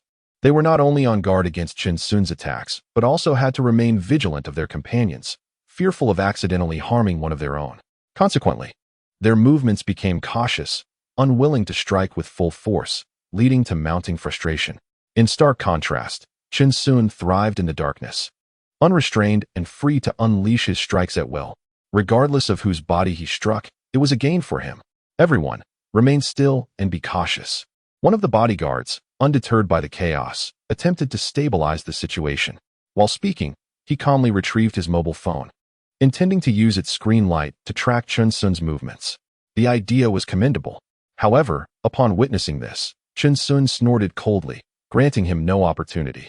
In the next moment, Chen Sun leapt into action, delivering a precise chop to the back of his neck, causing him to crumple to the ground. The phone fell directly to the floor, and Chen Sun stepped on it, crushing the screen instantly, extinguishing the light. However, at the very moment before the light vanished, 2 standing bodyguards exchanged a knowing glance and instinctively charged toward Chen Sun. They aimed to seize him by surprise, hoping to incapacitate him in a single swift action. Bang! With a dull thud, The first bodyguard's fist merely grazed Chen Sun's ear without landing a blow. In a flash, Chen Sun delivered a forward kick, striking the opponent's knee squarely. The bodyguard let out a pained scream, collapsing before Chen Sun, who swiftly followed up with a knee strike that left the man incapacitated, unable to rise again. The second bodyguard, witnessing this, immediately launched an assault from the side, aiming a punch at Chen Sun's ribs. Yet, Chen Sun evaded the attack with ease, executing a high sweep that connected with the man's face, sending him staggering backward to crash heavily onto the ground. The last remaining bodyguard, now paralyzed by fear, refrained from any reckless actions, wary of drawing Chen Sun's attention. Nevertheless, Chen Sun showed no mercy, advancing with a sweeping kick that struck the man's knee, forcing him to kneel. In mere minutes, what felt like an eternity for the bodyguards in the warehouse unfolded as they found themselves akin to docile sheep in Chen Sun's eyes, passively enduring their fate without the slightest chance to retaliate. One by one, he dismantled them with precision and grace. Soon, the cacophony of the brawl subsided, leaving only the bodyguards sprawled haphazardly across the floor in disarray. Qin Feiyong, pressed against the wall and concealed in the shadows, dared not make a sound. He held his breath, cautiously feeling along the wall in search of an exit, desperate to escape this hellish realm. In the darkness, his hand unexpectedly brushed against something sticky and warm, a moist substance adhering to his skin. Panic surged within him as he realized it was the blood of a bodyguard. Trembling, he quickly wiped his hand on the bodyguard's clothing and continued to crawl forward. Ah, is this a bodyguard? Qin Feiyong felt a pair of calves and silently rejoiced, leaning closer to whisper, "Protect me, and let us leave." Leave? Where to? Chen Sun's mocking voice resonated, his gaze fixated on Qin Feiyong with bemusement. Upon hearing Chen Sun's voice, Qin Feiyong's eyes widened in terror, his heart racing as if he had encountered a specter. He grimaced in pain, instinctively attempting to flee, only to be seized by his hair and forcibly dragged toward the warehouse entrance by Chen Sun. As Chen Sun pulled him along, he swung open the warehouse door. The moment the door creaked ajar, blinding light flooded into the dim space, silencing the previously wailing bodyguards. Illuminated by the radiant glow, Chen Sun appeared as a formidable deity of war. In that moment, despair washed over the bodyguards as they realized the gravity of provoking such a formidable adversary. The game was over. Chen Sun removed his blood-stained white shirt and spoke softly. Qin Feiyong sat limply at Chen Sun's feet, his face as pale as paper, yet still uttering fierce threats. "You are finished. The Qin family will not spare you." "Oh, is that so?" Chen Sun echoed Qin Feiyong's words back to him.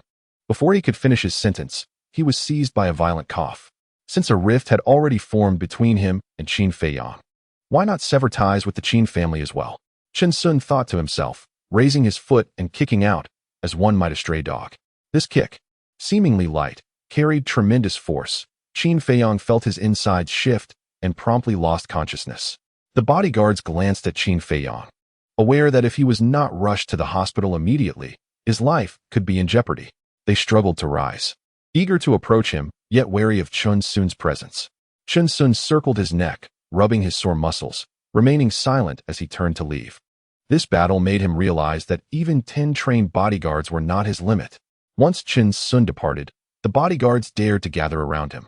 After safely navigating the passage, a worried Ji-in on the deck anxiously checked her phone. Half an hour had already passed. Her brows knitted tightly, her gaze occasionally drifting towards the warehouse. In recent days, her world had undergone a tumultuous transformation, all brought about by that man. Perhaps one's life is not merely about living through the years, but rather experiencing a single moment. With this thought, Chen Sun's visage appeared in her mind, her nails digging deeply into her palms. Seemingly resolved, she turned and sprinted towards the warehouse. Tap, tap, tap. The sound of Ji Yin's high heels echoed in the empty corridor. Finally, around a corner, the bare-chested Chen Sun emerged before her. Ji Yin accelerated, rushing into his embrace, her voice trembling with emotion. "Do you have any idea how worried I was?" Chapter 42. What is pressing down on me? Look at me, I'm perfectly fine.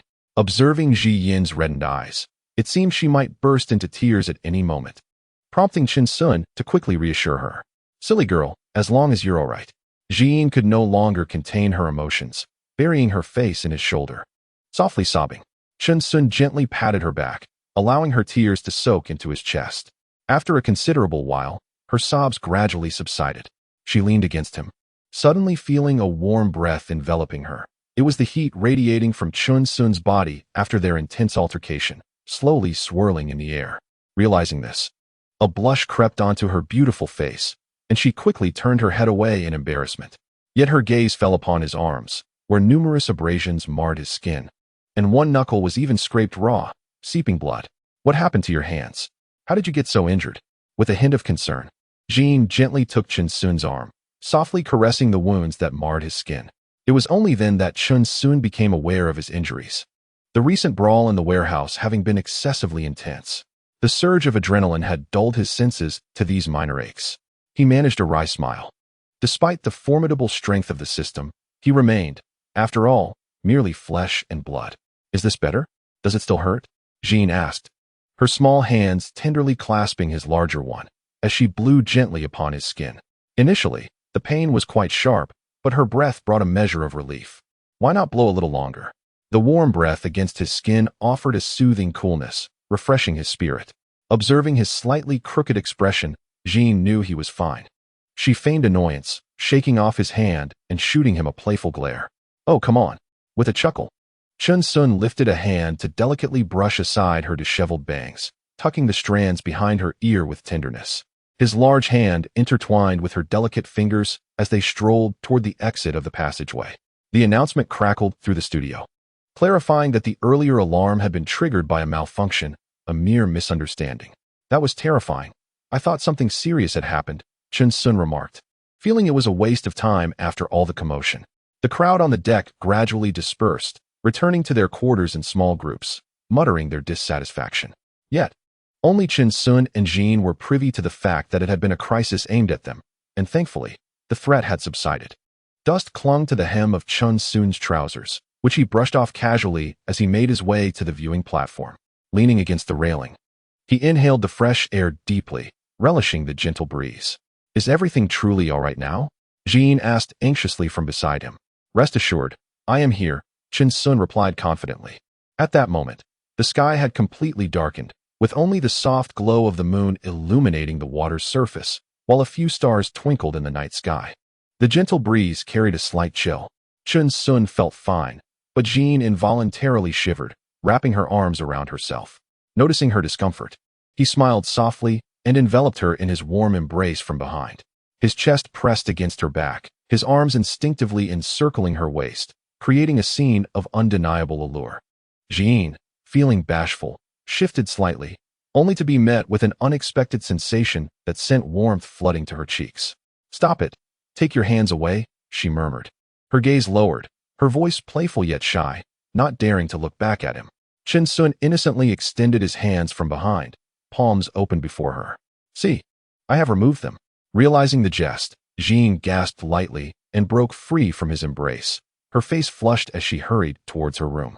This girl even shy now? Chun Sun thought fondly, shaking his head with affection as he leisurely followed her departing figure. An hour later, in the cabin of the ship hotel, as the sounds of breathing gradually diminished, Chun Sun lifted the blanket and rose from his bed. Where are you going? Came the soft, delicate voice of Ji-in, who could not bear to be apart from Chun Sun for even a moment. I will be on the balcony for a while, Chun Sun replied, his voice drifting lazily.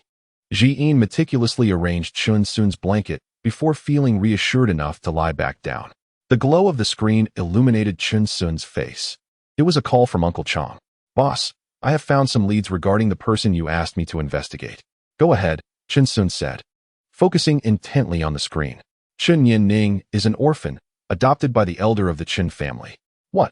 Chun Sun was taken aback. Having met Yin-ning's parents, was everything he witnessed back then merely an illusion?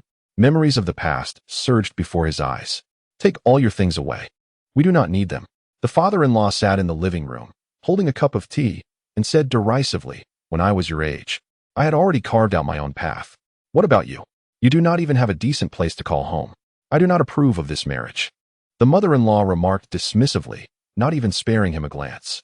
Nian Ning sat quietly beside them, her gaze lowered, her lips pressed together, seemingly wanting to speak, but unable to find the words. The warmth and brightness in her eyes had faded, replaced by a coldness and distance. In that instant, An invisible barrier seemed to descend between them, and for the first time, he began to doubt their relationship. Chun Sun stood in the center of the room, gazing at the chilling scene before him, fear creeping in as he retreated until the sound of shattering glass broke the silence. Boss, are you still listening?" Uncle Chang's voice pulled Chun Sun back to reality. "Continue," he urged. For some unknown reason, the Chen family fell into a financial crisis a year ago and decided to alleviate their troubles through a marriage alliance with the Qin family. Isn't the Chen family one of the 4 great families in Yangzhou? Which member of the Qin family? Chun Sun inhaled deeply before speaking slowly. Indeed, now that the Chun family has weakened, the Qin family stands strong, while the Su and Gu families mainly cooperate to counterbalance them. The other party is the eldest son of the Qin family, Qin Mingyuan. After hearing Uncle Chang's words, Chun Sun mused to himself, another connection to the Qin family? How does the Qin family compare to Bai Tian? Chun Sun, who had never interacted with such individuals before, voiced his curiosity. The former chairman of Bai Tian was a member of the Qin family. By the way, there will be a charity auction in the next few days, and we at Bai Tian have also received an invitation. You might want to attend and gain first-hand insights, Uncle Chang added, eager to share all he knew given Chun Sun's interest in the Qin family. After a detailed discussion with Uncle Chang, Chun Sun ended the call, his mind now clearer. It seemed that the Qin family indeed wielded considerable influence in Yangzhou. Simultaneously, he became acutely aware of everything from the past. It turned out to be merely a well-crafted illusion devised by the Qin family, their sole intention being to force Nian Ning and himself apart. A heavy stone in his heart finally fell, and he exhaled deeply, his gaze more resolute than ever before. "Nian Ning, wait for me," he silently vowed, his hands unconsciously clenching. At that moment, a delicate voice filled the room. "Fool, isn't it cold outside? Come in quickly." Chapter 43. The body can only endure so much. Ji Yin's sweet voice brushed against him like a feather, igniting an insatiable yearning within his heart. It is often said that misfortune comes in threes, yet at this moment, Chun Sun was far too consumed by desire to heed such wisdom. Thankfully, his robust physique was able to withstand the strain. Chun Sun mused quietly, then reached out to draw the side door of the balcony closed, stepping slowly into the room. His gaze ablaze, fixated on the alluring figure upon the bed. Upon noticing Chun Sun's mischievous grin, Jean hurriedly sat up on the pristine white bed. Having experienced intimacy for the first time, a touch of allure inadvertently graced her countenance, an undeniable temptation in Chun Sun's eyes. "You shouldn't treat your body this way." Ji Yin's voice was laced with shyness and concern as her small hands frantically grasped the quilt beside her, attempting to shield her smooth, delicate shoulders, hoping to extinguish the flames of desire within Chun Sun.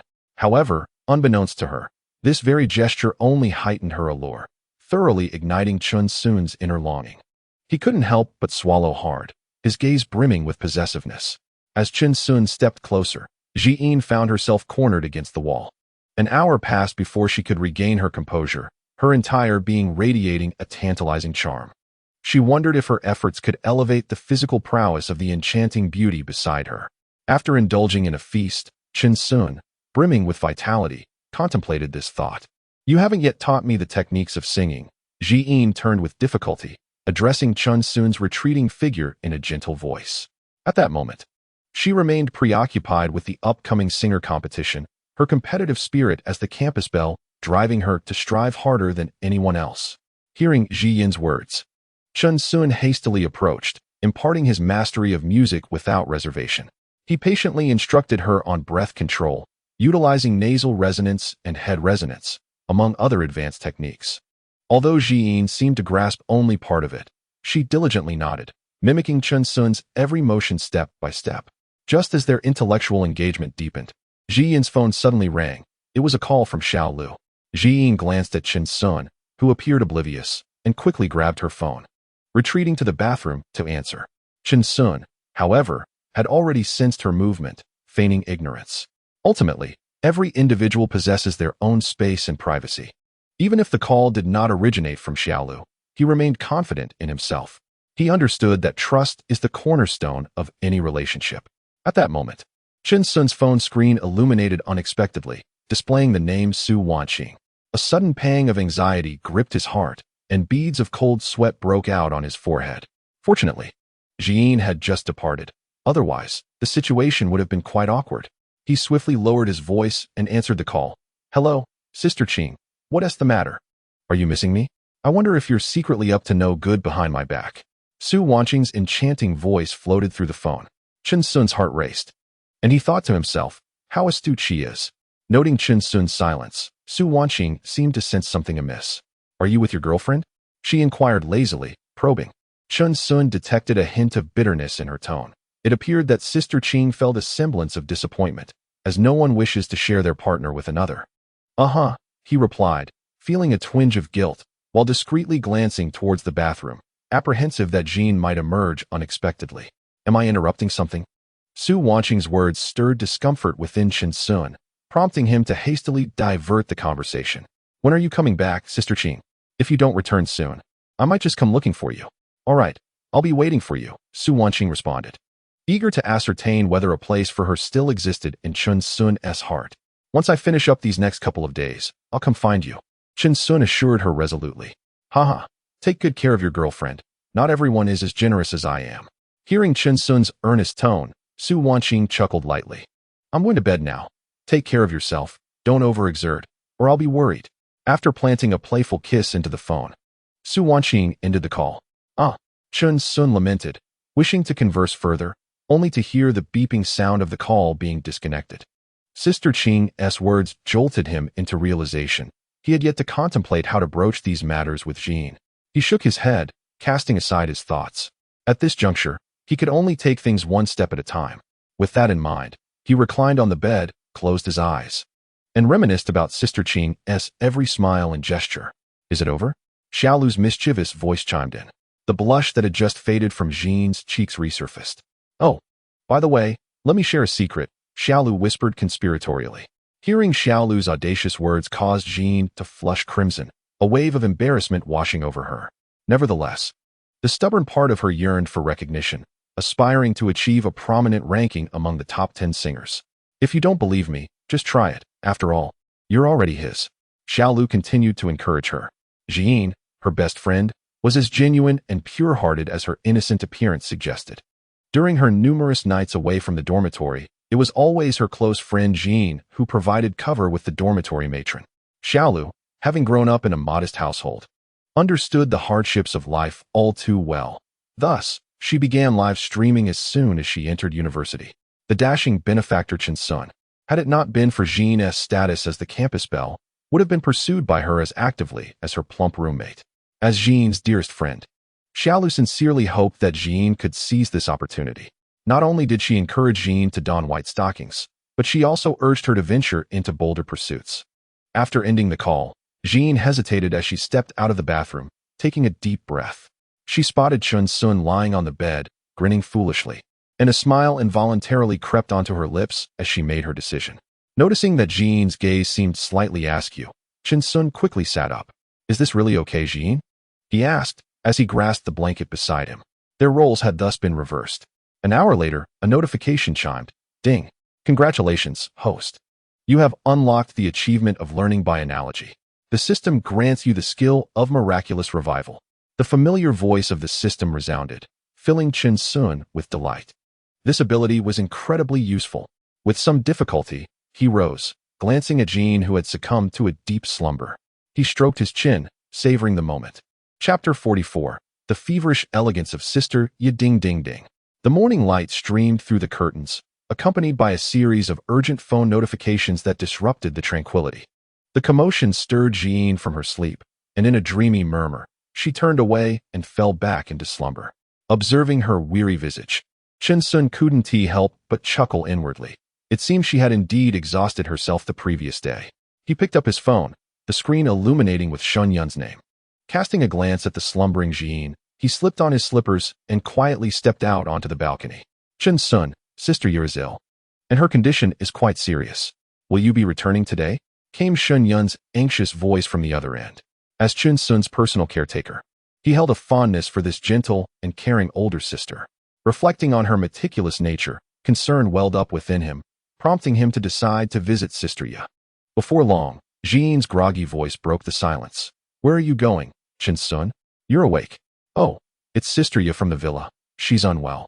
Chen Sun replied honestly, knowing Jean had met her before. Oh, is she seriously ill? I'm not entirely sure of the specifics. We can discuss it later. Then we should get up now. I need to return to school soon. The top 10 singer competition is coming up, and there's much to prepare. Jean slowly spoke, unsure of the truth behind Xiaolu's words. Last night, her determined self had indeed acted as such. Once they were ready, the two quickly departed from the cruise hotel. I'll drop you off at school first, and then I'll head back to the villa. As Chen Sun spoke, he ignited the engine of the Lamborghini and set off towards Yangqing University. The atmosphere had shifted entirely from their earlier encounter. The intimacy shared between the two had fostered a newfound ease. Jean reclined languidly in the passenger seat, her eyes slightly squinted, seemingly wishing to indulge in a few more moments of slumber. Her long, fair legs rested casually against the dashboard, exuding an aura of leisurely comfort. Chen Sun's gaze occasionally flickered between the road ahead and Ji Yin's graceful legs, his right hand resting gently upon her thigh, kneading it softly. Feeling his touch, Ji Yin's lips curled into a subtle smile, yet she kept her eyes closed, playfully murmuring, so annoying. The car soon arrived at the entrance of Yangqing University, where Ji Yin flung open the door, turned, and planted a quick kiss on Chen Sun's cheek before skipping away joyfully. Chen Sun touched his cheek, momentarily entranced by her slender silhouette as she departed. Regaining his composure, he turned the car towards Villa Number 1. Yi, are you feeling any better? I just spoke with Chen Sun on the phone, Xin Yun said, sitting beside Yiji's bed, her small face etched with concern. The bond between them had flourished since Shen Yun first arrived at the villa, and Su Jingya held a particular fondness for the lively girl before her. Oh, there's no need to trouble him. After all, he is the boss, Su Jingya replied, forcing herself to sit up, a hint of embarrassment in her voice. She realized she felt a twinge of envy towards Xin Yun, envying her companionship with Chen Sun while she remained alone. Su Jingya gently took Xin Yun's hand, her tone softening. Thank you, Xin Yun. In response, Xin Yun waved her hands dismissively, a shy smile gracing her features. Yi, what are you saying? Why the sudden melancholy? I consider you my sister. It's only natural to look after you. Just then, the door creaked open, and Chen Sun entered, noticing Yiji's pallid complexion. He rushed forward, asking, have you seen a doctor? Yes, the doctor from the manor examined me. He said it's nothing serious, but my condition doesn't seem to improve, Su Jingya replied, coughing lightly and clutching her abdomen. That won't do. We need to get you to a major hospital, Chen Sun began. But his words faltered as he suddenly recalled the miraculous healing ability he had recently acquired. Yet, the question lingered. How should he apply it? He scratched his head in frustration. Pondering internally, he approached Yi and gently felt her forehead. Yi, I've studied a bit of medicine. Let me take a look at you.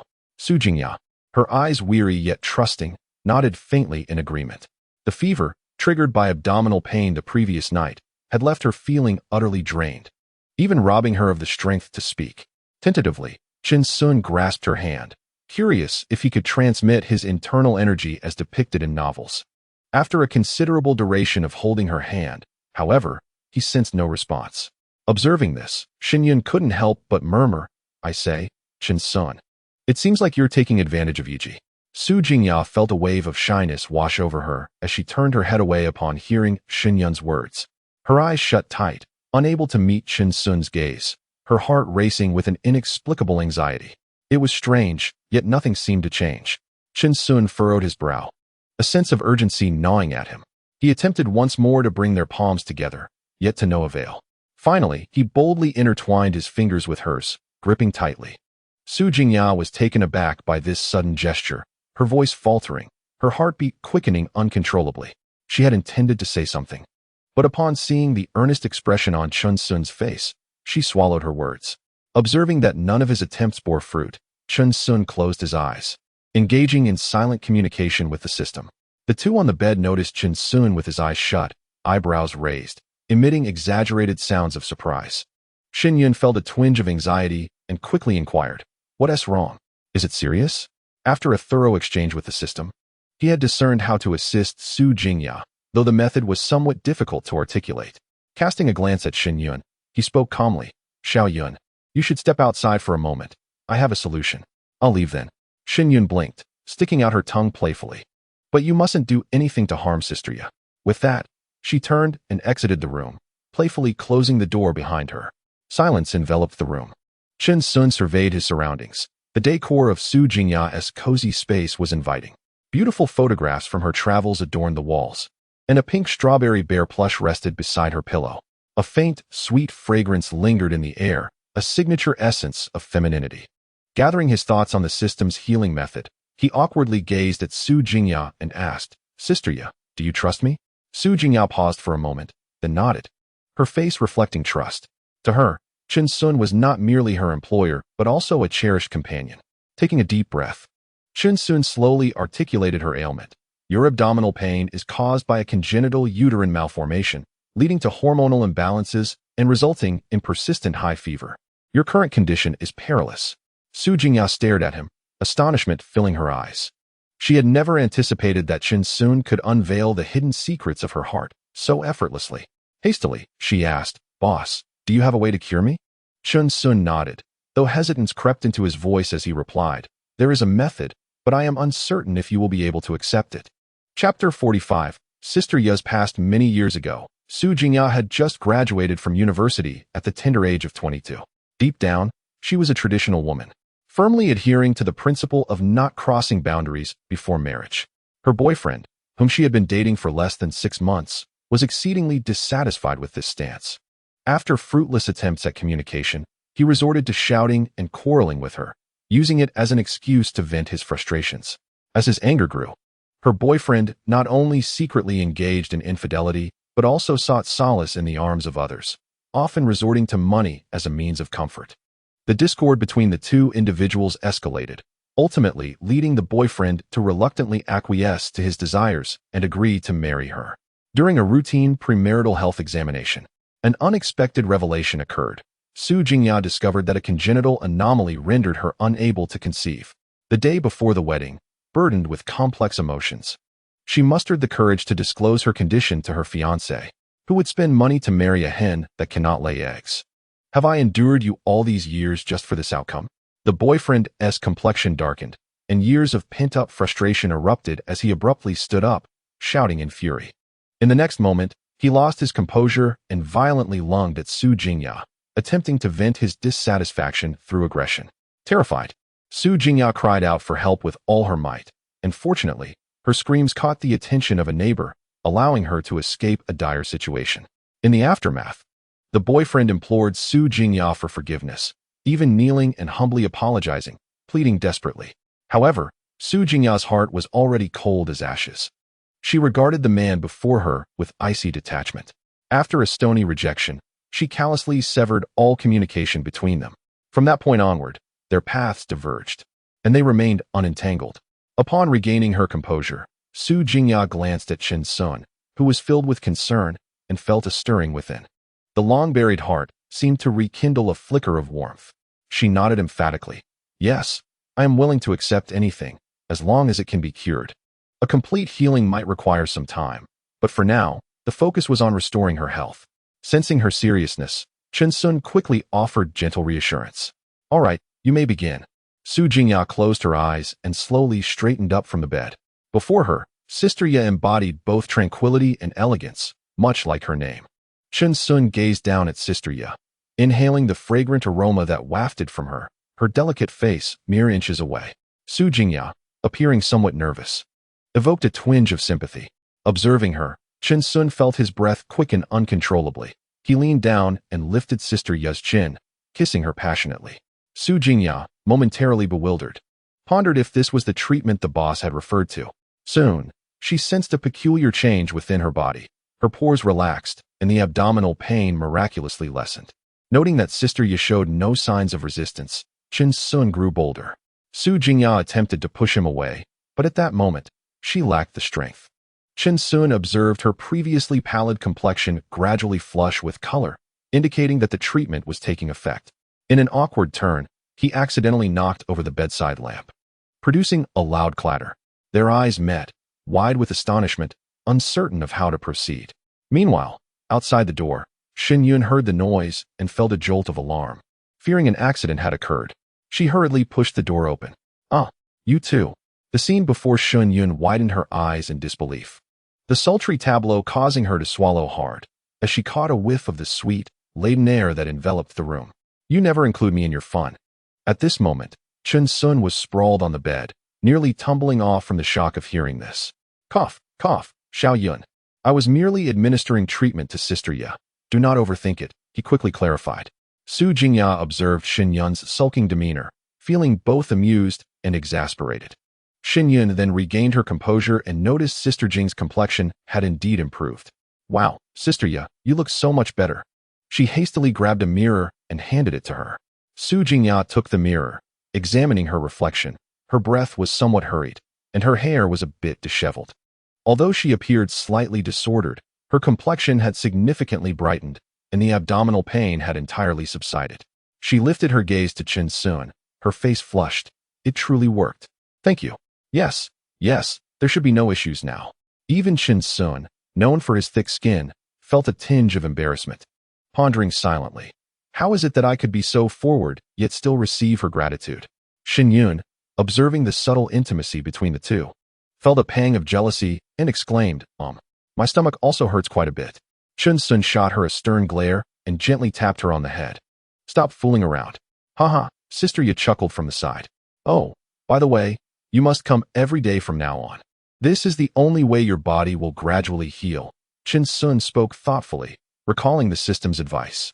Upon hearing his words, Su Jingya dared not meet his gaze and quickly buried her face in the blanket. Did you hear that, Sister Ya? You must cooperate with the doctor's treatment. Xin Yun chimed in, enviously eyeing Sister Ya. Xiao Yun, I've noticed you have quite a lot to say. Chun Sun feigned annoyance, giving her a mock glare, and playfully teased Xin Yun. Leaning closer to her ear, he lowered his voice. Just wait until you leave. You will see. I won't dare. Xin Yun waved her hands in fright.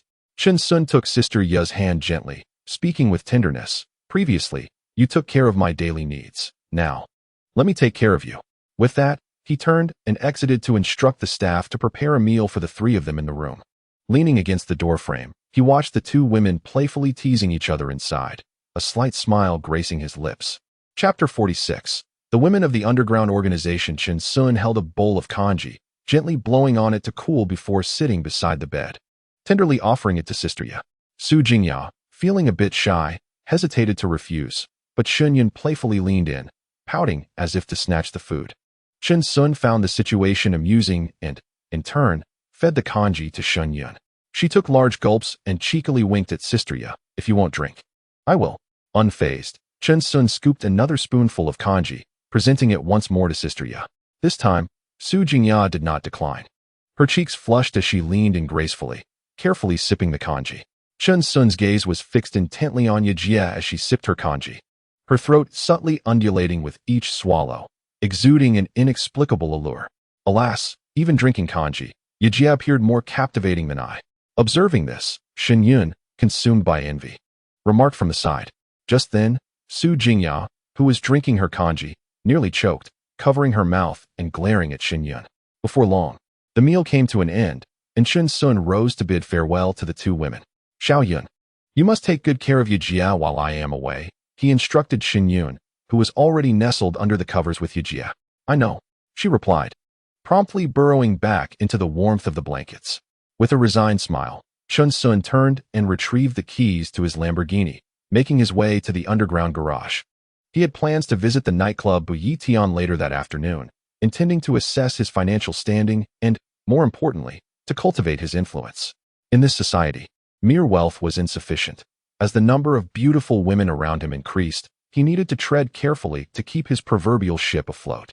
Especially after discovering Nian Ning's identity, he would eventually have to make a decision regarding the Qin family, and his current power was far from adequate. As the engine roared to life, Chun Sun steered his Lamborghini towards Buyitian. In the fifth-floor manager's office of Buyitian, boss, the daily revenue is approximately 2 million, with a profit margin of around 80%. Annually, the net earnings are no less than 500 million. Uncle Chong stood respectfully beside him, holding a report in his hands. 500 million? Chun Sun's brows lifted slightly, a flicker of delight igniting within him. He had not anticipated such returns from Buyitian. After communicating with the system, he confirmed that this wealth was entirely his own. Uncle Chong, my primary intention for coming here is to establish my own power, Chun Sun stated, his voice steady as he looked at Uncle Chong. I wish to test your capabilities. What do you say? Chun Sun harbored his own ambitions. He was eager to ascertain the extent of his strength under the system's enhancement.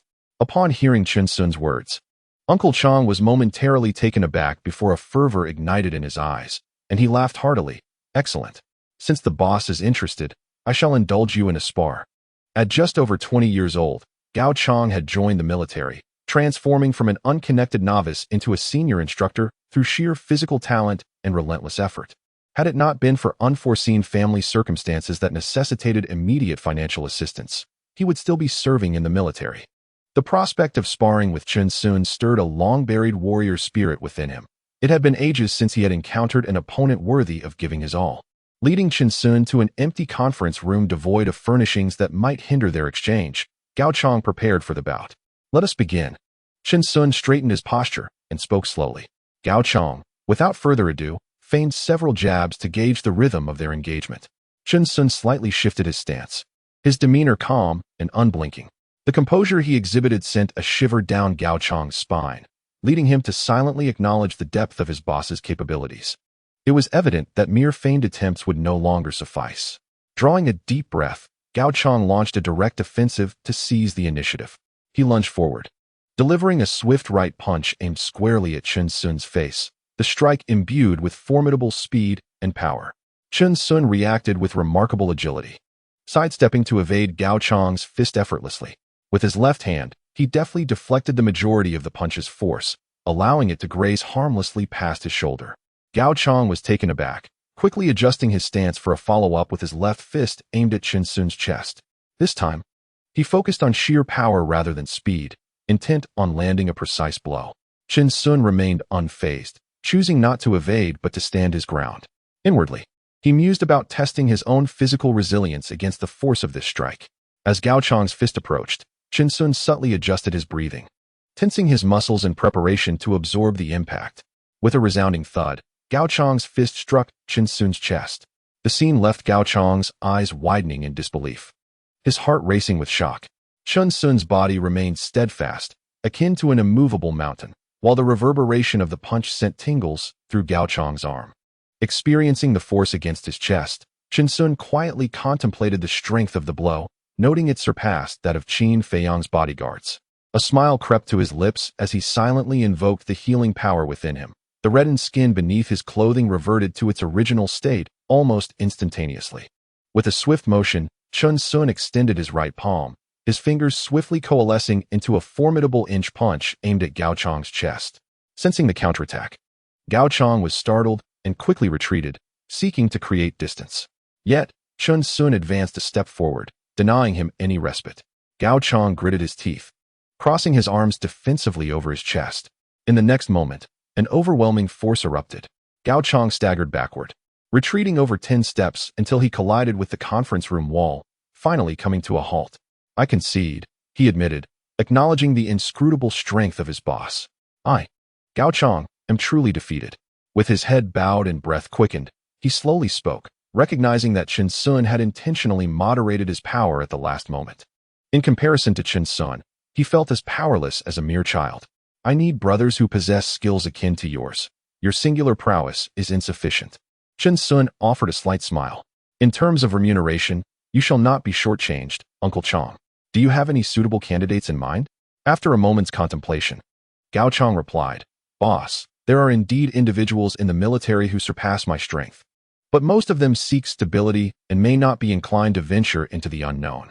However, after my discharge, I once joined an underground organization. It is filled with extraordinary talents, individuals stronger than myself. Perhaps they could fulfill your requirements. Intrigued, Chun Sun inquired, an underground organization? Indeed. It is a gathering of formidable talents. Is there any way to entice them? In the underground organization, strength reigns supreme. Those who are the mightiest command the utmost respect. This current leader has triumphed over 8 skilled fighters, and astonishingly, she is a woman. Should you, esteemed boss, manage to defeat her, recruiting personnel would be a mere formality. At this juncture, Uncle Chong's gaze shifted, seemingly haunted by the memory of that fearsome woman. A woman? Chun Sun raised an eyebrow, intrigued. How formidable is she? Uncle Chong chuckled wryly, self-deprecatingly admitting, In her presence, I could not withstand a single strike. Chen Sun nodded contemplatively. Then, Uncle Chong, what is your standing within the underground organization? Coughing lightly, he responded, let us not be too excessive. Very well, Uncle Chong, let us embark on this journey together. All right, I shall first inform my acquaintances over there. Uncle Chong retrieved his mobile phone and exchanged greetings with his contacts in the underground organization. Shortly, the two emerged from the bustling nightlife, with Uncle Chong seated in the passenger seat, observing Chen Sun's Lamborghini, a smirk crossing his face. Further solidifying his resolve to accompany Chen Sun, it appears that my boss possesses more than just the nightlife enterprise. Under Uncle Chong's guidance, Chen Sun drove into a desolate industrial area on the outskirts. The expanse was vast, overgrown with wild grasses, and the surrounding structures were dilapidated and in disrepair. It was said that this land was once earmarked for development, yet for reasons unknown, it had been abandoned, resulting in its present desolation.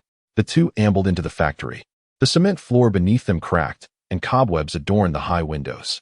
This place served as one of the strongholds of the underground organization. Noticing Chen Sun's confusion, Uncle Chong whispered an explanation. Do not be misled by its shabby exterior. Within lies a different world altogether. They traversed a dimly lit corridor until they arrived at a rusted iron door. Uncle Chong rapped gently upon it. It's me. Could you please open the door? After a short while, the iron door creaked open, revealing a burly man whose eyes widened in surprise upon recognizing Uncle Chong. Ah Chong, it has been ages. Upon catching sight of Chen Sun, the man's demeanor shifted to one of caution as he scrutinized him from head to toe, just as he was about to speak. Uncle Chong nodded reassuringly, indicating that Chen Sun could be trusted, prompting the man to finally open the door. Contrary to Chen Sun's expectations, the interior of the hall was not disheveled. Rather, it was meticulously organized and remarkably modern. The spacious area, adorned with shimmering ceilings and illuminated by neon lights, featured two men lounging on genuine leather sofas, enjoying drinks. Nearby, a group of girls encircled several tables, engrossed in animated discussion. Service staff weaved through the crowd, and a subtle aroma of alcohol permeated the air. The entire atmosphere resembled that of a bar, albeit on a smaller scale. Indeed, this was a bar. Uncle Chong, with a hint of pride, turned to Chen Sun and said, members of the underground organization also require leisure. This is their gathering place. As he spoke, he led Chen Sun to a concealed corner, lifting a heavy panel from the floor to reveal a deep passageway. He nodded slightly at Chen Sun, then took the lead in descending. Without hesitation, Chen Sun followed closely behind. As they reached the bottom, a vast training ground unfolded before their eyes. Surrounding them were an array of training equipment, including sandbags and wooden dummies, and within the arena, dozens of martial artists were diligently practicing. Chen Sun scanned the area and noted that the skill level of these practitioners was commendable. Their movements were precise and their breathing steady and powerful. Uncle Chong led Chen Sun through the training area, moving deeper until they arrived at an ancient wooden door. He halted, turned to Chen Sun, and said, the head of the organization is inside. Let us proceed.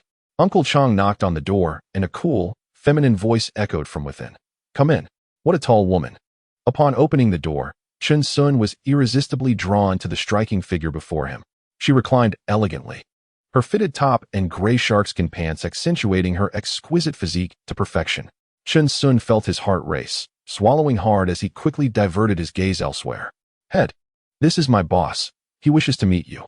Oh, the woman raised her eyebrows, her languid gaze sweeping over Chen Sun with casual scrutiny. Being appraised so unabashedly by a woman was a first for Chen Sun, causing him to furrow his brow in mild displeasure. You may step outside, she instructed Uncle Chong before turning toward the sofa.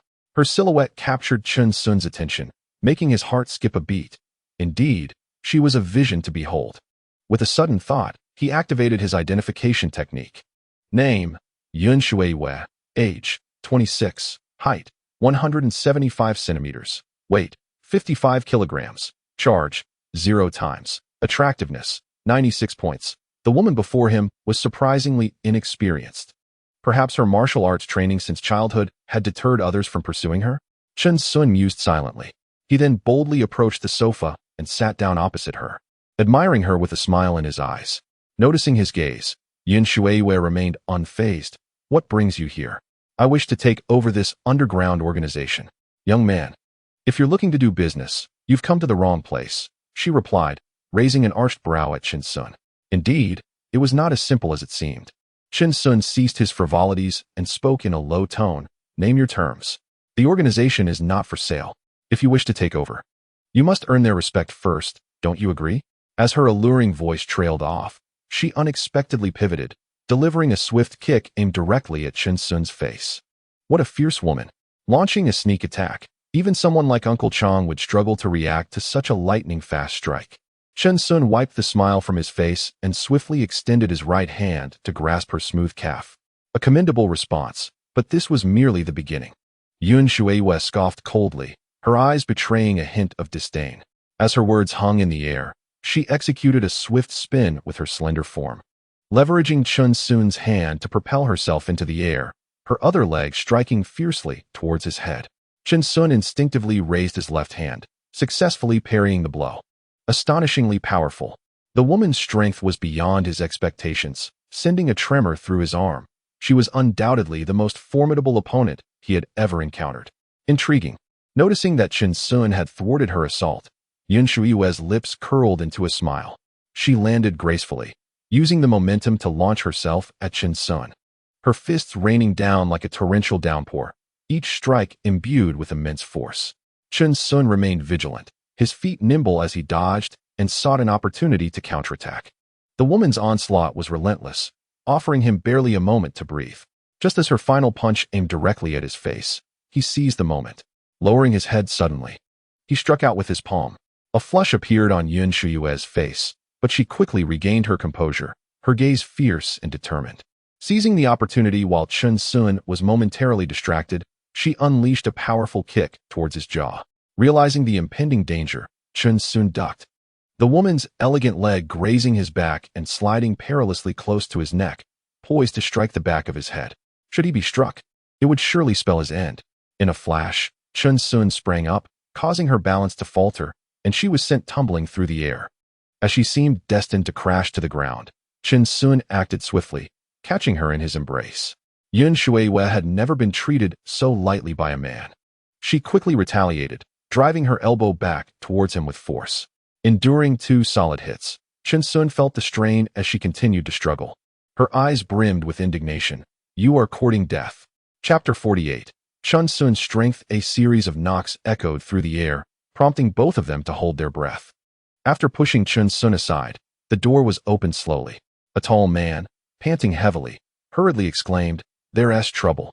As soon as I entered the organization, I saw a way attacking a Fu.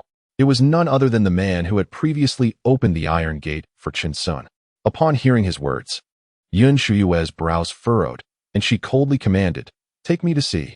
In the training hall, the brawl between the two continued. Both being among the few masters within the organization, their skills reaching extraordinary heights. Without Yun Shuiwe's intervention, it was unlikely anyone could quell the conflict. Everyone, cease at once.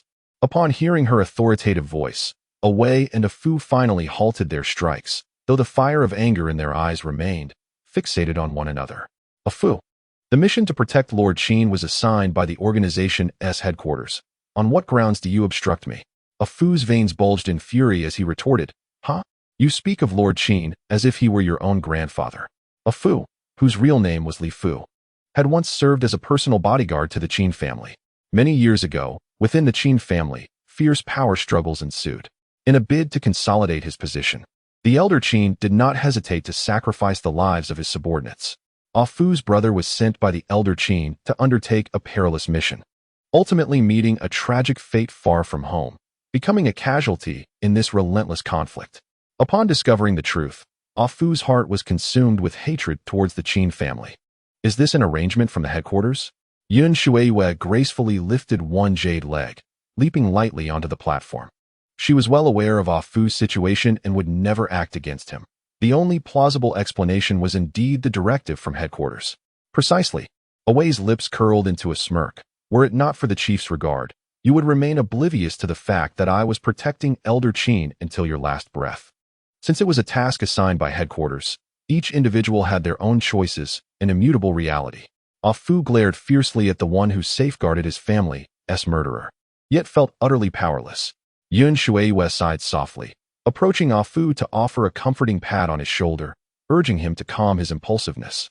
Ah Fu clenched his fists tightly, his knuckles turning white, standing silently beside her. In our line of work, life and death are fated, and fortune lies in the heavens. One should not feign strength without the capability. Wei sneered. What if one day, through carelessness? Every individual in the arena discerned the mocking undertone in Wei's words. Not only was he formidable, but he also possessed a mission from the organization, deterring anyone from acting rashly. At that moment, even Chen Sun, standing nearby, could no longer restrain himself. I advise you to abandon the mission. And who are you to speak so boldly? Seeking death? Wei finally noticed Chen Sun by Yun Shuiue's side, his gaze sweeping over him with disdain. You think I will simply relinquish my task because you say so? Unfazed, Chen Sun smiled slightly. What if I were to defeat you? Ha ha. Wei erupted in laughter, as if he had heard the grandest joke, doubling over in amusement. It was his first encounter with Chen Sun's unfamiliar face in the organization, and he was taken aback by such arrogance, utterly unaware of his own limitations. With a commanding wave of his hand, his voice boomed like thunder, resonating throughout the arena. I will grant you 3 moves. Some are perpetually overconfident. Very well. Chen Sun shook his head in resignation, inwardly sighing. The surrounding crowd, retreating alongside Ah Fu, gradually distanced themselves from the martial arts platform, allowing ample space for the 2 contenders. Only Wei and Chen Sun remained, the atmosphere charged with tension. The spectators reveled in the unfolding drama, eager for the spectacle. Yet, none believed Chen Sun would emerge victorious, for Wei's prowess was widely acknowledged within the organization. Only Yun Shuiue, watching from below, began to feel a twinge of pity for Wei. When you are on the ground begging for mercy, do remember to call me Grandpa, lest you suffer my ruthless hands. Wei stood confidently in the center, casting a mocking glance at Chen Sun. Shall we begin? Chen Sun spoke calmly. Upon witnessing Chen Sun's calm demeanor, Wei was overwhelmed with irritation, and a flash of anger crossed his face. Before he could finish his words, Chen Sun shifted his weight, leaned back, and executed a powerful strike that erupted from his feet with astonishing force, a manifestation of martial prowess. The signature side kick of Get100, characterized by delivering maximum power at the swiftest speed. Bang, bang, bang. With 3 muffled thuds, Wei's body was sent hurtling backward like a kite severed from its string, crashing violently against the wall. The arena fell into a profound silence, so still that the sound of a needle dropping could be heard. Such strength was astounding. The onlookers were left in stunned disbelief, their minds swirling with tumultuous thoughts. It dawned on them why he could stand beside the leader. Whispers began to circulate among the crowd. Is he from headquarters? Such prowess. Could he be the head of the branch? Chapter 49. He is my man. Wei, sprawled on the ground, struggled to rise, but failed repeatedly. He realized that several of his ribs were broken, and the severity of his injuries rendered him unable to stand. Leaning against the wall, he shouted furiously at Chen Sun. You're finished. How dare you cripple me? You, an outsider, the organization will not let you off the hook. The crowd began to stir, murmuring amongst themselves. After all, Wei was an insider, and regardless of his misdeeds, it was not the place of an outsider to discipline him. Chen Sun scanned the surroundings, acutely aware that failing to provide a reasonable explanation today would likely incite public outrage. Just as he felt a headache coming on, unsure of how to extricate himself from the situation, a voice rang out. He is not an outsider. He is my man. Wei's eyes widened in disbelief, thinking his ears must have malfunctioned, and he shouted incredulously. What? The alluring voice continued. I said, he is my man, Yun Shuiue. Yun Shuiue's declaration struck like thunder, leaving everyone present momentarily dumbfounded, their jaws nearly dropping to the ground. Among the spectators, Uncle Chong stood in the crowd, his gaze fixed on Chen Sun, his shock more profound than anyone else's. Only he understood that today marked the first meeting between Chen Sun and Yun Shuiue. Uncle Chong had initially believed that Chen Sun's martial arts were remarkable, but he had not anticipated that this fellow possessed such unparalleled charm. He felt an overwhelming urge to kneel before him, eager to ask one burning question. What transpired in that room? Not even Chen Sun himself could comprehend the situation. He had come seeking recruits, yet inexplicably found himself ensnared in the role of Yun Shuiue's man. He awkwardly stroked his chin, musing internally, Do I truly possess such allure? Even so, a smile involuntarily crept onto his lips, betraying his delight. He gazed at Yun Shuiwei with astonishment, only to find her expression cold and serious, devoid of any hint of jest. Her parents had departed when she was but a child, claiming they were embarking on a long journey, yet they never returned. On that fateful day, a cloaked figure had taken her back to the organization's headquarters, subjecting her to rigorous martial training from a tender age. Thus commenced her arduous regimen. Her prodigious talent shone through as she excelled in every task assigned by the organization, never faltering. Upon reaching adulthood, she was dispatched to the underground organization in Yanqing. Years passed, and no one could have anticipated that the little girl of Yer would grow to become the leader of the underground faction in Yanqing. She had never entertained romantic feelings for anyone, having been taught by her early mentor that love equates to vulnerability. One must forsake love to attain the pinnacle of martial arts. This maxim lingered in her heart, serving as her guiding principle for years. However, everything shifted in the moments just past. It was her first occasion experiencing such proximity to a man, even being teased by him. Strangely, rather than feeling anger towards Chen Sun, an inexplicable sense of comfort and security washed over her. The unfamiliar emotions bubbling within her were both disconcerting and enchanting, and she found herself yearning for more of the same encounters. Suddenly, she realized she might have fallen for the man before her. Yet, just moments ago, she had witnessed the man she had deemed hers being humiliated on her own turf. A surge of fury ignited within her. She could not tolerate such indignities. Away! You have been expelled from the organization. Yun Shuiwei spoke coolly, her gaze glinting with icy resolve. Away! Crumpled on the ground. Met her eyes and felt a tremor of fear coursing through him. He was all too familiar with that look. It was the same expression he had witnessed when she emerged from the cargo hold of a smuggler's ship in Europe, drenched in blood, exuding a palpable aura of menace. Clutching his chest, his face pale, Away scrambled to his feet and fled in disarray, well aware that any delay could result in his demise at her hands. Disperse. Yun Shuiue's voice resonated once more. The crowd gradually settled, yet their glances frequently darted towards Chen Sun, filled with envy and curiosity. This man had not only defeated Away with a single move, but appeared to possess strength surpassing even that of their leader. Most astonishingly, their leader had referred to him as her man. Thank you, Chen Sun remarked, observing the striking Yun Shuiue, donned in military combat boots, her stature surprisingly matching his own. Yun Shuiue exhaled softly, nodding lightly, her heart racing as she sought to turn and escape Chen Sun's gaze. Wait. Quick as a flash, Chen Sun seized her delicate wrist, declaring, "Our business is far from concluded." As he grasped her hand once more, her fair skin flushed with a sudden warmth. Akin to a reaction to an allergen, her heart was suddenly thrown into disarray, her voice laced with anxiety. What's wrong? The beautiful eyes, unable to evade his gaze, were fixed upon her by Chen Sun, causing Yun Shuiue's body to tense up instantly, becoming somewhat rigid. Chen Sun, with an audacious demeanor, ventured, "Since you have declared yourself as mine, then I shall take charge of this organization as well." To his astonishment, Yun Shuiue surprisingly nodded in agreement. Observing her swift consent, Chen Sun realized he had achieved his objective, and his spirits soared. He hurriedly exchanged contact information with Yun Shuiue, contemplating arming some skilled women at Villa No. 1 upon his return. "How about you accompany me?" Chen Sun boldly inched closer, his face radiating expectation. Gazing at the proximity of Chen Sun, Yun Shuiue seemed momentarily rendered speechless, stammering for a response. Chen Sun, taken aback, chuckled, "A simple nod or shake of your head will suffice." Yun Shuiue first nodded, then shook her head, her expression caught in a conflict of emotions. "All right, I shall make time to visit you more often," Chen Sun expressed, somewhat resigned, understanding her current constraints. Yun Shuiue nodded, watching Chen Sun depart, a flicker of barely perceptible melancholy glimmering in her eyes.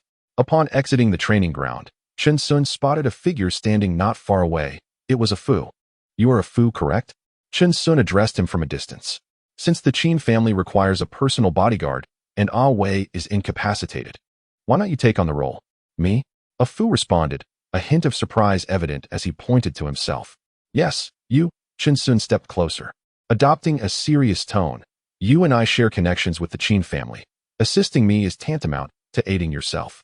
A Fu regarded Chen Sun and nodded emphatically. "All right." Chen Sun patted a Fu on the shoulder, a satisfied smile gracing his face. Chapter 50. Where did the hot springs come from? Chang Shu followed closely behind Chen Sun, emerging from the underground organization. His face bore a look of admiration. Boss, you truly are remarkable. Earlier, having witnessed Yun Shui's gentle demeanor towards Chen Sun, Chang Shu couldn't help but recall his own domestic challenges. With a slightly plump figure, a mane of voluminous curls atop his head, garish makeup, and a penchant for vibrant, form-fitting attire, adorned with a jade pendant and golden bangles, he reflected on the recent developments in his career. Upon returning home slightly later than usual, his wife stood at the door, hands on hips, vociferously interrogating. Why are you so late again? Are you seeing another woman? It was no marriage. It felt like he had taken on a formidable ancestor instead. Chang Shu lamented internally, yet he had no outlet for his grievances. Boss, ahem, Chang Shu leaned in, narrowing his eyes as he whispered. Could you teach me a few tricks on how to tame a woman? Chen Sun glanced at Chang Shu. His gleaming bald head and robust physique, the striking dragon tattoo on his arm presenting a stark contrast to his current meek inquiry. Perhaps start by buying a wig to try, Chen Sun suggested nonchalantly. Really? Uncle Chang cautiously confirmed, a hint of skepticism gracing his features. The two swiftly boarded the vehicle, making their way back to the vibrant city that never sleeps. Just as they were about to alight, Uncle Chang inquired, by the way, will you be attending the charity auction tomorrow afternoon, boss? Chen Sun replied succinctly, his gaze drifting through the car window towards the distance. He had no interest in the auction. His sole desire was to unravel the confusion that lingered in his heart. Shall I pick you up tomorrow? Uncle Chang tentatively asked, eager to witness the grandeur of high society. Sure, Chen Sun replied nonchalantly. Upon hearing his boss's definitive response, Uncle Chang cheerfully exited the vehicle to bid farewell. The vicinity of Shanshui Manor was enveloped in luxury, with villas adorning the landscape, a haven for the affluent and distinguished. As twilight descended, an eerie stillness enveloped the surroundings. Streetlights illuminated one by one, casting a glow over this realm of opulence and tranquility. Chen Sun was driving leisurely when suddenly, a vehicle ahead slammed to a halt. The deafening screech of tires against the asphalt startled him. Had he not reacted swiftly to apply the brakes, a collision would have been inevitable. Frowning in confusion, he pondered whether it was a case of fraud or an unfortunate incident. He steadied the car, opened the door, and stepped out, intending to offer a few words of admonition. His gaze inadvertently fell upon the license plate. Yang 88,888. Chen Sun was taken aback. Such a plate indicated a driver of considerable stature. He noticed an elderly man inside, clutching his chest, unconscious. Two figures clad in black hastily emerged, employing a defibrillator on the old man in a desperate attempt to revive him, yet he remained unresponsive. The man looked up, his icy glare warning Chen Sun, do not gaze where you ought not. Leave at once. Witnessing the old man's frothy mouth and trembling form evoked a sense of pity within Chen Sun. He couldn't help but contemplate whether his healing abilities might prove useful. With a composed demeanor, he approached, intent on offering assistance. However, the woman beside him, panic evident in her voice, questioned, do you know how to save him? Nodding, Chen Sun replied gravely, let me try. Yet, in the next instant, the man obstructed Chen Sun's path, a malevolent glint in his eyes. Boy, do you understand the consequences of meddling? Before he could finish, the man lunged forward, striking with ruthless intent, evidently aiming to eliminate Chen Sun. I am merely trying to save a life. You wish to resort to violence? Chen Sun thought to himself, as the man's fist swung towards him. He deftly sidestepped and delivered a kick to the man's back, causing him to lose his balance and tumble to the ground. Chen Sun's frustration mounted. Seizing the defibrillator from the ground, he unleashed a flurry of shocks upon the man. The crackling sound of electricity resonated until the man could no longer endure and collapsed. Unconscious, satisfied, Chen Sun prepared to depart. Wait. The woman caught up with him, grasping his arm. Please, I beg you, save him. She understood that if the elder were to pass away, her role as a bodyguard would inevitably be implicated due to his stature. Indeed, as a bodyguard to a person of great importance, her delicate and refined appearance was quite striking. Chen Sun's gaze appraised the woman, noting her alluring figure that boasted both curves and elegance. He mused to himself that he should learn from the demeanor of such prominent figures when the opportunity arose. Suddenly, disregarding her image, the woman knelt down. Chen Sun's heart softened at the sight, and he sighed. lamenting the age-old adage that heroes often fall to the charms of beautiful women. He stepped forward to assess the elder's condition and was taken aback. Was he poisoned? Upon hearing this, the woman's expression shifted dramatically, as if a memory had surfaced, her gaze fixated on the unconscious man. Chen Sun placed his hand upon the elder, invoking the power of the system to gradually expel the toxins from his body. After a moment, the elder's mouth erupted like a fountain, spewing forth a torrent, prompting Chen Sun to swiftly turn aside to avoid the mess. The woman approached, gently patting the elder's back, and to their astonishment, he eventually opened his eyes. He had been afflicted by a chronic poison, and while he would not recover swiftly, Chen Sun could only extend his life by a few months for the time being. Seeing the elder awake, the woman promptly knelt with her hands clasped in gratitude, exclaiming, "Thank you, thank you. Young man, what is your name? I shall repay you in kind." The elder weakly raised his hand, his voice frail. Chen Sun, somewhat impatient, waved his hand dismissively. "Take care of yourself, old man." His thoughts were already on returning to treat Yejia's ailments. Watching Chen Sun drive away in his Lamborghini, the elder slowly sat up, nodding thoughtfully. He then cast a frosty gaze towards the unconscious man in black and commanded the woman, "Take him back to me." Immediately, upon returning to Villa Number 1, the expansive hall felt empty without the presence of Yejia and Xiao Yun. Chen Sun lingered at the door, a sense of loneliness washing over him. Suddenly, soft rustling sounds emanated from within, and Yejia gently opened the door, stepping outside. Her expression bore an air of apology as she softly spoke. "I'm sorry, boss. I saw you hadn't returned, so I took a little rest." "There's no need to be so formal, Yejia," Chen Sun replied, his heart lifting at the sight of her. He waved his hand dismissively, his tone gentle. "It's all right. Are you feeling better? Where's Xiao Yun?" "She went to the city hospital to see her parents." "I see," Chen Sun replied, though his mind was already contemplating when he could find the time to treat Xiao Yun as parents. After all, they would eventually be considered family, and he certainly did not wish to see Xiao Yun in tears. In the next instant, a thought sparked within Chen Sun. So tonight, it would be just himself and Yejia in the villa? He chuckled to himself, his mind conjuring up images that were perhaps inappropriate for younger audiences. With a bold demeanor, he cleared his throat and announced, "Ahem, let us not delay. Tonight's treatment preparations are about to commence." Isn't it supposed to be once a day?" Su Jingya's lips parted slightly, her cheeks tinged with a rosy hue. Her hesitation stemmed entirely from superficial concerns. Inwardly, she did not resist Chen Sun's treatment. Flustered, she stammered, "Wait, let me tidy up," and shyly retreated indoors. Chen Sun sighed in resignation, pondering the complexities of women. He aimlessly wandered through the villa and inadvertently found himself beside the hot spring in the backyard. Observing the steam rising from the water, a smile crept upon his lips. "Oh, there's a hot spring here." Chapter 51. Her love is like spring water. When Yejia reappeared before Chen Sun, his gaze fixated upon her, instantly captivated by her beauty. It was worth the wait. This evening, Yejia had adorned herself with great care, donning exquisite makeup. The delicate eyeliner accentuated the contours of her enchanting eyes, slightly lifted at the corners, while a few strands of hair caressed her porcelain neck, adding an alluring charm. Clad in a flowing white gown with a slit that reached mid-thigh, her long, graceful legs were tantalizingly revealed beneath the sheer fabric. The white mist of the hot spring enveloped her, rendering her as ethereal as a celestial being. "Why are you staring at me like that?" Yejia sensed Chen Sun's lingering gaze and playfully chided him. Coming back to his senses, Chen Sun realized his indiscretion, hastily closing his slightly agape mouth. Aware that he must have appeared quite foolish, he splashed some hot spring water onto his face to regain composure, straightening his demeanor as his gaze deepened. Seizing the moment, Chen Sun sat at the edge of the spring, effortlessly pulling Yejia closer with an action that was both gentle and assertive. Su Jingya felt her cheeks flush, bashfully biting her lip, a pair of charming dimples appearing on her face.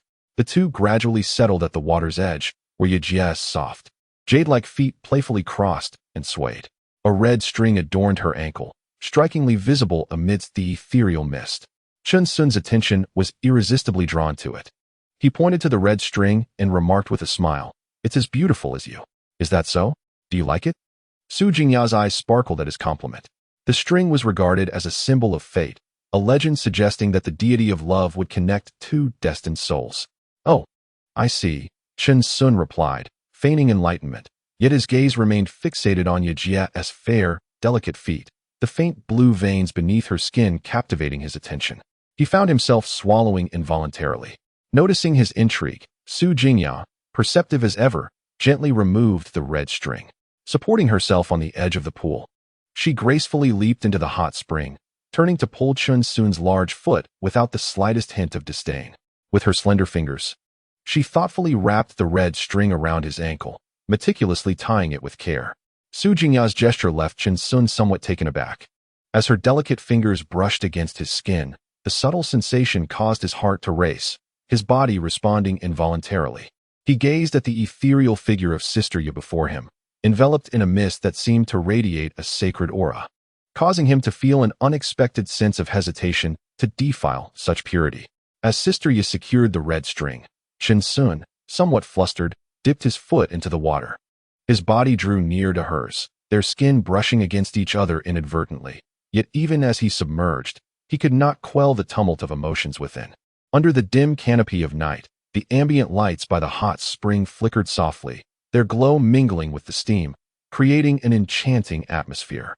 Su Jingya submerged herself completely, smiling as she closed her eyes to savor the exquisite tranquility of the moment. Suddenly, from a decorative tree by the hot spring, a tiny spider descended, landing right before her. Startled, Su Jingya glanced at the spider with alarm, instinctively retreating. Observing her distress, Chun Sun swiftly reacted, pulling her into his embrace while extending his other hand towards the spider. There, it's all right, he murmured soothingly, tightening his grip on her delicate shoulder. I've caught it, he declared, about to reveal his clenched fist to her. However, upon seeing his approaching hand, Su Jingya frowned slightly. Just throw it away. As the creature neared her, she abruptly recoiled, inadvertently bumping her head against Chun Sun's chin. In her flustered state, she turned to him, her beautiful eyes filled with concern. Are you all right? Only then did Chun Sun release his hold on her, opening his other hand to reveal nothing. Just teasing you. I tossed it away long ago. No sooner had he spoken than Su Jingya lost her balance, tilting backward, and together they plunged into the hot spring, splashing water everywhere. She flailed in a moment of panic, her hands creating ripples across the surface, sending circles widening outwards, until the water eventually calmed. With a splash, they resurfaced. Su Jingya's hair drenched, droplets clinging to the ends and cascading down her neck. Her makeup, too, had been affected by the water, the eyeliner smudging, and her once vibrant lips appearing somewhat dulled by the moisture. Yet in Chun Sun's eyes, this only added a touch of natural allure. With a soft huff, she turned away, a hint of annoyance gracing her features. Though she disapproved of such precarious antics, the thrill of the moment lingered in her heart, refusing to dissipate. Sister Ye. Huh, where is Sister Ye? Shen Yun, just returned from the hospital, began searching the villa for her. Hearing the commotion from the front courtyard, Su Jingya hastily attempted to rise. Unfortunately, her foot landed awkwardly, causing Chun Sun to grimace in pain, though he stifled any sound. Noticing her puzzled glance, he suppressed his discomfort and managed a faint smile. What's the matter? They hurriedly scrambled ashore, despite being in their own home. They moved stealthily as if they were thieves. The two individuals returned to the house, fortunate enough to avoid encountering Shen Yun. Su Jingya swiftly changed into a fresh set of clothes and gently toweled off her hair before gradually exiting her room. Shen Yun wandered around the living room, finding no one, and reluctantly seated herself on the spacious sofa, muttering, "Where has everyone gone?" Su Jingya casually approached, a smile gracing her lips as she said, "Xiao Yun, you're back so soon?" Yes, Sister Ye, I even brought back some barbecue. Come try it." Shen Yun beamed innocently, shaking the bag of barbecue in her hand. At that moment, Chun Sun descended the staircase and, upon seeing Sister Ye's serious demeanor, couldn't help but think, this woman lies so effortlessly, her heart untroubled. "You're all home. I called out to you, but you ignored me. Boo-hoo." Shen Yun feigned innocence, casually tossing the barbecue onto the exquisite tea table made of ancient mahogany.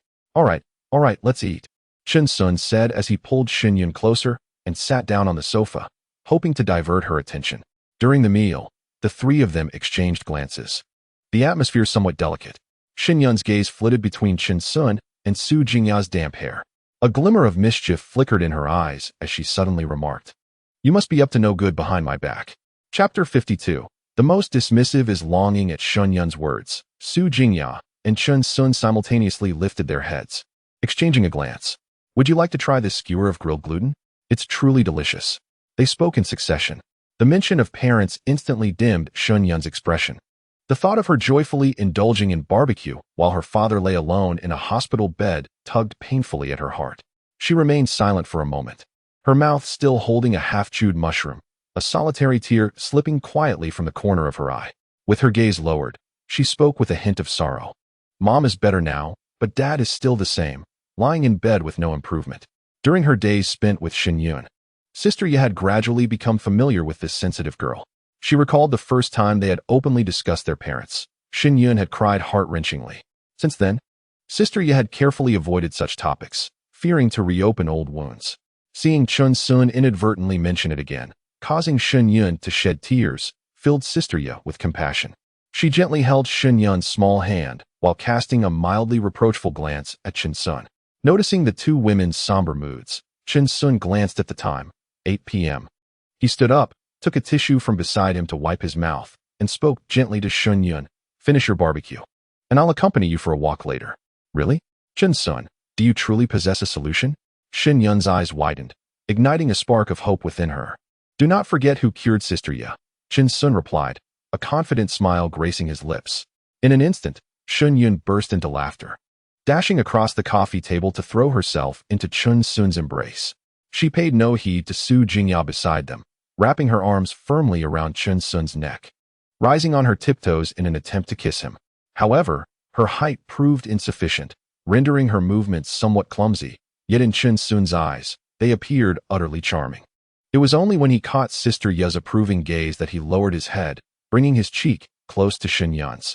Feeling the warmth and stickiness on his face, he feigned disgust, wiping it away with his hand. Shin Yun, catching a glimpse of his small gesture, immediately pouted and exclaimed in indignation, "Are you disgusted with me?"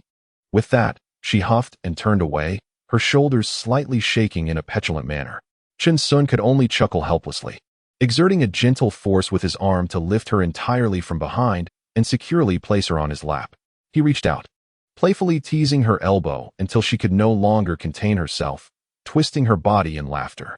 After a while, she wriggled free from his embrace, settling beside Sister Ye. Noticing this, Su Jingya thoughtfully retrieved a few tissues, tenderly wiping Shin Yun's cheeks, and then began to tidy up the remaining mess on the table. Seeing that the barbecue had nearly been consumed, Chin Sun suggested, "Let us go take a look." "Sister Ye, would you like to join us?" Su Jingya, her head lowered as she cleaned, cast a sidelong glance at the two playfully engaging with each other. She gently shook her head, her voice calm. "I will stay at the villa and tidy up. You two go ahead." It was not difficult to discern the hint of disappointment in her tone. Tonight, she had invested considerable effort into her appearance, expecting an unforgettable evening. Yet, as she observed Shun Yun's current joy, she realized that the companionship of Chun Sun was more essential to her than to herself. This was an inevitable lesson for an elder sister, for she had also witnessed Chin Sun with another girlfriend. If even someone as innocent and pure as Shin Yun could not accept him, how could she come to terms with his other relationships? She consoled herself in this manner, striving to suppress a twinge of bitterness. It was only when she saw Shun Yun joyfully grasping Chun Sun's large hand, the two walking side by side out of the villa, that she sank wearily onto the sofa with a soft sigh. On the way to the city hospital, Shun Yun's mood gradually settled. She gazed out the window, lost in her thoughts, her gaze shifting to Chun Sun, who was driving with focus and seriousness, his deep-set eyes captivating. The Patek Philippe on his wrist shimmered faintly in the night, accentuating his noble demeanor. Shin Yun found her eyes irresistibly drawn to him, pondering, "Soon, my parents will meet Chin Sun. How should I introduce him?" Tilting her head, she unexpectedly uttered, "Husband." As Chin Sun's gaze swept over Shin Yun, he noticed her expectant expression directed at him. Her tone, her demeanor, her very essence, evoked memories of his first encounter with Nian Ning. Back then, she had been shy, entwined around him like an octopus, softly humming. "Husband." Shin Yun's voice echoed once more, startling Chin Sun, causing his heart to flutter. He quickly straightened his posture, steadying the steering wheel with both hands. "Oh," a giggle escaped him, and upon noticing Chin Sun's response, Shin Yun's face lit up with joy. Before long, the car came to a halt outside the city hospital. The music within the car played softly, and Chin Sun turned to gaze at the beaming Shin Yun. Under the moonlight, her bright eyes and radiant smile exuded a youthful innocence, enchanting him as she had on their first meeting. Chin Sun shook his head, recalling her promise to accompany him until the end. Even if time could rewind, what could he truly change? He was reluctant to return to the past, to that cramped rental, to the version of himself that had felt utterly inadequate. He could never forget the look in her eyes the day she left. He had silently vowed to rise above his circumstances. A dull ache throbbed within Chin Sun, yet he bore it with a smile, unconsciously tightening his grip on Shin Yun's hand. "Ah, that hurts." Shin Yun winced slightly, furrowing her brow in mock anger. "Chin Sun, what are you doing?" "Oh, my apologies." Xiao Yun. Chin Sun quickly realized his mistake, gently massaging her hand and blowing on it softly. "It's not that serious, is it?" Shin Yun, amused by his sudden tenderness, laughed. In the next moment, Chin Sun pulled her into an embrace, holding her tightly. Noticing this, Shin Yun extended her small hand, gently patting Chin Sun's broad back, soothingly saying, all right, I'm not angry." Chin Sun slowly released her without uttering a word, merely turning his head to swiftly open the car door and step out. Shin Yun inadvertently noticed a faint, damp mark on her clothing. "Humph, it seems my charm surpasses that of Sister Ya," she murmured as she quickened her pace to catch up with Chin Sun. Chin Sun slowed down. She reached out, taking his hand, feeling an immense sense of fulfillment. After a moment, she seemed to recall something, spreading her fingers to interlock them with his. "I want everything that Sister Ya has." In the cold, sterile confines of the hospital room, the acrid scent of disinfectant was overwhelming. A man lay silently on the bed, his body wrapped in bandages from an unforeseen car accident. In such circumstances, complete recovery would require substantial financial resources, with subsequent treatments proving even more costly. "What about Xiao Yun's tuition? How much longer can I keep this from her?" The woman spoke with a hint of resignation, while the frail man remained silent, his breathing heavy. "A few days ago, my daughter Xiaoyun borrowed 100,000 yuan from an unknown source, which was swiftly consumed during the surgery. That money was akin to stones cast into an abyss, yielding no echoes in return." Chin Sun, despite suffering from a cold and fever, would never visit a hospital. He preferred to endure the discomfort rather than face the oppressive atmosphere of medical institutions. Holding his hand, Shen Yun guided him with familiarity to the door of the ward, where she paused and gently knocked. "Come in." A voice called from within, prompting her to push the door open and lead Chin Sun inside. The room, though not spacious, accommodated 4 beds lined up neatly, each occupied by a patient. "Ah, Xiaoyan, why are you back again?" Shin's father remarked, surprised at his daughter's sudden appearance. Meanwhile, Shin's mother regarded Chin Sun with curious eyes, scrutinizing him.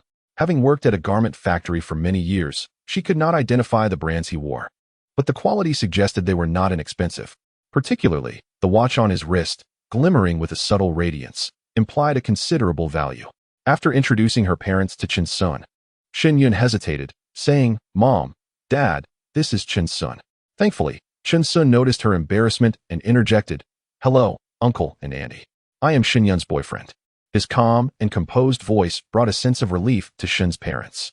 "Hello there, young man," Shin's mother greeted warmly. "You must be the one who lent money to our Xiaoyun." Her astute mind quickly deduced that her daughter seemed to have associated herself with someone of considerable means. "Not exactly alone. We are family," Chin Sun replied gently upon realizing that Shin's mother also bore the surname Chun. Upon hearing this, Shin's mother felt as if a weight had been lifted from her heart.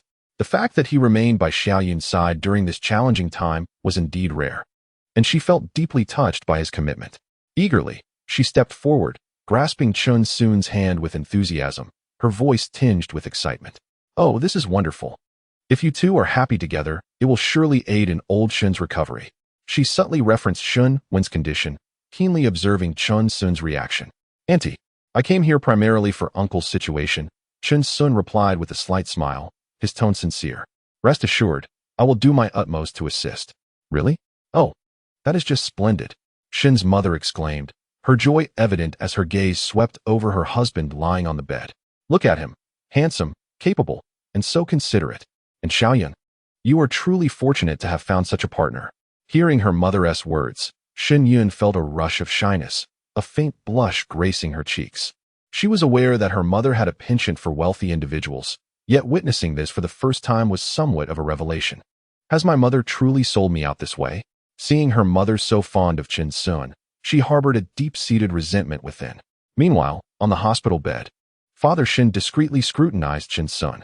This young man not only possessed commendable physical attributes, but also exhibited a remarkable level of restraint and courtesy, contrary to his initial perceptions.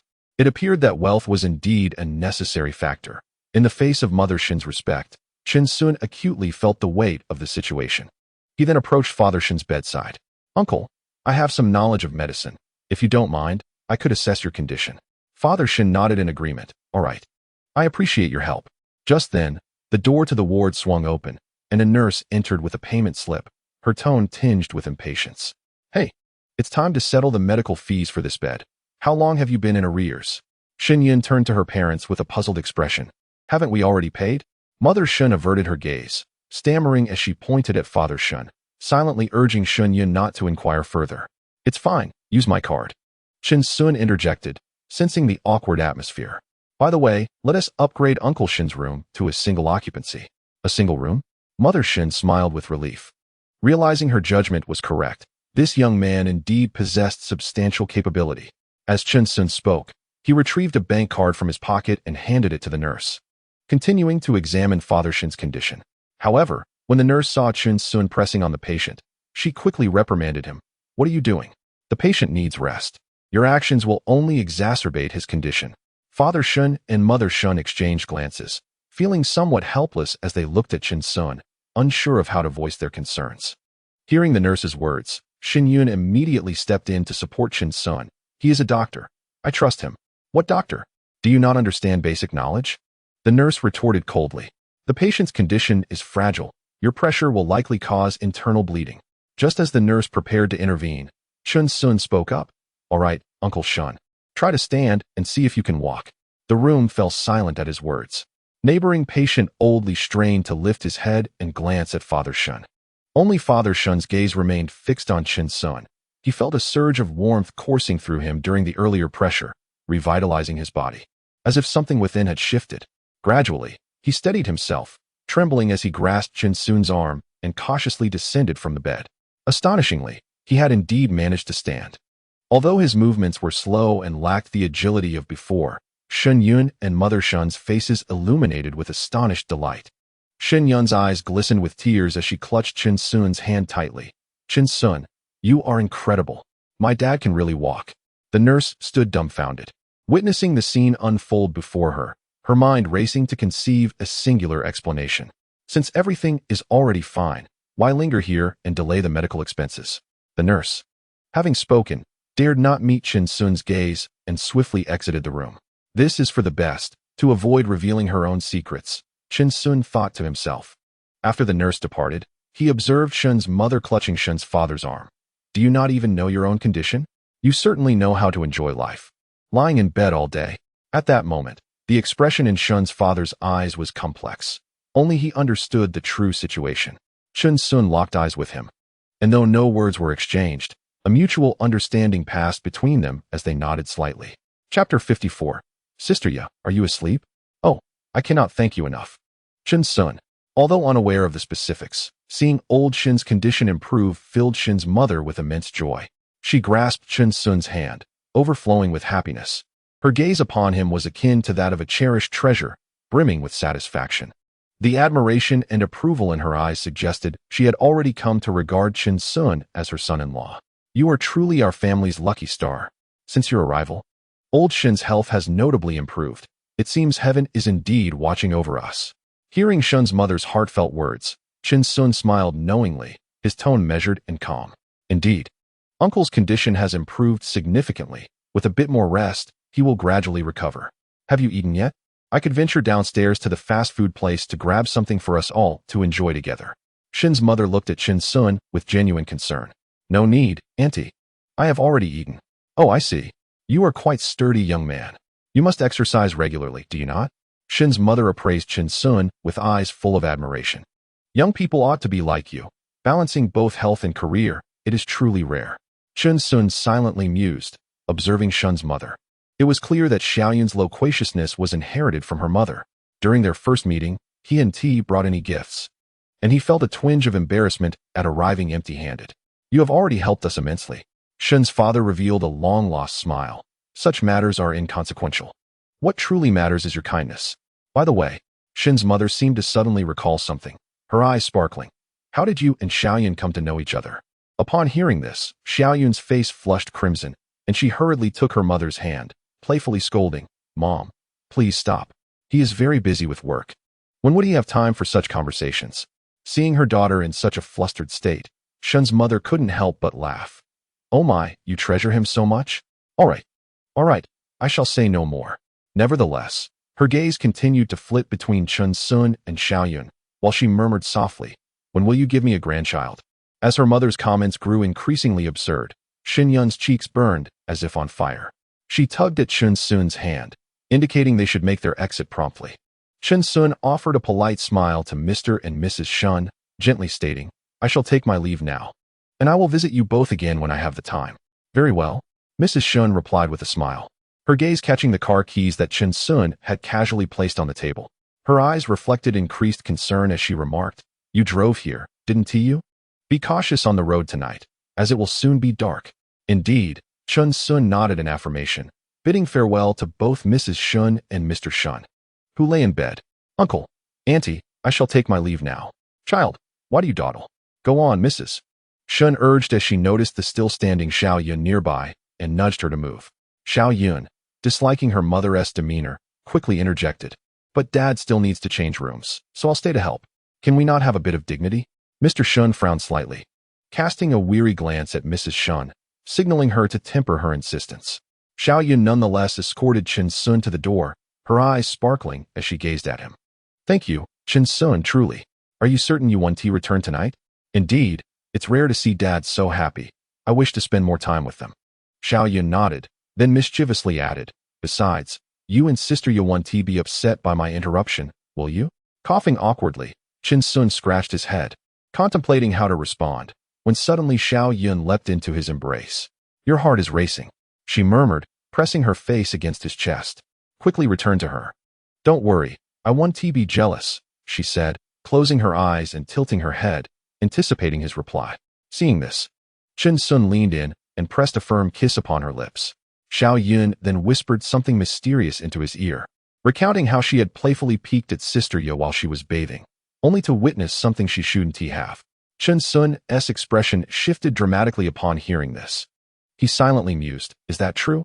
while battling an uncontrollable urge to return home immediately.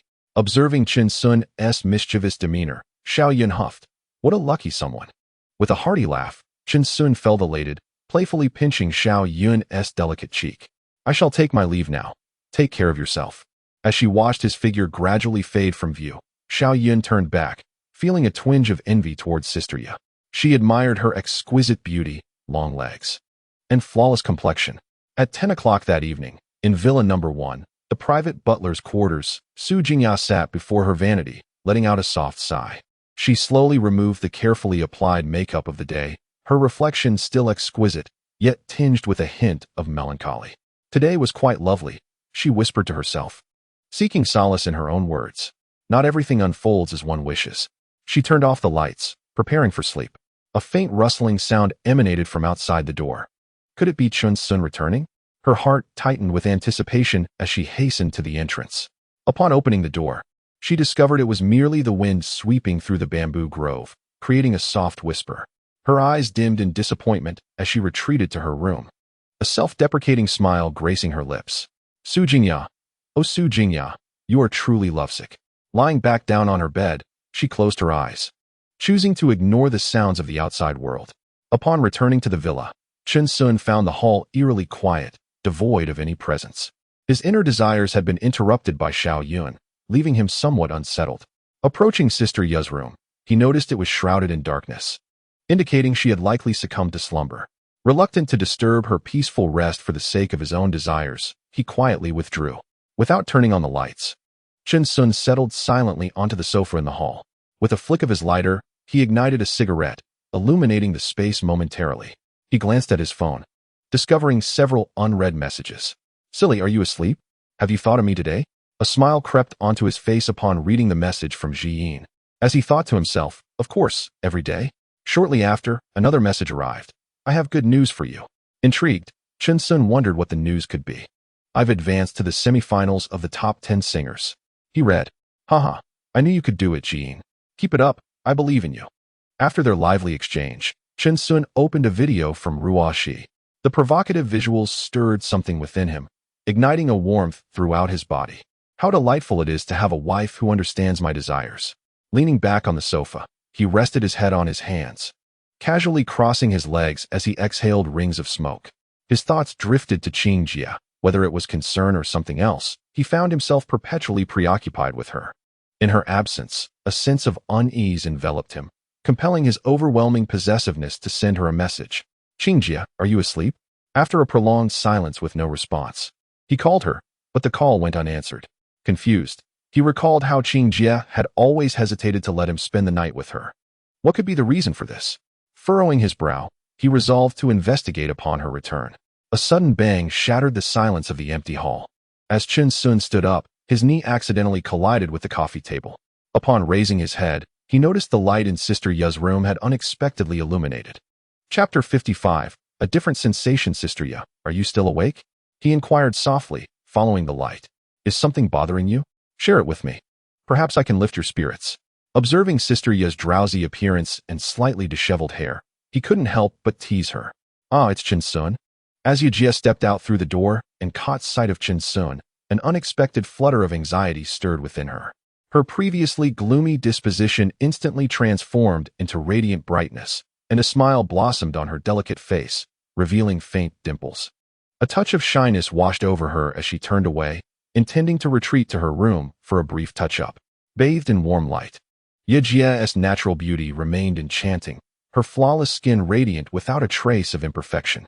She donned a beige silk camisole nightgown, the light filtering through the gossamer fabric, accentuating the graceful contours of her long legs. Chen Sun had just viewed a provocative video sent by Ruoxi, and the lingering heat within him reignited at the sight of the subtly alluring Yejia. He swiftly grasped her wrist as she attempted to turn back to her room, closing the door behind them with decisive intent. The light that had just illuminated the room was extinguished in an instant.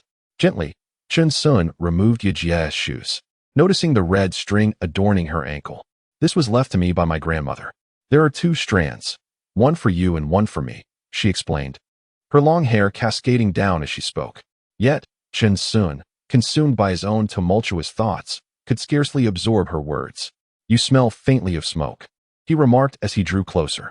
At that moment, Yejia playfully chided him, her voice soft yet teasing.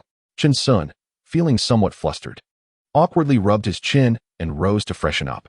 As he released her and made his way toward the bathroom, Yejia quickly sprang to her feet, tiptoeing to the vanity. With practiced ease, she picked up her cosmetics and applied a simple yet elegant makeup. Just as she set down her brush, Chen Sun emerged from the bathroom, freshly washed. What? Do you need to put on makeup even before bed? He inquired, his gaze fixed on her. In truth, Su Jingya did not mind the scent of smoke lingering on Chen Sun. She merely wished to afford herself a moment to appear more impeccable in his presence. With her head bowed, dimples reappearing on her cheeks, she replied softly, a girl must always strive to look her best. Do I look good? After her makeup was complete, Su Jingya felt a surge of confidence. She leaned closer to Chen Sun, her breath warm against his ear. Chen Sun recalled what Xiao Yun had said, and his heart raced involuntarily, a heady sensation enveloping him. The faint fragrance emanating from Yejia and the warmth radiating from her body set his pulse quickening, gradually eroding the barriers of rational thought. The two, utterly exhausted, fell into slumber until the afternoon. All right, time to rise for breakfast. Yejia gently patted Chen Sun's cheek, her tone affectionate. The night had brought about subtle changes in her physique. Approaching the mirror, she noticed her complexion appeared more dewy and luminous, with an additional allure in her eyes. After a brief wash, the two made their way to the living room, where Su Jingyao promptly instructed the staff to prepare breakfast. At the dining table, Chen Sun reminisced about their heartfelt conversation from the previous night. By the way, Sister Ya, have you not always desired to purchase a house? Chen Sun set down his chopsticks. Su Jingyao, upon hearing this, nodded. Indeed, but I am not far from achieving that. How about you add your name to the villa at number 1? Chen Sun proclaimed with a flourish, exuding a sense of grandeur. I will transfer an additional $1,000,000 to you as pocket money for you and Xiaoyan. Really? Su Jingya's eyes widened in disbelief, feeling as though her lifelong dream was suddenly within reach. It was as if she were living in a dream, or perhaps this world was simply too fantastical. Aren't you afraid I might run away? Su Jingya inquired, her curiosity piqued by Chen Sun's response. Looking into her eyes, Chen Sun replied trustingly, You are my woman. What is mine is yours. Upon hearing his words, Su Jingya lowered her head, biting her lip, speechless, overwhelmed by emotion. Chen Sun, noticing her reaction, hastily extricated himself and stood up. What do you want to do during the day? I want to think. Chen Sun quickly took the lead in the conversation, grinning mischievously as he continued. Daytime is wonderful. Without further ado, he swept her up, cradled her in his arms, and strode toward the room. Boss, someone is looking for you outside. At that moment, a female employee from the villa rushed into the living room, calling out to Chen Sun through the glass. Reluctantly, he set Su Jingya down, harboring a hint of annoyance as he exited the living room. Su Jingya followed him, arriving at the entrance of the villa. There, she beheld a black Rolls-Royce Phantom alongside a Bentley. The two luxurious vehicles were parked in front of the villa. As the doors swung open, several impeccably dressed men emerged, trailing behind a bald man. Despite their lack of overt action, the menacing expressions on their faces led Su Jingya to instinctively clutch Chen Sun's hand. Chen Sun smiled, gently squeezing her hand before turning to glare at Chang Shu. What is with this grand display? You even brought along a couple of lackeys. How impressive. Chang Shu rubbed his nose, feeling a twinge of regret. He had intended to meet influential individuals, eager to no longer be overlooked. Historically, during their nocturnal escapades, Huang Yue had always brought along Huang Mao or his mistress. This time, seizing the opportunity, he had brought several subordinates to bolster his presence, only to inadvertently displease his boss. He quickly bowed his head in apology. My apologies, boss.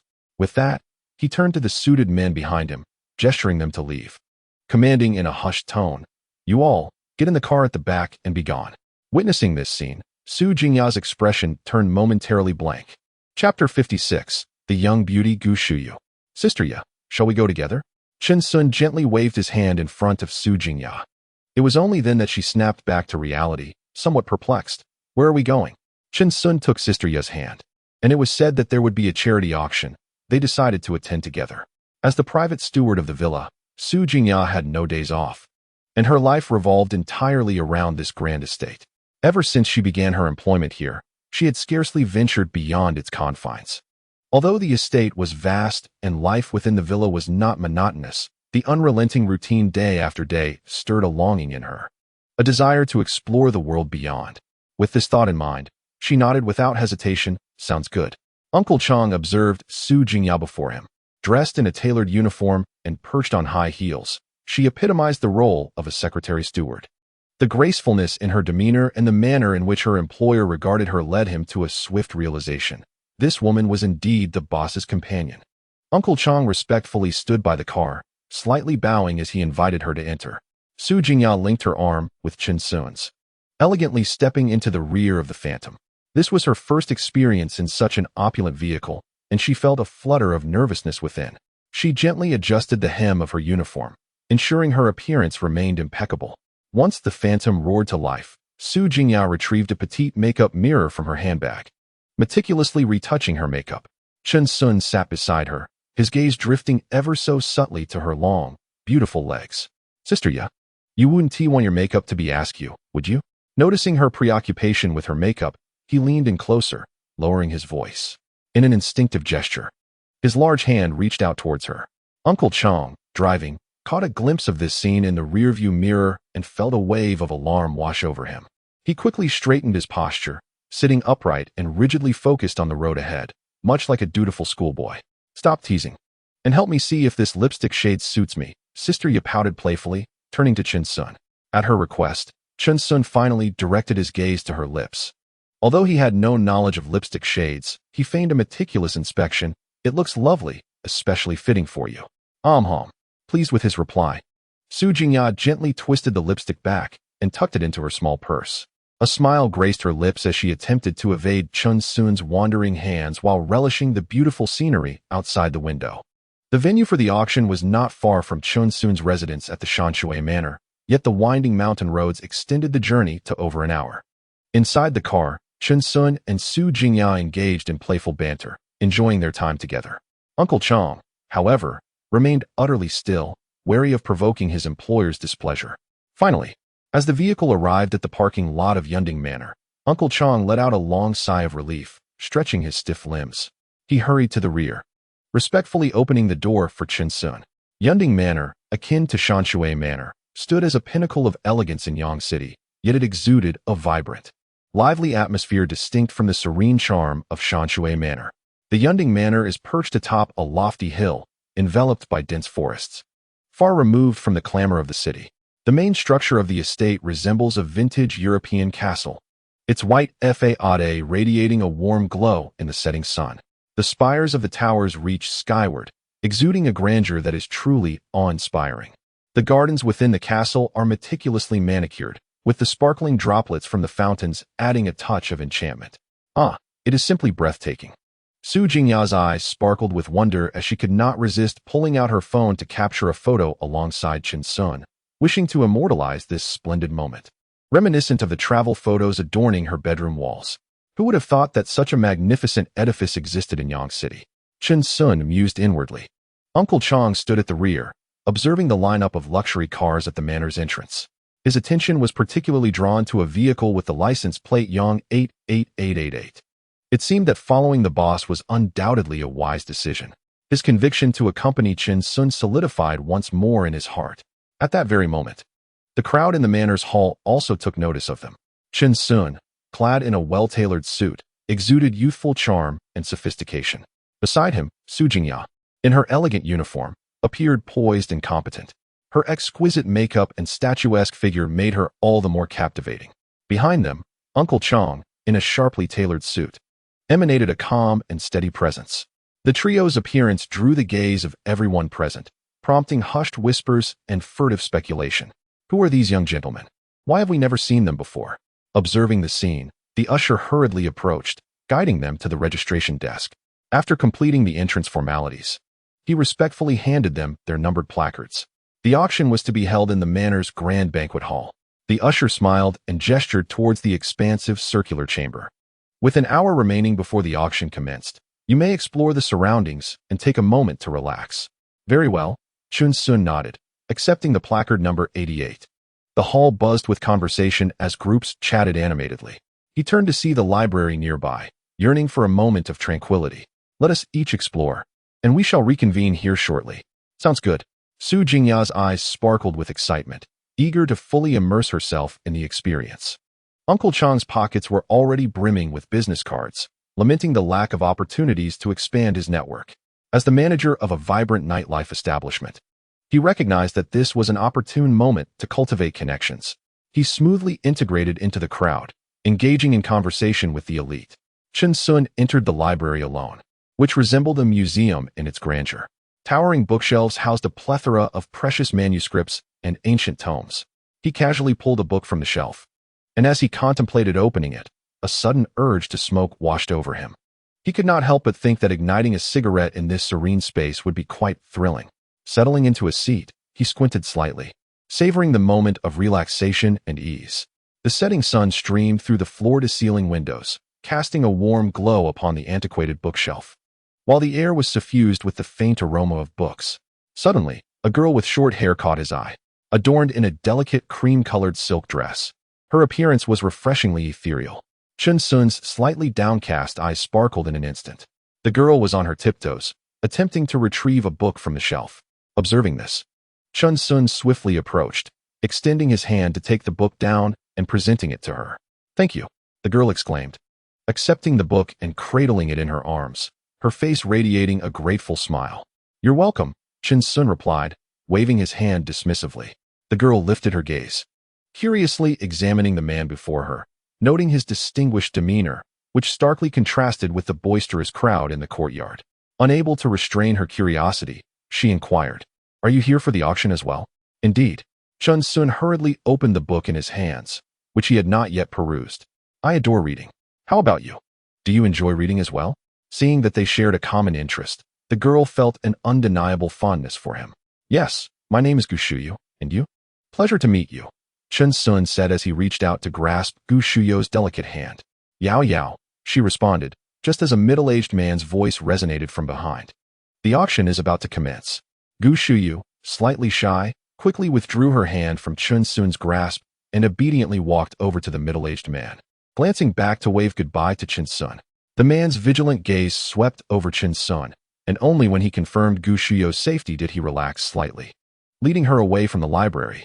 At that moment, Chen Sun rose, returning the Jin Ping made to its place on the shelf, preparing to head towards the auction. Chapter 57. Where has Sister Yi gone? Exiting the library, Chen Sun spotted Uncle Chong already in the lobby. Uncle Chong, where is Sister Yi? He asked, somewhat surprised by Su Jingya's absence. I just searched the lobby thoroughly and didn't see her. I thought she was with you, Uncle Chong replied, shaking his head in uncertainty. A sense of unease gripped Chen Sun's heart. After exchanging a glance with Uncle Chong, they resolved to search for her. As they stepped out of the lobby, the sound of footsteps echoed from the garden. Over there, Uncle Chong alerted him. Chen Sun nodded, and the two hastened towards the garden. In the garden, Su Jingya adjusted her phone's angle, aiming to capture the beauty of the flowers. A man was closely following her. Chen Hao was taken aback to encounter such a stunning woman in this locale. Beneath her uniform, Su Jingya's enchanting long legs captivated him at first glance. Chen Hao, confident in his charm, approached her, but she offered him no acknowledgement. Frustration swelled within him. After all, he was Chen Hao, the scion of the Qin family, accustomed to navigating the social scene without hindrance. For all these years, no woman has dared to reject me. Chen Hao. He stepped forward abruptly, pointing a finger at Su Jingya, his tone dripping with arrogance. Su Jingya furrowed her brows, a sense of repulsion washing over her. She had merely come to the garden to take some photographs, only to be entangled by such a rogue. The man before her spoke haughtily, demanding her contact information, and was relentless even after being rebuffed. Considering he claimed to be the scion of the Qin family, Su Jingya suppressed her displeasure. She wished to avoid a public confrontation and did not want to cause any trouble for Chen Sun, so she turned to leave. However, this action was perceived by Chen Hao as a sign of weakness, emboldening his audacity. He seized Su Jingya's wrist with such force that it caused her mild discomfort. Let go of me. I do not know you, Su Jingya admonished coldly, quickening her pace in an attempt to free herself from his grasp. Behind Chen Hao, two bodyguards stood impassively, seemingly oblivious to the unfolding situation. Although the surrounding socialites noticed the commotion, none dared to intervene, deterred by the Chun family's influence. As Chen Sun and Uncle Chong entered the garden, they were met with this scene. Chen Sun's anger flared instantly, and as he prepared to step forward, Uncle Chong surged ahead. You dare to touch the boss's woman? Uncle Chong bellowed, his movements swift as he grasped Chen Hao's slender arm and forcefully tossed him backwards. Chen Hao stumbled several steps, nearly losing his balance, but fortunately, a quick-witted bodyguard caught him just in time. Once steadied, Chen Hao's eyes glinted with malice as he waved his hand. The bodyguards behind him immediately sprang into action, delivering a high kick that caught Uncle Chong off guard, forcing him to kneel on the ground. Struggling to rise, Uncle Chong braced himself, gritting his teeth. Who is this person that dares to provoke the Chen family's heir? We should leave quickly before we attract trouble, someone murmured. Yes, indeed, the auction is about to begin. I'll head inside, another agreed, eager to distance themselves from the turmoil. The commotion in the garden drew attention from the surrounding elite, yet upon seeing Chen Hao's countenance, they hastily diverted their gazes. Chen Hao's demeanor mirrored that of the second young master of the Qin family, arrogant, domineering, and utterly unrestrained. The Qin family's reputation resonated loudly within the circles, and no one dared to provoke them lightly. Observing this, Chen Sun quickly moved forward, shielding Su Jingya behind him. After ensuring she was unharmed, he allowed himself a momentary sigh of relief. Chen Sun forced himself to remain composed, his gaze fixed on Uncle Chong on the ground. He stared intently at Chen Hao, his voice icy. Are you seeking death? Seeing his bodyguards had completely subdued Uncle Chong, and noting that Chen Sun only dared to speak boldly without taking action, Chen Hao became even more convinced that Chen Sun feared him. Huh? Do you even realize who you are speaking to? Have you lost your mind? Chen Hao laughed arrogantly.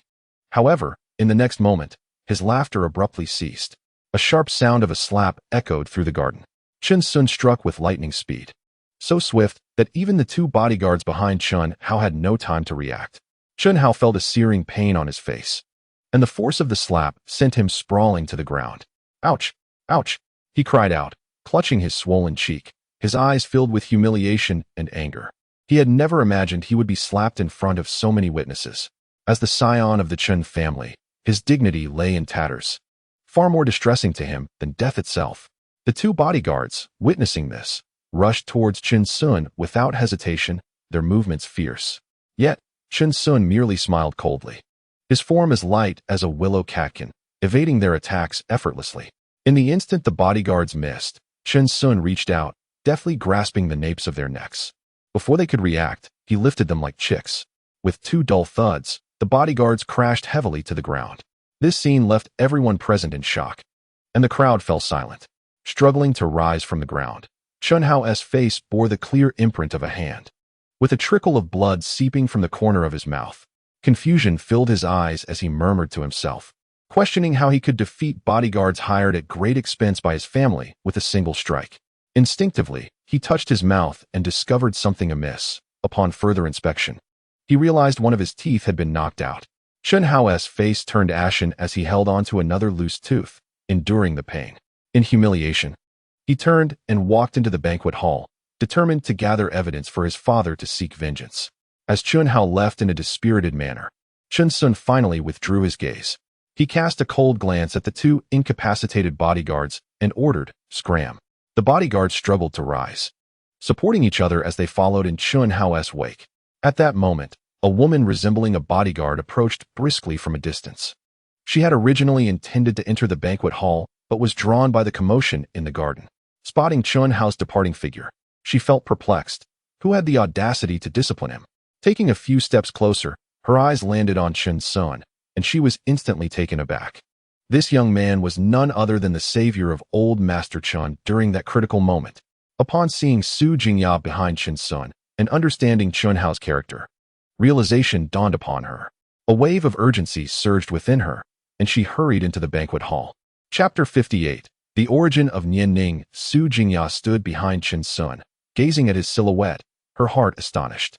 This was the first time she had witnessed Chen Sun in action. She had never anticipated his skills to be so formidable. The man who instinctively shielded her behind him evoked a wave of warmth within Su Jingya, stirring her emotions. The disheveled Uncle Chang gradually rose to his feet, awkwardly rubbing his nose, a hint of embarrassment coloring his features. "I apologize, boss, my skills are limited, and I've embarrassed you," he admitted. Indeed, Uncle Chang's abilities paled in comparison to those of the elite bodyguards accompanying the prominent young gentleman. "As long as everything is fine, let us proceed inside. Since we are here, how can we not take a look?" Chen Sun mused, striding purposefully toward the banquet hall. The trio ascended the grand staircase and entered the estate's magnificent banquet hall. This immense, circular chamber, adorned in golden splendor, was breathtakingly opulent.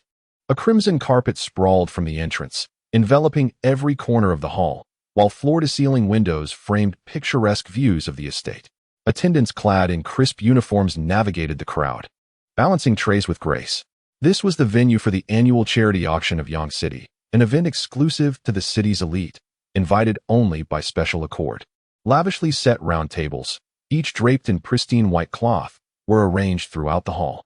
In the center of each table, meticulously designed floral arrangements graced the space, complemented by the flickering glow of aromatic candles. Beside the champagne and red wine, distinctive nameplates symbolizing esteemed status were prominently displayed. Su Jingya, linking her arm with Chen Sun's, gracefully entered the hall. As they walked side by side to take their seats at table 88, they attracted the attention of many around them. Although their position was not in the front row, the view was splendid, allowing them to observe every movement on stage. Uncle Chang uncorked a bottle of champagne, pouring it for both Chen Sun and Su Jingya. Chen Sun gently lifted his glass, savoring a sip while his gaze turned toward the stage. The president of the charity foundation began to announce that all auction items had been generously donated by luminaries from various sectors, with the proceeds dedicated entirely to supporting education and healthcare for children in impoverished mountainous regions. Following this, a captivating hostess in a red evening gown took the stage to introduce the auction items. In the central position of the front row, an elderly man sat resolutely against his chair, his eyes partially closed, exuding an aura of unyielding calm despite his slightly wan appearance. This distinguished figure was none other than Chun Bent Dao, the current patriarch of the Chun family. "Nian Ning, where's Howard? It's begun, yet he is still absent," he inquired, tilting his head with a hint of dissatisfaction in his tone. "Father, please do not worry. I will find him right away," the young woman beside him replied warmly, pouring a glass of champagne for Chun Bent Dao and soothing him gently. "Yes, be swift and return promptly." Chun Bent Dao nodded, taking a sip from the glass before slowly placing it back on the table. Just as Nian Ning was about to rise and search for Chun Hao, a disheveled figure suddenly darted in from the side. At this moment, Chun Hao had completely lost his former grandeur, resembling a defeated dog. He hunched over, his face marred by visible scars, and his swollen cheeks rendered him particularly pitiable. With an innocent expression, he sat in a nearby seat, his emotions in turmoil. Pointing to his face, his voice strained, he cried out, "Dad, someone hit me." This sudden turn of events caused Chun Bent Dao to furrow his brow. Slowly opening his eyes, he cast a piercing gaze at Chun Hao. "What transpired? Who possesses the audacity to lay hands on you?" Chun Bent Dao was not the archetypal second-generation heir. In his youth, he had, much like Chun Sun, possessed nothing at the tender age of 20. By a stroke of chance, while attending the birthday banquet of Su Ning, the youngest daughter of the Su family, he experienced love at first sight upon seeing the birthday girl. After the festivities, blushing and mustering his courage, he approached her. To his astonishment, the esteemed young lady, Su Ning, did not dismiss him. Their unexpected encounter blossomed into delightful conversation, and Su Ning's radiant smile lit up the space as she took his hand and twirled in the courtyard like a graceful swan. Her image left an indelible mark on Chun Bent Dao's heart. He gazed in a daze, his heart racing, vowing silently that he would marry no one else. Yet, reality is often cruel. The disparity in their backgrounds meant that, despite their genuine love, societal forces ultimately tore them apart. Chun Bent Dao understood that to be with Su Ning, he had to alter his destiny. Thus, he resolutely established his own path, setting roots in Yangzhou and laboring tirelessly. 30 years passed in the blink of an eye. He transformed from a penniless youth into a formidable figure. His career flourished, and his name echoed throughout Yangzhou. However, when he found himself alone, a glance back revealed that the beloved Su Ning had long since become someone else's wife. The day he learned this news, he finally comprehended that his 30 years of steadfastness and waiting, filled with daydreams and obsessions, had turned to mere illusions. Just as despair began to engulf him, fate bestowed upon him a heavy gift. A dear friend, who had fought by his side, tragically perished in an accident, leaving behind an infant girl. He resolved to adopt this child, providing her a home and granting himself a reason to start anew. He named her Chun Ning. Nian signifies his thoughts, while Ning echoes Su Ning. This name serves as a tribute to his lost love. A few days later, he hastily married. Despite the union not being with his true affection, unbeknownst to him, his chosen wife was also a lady of esteemed lineage, fitting for his status. As if the gears of fate had begun to turn once more, akin to a boomerang striking him, drawing him back to the world he once yearned to escape. Approaching 50, he finally encountered Chun Hao. He was not oblivious to Chun Hao's obstinacy, yet upon witnessing the boy's wounds and hearing the grievances in his words, he could not restrain himself from inquiring in a low, grave tone, "Who did this?" Within the vast Chun family, even as he resembled a flickering candle in the wind, he was still a slender camel, larger than a horse. He could not believe that anyone in Yangzhou, apart from the 4 prominent families, would dare to harm his son. As long as they were within the estate, no one could escape. His gaze was piercing, sweeping across the gathering. At that moment, Chun Bent Dao's private female bodyguard sidled up to the table. She was ordinarily unqualified to enter the venue. Yet Chun Bent Dao had instructed her to report any news of a savior immediately, regardless of the circumstances. Leaning close to Chun Bent Dao's ear, the bodyguard whispered something. Chun Bent Dao's expression transformed abruptly, more exaggerated than when he had seen Chun Hao's disheveled state, a flicker of shock crossing his eyes. Family members nearby noticed the continuous arrivals at the Chun table and, coupled with Chun Bent Dao's change of countenance, turned their gazes toward him. They were puzzled as to what event could induce such disarray in the typically composed Chun Bent Dao. What could have caused the elder Chun's pallor, suggesting a significant crisis? His demeanor indicated that something extraordinary had occurred, enough to disrupt his usual calm. They murmured amongst themselves, speculating quietly. At a nearby table, the head of the Qin family, Qin Jintian, raised an eyebrow, feeling a twinge of guilt, his hand clutching a glass of red wine, his expressions fluctuating. Are you certain? Qin Bintao struggled to conceal his excitement, his hand trembling slightly around the wine glass. The bodyguard nodded emphatically, turning to face Chen Hao. Chen Hao noticed the bodyguard beside him gesturing wildly, though he was bewildered, continuing to lament his tragic plight before Qin Bintao. Believing he hadn't conveyed his misfortune convincingly enough, he endeavored to perform even more fervently. "Dad, you must stand up for me," he proclaimed, his head held high, growing increasingly agitated, tears welling in his eyes, blood seeping from the corner of his mouth. However, in the next instant, slap. The sharp sound of a resounding slap echoed throughout the venue.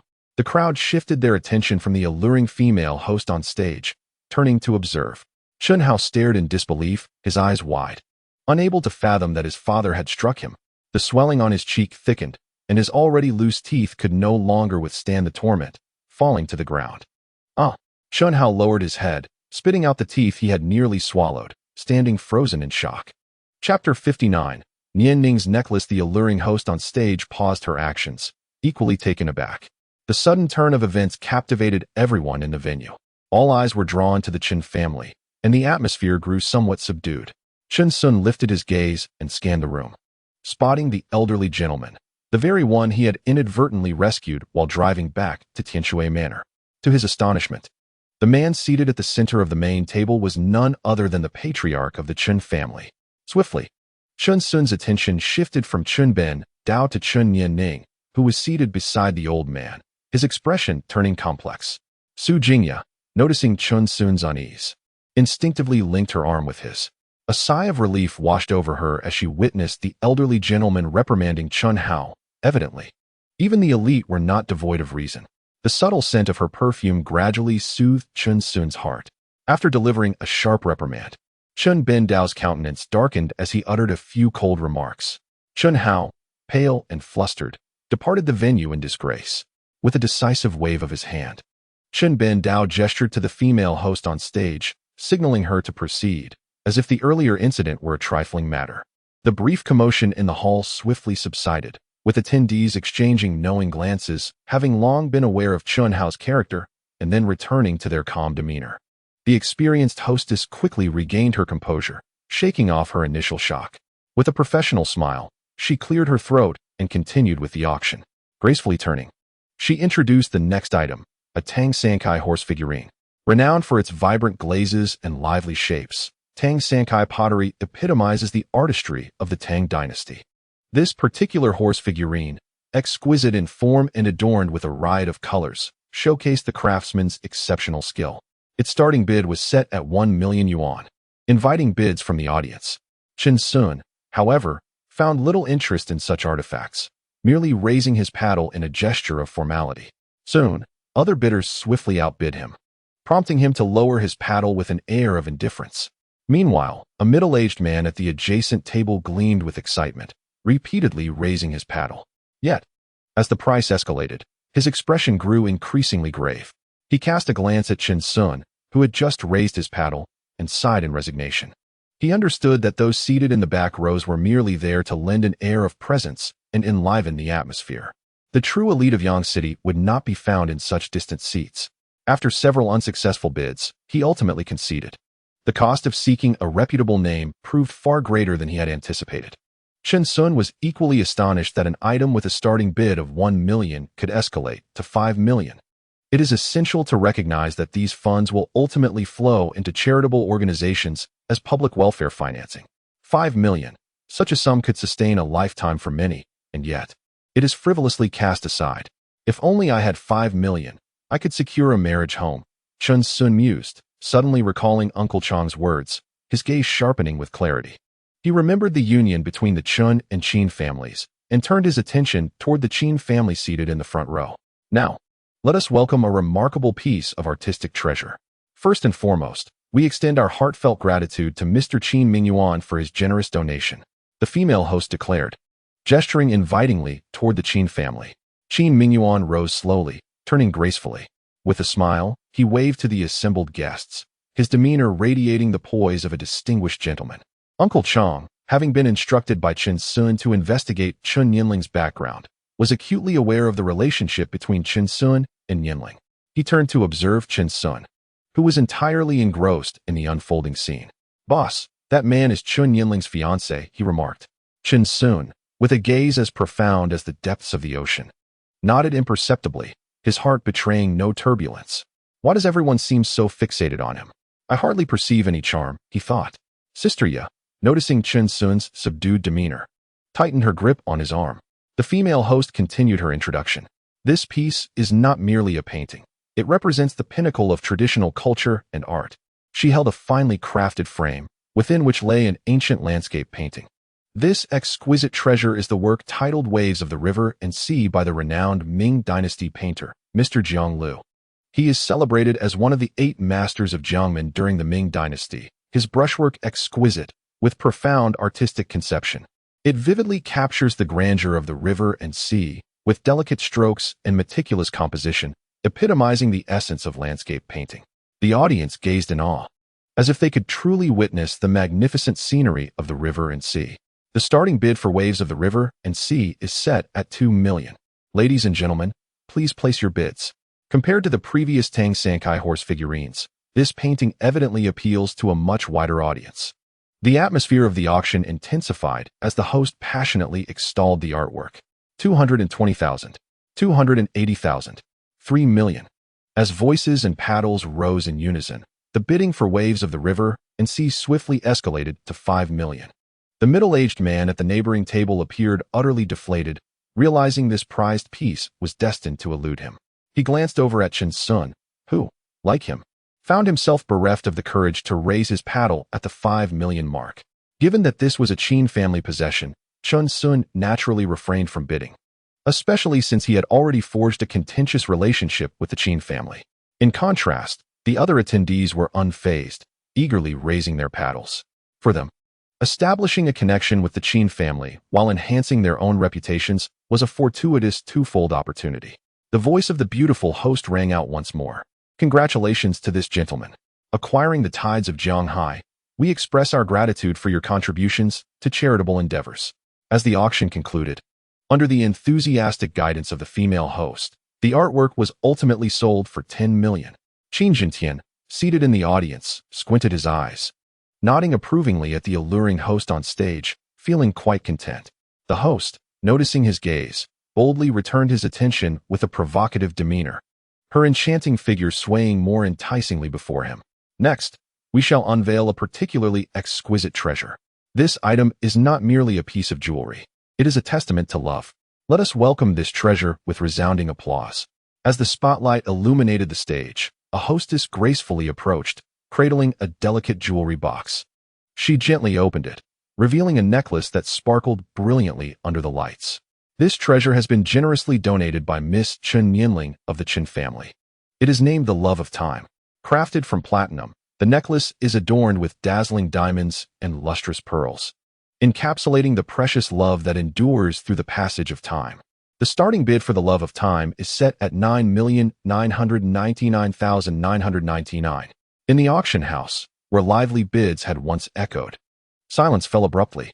All eyes instinctively turned towards Qin Mingyuan of the Qin family. The marriage alliance between the Chen and Qin families had already stirred considerable buzz within high society, known to all. Attendees were acutely aware that with Qin Jintian present, none would dare to offend the Qin family.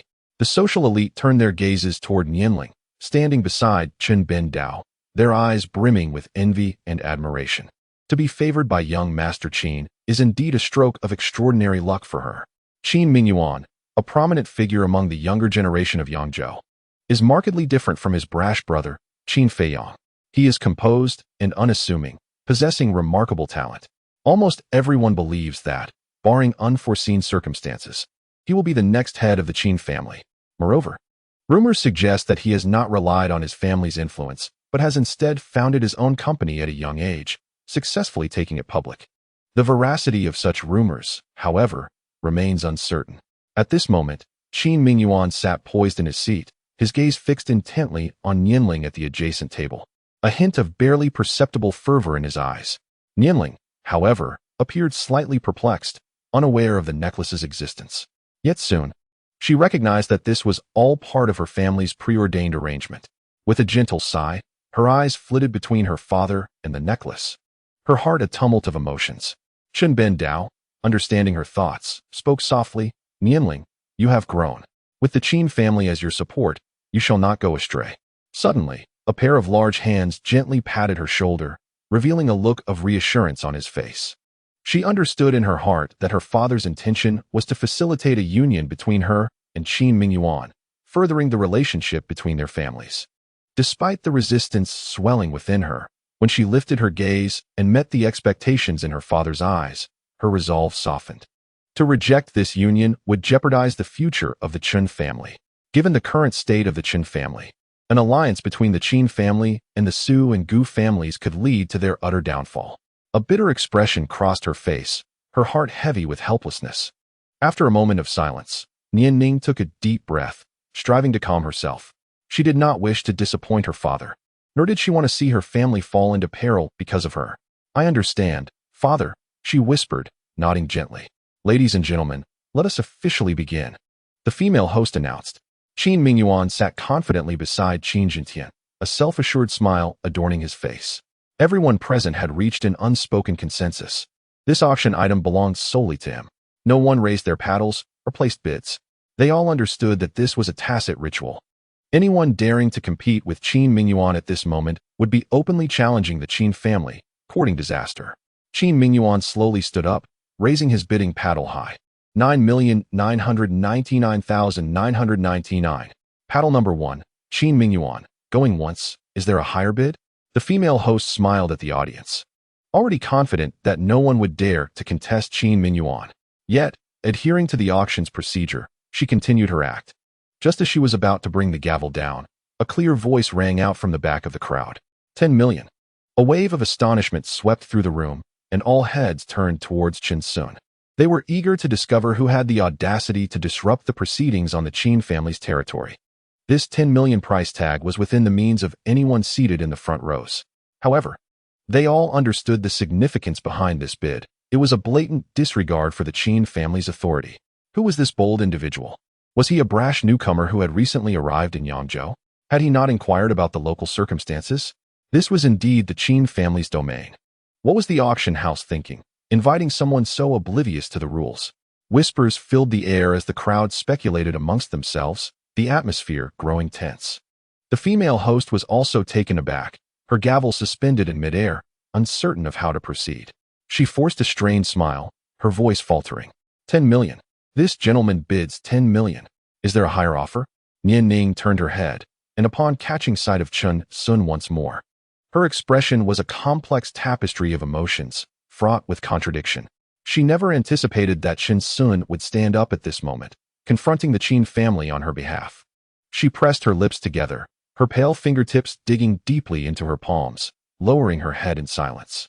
At that moment, Chen Ben-Dao also recognized Chen Sun, the young man who had saved him in a moment of peril. What on earth does this lad intend to do?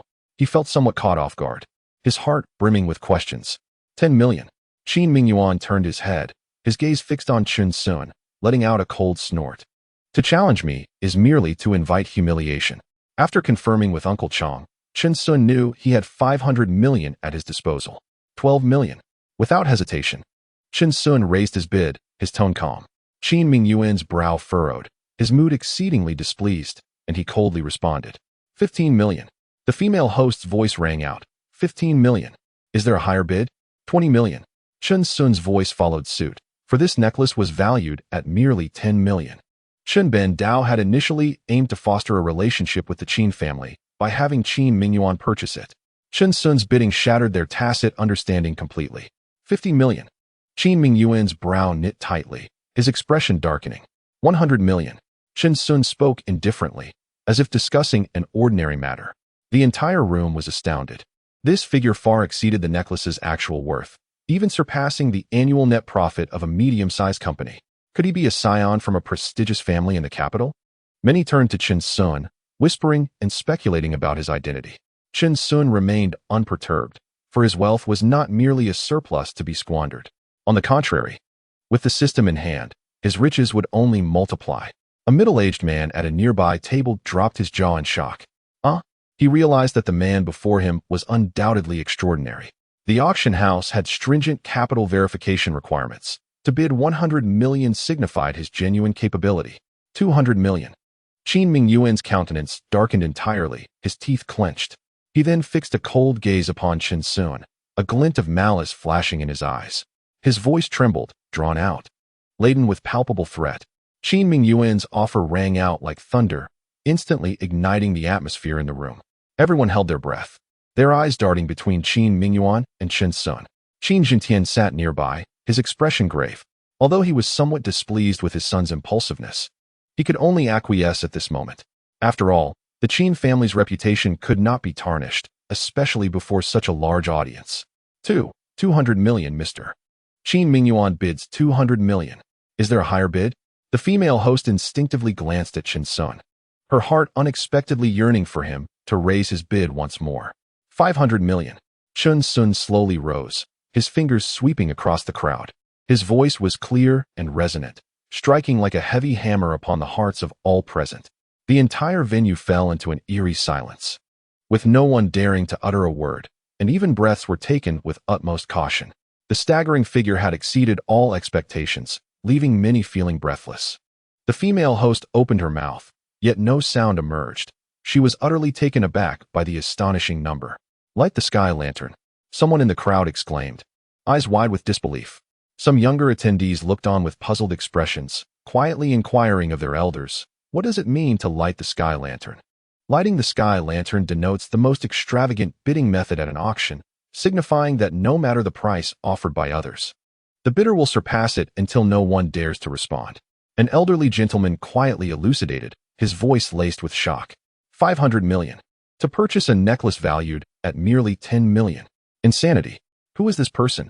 What manner of deity is he? Chen Yanning stood beside Chen Bendao, her eyes brimming with tears as she witnessed the unfolding spectacle. Her body trembled slightly, struggling to contain her emotions. Was it worry or gratitude? She herself could not discern. The host finally regained her composure, her voice quivering as she announced, 500 million. This gentleman bids 500 million.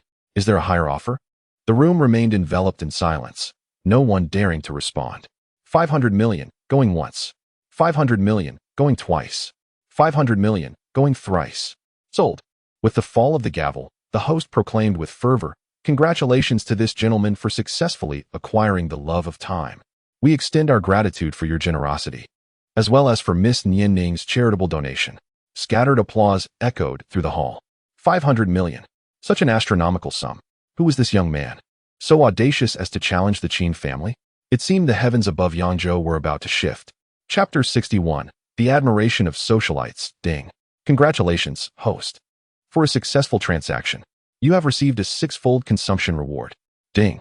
Your system account has been credited with 3 billion, leaving a balance of 3 billion and 10 million. Ding.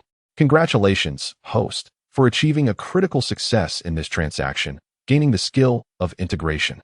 The system's notifications reverberated in Chen Sun's mind, piquing his curiosity. Integration? He immediately engaged in a mental dialogue with the system. This skill allows the host to master any skill they have encountered for a brief period, whether it be combat, musical instruments, or negotiation. One can attain the pinnacle of proficiency. Such a remarkable ability?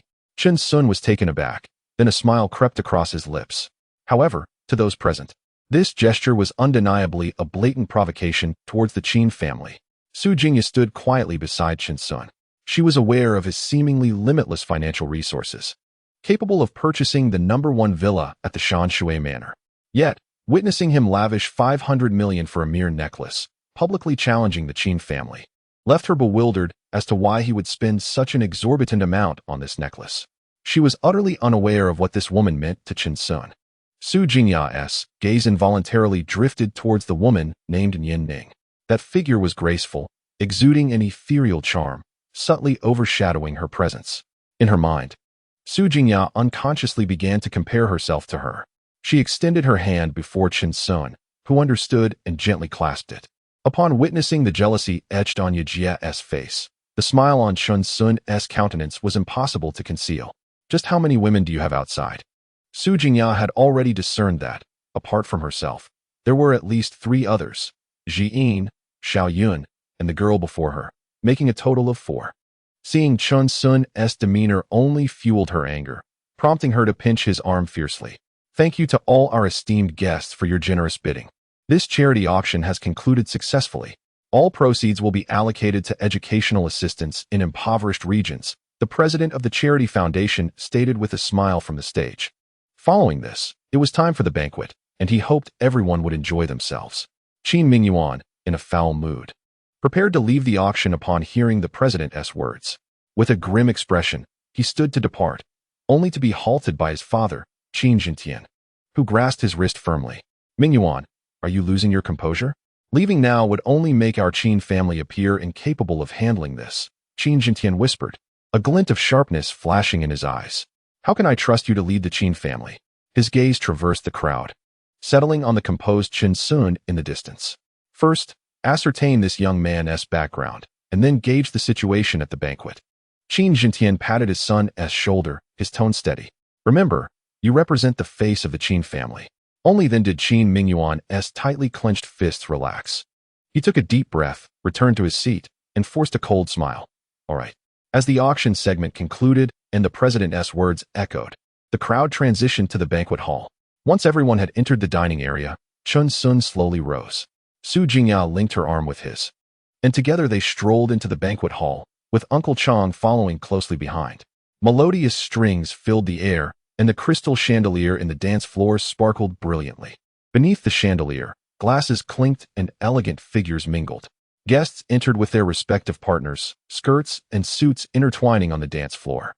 Nian Ning was also engaged in conversation with businessmen aligned with the Qin family, gracefully responding to a variety of attendees while her gaze frequently darted towards Qin Sun. She noticed the myriad of companions surrounding him, including Su Jingya, which stirred a wave of bitterness within her. Qin Mingyuan stood in the banquet hall, his brow furrowed tightly, gripping his wine glass with intensity. There's no need for you to be upset, Qin Xiao. Don't stoop to the level of those nouveau riches. A few businessmen who relied on the Qin family cautiously approached, wearing forced smiles. You think you can compare me to him? Qin Mingyuan's voice suddenly turned cold, brimming with displeasure. The merchant froze in place, the sycophantic smile on his face transforming into one of fear. He was at a loss as to which of his words had displeased the heir of the Qin family. Inwardly, he lamented the disparity between the reputed maturity and composure of Qin Mingyuan and the reality of his unpredictable temperament. Qin Mingyuan's fingers grazed the glass champagne flute, producing a sharp, jarring sound. The merchant's complexion drained of color, his lips trembling as he attempted to explain. Yet he was paralyzed by the chilling expression on Qin Mingyuan's face. Qin, young master, he stammered, his Adam's apple bobbing as cold sweat soaked through his suit. In stark contrast, Qin Mingyuan's countenance darkened to a frigid severity, perceiving it as an affront to the Qin family. With a cold chuckle, his gaze traversed the crowd, locking on to Qin Sun in the distance. 500 million? I shall see what he has to contend with against me in Yangzhou. Qin Sun leaned casually against a Roman column in the banquet hall, his black suit accentuating his tall silhouette. With one hand in his pocket and the other swirling a glass of red wine, he appeared oblivious to the murmurs around him. Several elegantly dressed socialites jostled one another, their eyes aflame with admiration for the man who had just made waves at the auction. Their eagerness to engage with him was akin to moths drawn to a flame. Even the presence of Su Jingya, who clung to his arm, proved inconsequential. A man capable of casually tossing 500 million at a whim was unparalleled in all of Yangzhou. A wealthy heiress clad in a mermaid gown tightened her grip on her handbag, inhaling deeply as she approached him. She had finally mustered the courage to step forward, but halted just 3 paces from Qin Sun. No need, he said softly, his gesture light, yet laced with an air of detachment. The heiress gazed at him, her eyes unwavering, as he gently swirled his wine glass. This very action only intensified her infatuation, deepening the curiosity of the socialites regarding Qin Sun's elusive nature.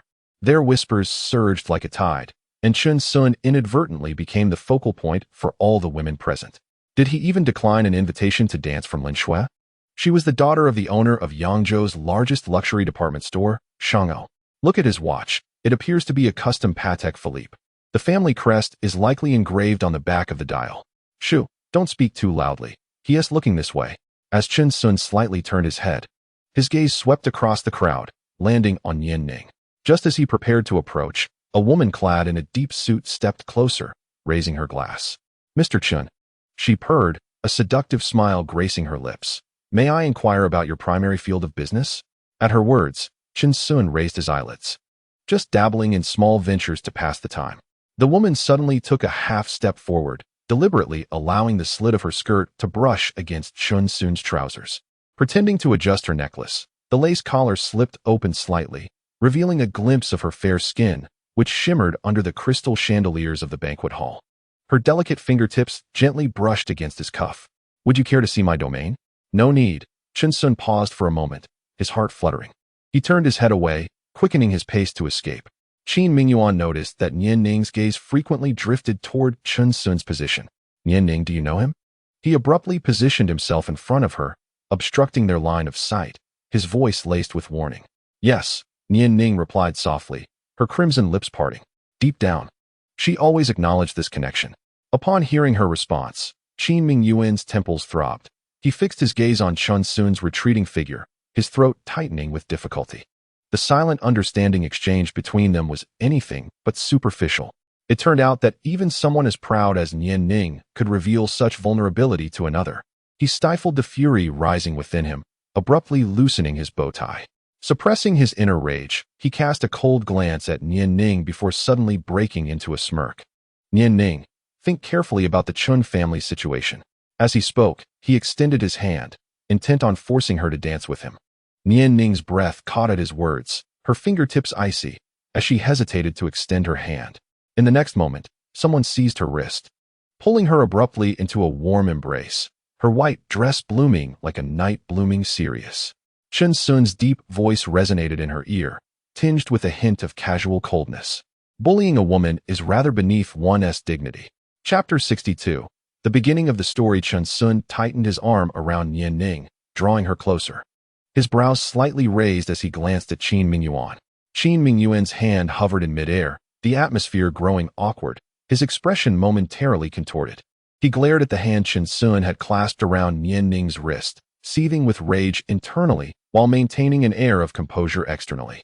The onlooker's eyes converged upon them, and Qin Mingyuan dared not act rashly, wishing instead that he could rend Chen Sun to pieces in his mind. After a brief pause, he slowly stood up, turning his back as though the previous embarrassment had never occurred. Nearby, Qin Jintian observed the scene with narrowed eyes, whispering to his butler, investigate him. I want to know everything about him.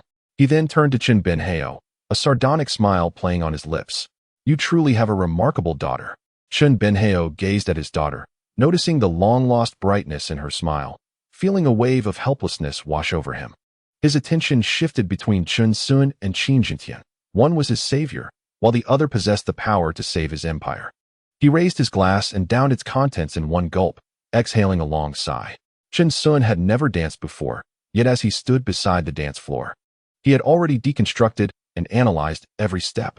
The height of the woman's toes as she retreated, the pressure of the man's hand while guiding, clear data flooded his mind. He closed his eyes, reminiscing about the rhythm of the dance steps while drawing upon the experience of his college basketball days. With the newly acquired skill of seamless integration, a sense of rhythm began to awaken within him. As he opened his eyes, all the essential movements became vividly clear. He took Nian Ning's hand, feeling the warmth emanating from her fingertips, causing a flutter in his heart. Aside from the initial step appearing somewhat awkward, soon his arm could deftly guide her waist. Their breaths gradually synchronized, quickly becoming as harmonious as longtime dance partners. Nian Ning's skirt flared as her hair brushed against Chen Sun's cheek, carrying a faint fragrance of gardenias. This scent seemed to unlock a long-sealed door deep within Chen Sun's memories. He recalled the first time he encountered this fragrance, in a rented room in the urban village. Costing 800 yuan a month. Stop smoking so much, it stinks. Nian Ning, in her white short skirt, was tiptoeing on the balcony, hanging up the freshly laundered shirt he had given her. Did you buy new perfume? Chen Sun, lounging on the balcony, caught a whiff of the delightful scent, which he couldn't quite place but thoroughly enjoyed. The last bottle from the 10 yuan store downstairs. Nian Ning turned her head, shaking the pink little bottle in her hand. They call it perfume, but it smells more like laundry detergent. It's particularly pleasant. Chen Sun suddenly leaned in close to Nian Ning, his large hand enveloping her warmth, his nose nearly brushing against her earlobe. The next day, Nian Ning secretly noted the Korean characters on the bottle, discovering through a translation app that it was the word for gardenia. Soon after receiving her paycheck, she purchased a bouquet of real gardenias for Chen Sun. When he received the flowers, Chen Sun was momentarily taken aback, deeply moved. It dawned upon him that even a man could have the chance to receive flowers in his lifetime. The two playfully planted the flowers in a pot on the balcony, with Nian Ning lightly resting on his back, almost weightless. His thoughts were swiftly drawn back to the banquet scene. Chen Sun embraced Nian Ning's soft waist, feeling her warmth in the palm of his hand. A smile involuntarily graced his lips, pure and reminiscent of the youth he once was. As he let down his defenses completely, the feeling of regaining something lost was truly delightful. He whispered softly, blissfully unaware of the satisfaction embedded in his words. Not far away, Su Jingya quietly observed the scene before her. It was the first time she had seen this side of Chen Sun. His brows relaxed, laughter reaching his eyes, his entire demeanor softened. Turning her gaze to Nian Ning, she noticed the woman's gentle expression, her eyes reflecting a tacit understanding shared only between them. The jealousy in Su Jingya's heart began to dissipate as she swirled her champagne glass, pondering whether it was for the innocent and kind-hearted Xiaoyun or for herself. The elegant melody of the dance flowed between the two, as if time had come to a standstill. Chen Sun, must you really do this? Nian Ning's voice broke the silence gently. Chen Sun was taken aback. He had never anticipated that Nian Ning's first words would be a reproach directed at him. He felt a surge of anger within him. Was there something amiss? Though he could not fathom how she had transformed into her current self, he knew that offending the Qin family was not an option. With a worried expression, Nian Ning clutched the hem of her dress and bit her lip, suggesting that after this dance, they would part ways. The violin's melody suddenly soared, and Chen Sun gazed at her enchanting profile illuminated by the lights. Years ago, they had shared a deep bond. Now, they stood merely a step apart, yet felt so estranged. Chen Sun could not comprehend why she always managed to utter such hurtful words. Just as he had begun to feel elated, his spirits plummeted into despair. Anger and urgency swelled within him. He had but one dance to convey everything that had transpired. He nearly revealed the existence of his abilities to Nian Ning, hoping it would quell her concerns about him. Are you worried about the Qin family? Or are you concerned for me? Chen Sun suppressed his displeasure and spoke with a hint of indifference. Do you truly not trust me? It's not that I don't trust you, Nian Ning replied, her eyelashes fluttering slightly as she released the wrinkled fabric of her dress. You have no idea how powerful the Qin family is. How powerful can the Qin family truly be? Chen Sun's brow furrowed as he tightened his grip on her hand involuntarily. His strong fingers left red marks on her arm, causing her discomfort. Yet she gritted her teeth and remained silent. Do you think I've been playing house all these days? The words Chen Sun spoke were heavy and resolute, exuding an air of unyielding confidence. A near-arrogant smirk graced his lips, and he emanated an overwhelming aura of pressure. Nian Ning's pupils constricted, and her fingers instinctively dug into her palm. She had never seen Chen Sun in such a light, and she was utterly taken aback. Taking a silent step back, she realized that the gentle youth she once knew had dramatically changed. The time spent apart had transformed him entirely. Only Chen Sun was aware that not long ago, he had been an anonymous worker in a factory, earning a meager salary. He had not even dreamed of attending such a gathering. 5,000 yuan was hardly enough to buy a drink here, let alone become the center of attention as he was now. Chen Sun despised Nian Ning's silence, and seeing her withdrawn only intensified his unease. Just as he was about to speak, her gaze inadvertently fell upon the inside of his wrist, where a crescent-shaped scar marred his skin as if he had been burned. This mark suddenly invoked memories of a rainy night many years ago. It was a winter evening in Yang City, with torrential rain falling during their most challenging times. Inside their dilapidated rental, the atmosphere was damp and cold, and the howling wind echoed from outside. Nian Ning, a spirited rebel against her family, chose to work as a clerk in a small company, accompanying Chen Sun. Meanwhile, Chen Sun juggled two jobs, laboring at a repair shop during the day and delivering takeout after hours. His aspiration was to save enough money to purchase a respectable engagement ring, as he longed to bring the beautiful and charming Nian Ning home to introduce her to his mother. After working late into the night until 10 o'clock, Chen Sun returned home, his stomach growling with hunger, only to find a single packet of instant noodles remaining. He scratched his head, feeling somewhat embarrassed, and suggested, "I'll receive my salary tomorrow. Let us go for a buffet." Nian Ning, curled up on the bed in their rented room, felt feverish and cold, yet managed to smile and replied, "Sure, I want to eat lots of fatty beef." Chen Sun prepared the instant noodles and placed them in front of Nian Ning, urging her to eat while it's hot. "Aren't you eating?" she asked, puzzled. "I already had some," he replied, patting his stomach. "Old Wang treated us today." Outside, the rain poured heavily, drumming against the tin roof with a cacophony of sounds. Despite her shivers, Nian Ning stubbornly bit her lip, unwilling to complain. She did not want Chen Sun to worry about her further. Kneeling beside the bed, Chen Sun gently swept aside her damp bangs, realizing with alarm, "Nian Ning, you have a fever. We must go to the hospital." He then noticed her cold symptoms had worsened significantly. "No." Nian Ning buried her face in the pillow. "Don't worry about me." Chen Sun sighed, picking up the nearly empty box of antipyretics from the bedside. "You've run out of medicine. And your temperature is alarmingly high." "I'm fine." Nian Ning's voice was muffled, but she suddenly broke into a violent cough, her frail shoulders trembling. Without hesitation, Chen Sun grabbed a raincoat and dashed outside. Nian Ning attempted to call out to him, but found herself too weak to lift her hand. She drifted off into a hazy sleep, her dreams filled with images of Chen Sun's oil-stained hands from the repair shop. Time passed, and in a semi-conscious state, she was awakened by a cool sensation on her forehead. Chen Sun, drenched, stood by her bedside, using a cotton ball soaked in alcohol to wipe her forehead and palms. His hair dripped water, his white shirt clung to him, soaked through. At his feet lay a plastic bag, still dripping, filled with various medications. "Where did you go?"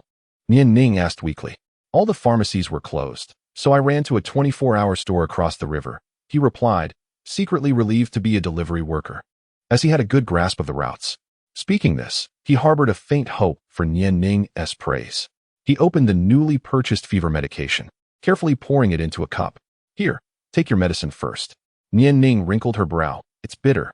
"Nian Ning, be good. If you finish it, I'll give you some candy." Chen Sun coaxed her gently, like a child. The medicine was indeed bitter, but she obediently swallowed it. Chen Sun immediately unwrapped a piece of fruit candy and placed it in her mouth, the sweetness instantly alleviating the bitterness. The clothes were drenched, and Nian Ning gently touched his icy arm. "It's nothing. I'm in excellent health," Chen Sun stated, flexing his biceps nonchalantly with a smile. He continued to crouch down, using alcohol to cool her down, a folk remedy from his hometown, more effective than fever-reducing medicine.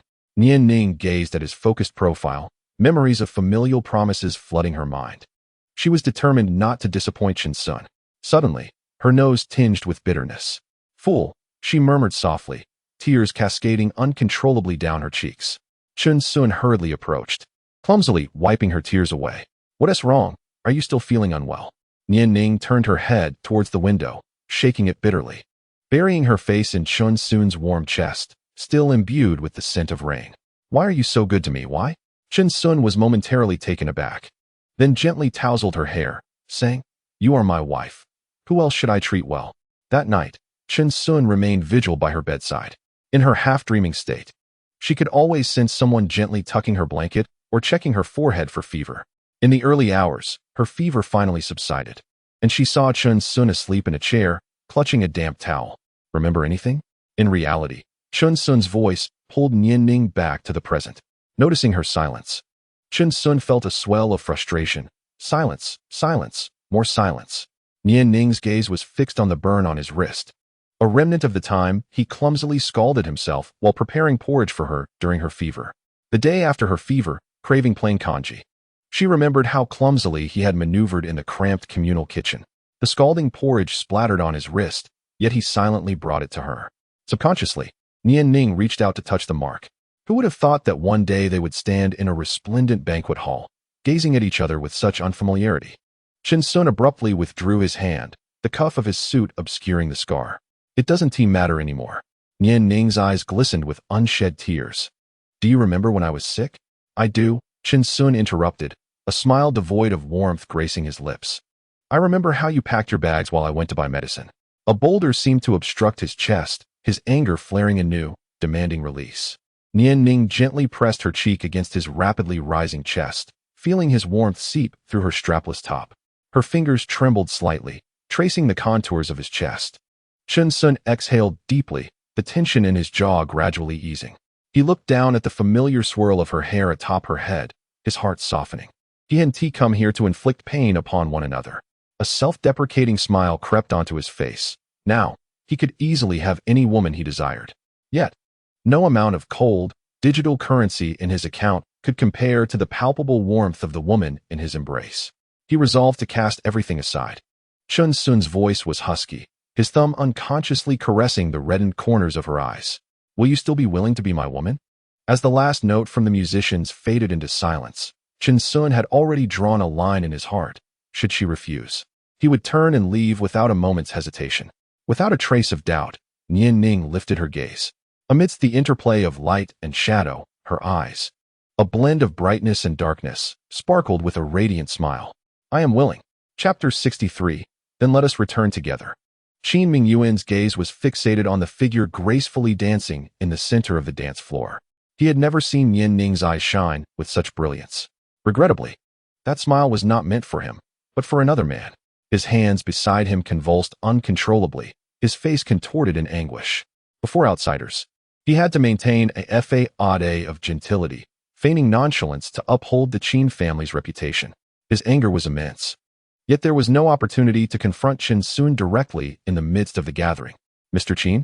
The woman beside him called softly, her supple body brushing against his arm with deliberate intent. Qin Mingyuan snapped back to reality, turning to regard the woman clinging to him with a cold smirk. A flicker of malice crossed his eyes as he gestured towards the restroom, indicating she should enter first. The restroom in the banquet hall was as opulent as the private booths, each stall offering seclusion from prying eyes. Once inside, Qin Mingyuan's expression darkened instantly, transforming him into a different person. The cries around him fell on deaf ears as his mind was consumed by images of Nian Ning and Chen Sun in an intimate embrace. 3 minutes later, he adjusted his tie and emerged, the woman trailing behind him, her face still adorned with an ingratiating smile. At that moment, Qin Mingyuan's gaze towards Nian Ning was unpredictable, devoid of fervor, replaced instead by a hint of cruelty. He licked his lips, vowing that once she belonged to him, he would ensure her laughter would be extinguished. She would be left in a state of despair, regretting her actions today as she watched him flaunt his charm before her. Qin Jintian observed his son's uncontrollable state with a frosty demeanor and spoke solemnly to Chun Bendao beside him. As for the land in Baiyun Mountain, I believe the Chun family should refrain from involvement. Chun Bendao responded, somewhat awkwardly. Nian Ning is still young and naive. I will discipline her properly upon my return. The matter between our families will be expedited. Humph. Qin Jintian abruptly stood, spilling his drink across the floor in a display of his fury. He signaled to the approaching Qin Mingyuan, and the father and son made their way toward the exit of the venue. Just before leaving, Qin Jintian paused, not turning back as he issued a threat. It is best to keep it that way. Inside the hall, Chun Bendao watched the retreating figures of the Qin family, his expression darkening. Once the dance concluded, Chen Sun reluctantly released his hold. The entangled influence of the Qin and Chun families in Yangzhou City was intricate. Now was not the time for direct confrontation.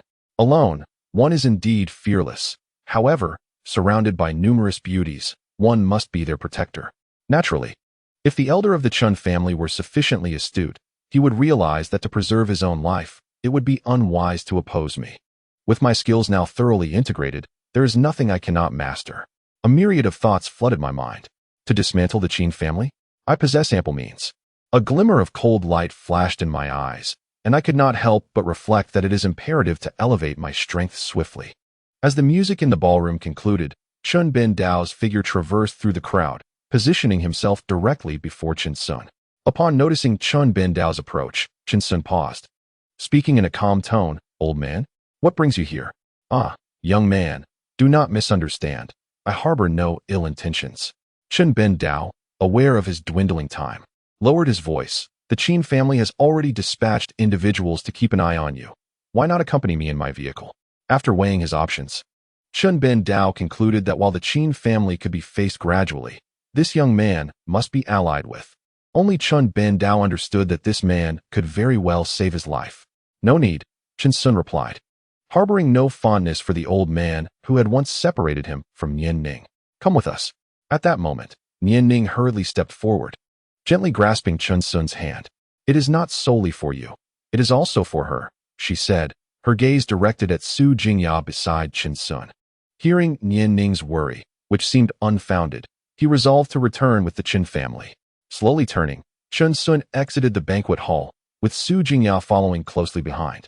Outside the hall, Uncle Chong stood respectfully beside the Rolls-Royce. Just as he was about to open the door of the Phantom, he noticed Chun Sun striding towards the specially made Elfa, bearing the license plate, Yang 88888. Uncle Chong, you may head back, Chun Sun said, glancing over his shoulder. Uncle Chong, upon seeing Chun Bin Dao beside Chun Sun, silently withdrew. Understood, boss, he replied, resigned to drive back to the sleepless city alone. Su Jingya had intended for everyone to return together. She glanced back at Uncle Chong, about to step forward when Chun Sun abruptly seized her arm, signaling for her to accompany him. Su Jingya sensed an awkward atmosphere, particularly in the presence of Nian Ning. Having already heard the story of the two from Uncle Chong, she stood anxiously before the car door. Her meticulously crafted appearance seemed somewhat contrived in the presence of Nian Ning's effortless grace. Chun Bin Dao opened the car door, gesturing for the two to enter. While signaling for his bodyguards to withdraw, he prepared to drive Chun Sun home himself. Observing Su Jingya's hesitation at the car door, Nian Ning instinctively offered the rear seat. Miss Su, perhaps you. Before she could finish her sentence, Su Jingya had already taken the front passenger seat. Left with no choice, Nian Ning and Chun Sun settled into the back seat. The Chen family's convoy slowly departed from Yunding Manor, with a pair of Mercedes-Benz vehicles escorting the Elfa in the center. Chun Bin Dao drove his car, seemingly struck by a sudden thought. He cleared his throat and turned to Su Jingya. Miss Su, I sincerely apologize for my son's behavior today. I assure you, I shall discipline him properly.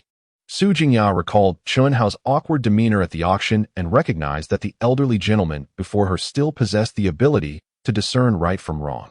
She quickly replied, You are too kind. He has already learned his lesson. A brief silence enveloped the vehicle. Young man, your name is Chun Sun, correct? Chun Bin Dao inquired, having already familiarized himself with Chun Sun's information. Noticing Chun Sun's silence, he intended to continue speaking when suddenly the phone in the car rang. Chun Bin Dao, unaccustomed to driving, carelessly pressed a button, allowing the voice to emanate through the car's sound system for all to hear. A coarse male voice resonated, Mr. Chun. This kid is too stubborn. He refuses to speak. Chun Bin Dao's expression darkened instantaneously, each word deliberate. Very well, I shall confront him personally. Chapter 64. The under-the-table maneuvers. The car gradually entered the Chun family estate, and the courtyard lights illuminated automatically. Nian Ning furrowed her brow, perplexed. Dad, what has happened? She observed her father's increasingly gaunt visage and, coupled with the earlier conversation in the car, sensed that something grave had transpired. Chun Sun immediately recalled the black-clad bodyguard from that night. The individual had acted with brutal swiftness, clearly intent on eliminating him to prevent any exposure. The audacity to conspire against the head of the Chun family indicated that this person was not to be underestimated. Witnessing Chun Bin Dao's deteriorating health, Chun Sun began to feel anxious. If this continued, even Nian Ning might be in peril. Despite his lack of fondness for the old man, it was undeniable that he had raised Nian Ning. Resolving to lend a hand, Chun Sun reassured Nian Ning, gently grasping her delicate hand. Chun Bin Dao, wishing to ease Nian Ning's worries, spoke up. It's merely a minor business issue, nothing to fret over. Once he had settled matters with Chun Sun, they began to converse quietly about the clues regarding the black-clad bodyguard. Old man, I shall accompany you to investigate, Chun Sun said earnestly. Chun Bin Dao nodded in agreement, and they promptly decided to proceed together. Under the guidance of a female bodyguard, they swiftly arrived at an unused garage in the rear of the Chun family estate. It's inside here. The female bodyguard scanned the surroundings with vigilance, her gaze ultimately resting on Chun Bin Dao. As the heavy garage door creaked open, the dim light revealed a figure suspended high by coarse ropes, the very bodyguard whom Chun Sun had incapacitated that night. The man was battered and bloodied, his clothing in tatters, and his exposed skin marred with whip marks. His body occasionally convulsed, emitting pained groans. Several of the Chun family's subordinates surrounded him, interrogating him. But upon noticing Chun Bin Dao's entrance, they parted to create a path. Chun Sun furrowed his brow. The scene before him was even more harrowing than he had envisioned. Chun Bin-dol approached slowly, taking a seat on the wooden stool before the suited bodyguard. "Speak," he demanded. "Who instructed you to poison my water?" Despite his dire state, the man in black glared menacingly at Chun Bin-dol, remaining silent, a provocative smirk lingering on his lips. "I shall inquire once more," Chun Bin-dol's voice rasped. "Who directed you to administer the poison?" Chun Bin-dol's subordinates stepped forward, unleashing a flurry of punches and kicks, yet the man, aside from muffled groans of agony, remained resolutely silent. "Chun Zong, if we continue this," one of our men cautioned, wiping the sweat from his brow, "he may not survive." "Useless." Chun Bin-dol's gaze turned icy, his frustration manifesting in a forceful slap upon the table, yet he found himself at an impasse. At that moment, Chun Sun interjected, "Allow me to attempt this." In his mind, he had already absorbed countless interrogation techniques through the system. The skills bestowed upon him were operating at full speed. Micro-expression analysis, body language interpretation, psychological suggestion, an array of interrogation strategies materialized in his thoughts. "You all may leave," Chun Sun stated without turning, his voice soft yet authoritative, leaving no room for dissent. Chun Bin-dol hesitated, seemingly on the verge of protest, but ultimately waved his hand, leading the Chun family members out of the garage. Once the door closed, Chun Sun dragged the wooden stool closer to himself. He refrained from launching into the interrogation immediately. Instead, he produced a handkerchief and gently wiped the blood from the man's face. This unexpected gesture momentarily stunned the man. 3 minutes, Chun Sun said, crouching to meet the man's gaze. "Reveal the mastermind behind this, and I shall grant you a swift end." The man grimaced, his bloodied lips forming incoherent curses. Chun Sun stepped closer, locking eyes with him. "You have undergone professional training. They taught you to use pain as a distraction." Suddenly, he pressed both hands against the man's temples, applying force. "But they did not teach you that when two pain receptors are stimulated simultaneously, the brain may misinterpret it as a life-threatening situation." The man convulsed violently, as if struck by electricity, yet Chun Sun remained unperturbed, continuing, "For you are merely a pawn. Should your mission fail, they will not rescue you. They will allow you to perish here." The man's expression shifted momentarily before he regained his defiance. Yet he could not escape Chun Sun's penetrating gaze. Chun Sun smiled, "Still stubborn? Just moments ago, their people were dispatched to clear your residence." The man's breath quickened suddenly. "There are still remnants left at your home, are there not?" Chun Sun pressed closer. "Photographs, documents, or perhaps a significant individual." The man's fingers twitched involuntarily. "Speak the name." Chun Sun's tone turned frigid, "Or your family and friends shall suffer in your stead." Under the dual threats of physical and verbal coercion, the man finally broke, hoarsely uttering 3 words, "Qinjintian." Chun Sun stepped out of the garage and approached Chun Ben-dao.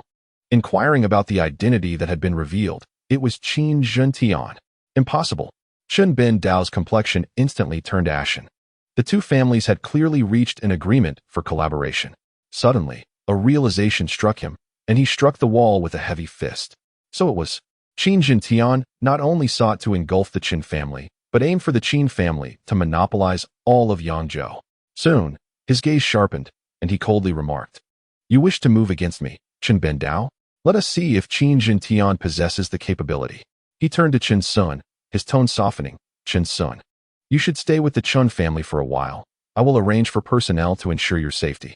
"No need. I have my own people," Chun Sun replied, shaking his head. He had already instructed Shui Yu to arrange for personnel at Villa No. 1, with comprehensive, round-the-clock surveillance. Their security was far more reliable than any external security firm, alleviating any concerns regarding safety. Since that is the case, why not stay for dinner? Chun Ben-dao invited warmly. At the Chun family dining table, a crystal chandelier cast a gentle glow. Nian Ning gently nudged Su Jingya to sit beside Chun Sun, leaving him momentarily stunned at how quickly the two women had grown familiar with each other. Su Jingya also took the opportunity to sit beside Chun Sun, tenderly serving him food. To his surprise, Nian Ning exhibited not an ounce of the usual aristocratic demeanor. The two engaged in cheerful conversation, primarily revolving around Chun Sun. Nian Ning, seated opposite him, lowered her head, taking small bites of her food, her eyelashes fluttering slightly, as if deliberately avoiding his gaze. Observing this scene, a playful smile tugged at the corners of Chun Sun's lips. Under the table, the tip of his shoe gently brushed against Nian Ning's calf. Nian Ning's hand trembled, nearly dropping her chopsticks. She abruptly looked up, meeting Chun Sun's gaze, which held an enigmatic smile. Is something wrong? Is the food not to your liking? Chun Ben Dao asked with concern from the side. At that moment, Chun Sun's actions beneath the table grew bolder, slowly sliding up along her ankle. Nian Ning's complexion turned slightly flushed. She appeared flustered yet attempted to maintain her composure. No, it's nothing. It's delicious, she stammered. Su Jingya, perceptively noting the unusual atmosphere between them, interjected, you two should try this. Chun Sun quickly spoke up, placing a piece of fish in her bowl. Simultaneously, he extended his foot beneath the table, hooking Nian Ning's ankle to prevent her from retreating. Nian Ning remained tense throughout, while Chun Sun skillfully navigated between the two women, relishing in the amusement of the situation. Suddenly, a violent cough erupted from Chun Ben Dao, his face turning pale as he slumped backward. Chun Sun's expression shifted sharply, and he immediately withdrew his foot from its mischief. Dad! Nian Ning sprang to her feet, her chair clattering to the ground. She rushed to Chun Ben Dao's side, anxiously patting his back. What's wrong? Don't scare me. Seeing this, Chun Sun quickly stepped forward, and under the astonished gazes of those present, his right hand discreetly pressed against Chun Ben Dao's lower back. A subtle green glow flickered momentarily. Chun Ben Dao's cough abruptly ceased, and his complexion visibly regained its rosy hue. I feel significantly better now. Chun Ben Dao, bewildered, touched his chest. The piercing pain from earlier vanished without a trace. He lifted his gaze towards Chun Sun, his pupils constricting as he realized once more that Chun Sun had saved his life. Nian Ning looked at Chun Sun with a hint of curiosity. She was unsure of what he had done, only noting that he had pressed his hand on her father. Instantly, her father's pallid face blossomed with color. Chun Sun, aware of her gaze, winked at her reassuringly. After their meal, Chun Sun prepared to take his leave, just as he and Sister Yi stepped outside the Chun family courtyard. Chun Ben Dao insisted on sending them back. Unable to decline, Chun Sun reluctantly accepted the old man's kindness. He noticed that it was the same female bodyguard who had previously begged him to save the old man. Clearly, she had gained Chun Ben Dao's trust. As she warmly opened the car door, her gaze towards Chun Sun was now more amiable, given that he had consecutively saved the elder's life. The softness in her demeanor momentarily stirred Chun Sun's heart. He quickly turned his head, noticing that Nian Ning and Sister Yi seemed to be engaged in conversation. Get in the car, Chun Sun called out, still pondering what Nian Ning had discussed with her. Su Jingya snapped back to attention and joined him in the car, her expression towards Chun Sun becoming somewhat peculiar. Soon, the vehicle arrived at the Shanshui Manor. Just before disembarking, the female bodyguard suddenly leaned close to Chun Sun, lowering her voice.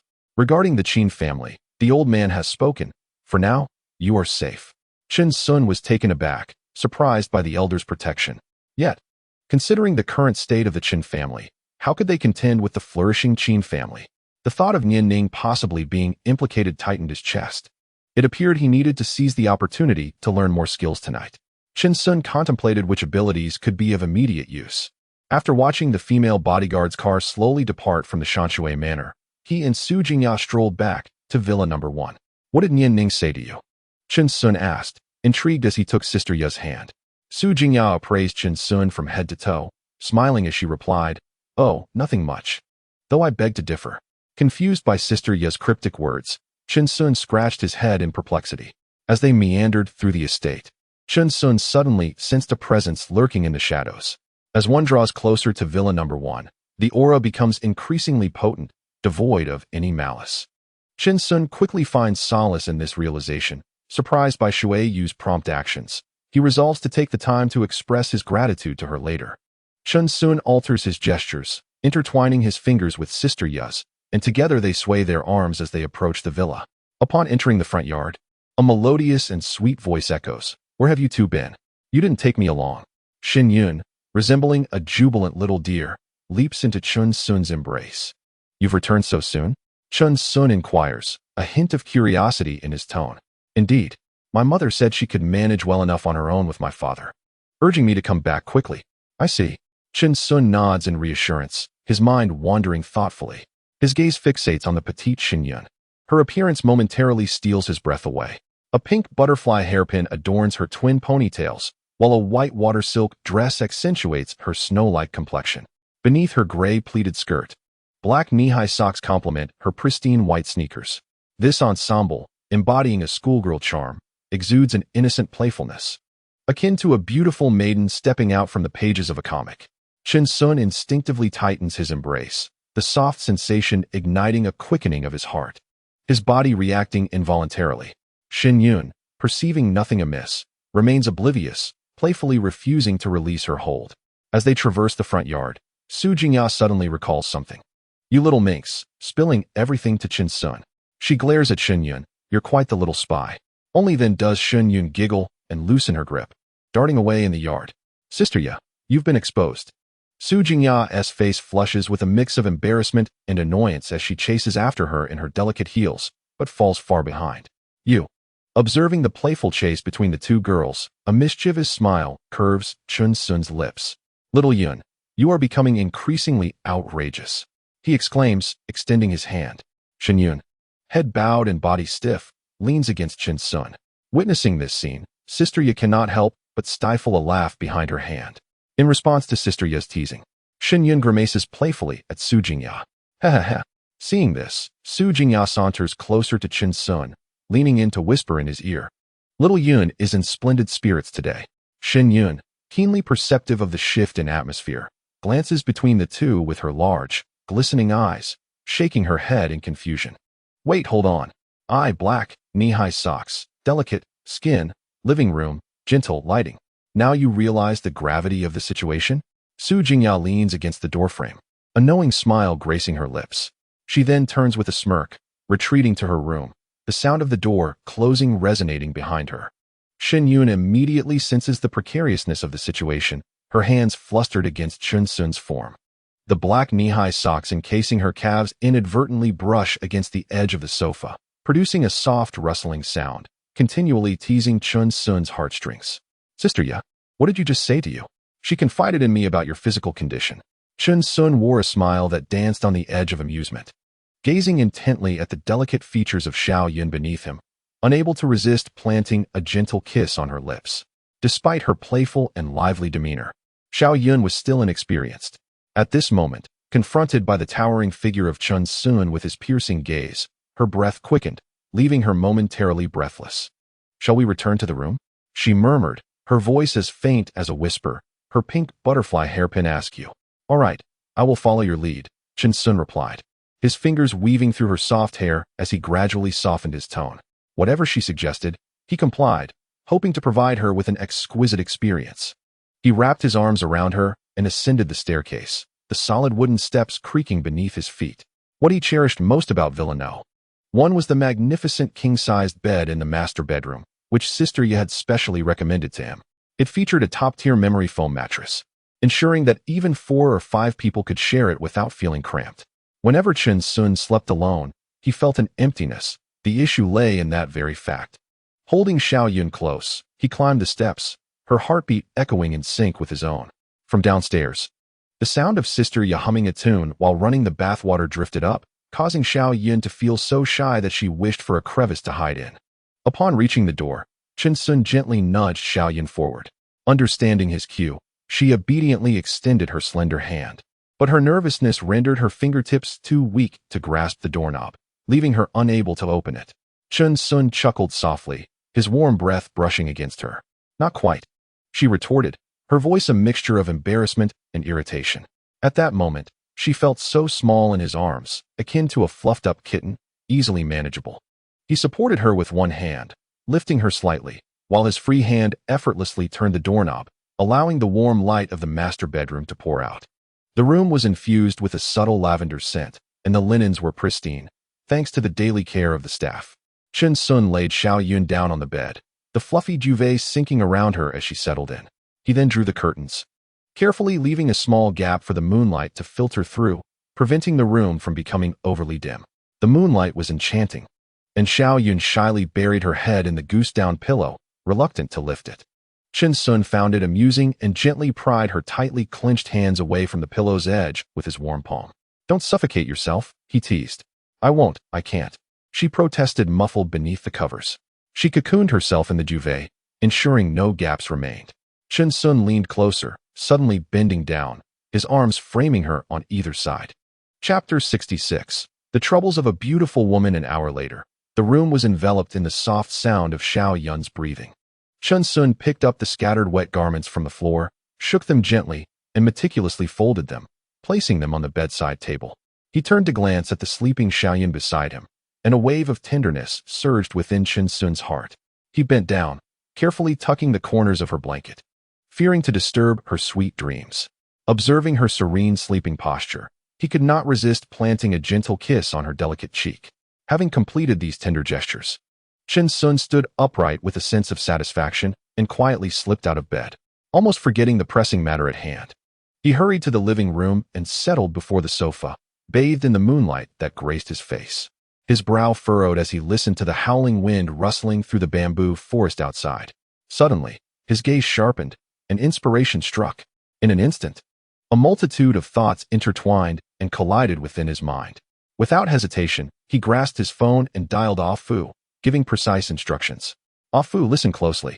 Chun Sun's voice was low, imbued with an undeniable authority. I need you to keep a close watch on the core members of the Qin family. Install miniature tracking devices and listening devices under their cars. I want to be apprised of their every move. Especially Qin Jintian.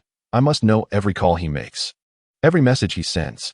After ending the call, his fingers glided swiftly across the screen, and he promptly transferred 10 million to Ah Fu. Assemble your team. Procure the finest equipment, miniature cameras, directional microphones, satellite trackers. The money is no object. He harbored no concern that Ah Fu would slacken, as their shared vendetta against the Qin family ran deep. The next step, a direct strike at the Qin family's lifeblood. The Qin family's Qinhan Group, a large publicly listed company, represented their crucial vulnerability. Chun Sun's gaze fixated on his phone screen, where the stock price chart of Qinhan Group was displayed. As he muttered to himself, he began to act swiftly. Chun Sun devised a plan to find hackers to infiltrate the Qin family's various supply chain systems, fabricating orders or logistics information to induce a collective breach of contract among their partners. Ideally, he aimed to directly attack their bank accounts or payment systems, creating financial chaos, freezing their assets, or fabricating debts against them. Simultaneously, he intended to disseminate negative financial reports, leveraging quantitative finance to collaborate with the Chun family capital to short-sell their stock. However, undertaking such ventures inevitably required funds.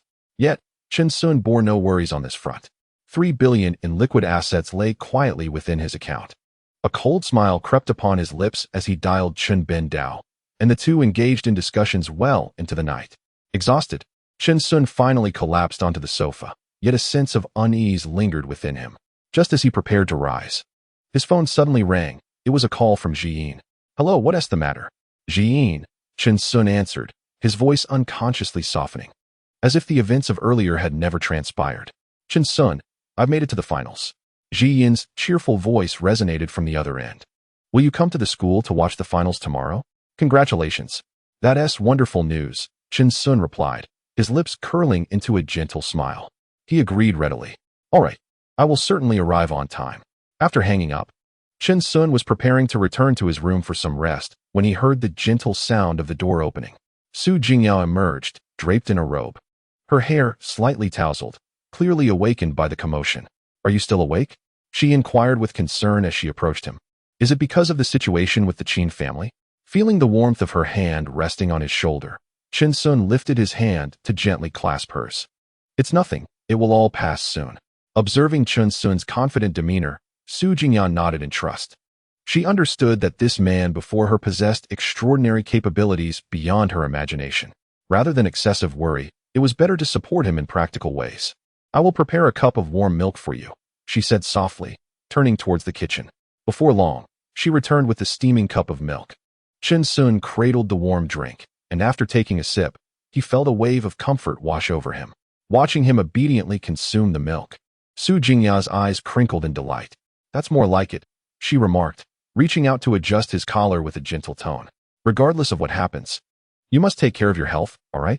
With that, she subtly tilted her chin towards her room, signaling him to join her for a conversation. Chun Sun understood, yet deliberately slowed his movements, gradually setting down the cup with a faint smile playing on his lips. Why don't you come upstairs with me? You wish. Su Jingya's ears flushed crimson, and she feigned to strike at him, only to halt midway, merely huffing in response. Chun Sun chuckled softly, wrapping his arm around her waist. You can quietly return afterward, can't you? Seeing her hesitation, he sighed. Jingya, my dear, she murmured, her fingers tracing gentle circles. What do you truly intend to do in the future? Chun Sun paused, meeting her beautiful gaze, and then, with a smile, he replied, once everything is settled, I shall organize a grand wedding and bring you all home. Stop your nonsense. Su Jingyao retorted, playfully pinching him hard at the waist. With so many women around you, how could you possibly manage? Indeed, with numerous close companions, it was implausible to divide his attention evenly. Chun Sun lowered his head in silence, gazing at Su Jingya's tender profile, suddenly feeling a weight in his heart. He looked at her with a sense of regret, feeling somewhat guilty. I get along well with Xiaoyun. I just wonder if Nianing and Jin can accept such a relationship. Unexpectedly, Su Jingya spoke softly, her words causing him to pause slightly. Chun Sun suddenly realized that despite the many women in his life, each one displayed an unusual level of understanding. Perhaps their selfless love had cloaked him in a gentle filter. Nianing, you have spent time with her. You should know she is quite easy to talk to. The words of a confidant resonate. Tomorrow, depending on circumstances, I shall endeavor to introduce her to you and allow her to become acquainted with Xiaoyun. At this moment, the images of Sister Qing and Ruoxi unconsciously surface in Chun Sun's mind. Both Jin and they are in their early 20s, and even Yiji is merely 28.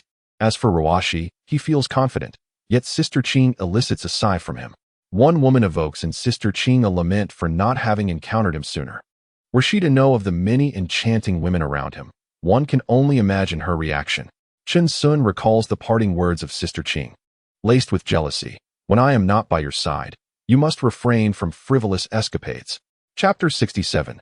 The thoughts of Xiaoyun. It seems Xiaoyun has awakened.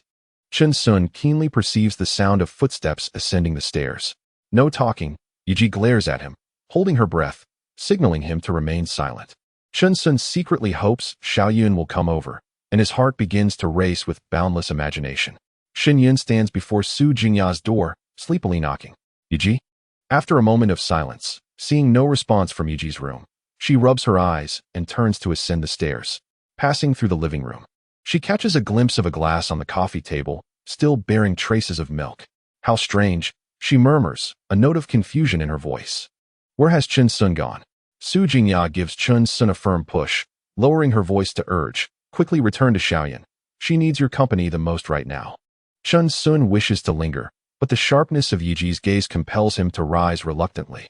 Before he departs, he casts a begrudging glance back, then strides out the door. He silently returns upstairs, discovering the door slightly ajar, with the room's lights still aglow. Through the crack, he observes Xiaoyun sitting alone on the bed, lost in thought, her hair cascading messily on either side. She appears utterly dejected, as if on the verge of tears. Before long, Chun Sun's phone rings, glancing down. He sees it as Xinyun calling. He quickly enters the room, switches off the glaring overhead light, leaving only the dim bedside lamp. You're awake? He softly inquires from behind Xiaoyun. Xinyun ignores him, quietly burrowing under the covers. She pulls the blanket over her head, her frail shoulders trembling slightly beneath its warmth. Chun Sun's heart softens at the sight. I'm here. I've been here all along. After a brief pause, Xinyun slowly turns. Her eyes red-rimmed as she gazes at Chun Sun. Under her unwavering stare, he feels a twinge of unease. This lively girl, usually full of laughter and mischief, now regards him with a gaze that leaves him exposed. It is likely that she knows he has just emerged from Yiji's room. If both Sister Ye and I fell into the water, who would you save first? Xinyun suddenly posed a rather provocative question. Ahem. Chun Sun found himself momentarily taken aback. Why did she spring such a query upon him? He quickly adopted a gentle tone, without a moment's hesitation. Of course. I would save you first. Really? Xinyun shot him a sidelong glance, her expression one of disbelief. Yet, despite knowing this might merely be flattery, the corners of her mouth betrayed her delight. However, in the next instant, Chun Sun's demeanor shifted as he earnestly explained, because Sister Ye is taller than you. With your little short legs, you'd sink to the bottom in no time. So I must rescue you promptly. You. Xinyun was momentarily stunned before her temper flared, resembling a small cat whose tail had been stepped on. Her cheeks puffed in indignation as she clenched her fists and struck at Chun Sun's chest. You go die? Yet. Xinyun's petite frame lacked any real strength, and her playful punches felt more like gentle tickles to Chin's son. Ouch, he feigned, deliberately rolling over with a mischievous grin. Hey, just like that spot, put a bit more force into it. Seeing this, Shin Yun's frustration intensified. Unable to hurt him with her playful assaults or outwit him with her words, she simply turned away, her back to Chin's son, sulking in silence. The more she pondered, the more aggrieved she felt, and in a sudden fit, she threw off the blanket and declared, "I'm going to sleep in my own room." She spoke in a huff, entirely oblivious to her own clumsiness. "Be careful." Chun Sun swiftly extended his arm to steady her delicate waist. All right. I won't tease you any longer. It's quite late. Aren't you feeling sleepy?" "Not at all. I'm irritated by someone." Chun Sun contemplated this. Indeed, having spent so much time with Shin Yun, he realized he had only taken her shopping for a few clothes and had yet to give her a meaningful gift. He recalled the exquisite gift box that the server had presented at the time of the auction, still resting in his drawer. Perhaps he could give it to Shin Yun? But then he dismissed the thought, knowing that Nian Ning would likely disapprove. Instead, he decided he would take Shin Yun out for a stroll tomorrow. After all, he had met her parents. And he should buy something for her uncle and aunt as well. With a newfound resolve, he turned to Shin Yun, grasping her hand gently, and spoke slowly. "I apologize. How about I spend more time with you tomorrow?" "Well, that sounds much better." Shin Yun's anger, which had flared up quickly, dissipated just as swiftly. After all the commotion, she felt somewhat weary, and her irritation had nearly vanished. She nestled down like a small kitten finding its cozy nook, and as she lay in Chun Sun's embrace, the steady rhythm of his heartbeat resonated in her ears.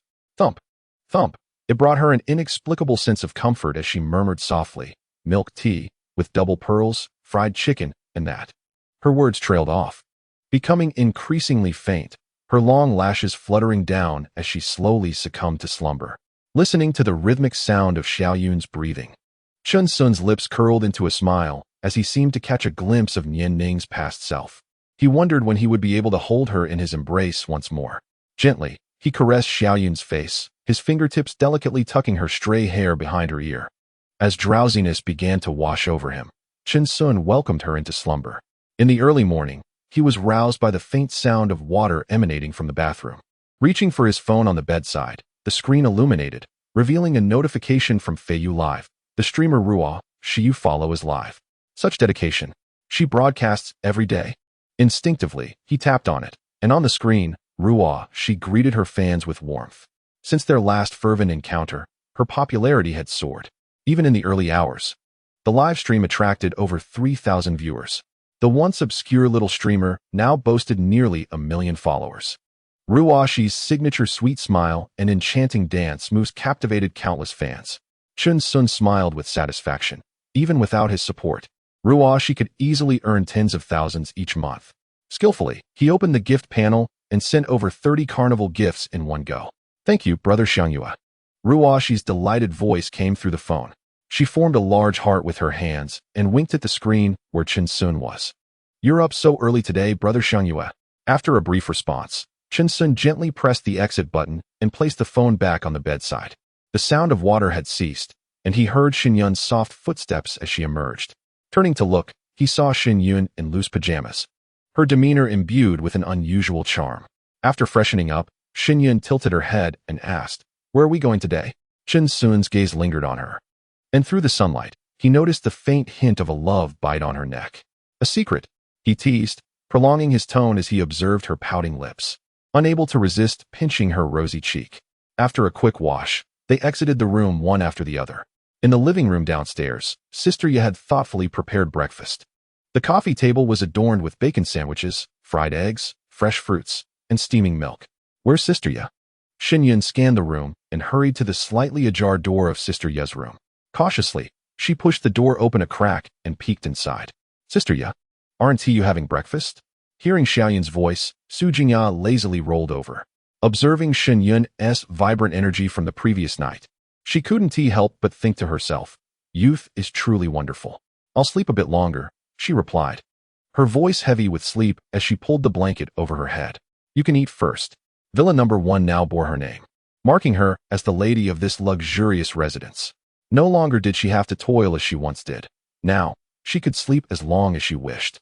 "Oh, very well. Today, I am going out with Chin Sun." Shin Yun approached Yujia, leaning excitedly against her bedside. Well, you all enjoy yourselves. I shall refrain from being a third wheel, Su Jingyang murmured as she turned over, continuing to slumber. Observing this, Shen Yun obediently nodded. Recognizing the need not to disturb Yejia any further, she quietly exited the room, gently closing the door behind her. Upon entering the living room, she found Chen Sun already partaking in a meal alone. Wait for me, she exclaimed, hastily moving to sit across from him. Delicious, she said, spearing a piece of bacon, her eyes instantly brightening. You haven't told me where you plan to take me today, Chen Sun inquired after sipping his milk. Have you obtained your driver's license? Driver's license? Shen Yun responded, biting her fork. I just turned 18. I've yet to even touch a steering wheel. I see. I had intended to buy you a car, but it seems that we'll have to wait. Chen Sun feigned disappointment, casting a sidelong glance at Yejia's room, pondering whether he should consider purchasing a car for her instead. What? Are you doing this on purpose? I don't care, once I get my license. You must buy me the most beautiful model. Shen Yun pouted, a hint of annoyance in her tone. Let us go.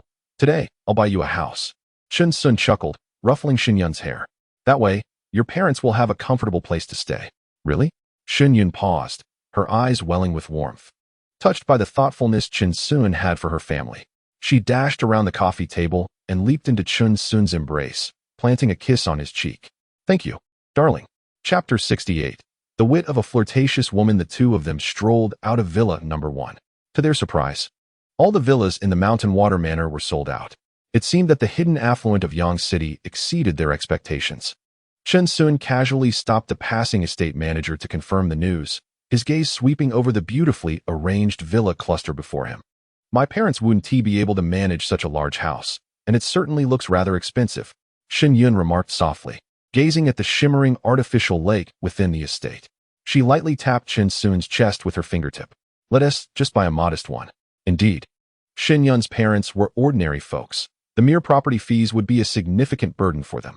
With this in mind, Chen Sun resolved to seek a home in a well-equipped area, one that possessed a touch of quality. After a brief search, the two boarded a Lamborghini and set off toward the urban district of Yang City. Wow! Look! Is that a Lamborghini? One exclaimed. No, this model seems to be. The night legend. At a red light, Chen Sun halted the car, as a group of university students raised their phones to capture the moment. Their excitement surged, especially when they noticed Shen Yun seated in the passenger seat. Leisurely, Shen Yun reclined against the carbon fiber seat, her long hair cascading carelessly. Her exquisite cheeks illuminated by sunlight, reminiscent of a star, truly unattainable. They couldn't help but marvel inwardly. Indeed, the passenger seat of a sports car never disappoints. Chen Sun, equally poised, gradually lowered the car window, his striking profile causing the young lady at the nearby milk tea shop to lose her composure. The roar of the Lamborghini approached, crescendoing until it came to a halt in front of the Sunshine City sales office. As the two alighted from the vehicle, their celestial beauty and the car's flamboyant design drew the attention of passers-by. This mature community, with an average price exceeding 30,000 per square meter, neither overwhelmed like the opulence of Shanshui Manor nor fell short of fulfilling daily needs, boasting nearby prestigious hospitals, a community activity center, and an array of recreational facilities. Even the ginkgo trees within the community were mature, over 20 years old. Look, that woman's attire is from Chanel. I still think this man exudes more charisma. Inside the sales office, upon glimpsing the two descending from the sports car through the floor-to-ceiling windows, the sales staff stirred with excitement. This project will be personally attended to by me. The sales director firmly silenced the crowd, quickly adjusting her black skirt. She strode gracefully in her 7-centimeter heels towards the entrance. Welcome to Sunshine City. Her voice was perfectly warm. We happen to have the last available penthouse unit, facing south with a sky garden, priced at $8 million. As she respectfully led them into the sales office, she elaborated on the property. This unit features a design that harmoniously integrates traditional gardening techniques with modern living. Chen Sun accepted a cup of iron goddess tea prepared by the staff and took a gentle sip. Listening to the director's introduction, Shen Yun suddenly chuckled. Pointing at the courtyard, my dad would absolutely adore this. Observing Shen Yun's evident delight, Chen Sun was about to speak when a voice from next door interrupted. Really? A flamboyant woman clad in a figure-hugging dress spoke with an overly sweet tone, clearly intending to be overheard. At that moment, She was entwined with a middle-aged man sporting a Mediterranean hairstyle, her artificially elevated voice reverberating throughout the hall. "You'll cover the down payment for this house, right? Thank you so much, darling. You're truly wonderful. Is this house really only in my name?" Chen Sun cast a sidelong glance. Wasn't this the ostentatious woman from the class reunion? What was her name again? He had already forgotten. The ostentatious woman had spotted him the moment he entered. She knew of his wealth, yet wasn't he willing to appear diminished. Her demeanor suggested she had snagged a wealthy partner, implying that not only was he covering the down payment, but the house would also bear her name. Her eyes sparkled as she looked at the man, her words dripping with satisfaction as she clung to his arm, unconsciously brushing against her own bosom. The middle-aged man clearly relished her antics, appearing quite knowledgeable about real estate matters. "Consider this. The total price of the property is $3 million, and I have already assisted you with a 30% down payment. You only need to contribute an additional $210,000 to secure it." As he revels in the allure of the captivating woman, he seems to have made a firm decision. "It is settled then. The property deed shall bear only your name." Upon hearing this, the enchanting woman could not conceal her pride, her eyes sparkling with delight. "Oh, thank you, darling. You are truly wonderful," she cooed, her tone elongated with feigned coyness. Recalling the moment when Chen Sun had claimed she would never find a husband, now eager to regain her lost dignity. Beside them, Shen Yun felt a shiver run down her spine at those words and couldn't help but turn away, discreetly sticking out her tongue at Chen Sun. He merely smiled faintly, choosing silence. The captivating woman, sensing her triumph, felt invigorated. She knew she had decisively outshone Chen Sun. She plotted inwardly that after today, he would never dare to underestimate her again. "Darling, let us sign the contract now," she urged, linking her arm with that of the middle-aged man, playfully swaying between them. The man, initially taken aback, quickly regained his composure, his face lighting up with excitement as he nodded fervently. "Excellent, excellent." Before long, the staff arrived, and the process unfolded swiftly. As the captivating woman inscribed her name on the electronic contract and pressed her thumbprint, she could not resist glancing at Chen Sun and Shen Yun, a victorious smile gracing her lips. "My man is impressive. He has nearly contributed $1 million just for the down payment." Chen Sun observed the captivating woman and the surrounding staff, suddenly enlightened.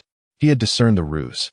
The so-called market price was nothing but an inflated figure, and the 30% down payment was undoubtedly suspect. The captivating woman, lost in the thrill of her perceived fortune, remained oblivious to the fact that this property, valued at $3 million, likely held an actual worth of less than $2 million in the current declining real estate market. The seemingly generous benefactor was, more often than not, a plant from the developer, masquerading as a successful individual to approach target clients under the guise of romance, generously aiding in down payments. In reality, they not only reaped substantial commissions, but also capitalized on the opportunity to inflate property prices. The enchanting woman remained unaware that she had unwittingly taken on a monumental loan. Chen Sun shook his head, glancing at the captivating woman with a sense of resignation. He had no intention of engaging in a dispute with her, yet she insisted on pursuing a path of folly. Such a clumsy scam was beyond her comprehension, and he saw no need to expose it. After all, everyone has their own fate. After her brief display of arrogance, she noticed Chen Sun's silence and felt a swell of satisfaction. Striding confidently, arm in arm with the man, she failed to notice the fleeting glint of cunning in his expression. As the captivating woman departed, Chen Sun felt a twinge of discontent. This property was hardly worth the investment. Observing that the director was still speaking at length, he halted, his gaze penetrating as he focused intently on the director. The director glanced at Chen Sun with a hint of embarrassment, beads of sweat forming on her forehead as she slowly spoke. "Ahem. That man is not one of our staff. Is that so?" Chen Sun shifted the conversation, eager to avoid any unnecessary prolongation. "This apartment is $5 million, with a parking space included. Shall we proceed with the signing?" Rather than settle for a lesser return from the system, he was unwilling to appear foolish, a principle he had always upheld. Moreover, with $30 billion in his possession, his spending would only increase. The director showed visible distress, expressing that no further concessions could be made. Chen Sun chose not to elaborate further and turned to leave. Just as he was about to step out the door, the director's urgent voice called out from behind, "Deal." Although the profit was minimal, it was still something, and given the circumstances, selling it was commendable. She silently lamented, considering that the previous fool was a rare occurrence. Mr. Chen, here are your keys. This fully furnished property is ready for you to move in at any time. Chen Sun took the keys from the director and turned to gently gaze at Xiao Yun, raising an eyebrow slightly as he handed her the keys. The director's gaze lingered on Shen Yun, her envy barely concealed in her eyes. With outstanding beauty and an extraordinary demeanor, she was a stark contrast to the heavily made-up woman from earlier. The flirtatious woman, entwined with a middle-aged man, had just turned the corner when the man suddenly pulled out his phone, feigning a call. "Darling, I'm so sorry. I have a friend nearby and need to pick him up," he said with an air of urgency. The flirtatious woman, still basking in the joy of purchasing a home, obediently nodded, then hurry back, okay? Once the man had completely vanished around the corner, she suddenly recalled something, and her smile froze on her face. She fished out her phone and dialed the familiar number, only to be met with the cold, automated message. "Hello, the number you have dialed is not in service." In the wind, the home purchase contract in her hand suddenly felt weighty. Chapter 69. The generous Xiao Yun. As the two exited the sales office after finalizing the purchase, Chen Sun glanced at his phone. It was only noon, with 6 hours remaining until the finals of the top 10 singers competition at Jiyin campus. "Are you hungry?" He had made up his mind to accompany Xiao Yun for a meal and perhaps show her around. "What do you think we should eat?" Chen Sun turned to the cheerful Xiao Yun, who was joyfully walking on her tiptoes. Her twin ponytails accentuated her youthful innocence, exuding an infectious vibrancy. I'm not sure. Is it hot pot?" Xin Yun tilted her head, curious. Chen Sun naturally responded, "Precisely, it is hot pot." Xin Yun widened her eyes in surprise, her mouth slightly agape as she looked at Chen Sun in astonishment. "How did you know I wanted hot pot the most right now?" Chen Sun chuckled softly, his hand casually tucked in his pocket as his fingertips grazed her delicate cheek. While he found it challenging to fully grasp the desires of other beauties, the presence of Xiao Yun made him feel completely in control, filling him with an overwhelming sense of accomplishment. He chuckled to himself, realizing why men are often drawn to 18-year-old girls. Their minds are as pure as a blank sheet of paper, with every thought written across their faces. "Let us go have some Jincheng hot pot." "Yes." Shen Yun nodded vigorously, her mouth watering at the mere thought of the spicy and fragrant broth. The two took the elevator to the 4th floor of the mall, quickly locating the exquisitely decorated Jincheng hot pot restaurant. "Order whatever you like," Chen Sun said, gentlemanly sliding the menu in front of Shen Yun as they settled into their booth. "And you?" Shen Yun hesitated, flipping through the menu. "Me? I'm not picky. I eat anything." Chen Sun leaned back with a smile, deliberately elongating his words. "Anything? You really eat anything?" Shen Yun blinked her big eyes, tilting her head teasingly. "Wow, you're brave enough to tease me now?" Chen Sun pretended to stand up to reprimand her, prompting Shen Yun to quickly raise the menu to shield her face, revealing only her sparkling eyes. "I'm just joking, you stingy boy," she pouted, her voice soft and sweet, tinged with a hint of playfulness. However, Chen Sun didn't approach her. Instead, he turned towards the condiment area. He glanced back and smiled at Shen Yun. "What kind of dipping sauce do you want? I'll prepare it for you." Having always been the obedient girl, Shen Yun rarely had the chance to dine out. Now that her family was settled, she began to rediscover her youthful spirit alongside Chen Sun. "I want it spicy," she thought for a moment, her eyes suddenly brightening as she exclaimed, "The extra spicy kind." Chen Sun shook his head in exasperation but continued to prepare the sauce. He started with sesame oil, added a generous spoonful of chili, and sprinkled cilantro and scallions on top. The dipping sauce, a vibrant mix of red and green, was visually tantalizing. When Chen Sun returned to the table, Shen Yun had already placed her order. A server approached with 2 exquisite little cakes, causing Chen Sun to chuckle. This girl certainly knew how to enjoy herself. A glance at the menu revealed mostly vegetarian options, so he instructed the server, "Add a portion of pea shoots. They are a must for hot pot." He then ordered several signature meat dishes, including tripe, yellow throat, and duck intestines. When he reached the seafood section, Chen Sun raised an eyebrow and asked, "Do you like seafood?" "They have large lobsters and Yangqing lake crabs." Shen Yun, nibbling on a cake, immediately looked up, cream still adorning her lips. "Yes, yes, yes." After placing the order, Chen Sun handed the menu to the server. At that moment, Shen Yun unexpectedly held one of the small cakes to his mouth. "Try this. The sesame filling is truly delicious." Just as Chen Sun opened his mouth, Shen Yun playfully retracted her hand, sticking out her tongue mischievously. "Ah, I can't reach it." Only when Chun Sun pretended to glare at her in mock anger did she giggle and offer the cake again. Suddenly, Chun Sun opened his mouth wide and took the cake along with her delicate fingers. "Ah, that's so dirty." Shen Yun, her cheeks flushed, withdrew her hand and glanced around in a fluster, anxiously reaching for a tissue. Chun Sun reclined leisurely in his seat, a knowing smile gracing his lips. Having exchanged saliva, what need was there for wiping? Shen Yun's ears turned crimson, as if they could bleed. At that moment, the waiter approached, bearing a steaming pot and an array of dishes. A large cauldron of vibrant red broth bubbled, its surface adorned with a thick layer of chili peppers and Sichuan peppercorns, the mere aroma causing beads of sweat to form. Chun Sun, noticing Shen Yun in her white top, promptly requested an apron from the waiter. He circled behind her, gently wrapping his arms around her waist, tenderly assisting her in fastening the apron. He playfully squeezed her shoulders, signaling her to let go of her annoyance. The broth soon reached a rolling boil, and Chun Sun, with deft expertise, tossed in various meats such as tripe and throat.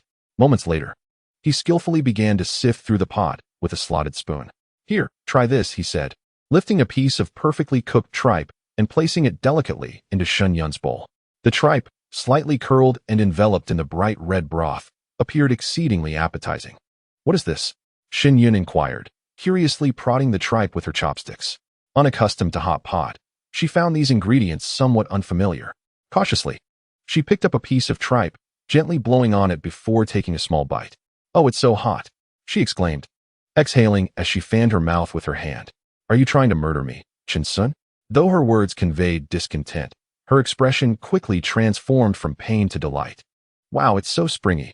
It's truly delicious," she exclaimed, quickly picking up another piece, this time having learned to blow on it first. Tilting her head, she scrutinized the tripe before bursting into laughter, remarking that its appearance was somewhat unappealing, resembling a rag. Upon hearing Shen Yun's words, Chun Sun nearly spat out his drink. A rag? This was the first time he had heard tripe described in such a manner. Leaning closer to observe the bubbling tripe, he couldn't help but chuckle. Indeed, the dark, wrinkled tripe bore a striking resemblance to a rag. Just as they were thoroughly enjoying their meal, the waiter arrived with the final grand dish. 2 massive Boston lobsters stood proudly in the center of an ice platter, accompanied by a bamboo basket containing 2 pairs of steamed Yangtze Lake crabs. Chun Sun donned disposable gloves and carefully cracked open the lobster's hard shell.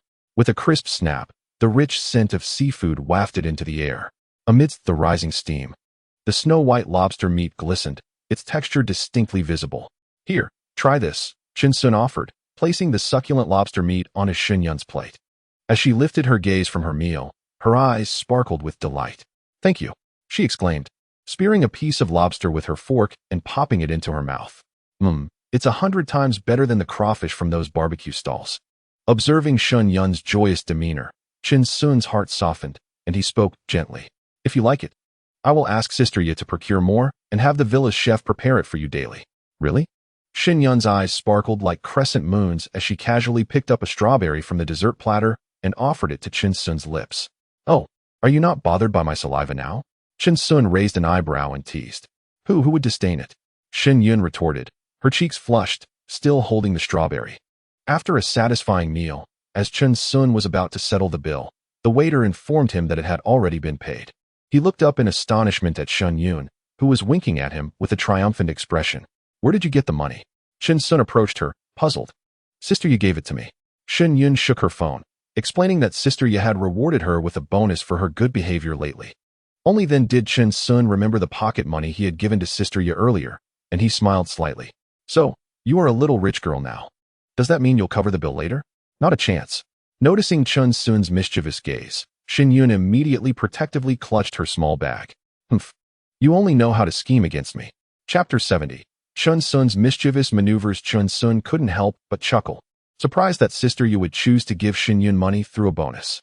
This way, it's better. Shen Yun is still young, and having too much money could be detrimental. A little pocket money now and then would suffice. As they exited the hot pot restaurant, they still had ample time before their rendezvous with their close friend. Chun Sun turned to the young Shen Yun beside him and gently inquired, "Where would you like to go next?" Shen Yun tilted her head in thought, her eyes suddenly lighting up. She pointed excitedly at a nearby claw machine, exclaiming, "I want to play with the claw machine." "Great. Chen Sun naturally took Xin Yun's small hand, and together they walked into the toy store. Hello. How much are the game tokens? Chen Sun approached the counter to ask. 1 token for 1 yuan, the front desk girl replied, momentarily captivated by Chen Sun's handsome features. Her gaze lingered on him, slightly mesmerized. Unfazed, Chen Sun paid 100 yuan, receiving a small basket brimming with game tokens in return. He handed the basket to Xin Yun, his eyes encouraging. It's your turn now. Xin Yun, bubbling with excitement, raised her small fists, rolling up her sleeves as if she were about to clear the entire toy store. Let us go. Chen Sun smiled as he led her toward the array of claw machines. As he gazed at the dazzling assortment of machines, Chen Sun suddenly recalled that it had been quite some time since he last played this with Nian Ning. The machines were stuffed with an assortment of plush toys, Spider-Man, Iron Man, and various Marvel heroes, alongside colorful Disney characters that dazzled the eye. Xin Yun joyfully hopped to a machine, where a plump pink bunny lay inside. With a beaming smile and sparkling eyes, she eagerly inserted a coin, rubbed her hands together, and concentrated intently on the joystick. The mechanical claw securely grasped the little bunny, slowly lifting it, almost delivering it to the exit. Click! With a sudden twitch of its claws, the pink rabbit slipped from the grasp, plummeting back into the mound of plush toys just as it was about to reach the exit. How could this happen? It was so close, yet so far. Xin Yun's eyes widened in disbelief, her mouth slightly agape. Frustrated, she tucked her disheveled bangs behind her ear and stamped her foot defiantly. No, today I must retrieve it. 1 coin after another was fed into the machine. This pink bunny, originally worth less than 20 yuan, had consumed over 30 of her coins before finally yielding to her persistence. Xin Yun cheered as she cradled her prize, proudly nuzzling the bunny's cheek. Next, she aimed for the green turtle. With a mischievous wink, she elongated her tone. This little green turtle will be yours if I catch it. Chen Sun raised an eyebrow, feigning annoyance. Huh, do you wish for me to become a green turtle? He teased, playfully pinching her soft cheek. Oh no, not at all. Xin Yun giggled, evading his playful grasp as she turned back to the machine. To her surprise, fortune smiled upon her. She managed to snag the turtle on her very first attempt, bringing it to the edge of the exit. Look, Chen Sun, I'm about to succeed. She clapped her hands in excitement, quickly bending down to insert another coin. Just then, a couple's conversation broke through the air behind her. Honey, look, that green turtle is so adorable. I really want it, the girl's sweet voice chimed.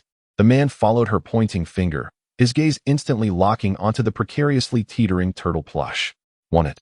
I'll grab it for you, he declared, attempting to rudely push his way forward. Had Xin Yun been alone, she might have been intimidated. However, with Chen Sun standing beside her, he calmly blocked the man's advance. Can't you see someone is already here? Chen Sun's voice was neither loud nor soft. The man, publicly thwarted by Chen Sun, became enraged, his face flushing with anger. Honey, this guy is so fierce. The girl's complaint only stoked the flames of his ire further. Observing the scrawny man's bluster, Chen Sun couldn't help but find it amusing. Who had granted him such audacity? Disregarding their outbursts, Chen Sun naturally shielded Xin Yun behind him as she stood up. It was only then that the man truly noticed Xin Yun's beauty, rendering him momentarily speechless. His anger forgotten, he gazed at her, his heart racing tumultuously. How could there exist such a stunning girl in this world? This unadorned maiden before him cast the heavily made-up woman beside him into shadow. His greedy eyes roamed over Xin Yun, making her feel uncomfortable as she instinctively shrank back behind Chen Sun. Hey there, little brother, your girlfriend is truly enchanting. The man suddenly shifted his demeanor, leeringly attempting to flirt. Get lost. Chen Sun's gaze turned frosty, and before his words could fully escape his lips, he raised his leg and struck. The man, caught unawares, collided forcefully with the claw machine, producing a dull thud as he crumpled to the ground, unable to rise. The woman gasped, her complexion paling, flustered as she rushed to assist him, lacking even the courage to look up at Chen Sun. Disinterested in the couple, Chen Sun took Xiao Yun's hand and led her to another row of claw machines. Clutching a pink rabbit, Xiao Yun looked up at him with a sweet smile. Fortunately, you are here, she said, pressing the remaining coins into his hand. Chen Sun accepted the coins and stood before the machine, a surge of insights flooding his mind regarding the art of clawing. Angles, timing, the flick of the claw, yet he intended to employ none of these. A subtle smile graced his lips as he stepped forward, foregoing the coin insertion and swiftly input a series of enigmatic commands on the control panel. Done. With the final confirmation pressed, the screen flickered, and the administrator interface appeared seamlessly. Chen Sun promptly adjusted the difficulty to easy mode and tightened the grip of the claw to its maximum, satisfied with his modifications. Shall we give it a try?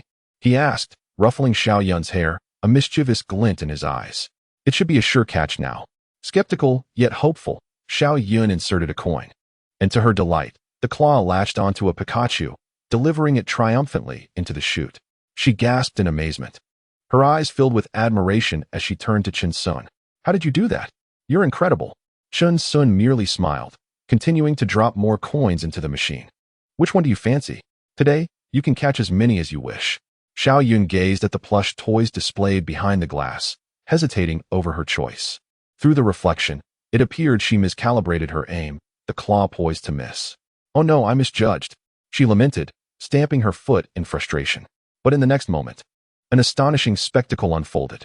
The mechanical claw suddenly opened wide, akin to a giant hand, capturing two plush toys below with a firm grip. Xiao Yun's eyes widened in disbelief. Her mouth agape, as if an egg could fit. The claw slowly maneuvered above the exit, and with a soft thud, the two toys tumbled down in succession. Elated, she grasped Chen Sun's arm, bouncing with joy as the scene that followed seemed almost enchanted. She continued to snag a dozen plush toys, until both of their arms were brimming with treasures, unable to hold any more. Enough already. Xiao Yun chuckled, reluctantly departing from the machine. Their extraordinary feat attracted the attention of surrounding patrons. Staff members hurried over, offering 2 large baskets. Here, use these to carry your winnings. When the front desk girl observed the duo approaching, laden with bountiful spoils, her eyes widened in astonishment. Stealing a glance at the charming and gentle Chen Sun, then at Xiao Yun's ethereal beauty, she muttered enviously to herself, when will I ever have a boyfriend like that? Chapter 71. Chen Sun's monetary prowess. These plush toys can be exchanged for points, you know. The girl gazed enviously at the 2 individuals before her. The young man was tall and handsome, while the young woman was charming and delightful. You can participate in the shooting game over there, where the prizes are even more enticing, exclaimed the girl at the front desk, pointing towards a nearby area adorned with flickering lights. Upon hearing this, Shen Yun's eyes sparkled with excitement as she eagerly tugged at Chen Sun's sleeve. Let us redeem all the prizes. Suddenly, she seemed to recall something, quickly fishing out a green plush turtle from her basket. Ah, this one must stay, she declared, casting a sly glance at Chen Sun. Chen Sun couldn't help but chuckle as he took the green turtle and gently placed it atop her head. Do you really enjoy being a green turtle so much? Shen Yun, feigning annoyance, took off the turtle and attempted to crown Chen Sun with it, but despite several attempts, her height proved insufficient. Together, they had accumulated a total of 2,200 points, enough to exchange for 22 bullets. A staff member warmly guided them to the shooting area. Chen Sun's sharp gaze swept across the target wall, where a series of circular targets were arranged from large to small, the tiniest no larger than a coin. Come, give it a try. Chen Sun smiled as he handed the toy gun to Shen Yun. She mimicked the sharpshooters she had seen on television, squinting one eye while the other was wide open, her little head swaying as she aimed. Bang! The first shot struck the wall beside the target, kicking up a small cloud of dust. Pouting in defiance, she insisted on challenging the smallest target, but after 5 shots, she failed to hit it. Amused by her earnestness, Chen Sun couldn't resist ruffling her hair affectionately. Would you like to try a larger target? I must hit it. Shen Yun puffed out her cheeks, adjusting her aim at a medium-sized target. Finally, with only 2 bullets remaining, a crisp bang echoed as the target fell. The staff promptly presented her with an adorable panda plush toy. Shen Yun clutched it tightly, the soft texture endearing her to it. Yay, she exclaimed, burying her face in the panda's plush belly for a gentle nuzzle before handing the gun to Chen Sun. Only 2 bullets left. It's all my fault for being too greedy. Her voice trailed off, tinged with shyness. It's all right, Chen Sun replied casually, accepting the gun from the staff with a mysterious smile playing on his lips.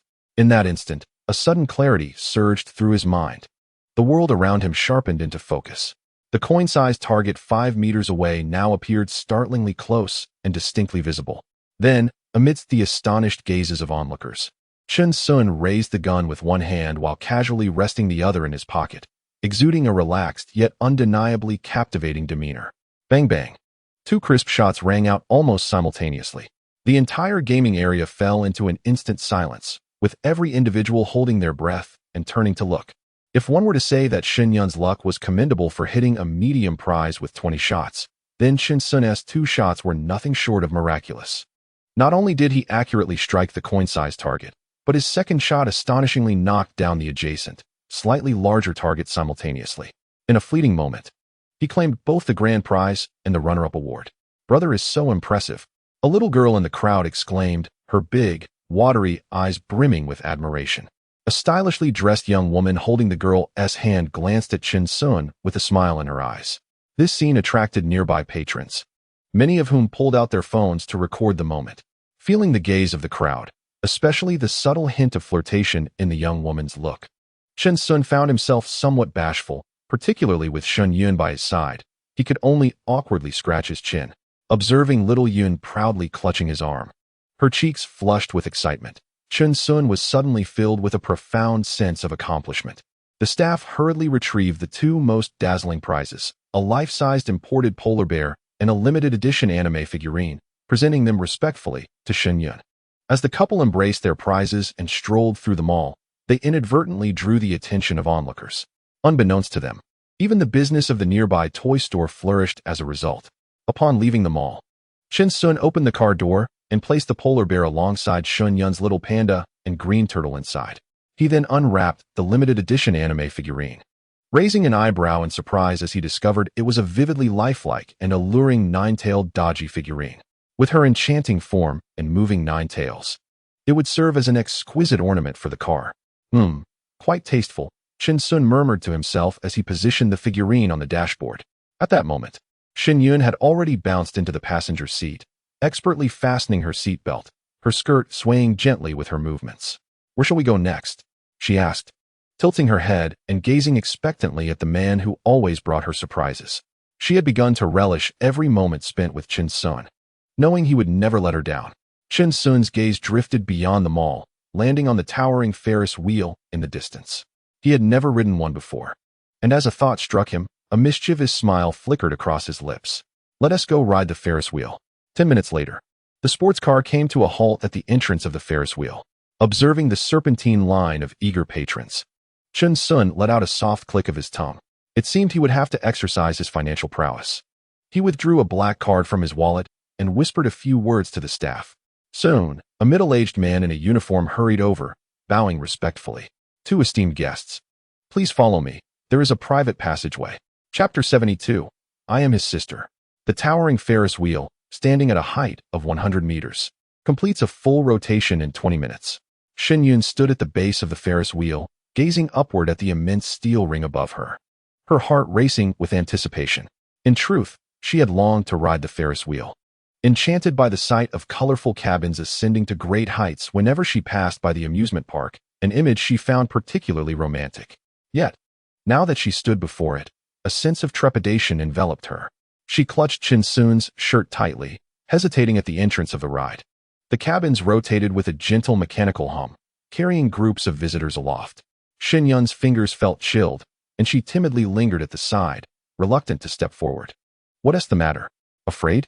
Chen Sun stood beside her, observing her indecision. Who's afraid? Shen Yun shot him a glare, her voice lacking conviction. The staff, having received their share of benefits, patiently awaited beside them, wearing smiles and refraining from rushing them. Noticing her lingering hesitation, Chen Sun gently tugged at her hand. Shall we try something else? The carousel is quite delightful. His suggestion struck a chord within Shen Yun, prompting her to take a deep breath and grit her teeth. The carousel is for children.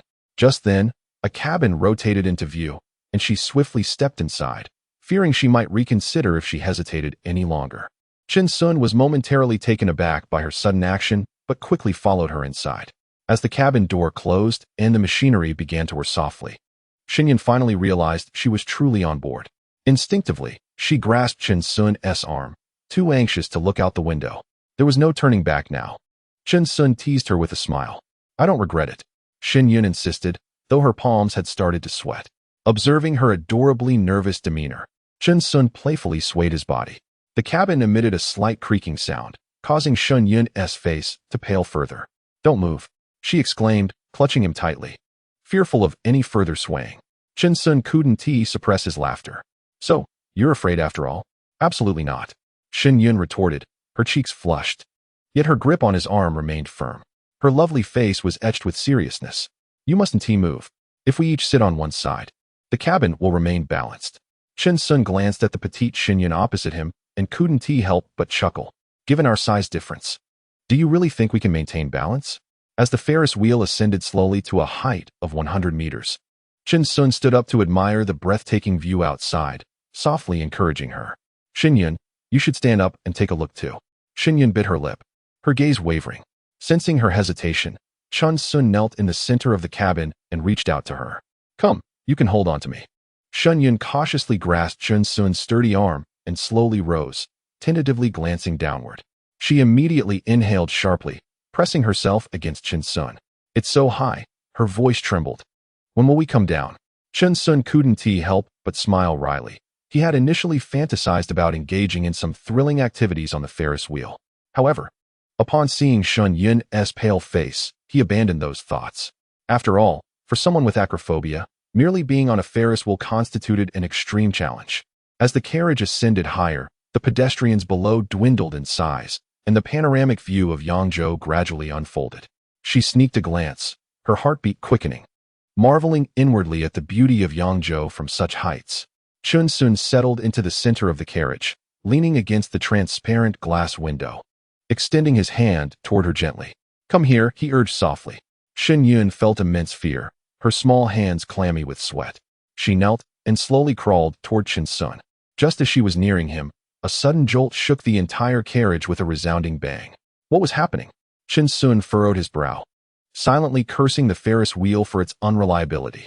Reacting swiftly, he pulled Shen Yun into his embrace, holding her tightly. After a few seconds, the shaking ceased. But the Ferris wheel remained motionless at its peak. Shen Yun nestled against him, her forehead resting on his chest, her body trembling slightly. Chen Sun gently stroked her back, whispering soothingly, It's all right, I'm here. She turned her gaze downward, noticing a gathering of onlookers around the Ferris wheel, their heads tilted upwards in curiosity. Could it be true? The ride had malfunctioned. He sighed inwardly, just as Chen Sun was assessing the situation outside the carriage and considering standing up. Shen Yun clutched his arm tightly, her eyes glistening. What are you planning to do? Chen Sun, are you crazy? Seeing her concerned expression, he couldn't help but tease her. Don't worry, I'm just checking the situation. It's 100 meters up. I'm not Superman. The staff is already addressing the issue. It should be resolved shortly. With that, he settled back down, holding Shen Yun close, thinking that they would just have to wait a bit longer. As time passed, it soon approached 5 o'clock. Leaving less than an hour before the singing competition with Jiyin, he began to feel anxious about returning Shen Yun to the villa, gazing at the setting sun outside. An idea struck him. Since they would eventually meet, why not seize this opportunity today? How should he explain it to Jiyin? Chen Sun pondered internally. Since nothing else seemed productive at the moment, perhaps engaging in conversation could divert Shen Yun's attention. Shen Yun, he gently lifted her chin, compelling her to meet his gaze. Do you recall our previous conversation regarding my girlfriend? A muffled response emanated from Chen Sun's embrace. Yes, I remember. Her soft voice carried a hint of hesitation. Why the sudden inquiry? Chen Sun's large hand gently caressed her strands of hair, tucking her loose bangs behind her ear. I was contemplating my choice of words. Shortly, I shall attend her singing competition. Would you care to join me? Will she like me? Xiaoyan timidly replied, a tinge of concern evident as she worried that Chen Sun's significant other might not favor her. Moreover, is she as easy to get along with as Sister Ye? She is merely a few years your senior, Chen Sun replied evasively. Yet, Shen Yun bit her lower lip and murmured, Are you not afraid she might be upset upon seeing us together? Chen Sun smiled and shook his head, leaning closer to her ear and softly stating, I am far more concerned about you being upset. The warmth of his breath against her neck made Shen Yun's ears flush instantaneously. This sentiment felt like a gentle current, swiftly dissolving her transient unease. Summoning her courage within the confines of this elevated space, Shen Yun tilted her face and gently pressed her lips against Chen Sun's. As long as you hold a place for me in your heart, that is sufficient. Her cheeks reddened, and a sudden spark of inspiration struck her as she obediently suggested. When we meet, I shall introduce myself as your sister. Chapter 73. The allure of kindred spirits after the staff's adjustments. The Ferris wheel finally began to turn slowly. Observing the smoothly operating ride, Xinyun's taut shoulders relaxed, and she couldn't help but exhale a sigh of relief. Noticing that Xinyun still bore a hint of trepidation, Chen Sun decided to refrain from further inquiries. As Xinyun settled into the passenger seat of the Lamborghini, they set off towards Yangqing University. The roar of the sports car grew louder as they approached, halting at the entrance of the university. Xinyun peered through the car window, her disbelief palpable. Is this truly the place? Sensing her astonishment, Chen Sun turned to her with concern. What's wrong? Is there an issue with this place? Xinyun took a deep breath, her gaze still fixated on the university's name. Yangqing University was my first choice. I wonder if I will be accepted. Haha. What a coincidence. You will definitely make it, Chen Sun encouraged from the side. He couldn't help but think to himself. It seems Xiao Yun is far more exceptional than he had imagined. Beautiful and academically gifted. If Xinyun truly gains admission, attending the same university as her kindred spirit would indeed create a rather delicate situation. Chen Sun took Xinyun's hand, and together they strolled towards the sports field of Yangqing University. The campus was sparsely populated, as nearly everyone had congregated at the venue of the top 10 singer competition. Looking up at the field, the stage's neon lights painted the night sky in a kaleidoscope of colors, while dazzling spotlights continuously shifted angles. As they approached the sports field, the view before them transformed into a sea of people, densely packed. Chen Sun held Xinyun's delicate hand tightly, fearful that she might become lost in the throng. In front of the stage, several judges were seated, seemingly professional musicians invited specifically by the school, each possessing a modest reputation within the industry. The small benches on the playground were filled to capacity, leaving later arrivals to stand on tiptoe in the back for a better view. Some astute students had even climbed the nearby tree by the playground fence. Hold on to me, Chen Sun whispered in Xinyun's ear, his tall stature particularly conspicuous amidst the crowd, as he quickly maneuvered with her to secure a spot in the front row. He pondered that Ji-in must be preparing backstage and did not wish to disturb her. At that moment, a plump girl in the front row suddenly turned around, her eyes lighting up. Hey, is that not? It was Ji-in's roommate, the chubby girl from that day, sitting beside Xiao Lu. Thanks to Ji-in, they had managed to secure seats in the front row. Isn't that Chen Sun? Ji-in's boyfriend, she exclaimed, waving her hand eagerly. Over here, Chen Sun, spotting a familiar face, smiled as he led Xinyun forward. The girl regarded him with a gaze that sparkled with interest, gesturing towards the empty seats beside her. These are the spots Ji-in saved for you. Thank you, Chen Sun replied courteously, taking a seat next to Xiao Yun. Xinyun sat somewhat awkwardly beside him, glancing occasionally towards the stage. As Chen Sun passed by, the plump girl instinctively tugged at her skirt, nervously fiddling with her bangs. However, when her gaze inadvertently fell upon Xinyun beside Chen Sun, her eyes widened in astonishment. Oh my, she is absolutely stunning, she marveled inwardly. At that moment, Xiao Lu also noticed Xinyun, feeling a pang of anxiety for Ji-in. She deliberately raised her voice. This little sister is truly lovely, while casting a meaningful glance at Chen Sun, asking, who is she? Just as Chen Sun felt a bit awkward and uncertain how to respond. Xinyun smiled sweetly and said, hello, I'm his sister. Oh, hello, nice to meet you, Xiao Lu responded, but inwardly she thought, this pair of siblings is exceptionally good-looking.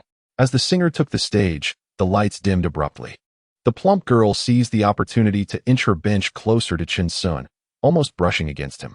She pointed at the stage and said, after this contestant finishes singing, it will be Ji-in's turn.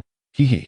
Chen Sun nodded, trying to maintain his composure as the dim light accentuated the stark contrast between her pale face and yellow neck, prompting him to quickly avert his gaze, suppressing his discomfort. After all, she was a friend of Ji-in's, and every girl has the right to beauty. Chen Sun remained calm, offering a polite smile. Xinyun, visiting such a lively event for the first time, excitedly took out her phone to capture the moment. Suddenly, a timid voice emerged from behind. Hello, Junior. May I get to know you?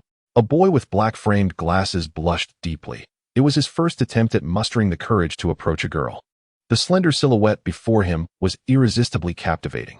He had rehearsed this moment countless times in his mind, and finally, with trembling lips, he uttered the words. What did you say? I didn't hear you. Xinyun turned her head, pressed her lips together, and blinked in confusion.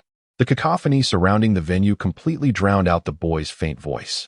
On stage, the contestant's melodious singing was enchanting, yet it did not resonate with him. Chun Sun's attention was swiftly drawn to the interaction between Shen Yun and the boy behind him. He was not typically a possessive individual. If he lacked even this modicum of confidence, it would be a failure as a man. Casually, he glanced back, and the boy, intending to speak again, was met with Chun Sun's indifferent gaze. The boy immediately faltered, rendered speechless. Shen Yun tilted her head, furrowing her brow, mentally critiquing him. What an odd person. Her gaze returned to the center stage, and instinctively, she linked her arm with Chun Sun's. However, she soon realized she was playing the role of a younger sister and, feeling a pang of disappointment, let go. On stage, the female contestant was passionately singing Heart Wall. Your heart has a wall, but I discovered a window, she sang beautifully. And the audience waved their arms in unison, the atmosphere akin to a concert. You will smell the scent of happiness and clarity. As the final note resonated, the female contestant gracefully bowed to the judges. At this moment, the host took the stage to announce, "Next, please welcome the final contestant of tonight's finals. Yi Jin from Class 1 of the Music Academy." The audience erupted into thunderous applause, cheers echoing endlessly. Many had come primarily for the school's Belle. Even if they did not listen to the song, witnessing her beauty was worthwhile. Under the spotlight, a graceful figure stepped onto the stage. All the boys in the audience were drawn to her. Even the bespectacled boy who had just attempted to flirt with Shen Yun was left in awe. He gaped at the figure on stage. All his remaining courage dissipated, feeling embarrassed as he pondered. Indeed, the school Belle lives up to her reputation. Chapter 74. The push of Ruashi under the spotlight. Jean glided onto the stage, radiating brilliance. Her makeup was fresh and natural, and her smile was pure and flawless. She wore an off-the-shoulder top that revealed her snowy shoulders, paired with a floral short skirt whose length was just right, showcasing her long, beautiful legs while adding a touch of sensuality. The fitted design accentuated her slender waist, perfectly embodying her innocent and elegant demeanor. At this moment, all eyes in the audience were intensely focused on the center stage. Whispers began to ripple through the crowd. Is this the legendary school Belle? She is even more stunning in person than in photographs. My goodness, brother, you made a great choice bringing me here today. Humph, this is not a beauty pageant. What merit lies in merely possessing a pretty face? Observing the surrounding boys engrossed in discussions about the campus Belle, a girl with blunt bangs pursed her lips, interjecting with a hint of jealousy. The boys cast a glance at her, their brows furrowing slightly, their tone laced with evident impatience. Is making it to the finals not a testament to one's prowess? Stung by their retort, the girl's expression fell, her voice taking on a sharper edge. Huh. Who knows if it's merely her looks? The judges might just be swayed by that. The boys exchanged knowing glances, rolling their eyes in unison. Indeed, the biases harbored within hearts are akin to an insurmountable mountain. This assertion holds true. Once prejudice takes root, no amount of argument proves fruitful. They were disinclined to continue the debate with her, redirecting their focus back to the stage. The campus Belle was about to commence her performance. Who had the time to entertain her grievances? A song lasting 3 to 4 minutes meant that missing even a second would be a grievous loss. On stage, the talented performer, clad in delicate stilettos, stood tall and elegant like a graceful swan. Her statuesque figure rendered the nearby female host significantly shorter. The host's gaze swept across the audience, realizing that the attention once directed at her had shifted entirely to the talented performer. In stark contrast, she appeared rather ordinary and thus hastily descended from the stage, yielding it to the performer. Gradually, the lights dimmed, leaving only a spotlight illuminating the performer. The gentle prelude began to play, and it was none other than the renowned song Encounter by the beloved singer Stephanie Sun. The audience instantly recognized the challenge of this piece, while other contestants opted for more rhythmically invigorating songs. After all, with a live audience, slow songs often struggle to shine. One of the boys had begun his performance with an explosive rendition of I'd Rather Die. This prompted the contestants behind him to hurriedly abandon their plans for more soothing melodies. It was a common understanding that only those who delivered a fiery performance could hope to triumph. Choosing this particular song, especially for a live rendition, demanded exceptional skill. Yet, even amid the bustling crowd, the performer's poise remained unshaken. Her gaze swept over the audience, landing on the second-row seat occupied by Chun Sun. Noticing her glance, Chen Sun immediately gave a thumbs up. They exchanged smiles across the noisy throng, causing the corners of the performer's mouth to rise involuntarily. Look, the campus belle is smiling.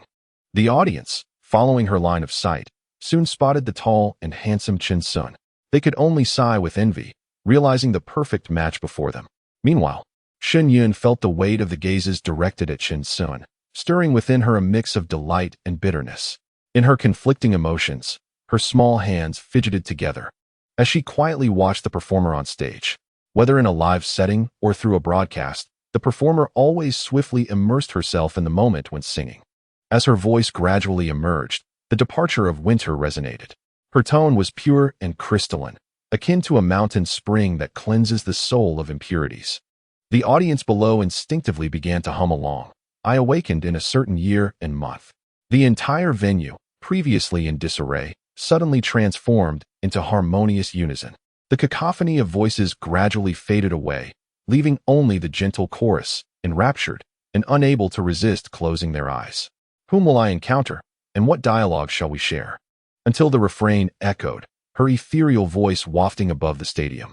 This soothing ballad evoked a sense of fateful reincarnation among the listeners.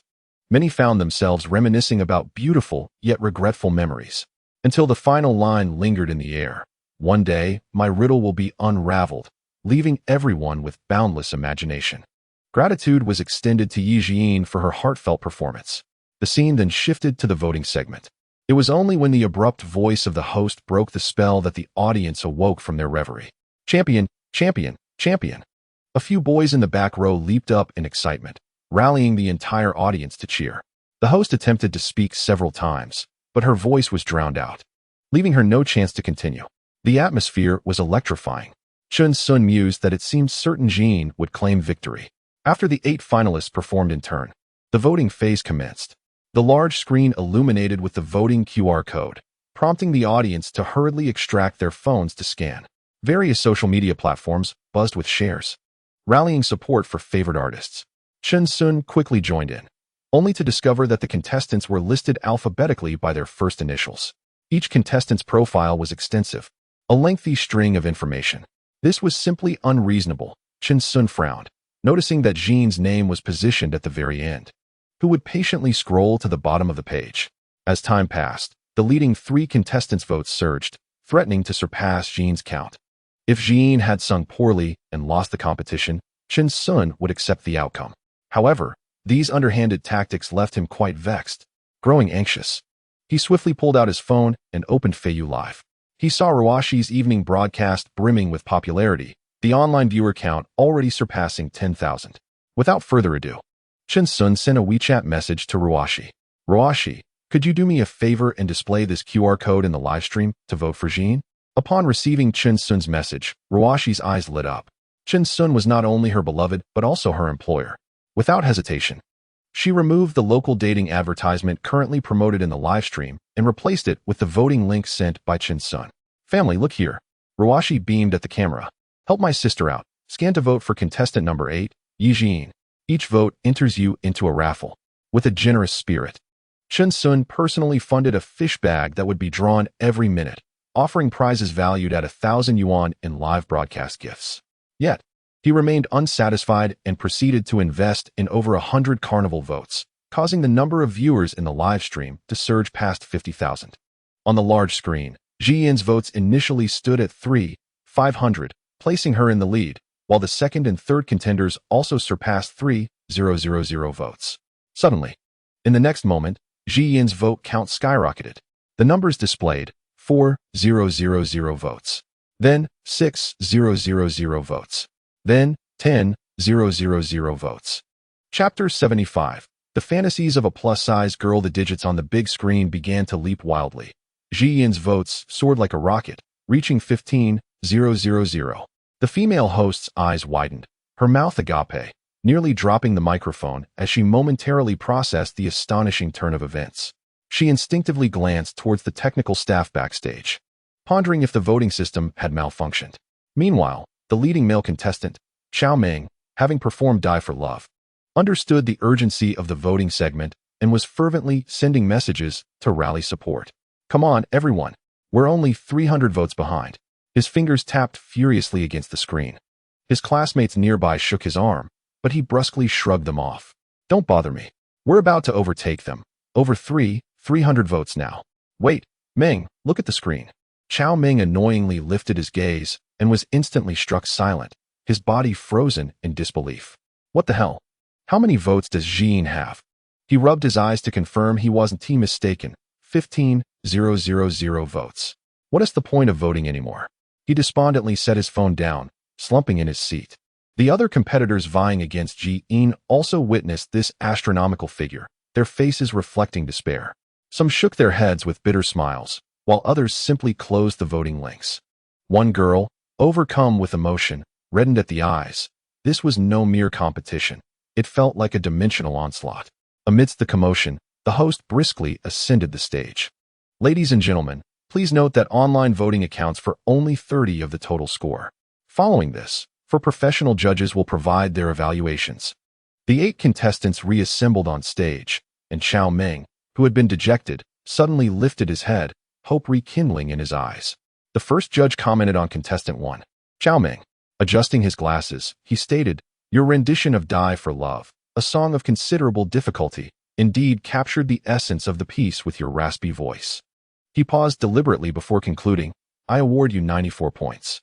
The subsequent female judge, frowning, took the microphone. "Your handling of the melody in the chorus lacked smoothness, and your breath control was somewhat lacking." She shook her head, stating, 88 points. Chao Ming's overall score was announced as 92 points by the host, until the 7th contestant. When the girl who scored 96 bowed and exited the stage, all eyes were drawn to Yi Jin, the 8th contestant. The female judge's eyes glistened with unshed tears, and this poignant moment enveloped the venue in an immediate silence.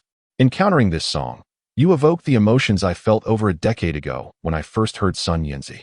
Her voice trembled with emotion.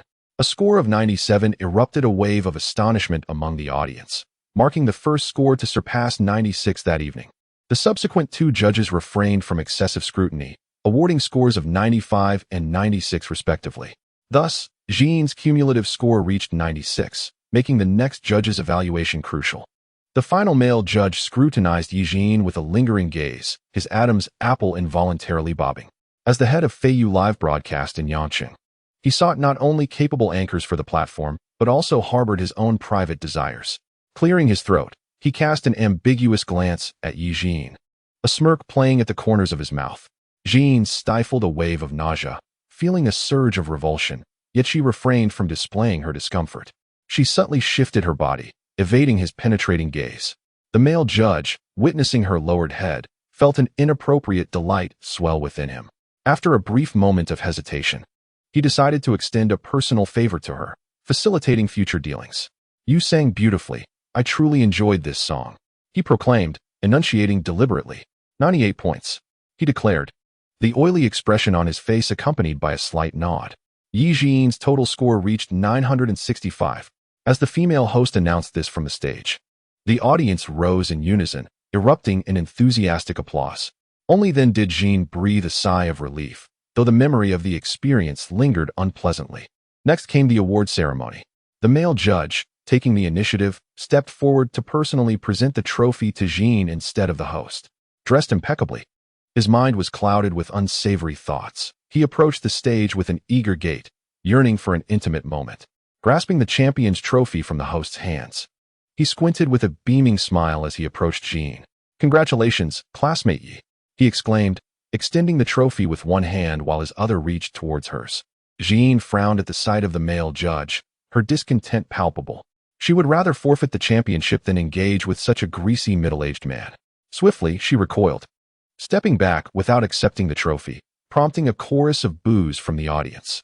The other judges, witnessing this scene, suddenly realized the true nature of his intentions. The male judge, frozen with the trophy aloft, alternated between flushed and pale expressions.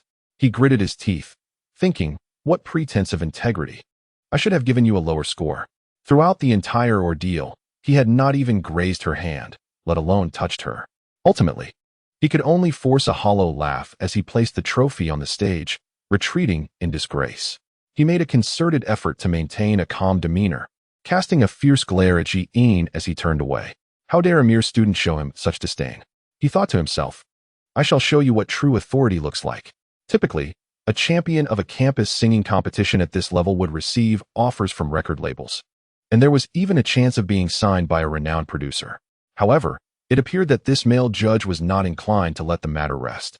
From his vantage point in the audience, Chen Sun keenly observed the judge's subtle movements and quickly deduced his intentions.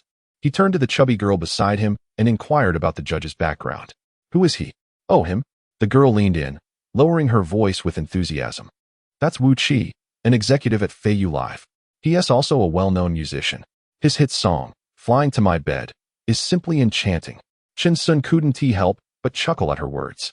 Feiyu Live? Excellent. Thank you, he replied, feeling buoyed by the information. The chubby girl, sensing a glimmer of interest from him, boldly raised an eyebrow and softly asked, Do you also enjoy flying to my bed? Taken aback, Chen Sun felt a shiver run down his spine and quickly averted his gaze towards the stage, mentally strategizing how to deal with Wu Qi misinterpreting his silence as shyness. The girl eagerly took his arm, and he found himself enveloped in softness.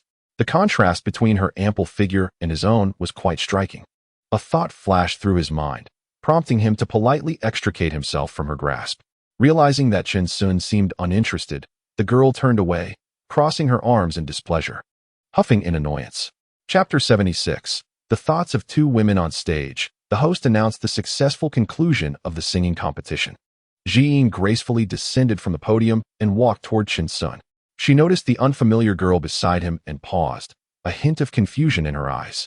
Before she could speak, Xiao Lu stepped in, linking her arm with Jiyin's and cheerfully introducing, This is Chen Sun's sister. Upon hearing Xiao Lu's words, Jiyin instinctively focused on Shun Yun's delicate features. The girl possessed fair, translucent skin and sparkling almond-shaped eyes, prompting Jiyin to silently marvel at her beauty. She then cast a meaningful glance at Chen Sun before casually diverting her gaze. Meanwhile, Shen Yun, feeling a bit anxious, subtly assessed Jiyin. What a stunning older sister. In the next moment, their eyes met, and Shen Yun, momentarily stunned, quickly lowered her gaze, realizing she was finally face-to-face with Chen Sun's girlfriend, who turned out to be remarkably impressive. Everyone must be hungry. How about I treat you all to dinner? Sensing the subtle shift in the atmosphere, Chen Sun hastily redirected the conversation. Yes, that sounds wonderful. The plump girl was the first to respond. Although she held some reservations about Chen Sun, her eyes instantly lit up upon hearing his offer to treat them to a meal. She secretly calculated that judging by Chen Sun's attire, they were certainly in for a delightful feast. Let me see what fine restaurants are nearby in this university town. Chen Sun took out his phone to search. There's no need for such trouble. Why don't we just eat at the school cafeteria? Jiyin must be tired, came the timely interjection from Xiao Lu, who clearly understood the importance of maintaining a pleasant atmosphere better than the plump girl. Turning to Jiyin, she asked, What do you think? Jiyin nodded slightly, a gentle smile gracing her lips. Yes, let's eat at school. It will be more convenient. Seeing Jiyin's agreement, Chen Sun felt it inappropriate to insist further. He chuckled as he put away his phone. All right, I'll follow your lead. Today, you are the star. It's your call. Adjacent to the playground stood the student cafeteria, and the group made their way along the campus path towards it. Chen Sun walked in the center, with Shen Yun on his left and Jiyin on his right, while Xiao Lu affectionately linked her arm with Jiyin's. Is this for real? Exclaimed passing students, their hearts shattering at the sight. Here was the innocent junior alongside the aloof campus Belle. How could one not be envious? Look at that chubby girl in front. She is gazing at you. Get lost. The plump girl led the charge with enthusiasm, eagerly introducing the cafeteria. I've tried everything here. There's a new sour fish restaurant on the second floor. I've heard it's fantastic. When it comes to food, you truly are the expert. Xiao Lu teased with a smile. Of course, the plump girl replied. Jiyin couldn't help but chuckle, and the three of them shared light-hearted banter, creating a joyful atmosphere. Chen Sun listened attentively, occasionally chiming in, but mostly walked quietly beside them. He glanced at Shen Yun, who was staring downwards, seemingly lost in thought. She slowed her pace, as if trying to diminish her presence. Noticing her unusual demeanor, Chen Sun furrowed his brow and instinctively took her hand, giving it a gentle squeeze. Shen Yun was taken aback, her cheeks instantly flushed with a rosy hue. She instinctively tried to withdraw her hand, but Chen Sun firmly pulled her back. leaving her no choice but to bite her lip and allow him to hold her hand. After ordering the signature sour fish, Jiyin kindly offered the menu to Shen Yun, her voice soft and gentle. "Sister, take a look and see if there's anything else you'd like." Xiao Lu and the plump girl leaned in, smiling encouragingly. Yes, yes, don't be shy." As the youngest girl present, everyone was particularly considerate of Shen Yun. She timidly accepted the menu, her voice barely audible as she ordered 2 home-style dishes, mapo tofu and stir-fried meat with green peppers. Chun Sun supplemented. "Let us also order a soup. Is this all right?" Shen Yun asked, her small fingers pointing to the winter melon meat soup on the menu as she looked up at him. Chun Sun nodded, his gaze warm. "Yes, that one will do." The intimate and natural interaction between the two did not escape Ji Yin's notice. Her eyes flickered, and her expression became subtly complex, yet she concealed it well. Soon, the steaming dishes began to grace the table, restoring a harmonious atmosphere among the diners. As the only male at the table, Chen Sun took the initiative to serve rice to everyone, cheerfully encouraging everyone to dig in.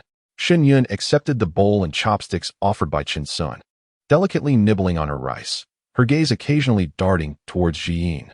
Observing Ji Yin, who sat with such elegant poise even while eating, she glanced down at herself and subtly straightened her posture.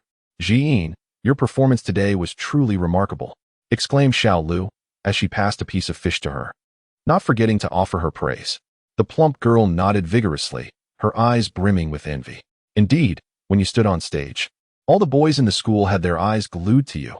Ji Yin nodded slightly, her chopsticks unconsciously poking at the rice in her bowl as she recalled the distasteful gestures of the male judge. After a moment's hesitation, she spoke softly. "That judge was a bit excessive." "Which judge?" The plump girl appeared oblivious, her expression one of confusion. Upon hearing this, Chen Sun discreetly pulled Ji Yin closer to him, his large hand gently kneading her shoulder. He took out his phone and dialed the number of a senior executive at Feiyu Live. "This is the situation, Wu Qi. Do you know him?" Chen Sun's tone suddenly turned cold. "Wu Qi. He is the head of Yangqing." The executive on the other end of the line felt a jolt of anxiety. "Boss, is there something wrong?" "Not anymore," Chen Sun replied, his gaze darkening as he suddenly thought of Ruo Shi. If he could cultivate her, she would become a valuable ally. However, this thought was swiftly suppressed, as Ji Yin and her roommates were present, leaving Chen Sun with no choice but to refrain from pursuing it further. The Feiyu executive, having heard the big boss's words, understood the gravity of the situation. "Understood, I will handle it immediately." Cold sweat trickled down his back, his heart racing with apprehension. He wondered just how serious Wu Qi's mistake was to have drawn the attention of the big boss. Hesitantly, he inquired, "May I ask what he has done?" "Inform him," Chen Sun replied, his fingers lightly tapping the table, his voice chilling. "He has provoked the wrong person today. By the way," Chen Sun's tone shifted as he considered Ji Yin's future. "Are there any exceptional music producers in Yangqing?" The Feiyu executive responded respectfully, "Yes, indeed. I will find the right candidates and send them to you shortly."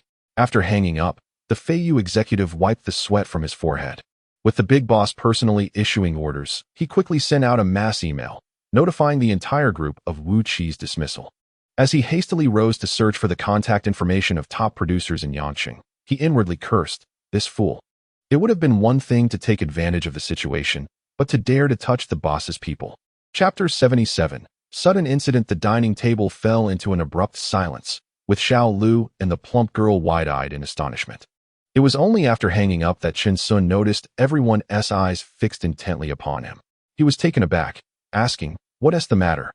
Are you an executive at Feiyu Live?" Little Lu's voice trembled slightly at the dining table, her wide eyes filled with astonishment. The mere act of making a phone call to dismiss someone of Wu Qi's stature speaks volumes about Chen Sun's position within Feiyu Live, a notion that left her in disbelief. The thought of his Lamborghini raced through her mind, causing her breath to quicken. Perhaps Chen Sun was indeed the young master of Feiyu Live. Lost in this revelation, little Lu felt a sense of bewilderment, had it not been for their mutual acquaintance. She would likely never have crossed paths with someone of Chen Sun's caliber in her lifetime. Yet here he was, sitting across from her at dinner, as if she were caught in a dream. You dismissed Wu Qi?" The plump girl suddenly recalled the temper she had displayed towards Chen Sun moments earlier. She could hardly fathom the extent of his influence. The chicken leg in her hand slipped from her grasp and landed in her bowl, splattering grease onto her attire. Ji Yin paused her chopsticks, contemplating. So, it turns out Chin Sun is an executive at Feiyu Live, and evidently of a high rank. No wonder he could afford a sports car and a villa. Shen Yun's shock was palpable as she discreetly glanced at Chin Sun. Even though she was aware that he had another identity as the true owner behind the scenes of Buyi Tian. The revelation of his significant ties to Feiyu Live left her pondering the depths of his secrets. Chin Sun observed the intense scrutiny from the others, patiently waiting for their astonishment to subside. Throughout the meal, he felt increasingly uncomfortable under their watchful gaze, akin to a monkey in a zoo. He hastily finished his meal, set down his chopsticks, and stood up, taking Ji Yin's hand in his own. Ji Yin, are you free this evening? Ji Yin turned to him. The top 10 singer competition now concluded, and she had achieved a satisfying result, lifting a weight from her heart. Without any pressing matters at hand, she gently shook her head. What is the matter? Then come home with me. Chun Sun's voice, though soft, rendered the entire table silent, even with their romantic relationship. Hearing him articulate such a request in front of everyone caused her neck to flush crimson as she instinctively glanced at her roommates. Little Lu and the plump girl exchanged mischievous glances, beginning to tease. Leave it to us, Annie. Little Lu winked, her tone elongated playfully. Go ahead, don't worry. Chin Sun couldn't help but chuckle as he took hold of Ji Yin's delicate wrist. At that moment, her palm felt slightly warm, yet she merely acquiesced to his grip. Chin Sun flashed a gentle smile at the others and waved farewell. Have fun.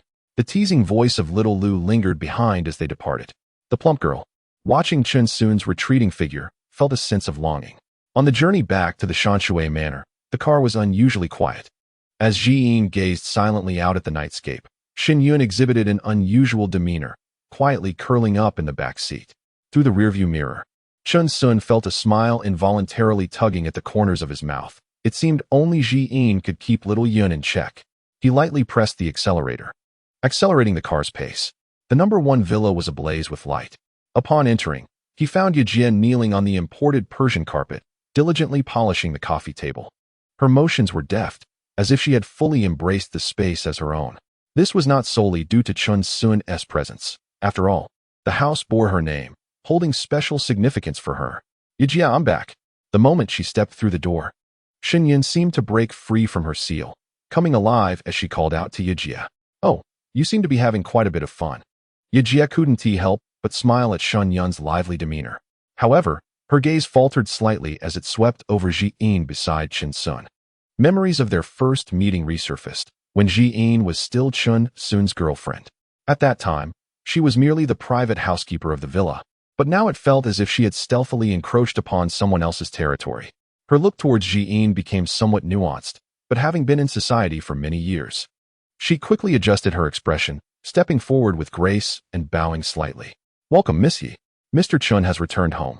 Noticing this, Chin Sun cleared his throat, feeling somewhat awkward as he rubbed his chin. He understood that he would have to confront this situation sooner or later. It was better to prepare Ji Yin mentally now. Ji Yin, however, seemed oblivious to any strangeness, her gaze lingering subtly on Shen Yun. From the intimate ordering of food in the restaurant to the peculiar silence in the car, a woman's intuition made her acutely aware that something was amiss. Let us not just stand around. Come in and take a seat. Su Jingya timely broke the silence, a smile adorning her face. Shall I prepare dinner? No need to trouble you. Yejia. We've already eaten. Ji Yin replied politely. The long night stretched ahead, and continuing in this manner was not a viable solution. Suddenly, Chin Sun had a flash of inspiration. How about we head down to the entertainment room on the second basement level? It would be a delightful way to bond and lay a foundation for our future happiness. Upon hearing Chin Sun's suggestion, everyone took the elevator down to the basement together. Yejia's eyes lit up at the sight of the brand new mahjong table in the game room. Shall we play a few rounds of mahjong? Sounds great.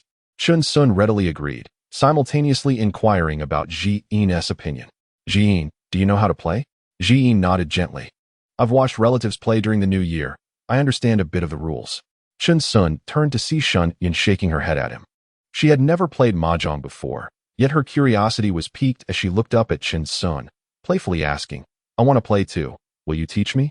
Shen Yun's inability to conceal her eagerness darkened Ji Yin's expression.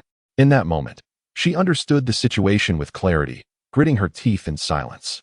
Oh, Chin Sun, you deceived me by saying she was your sister. However, upon reflection, She realized that she was indeed Chun Sun's legitimate girlfriend, which somewhat eased her emotions. She resolved to thoroughly interrogate Chun Sun, the notorious flirt, later that evening. The four of them gathered around the mahjong table, where the rules were quite simple, and Chun Sun offered a brief tutorial. Xin Yun, being clever enough to gain admission to Chongqing University, quickly grasped the game. Mahjong, a traditional craft of Huaxia, proved to be engaging, and as a few rounds progressed, everyone became familiar with it. Xin Yun also found herself conversing harmoniously with Ji Yin. Witnessing this scene, Chun Sun let out a silent sigh of relief and cast a grateful glance at Yijia. Of course, it was not solely the game's influence. After Ji Yin deduced Shun Yun's identity, she instinctively began to engage more with her. Regardless of the circumstances, Chun Sun was still her boyfriend. An affection for him naturally extended to those he cherished. Moreover, Shun Yun's endearing and innocent demeanor, coupled with her beaming smile, instantly transformed her into the source of joy at the table. Just as the atmosphere reached a harmonious peak, Chun Sun's phone suddenly rang. The caller ID revealed it was Shui Yu, causing Chun Sun's heart to tighten. Upon answering, his expression darkened abruptly. Chapter 78. The leverage of Qin Zhentian maintaining his composure. Chun Sun slowly rose from the mahjong table and exited the room. Shui Yu informed him that Uncle Chang was currently in the hospital with multiple fractures. After the charity auction concluded the previous night, Uncle Chang had chosen to leave alone rather than accompany Chun Sun. Without the protection of the Qin family, he was left vulnerable, akin to a lamb awaiting slaughter. Chun Sun's knuckles tightened as a cold tone escaped his lips. Have you discovered who was responsible? There was a brief silence on the other end before Shui Yu's voice emerged slowly. According to internal intelligence, it was members of the Qin family who took action. It was unexpected that the Qin family would act so swiftly, targeting Uncle Chang. Clearly, they intended to teach him a lesson. And perhaps the next target would be someone closer to him. Have your people been stationed at the villa? Chun Sun inquired emphatically. Yes. I have arranged over 10 skilled individuals at your Shanshui Manor Villa No. 1. You need not worry about their safety. Chun Sun nodded, but it still wasn't sufficient. They required personal bodyguards. Ensure that every outing includes female bodyguards discreetly following them. I will handle matters concerning Uncle Chang. I am heading over now. After instructing Shui Yu, Chun Sun hastily ended the call.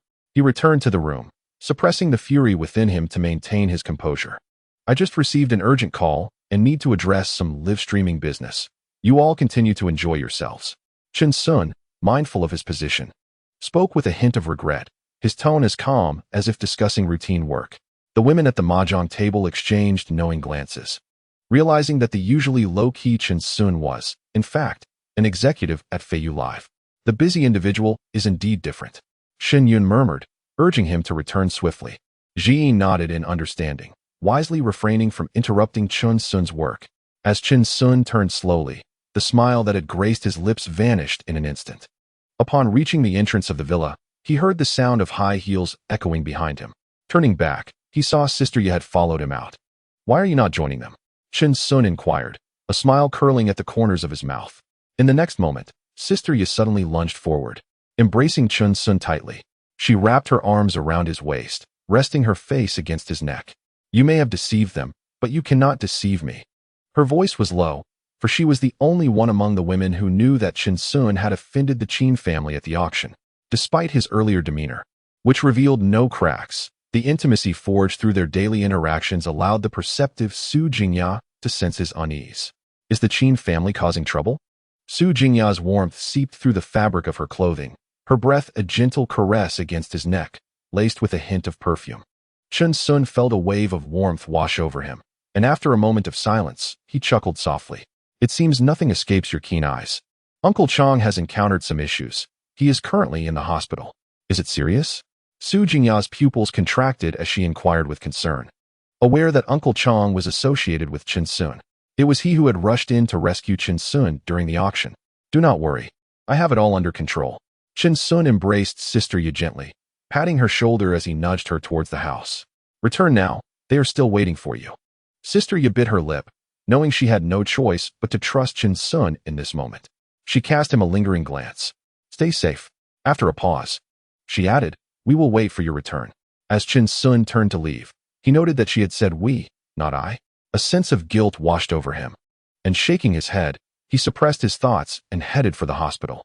Pushing open the door, Chun soon beheld Uncle Chong, his body encased in bandages, save for a face swollen and bruised. It seemed the Chin family had indeed intended to inflict serious harm.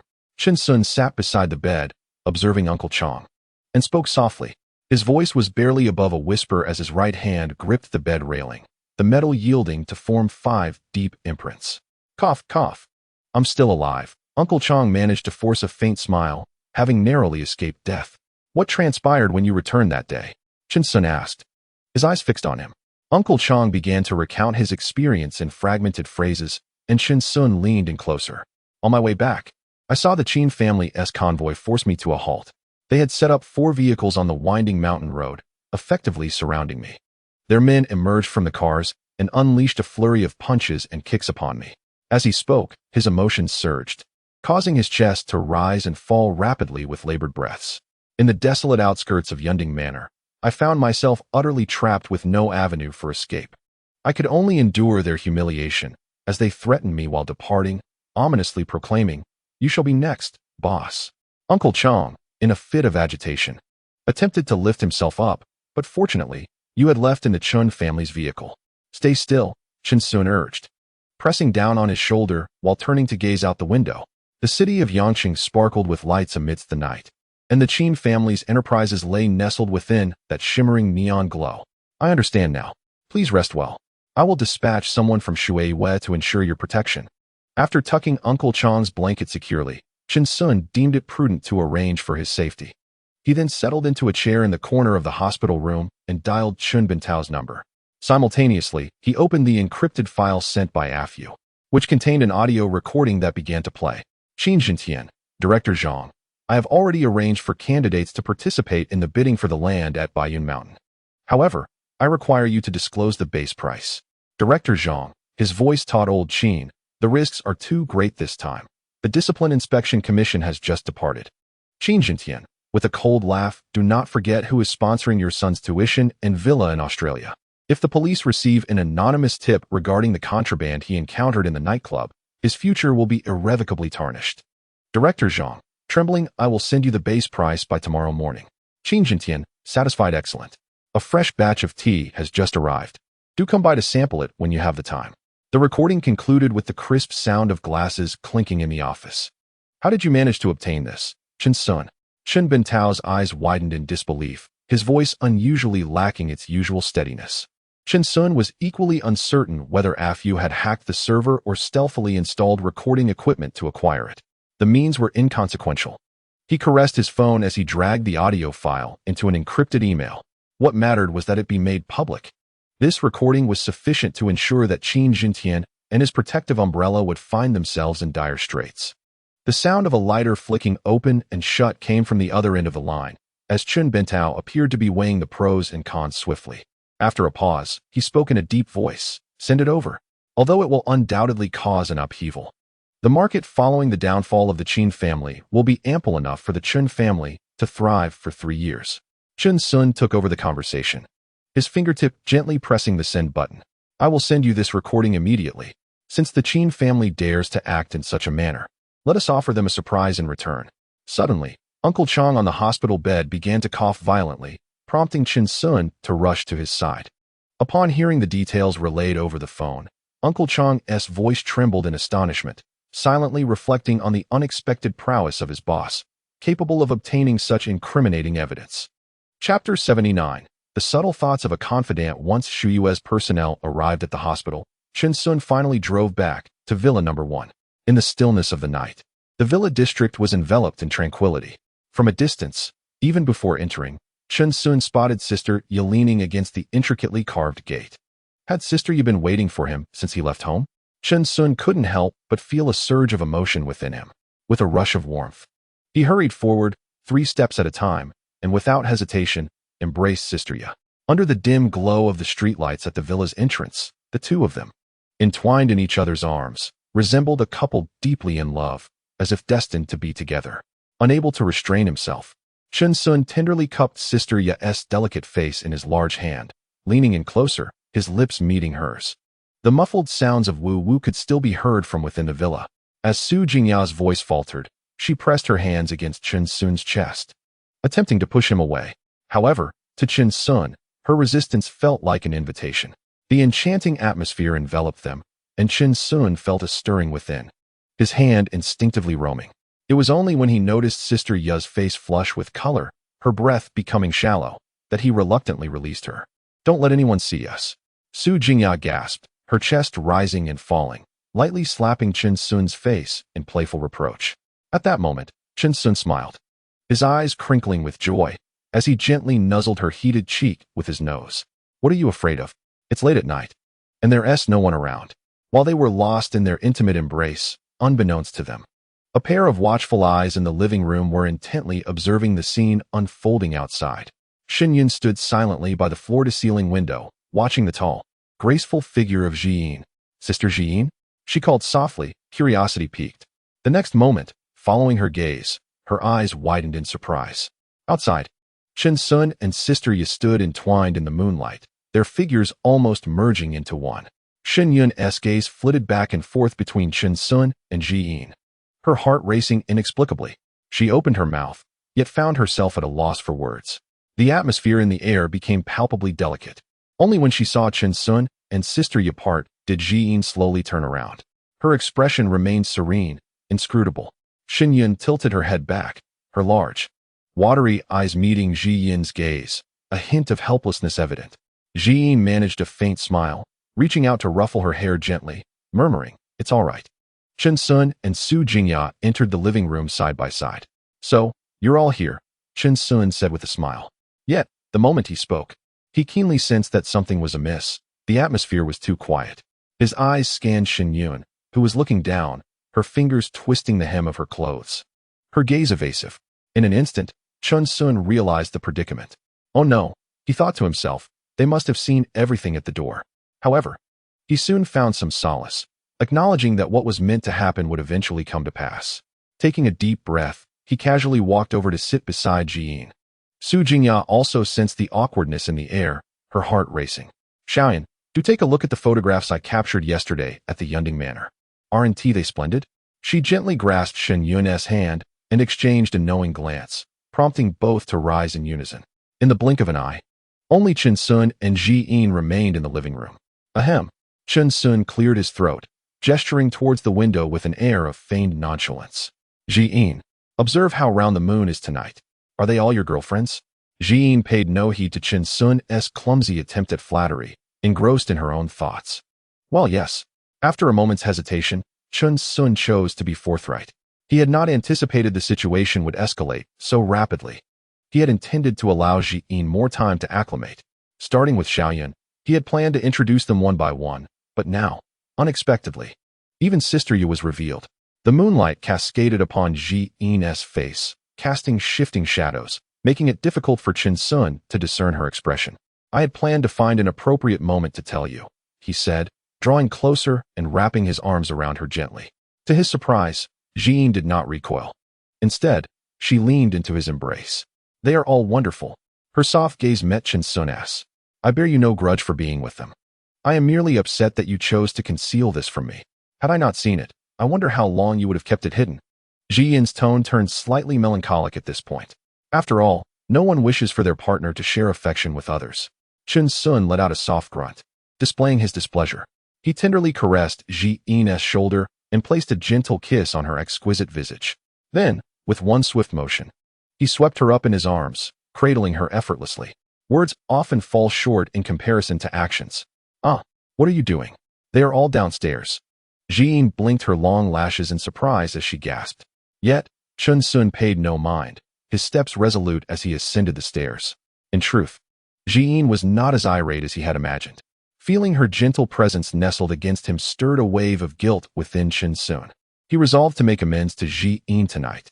The bedroom door closed softly, allowing only a sliver of moonlight to seep through. Jiyin's reaction caught Chen Sun off guard. Had she been loud and confrontational, perhaps he would have felt better. Yet, her understanding nature only deepened his remorse. This marked Jiyin's inaugural visit to Chen Sun's bedroom. After their brief encounter in the underground cinema, she had left in haste. Now, upon witnessing the excessively spacious bed, she couldn't help but chuckle, her earlier melancholy dissipating significantly. Be honest with me. She suddenly assumed a serious demeanor. How many close female friends do you truly have? Chin Sun found himself momentarily speechless, his heart racing. Could she possibly know of others? Unexpectedly, in the next breath, Ji-in burst into laughter, turning to give him a playful glare. What? Surprised that I'm not angry? She mischievously blinked her eyes. Before them, I certainly had to feign a semblance of anger. Ji-in, with a hint of cunning, gently tapped Chin Sun on the head. After all, I am the rightful one here. Chapter 80. The helpless Ji-in. Chin Sun gazed at the enchanting Ji-in before him, his mind momentarily adrift. Despite her usual gentle demeanor, today her eyes bore an inexplicable stubbornness. It dawned on Chin Sun that what she valued was entirely different from what he, as a man, had imagined. He smiled faintly at Ji-in, who lay on the freshly changed sheets, her hair cascading around her, her eyes fixed intently on him. Chin Sun reclined beside her, pulling her into his embrace. You are indeed the rightful one, he affirmed with unwavering certainty. It is worth noting that Ji-in was the first of his confidants, followed by Qing Jie, Ruoxi, Xiao Yun, and Yejia. Ji-in remained silent, simply resting against him. In truth, she did not care for anything else. She merely longed for Chin Sun to acknowledge her identity. She was aware of the other women. Yet as long as she could stand by his side openly, she was willing to overlook everything else. With a swift motion, Chin Sun flipped over, pinning Ji-in beneath him as they tumbled onto the large bed in the master bedroom, the mattress creaking softly beneath them. Ji-in's lustrous black hair spilled across the light gray sheets, accentuating the fairness of her skin. Suddenly, Ji-in turned her head, her gaze fixed intently on Chin Sun. Who else has slept here? She inquired. Chin Sun felt somewhat flustered, pondering how to respond when, abruptly, his phone rang. Upon checking, he saw it was a call from Qing Jie, and his heart sank. Another work call. Chin Sun forced a relaxed smile, tapping the screen. Let me take this, he said. Ji-in responded with a soft slowly moving to the edge of the bed. She was eager to learn more about Chin Sun, propping her chin up as she watched him walk to the floor-to-ceiling window to answer the call. Deep down, she understood he was quite successful in his career, and such matters were inevitable. Though she felt a pang of disappointment, she could empathize. Chin Sun, do you miss me? The cheerful voice of Qing Jie rang through the phone. Chin Sun instinctively pressed the phone closer to his ear, feeling a jolt of anxiety. Relieved that he had not put it on speaker. Mum, he replied in a lowered voice. A light chuckle echoed from the other end. Umph, you rascal. Qing Jie evidently recognized his situation. What is the matter? What is happening? Chin Sun then deliberately raised his voice, adopting a businesslike tone. I'll be returning to Yanqing tomorrow, arriving around morning with a close friend. Would you be available to pick us up? The voice of Su Wanqing followed. Filling him with joy, he would finally see Qing Jie. Rapid calculations raced through his mind. He could drop Ji-in off at school first, and then head to the airport. With this thought, he readily agreed. Tomorrow morning? No problem. Very well. I shall not intrude upon your affairs. With these words, Qing Jie hung up the phone decisively, leaving Chin Sun with a sense of unease. He placed his phone down, pondering whether Qing Jie harbored dissatisfaction towards him. What troubles you? Ji-in inquired softly upon observing Chin Sun's troubled expression. The moonlight streamed through the curtains, casting a gentle glow upon her face. Chin Sun was momentarily revitalized by the sight of her delicate features. I have some work to attend to tomorrow. He gathered his thoughts and said, let me escort you back to school first. Ji-in bit her lip, visibly torn between her thoughts. Noticing her hesitation, Chin Sun teased. What is the matter? Are you reluctant to part with me? Perhaps just a little, Ji-in admitted quietly, leaning into Chin Sun's embrace. You're nearing graduation, aren't you? Chin Sun ventured, why not move in with me? Ji-in was taken aback by his suggestion. She looked up suddenly, her eyes wide with surprise. In her mind, she quickly weighed her graduation thesis against the whispers of her friends. It's not entirely out of the question, she replied, feigning modesty. Let us see how you perform. Tonight, I shall show you my capabilities, Chin Sun declared, assertively pinning Ji-in beneath him, his fingers deftly unfastening the buttons of her blouse. The night enveloped them in a haze of intimacy. The next morning, Chin Sun was jolted awake by the piercing sound of his phone ringing. Who could it be? He mumbled, squinting as he fumbled for his device. Hello? Chin Sun, you must see the message I just sent you, came the urgent voice of Chin Ben. Instantly alert, Chin Sun sprang from his bed and opened the message. The screen displayed a shocking headline. Director Zhang of the Yangqing Construction Bureau has committed suicide by jumping off a building. Chen Sun's pupils dilated in disbelief. His grip on the phone tightening instinctively. What a cunning move by Qin Jintian, he muttered through clenched teeth. Just yesterday, Chen Bin had made the recording evidence public, igniting a firestorm of negative news about the Qin family across the internet. The stock price of Qin Han Group plummeted at the opening bell, plunging the entire Qin clan into an unprecedented public relations crisis. Now, with Director Zhang's sudden demise, it was clear that someone was intent on silencing him. This is evidently Qin Jintian attempting to destroy evidence. He wants to eliminate all witnesses, Chen Bin analyzed over the phone. They are more anxious than we are. The two engaged in a thorough analysis of the current situation, and after 10 minutes, the call ended. Chen Sun promptly contacted A Fu. After several rings, A Fu's voice, deliberately subdued, came through the receiver. Boss, I was just about to reach out to you. Chen Sun sensed something amiss. Where are you? Is it inconvenient to talk? Footsteps and a door closing could be heard on the other end before A Fu's voice returned to normal. I'm at the hospital where Director Zhang was taken. I just checked the surveillance records. It appears that Qin Jintian's personal secretary visited the hospital this morning. At this moment, they would succumb to more fatal errors. Chen Sun calmly stated that all they needed was to patiently wait. A Fu on the other end of the phone repeatedly agreed. Chen Sun desired to possess more critical evidence, biding his time until the opportune moment to unleash it all, delivering a devastating blow to Qin Jintian. Just as he ended the call, his confidant, Ji Yin, stirred awake, rubbing her eyes. What's wrong, Chen Sun? What happened? It's nothing, Chen Sun replied dismissively, reaching out to smooth her tousled hair. Want to sleep a bit more? Ji Yin shook her head, propping her weary body up. The previous night had exhausted her thoroughly.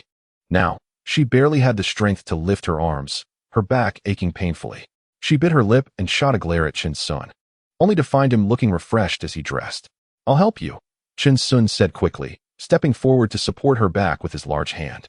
They slowly descended the stairs, and through the half-open door, they noticed that Yejie and Xiao Yun's bedroom door remained tightly shut. Chapter 81. Farewell to Su Wanqing, are you hungry? Chen Sun whispered, his palm gently caressing Ji Yin's slender waist. After we eat, I'll take you back to school. Near the vicinity of the school, Ji Yin pointed to a breakfast shop. This place serves the most delicious crab roe buns. Would you like to try some? The car promptly halted by the roadside. Ji Yin led Chen Sun into this time-honored establishment. The steam wafting from the bamboo steamers and the rich aroma overwhelmed Chen Sun's senses, igniting his appetite. They settled at a table by the window, the wooden surface gleaming from careful polishing. Crab roe buns and duck blood vermicelli soup. Ji Yin ordered from the waiter and turned to Chen Sun.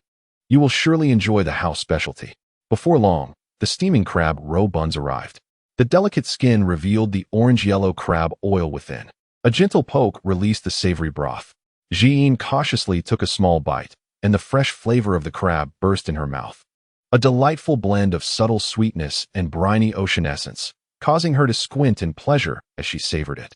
Eat slowly. Be careful not to burn yourself. Chen Sun chuckled, offering her a napkin as he picked up one for himself. Each bite was filled with real crab meat, pure indulgence. Soon after, the duck blood vermicelli soup was served, its creamy white broth adorned with vibrant green scallions. The cubed duck blood floated subtly within the soup. Chen Sun took a spoonful. The noodle slid smoothly into his mouth, the duck blood tender and springy. He savored a large sip of the soup, exclaiming, "How is it so fresh? This broth is simmered from old duck. Isn't it delicious?" Ji Yin smiled. Dining with you is always a pleasure.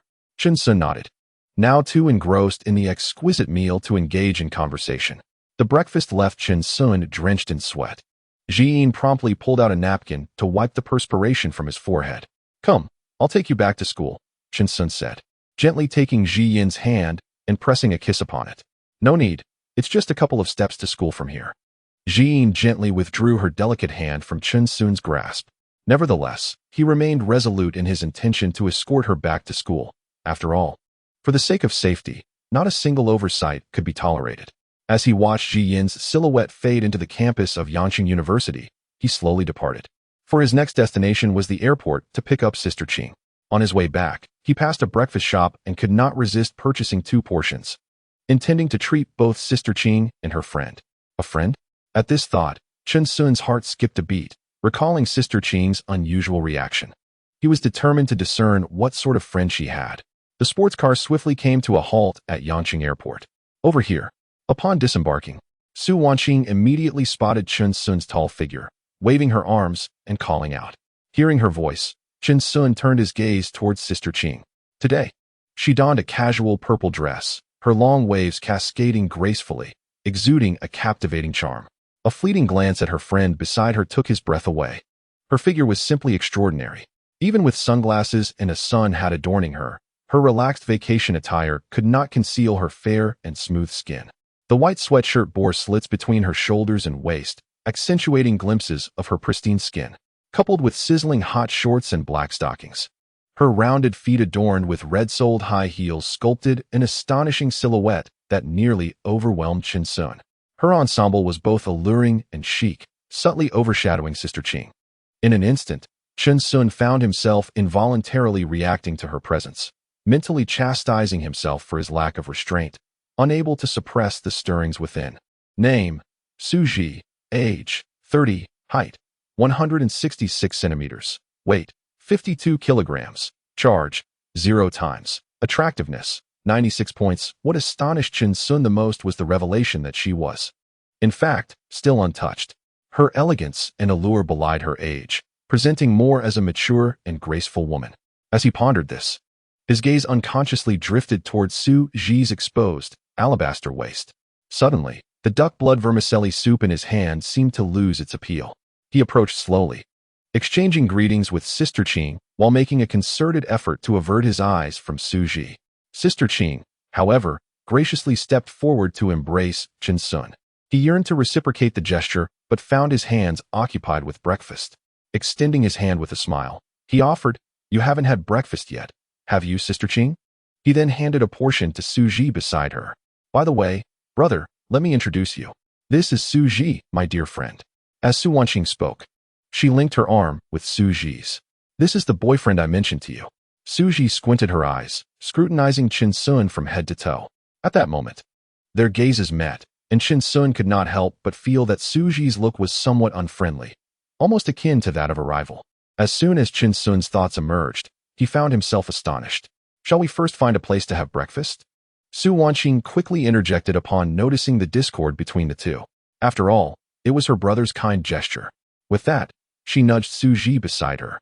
The trio settled into a restaurant adjacent to the exit. There is nothing that cannot be resolved by delectable food. Watching the two women relish their meal filled Chen Sun with a profound sense of achievement. "Delicious, isn't it? I only just discovered this today." You little rascal. You're quite considerate.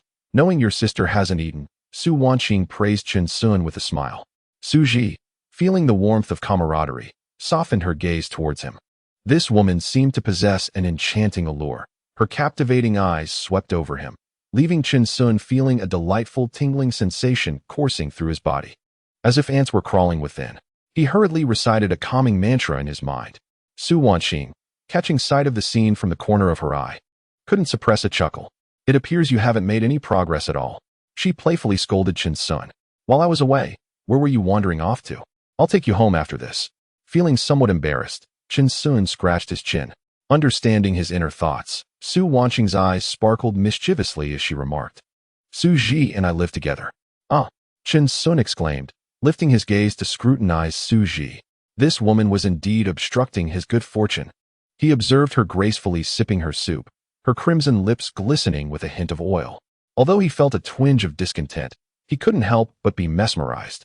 After the two women finished their meal, Chen Sun nodded, albeit a bit dejectedly. "All right, I'll take you back." At the entrance of the old residential complex, two women alighted from a sports car, causing passers-by to widen their eyes in disbelief. It was already rare to see one such figure. Today, two appeared simultaneously. "What an exaggerated figure!" exclaimed a stout man, wiping his nosebleed. When he noticed the tall Chen Sun slowly emerging from the vehicle, he thought, "This kid clearly looks like a gigolo, young and reckless, only relying on wealthy women." Cough, cough. "But honestly, it's quite enviable," lamented his companion beside him. Consumed by jealousy. Chapter 82. The allure of Su Ji. The onlookers shifted their attention towards Chen Sun. Feeling somewhat helpless, he glanced down at the ground. noticing his sneakers appearing rather juvenile next to the pointed heels of the two women. At that moment, he stood beside the mature figures of Su Wanqing and Su Ji, resembling a little brother flanked by two older sisters. Chen Sun awkwardly rubbed his chin, inwardly contemplating, sometimes, being too young is not such a blessing. He observed the two women interlinked in a display of intimacy, feeling a mix of admiration and bemusement. He followed closely behind the two women, captivated by the graceful sway of Su Ji's waist and her alluring figure. Chen Sun couldn't help but swallow hard, his mind racing with fantasies. The old residential building lacked an elevator, necessitating a climb to the 4th floor. Exhausted from their journey, the women were weary. Su Wanqing, having reached the 3rd floor, leaned against the wall, panting heavily. Today, she too wore a pair of high heels, albeit far less intimidating than Su Ji's. "Hey, Su Ji, could you slow down a bit?" Su Wanqing's forehead glistened with perspiration, her ample bosom rising and falling with each labored breath. Su Ji, however, seemed unfazed. She turned back with a teasing smile. "Wanqing, your stamina leaves much to be desired." As she spoke, she intentionally placed her foot down harder on the stairs, the sharp clack of her heels echoing against the concrete. Chen Sun, trailing behind, took notice. Su Ji walked with a uniquely captivating grace, her slender waist swaying rhythmically with each step, the tight skirt accentuating her curves, gently swaying in the air. Chen Sun found himself momentarily entranced. Indeed, a truly enchanting woman can quicken one's heartbeat even from behind. At that moment, he finally comprehended the essence of that statement. Su Ji then approached Su Wanqing, linking arms with her as they reached a landing to rest. Su Wanqing shot her an annoyed glance before turning her gaze towards Chen Sun, her eyes reflecting a mix of reproach and anticipation. Her lips pursed. How could Chen Sun remain indifferent? He quickly stepped forward, squatting before her. "Sister Qing, allow me to carry you up." A victorious smile blossomed on Su Wanqing's face, and she playfully winked at Su Ji before wrapping her arms around Chen Sun's neck. He could distinctly feel the soft warmth radiating from her back, mingled with a unique scent of perfume and sweat. "Wanqing, you're quite the predator." Su Ji's voice drifted from behind, laced with mock lament. "Mind your own business."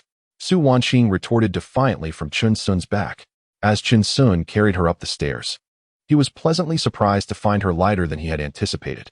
Though her figure was voluptuous and her curves exquisite, it felt as though he was lifting a soft cloud, weightless and airy. They say women are made of water, and it seemed to hold true. In that moment, he acutely felt that Su Wanqing was aware of his thoughts. She deliberately breathed softly against his ear, igniting a rush of warmth that spread through him. Upon entering the room, Su Wanqing eagerly kicked off her high heels, slipping into some casual slippers before dashing towards the bathroom. "I'm going to take a shower first. Feel free to make yourselves at home," she called over her shoulder. Su Ji, lagging slightly behind, could only sit on the sofa, arms crossed, simmering with frustration. In the living room, only Chen Sun and Su Ji remained, exchanging glances that spoke volumes amidst an awkward silence. The ticking of the clock echoed in the stillness, prompting Chen Sun to approach the television and turn it on. He casually switched to a variety show, attempting to alleviate the tension. Subsequently, he picked up a jar of sunflower seeds from the coffee table, almost instinctively offering a handful to Su Ji. "Oh, thank you, little brother." Su Ji replied gratefully as she accepted the seeds. Her fingertips inadvertently brushed against Chen Sun's palm, the warm touch sending a jolt through her. At that moment, she elegantly crossed her legs, the black stockings shimmering subtly under the light. "By the way, how did you meet Wanqing?" she inquired, munching on the seeds, her red lips parting in a particularly alluring manner. Chen Sun fixed his gaze on the television screen, feigning interest in the program as he endeavored to keep his voice steady. "I'm her tenant." "Oh," Su Ji elongated her tone, nodding thoughtfully. "How long have you known each other?" "Over a year, I suppose," Chen Sun replied vaguely, sidestepping the topic. He was uncertain about what Su Wanqing typically discussed with Su Ji and dared not elaborate further. Su Ji suddenly let out a light laugh. "So that's a whole year then?" Her scrutinizing gaze held a subtle significance as it lingered on Chen Sun. "You're quite impressive, even managing to win over Wanqing." She leaned in slightly, the faint scent of her exquisite perfume wafting toward him. "How does it feel?" Chen Sun coughed slightly, feeling a bit bashful at her forthrightness. "What feeling?" Su Ji did not respond directly, instead casting a flirtatious glance at him. A mysterious smile played upon her red lips as she resumed her leisurely snacking on the seeds, adopting a more comfortable posture. The soft sound of her stockings brushing against the sofa resonated clearly in the tranquil living room. Chapter 83. The mysterious relationship between two women. Shin Sun stole a glance at Su Ji's alluring legs, encased in black stockings, and felt a swirl of thoughts. Are mature women nowadays this direct? Yet, he found it peculiar, as the system indicated that Su Ji was still a maiden. With her striking features, curvaceous figure, and the air of sophistication she exuded, how could she possibly be without a boyfriend? Chen Sun resolved to inquire with Qing Jia at a later time to unravel this mystery. What does your brother do for a living? Su Ji suddenly posed another question, her fingers adorned with red nail polish gesturing in the air. Sister, are you conducting a census? Chen Sun furrowed his brow, responding half-jokingly. He paused deliberately, locking eyes with Su Ji. If you ask me, a woman as beautiful as you surely must have a boyfriend. Upon hearing this, Su Ji raised an eyebrow, a knowing smile gracing her lips. A boyfriend? Well, I suppose I do have one. This response caused a subtle tremor in Chen Sun's pupils. Something was amiss. The system was infallible. Either she was deceiving him, or their relationship had yet to reach that level. Contemplating this, Chen Sun suddenly felt a wave of disinterest wash over him. Although he admired beautiful women, he adhered strictly to his principles, refusing to pursue those already taken. Nodding thoughtfully, he felt the flicker of desire within him extinguish significantly. He realized he could not fathom the enigmatic woman before him, who oscillated between alluring and mysterious. Su Ji seemed to perceive his thoughts and suddenly leaned closer.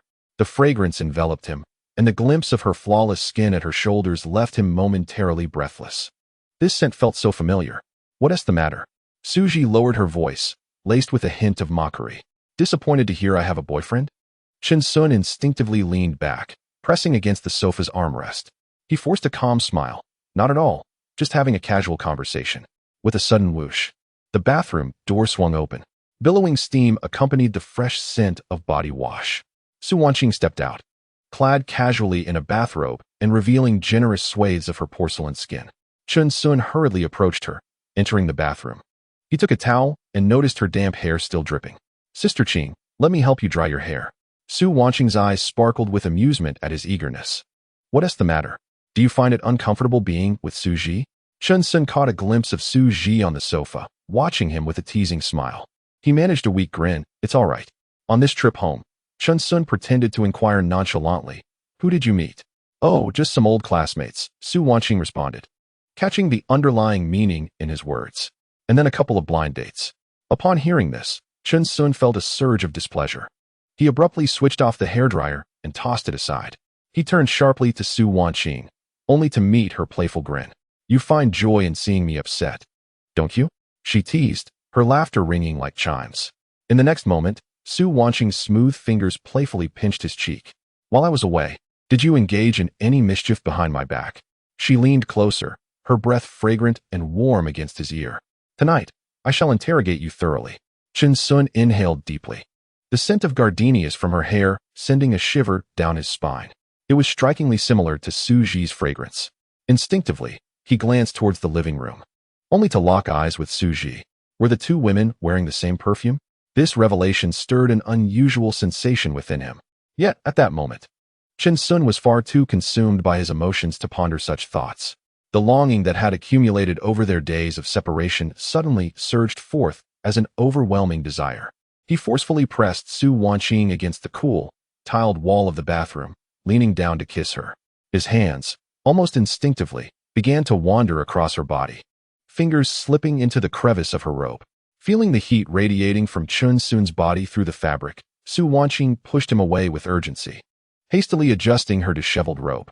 Don't keep Su Ji waiting. She's still outside. We must go, she exclaimed, fleeing the bathroom. Abruptly halting at the bedroom doorway, she cast a glance back, declaring, I'm tired. I'll rest for a bit. Observing this, Chen Sun wrapped his arms around Su Wanqing's slender waist, lowering his voice. Sister Qing, there's still a living person in the living room. He thought to himself, bemused by her nonchalance. Su Wanqing merely flicked her damp hair and replied, Oh, you mean Su Ji? She then strode directly into the living room, the hem of her robe swaying gently with her steps, revealing a glimpse of her fair calves. By the way, Weren't you planning to work out? Su Wanqing inquired of Su Ji, who was munching on sunflower seeds. I have a gym membership here. She gestured towards Chen Sun. In the afternoon, let him drive you there. Chen Sun was taken aback, his eyes wide in disbelief at Su Wanqing's spontaneous arrangement without even consulting him. His gaze flickered between the two women, feeling a strange discomfort at the thought of being alone with Su Ji. He couldn't help but steal a glance at her. She appeared unfazed, her expression serene, responding softly. Sure. Upon hearing Su Ji's affirmative response, Su Wanqing nodded contentedly. Chen Sun, I appreciate your company for Su Ji this afternoon. With that, the bedroom door slammed shut, and Su Wanqing retreated into her room. Chen Sun stood in the living room, his gaze inadvertently drawn to Su Ji, who sat quietly on the sofa, her alluring figure igniting a rush of desire within him once more. Having had little time to linger with Su Wanqing, the presence of this captivating woman reignited the flames of his suppressed cravings. He struggled to suppress his desires, questioning the absurdity of the situation. Is there any water, little brother? Su Ji suddenly spoke, her lips parting slightly. Having munched too many seeds, she felt parched. Chen Sun snapped back to reality and turned to rummage through the refrigerator. Opening the door, he discovered it was nearly empty, save for a few bottles of expired yogurt. He recalled that Su Wanqing had been away for days, leaving the house unprepared, and since they had eaten late, they had skipped lunch entirely. Descending the stairs to procure some necessities, Chen contemplated for a moment. It was the perfect time to set forth for the gym. All right, let me change into some attire first, he said. Su Ji, clutching her bag, entered the spare bedroom and casually closed the door behind her. Chen's gaze lingered on her departing figure, captivated by her remarkable silhouette. He mused silently. No wonder her physique is so enviable. She must be a regular at the gym. Left momentarily idle in the living room, Chen pivoted towards Su Wanqing's room. A fleeting glance revealed the curtains drawn halfway, casting a dim light within. Clearly, Su Wanqing had not yet succumbed to slumber, as she leaned against the headboard, engrossed in her phone. Approaching her slowly, Chen whispered, Sister Qing, shall we be on our way? Su Wanqing turned over, offering him a smile. Yes, goodbye. A peculiar sensation stirred within Chen. How strange. Typically, she would express concern over his dalliances, yet she appeared so unconcerned about Su Ji. Chen felt a sense of disquiet, unable to articulate why, unable to resist. He settled back at the edge of the bed and half-jokingly inquired, Sister Qing, you truly trust me to venture out with her? Without uttering a word, Su Wanqing beckoned him closer with a playful gesture. Leaning in, Chen tilted his head, awaiting her elucidation. Do you wish to know why? Su Wanqing's voice was barely above a whisper, her warm breath brushing against his ear. Because she is my girlfriend. What? Chen shot upright, his pupils dilating in disbelief. Female friend? Or perhaps more? Su Wanqing offered no further explanation, merely suppressing a smile, clearly amused by his reaction. No wonder. Chen's mind raced back through every detail. The peculiar glances Su Ji cast at the airport, her ambiguous response when asked about a boyfriend, the shared scent of their perfumes, and the subtle understanding between them. He inhaled sharply, suddenly feeling as if he had stumbled into a battlefield of emotions. Chapter 84. The Allure of Su Ji. The concept of a romantic relationship between women had always existed solely in the realms of anime and novels in Chen's understanding. He recognized such relationships were real, but had never anticipated such close proximity to one. He was taken aback to discover the nature of the bond between the two women. Now, Chen finally comprehended why the system indicated their encounters as zero. As long as they had not been touched by a man, the system deemed them untouched. His thoughts were a whirlwind. Sister Qing was his. The idea of any man wishing to share her was utterly unacceptable, leaving him perplexed at the thought. Yet, Sister Qing's partner was Su Ji, the very woman who stirred emotions within him. A strange feeling welled up inside him, neither joy nor outright resistance, but a complex emotion that felt oddly unsettling. In a moment of daze, he widened his eyes to gaze at Sister Qing, who was smiling radiantly back at him. Is there some sort of mistake? At this moment, Chen Sun wore a smile that was more sorrowful than joyful. Su Wanqing extended her delicate fingertip, gently brushing over Chen Sun's furrowed brows, her voice imbued with a soothing quality. I'm offering you an opportunity. Let us see if you can seize it. It was only then that Chen Sun slightly relaxed his brows and murmured, Do you mind this? Logically speaking, Su Ji, as Qing Jie's beloved, ought to be his rival in love. Who would willingly relinquish their cherished one? Chen Sun found himself at a loss, utterly bewildered. "It's much better than you flirting around outside," came Su Wanqing's melancholic voice. Understanding dawned on Chen Sun as he raised an eyebrow, seemingly enlightened. He leaned closer, planting a soft kiss like a dragonfly skimming the water upon Su Wanqing's crimson lips, before quietly retreating from the room. Upon entering the living room, he found Su Ji standing at the entrance, organizing her handbag. "Are we ready to go?" she asked, already clad in an alluring outfit. Chen Sun cast a furtive glance at her, unsure if she had overheard the conversation in the bedroom. Su Ji, adorned with fashionable sunglasses and carrying a crossbody bag, wore a cropped sports top that revealed her waist. The lace design exquisitely accentuated her slender figure. Over it, she donned a short mesh cover-up, the sheer fabric hinting at her fair skin beneath, adding an alluring touch. Her lower half was clad in high-waisted, glossy yoga pants that hugged her enticing legs perfectly. Paired with athletic socks and platform shoes, her legs appeared elongated, almost exaggeratedly so. Chen Sun's gaze lingered on her for a few seconds, captivated. This woman certainly knew how to dress. A sudden warmth surged within him, and he inwardly cursed. Truly, the freedom of fashion. Taking a deep breath, he quelled the rising desire within him and discreetly averted his eyes. "Let us go, shall we?" Chen Sun hadn't prepared any special gear. He had never been to a commercial gym and had only engaged in simple workouts at the school gym during his student days. He firmly believed that simplicity showcased the true essence of sophistication. The two walked side by side down the stairs and approached the striking sports car. Chen Sun glanced at the old Mercedes parked by the roadside in the dilapidated neighborhood. Since acquiring the Lamborghini, he had hardly driven it. However, his approach to cars and to cherished companions was inherently different. Chen Sun always valued every woman who graced his life. With a gentlemanly demeanor, he stepped forward to open the passenger door of the Lamborghini, smiling as he gestured for Su Ji to enter. Following this, he made an elegant sweeping motion with his hand. Su Ji glanced at him, then smiled sweetly, effortlessly sliding into the passenger seat. Though merely a simple act of entering the car, it felt deliberate in Su Ji's execution. Others typically enter head first, so why does Su Ji choose to reverse in? The ample curves beneath her yoga pants quiver slightly. She first sinks into the plush passenger seat. Chen Sun swallows hard, his throat tightening. It is truly overwhelming. Shortly, the two arrive at Lidong Fitness. This nationwide chain of upscale gyms occupies an entire 3 floors. Su Wanqing holds a yearly membership here, but has only visited once. And that was merely to take a refreshing shower on a hot day. Chen Sun chuckles inwardly, pondering how the likes of wealthy individuals like Qing Jie, who possess memberships without ever working out, sustain such high-end gyms. As he pushes open the glass door and steps aside for Su Ji to enter, his thoughts linger. Upon entering, they are greeted by a magnificent swimming pool. The transparent glass of the floor-to-ceiling windows captures the attention of passers-by.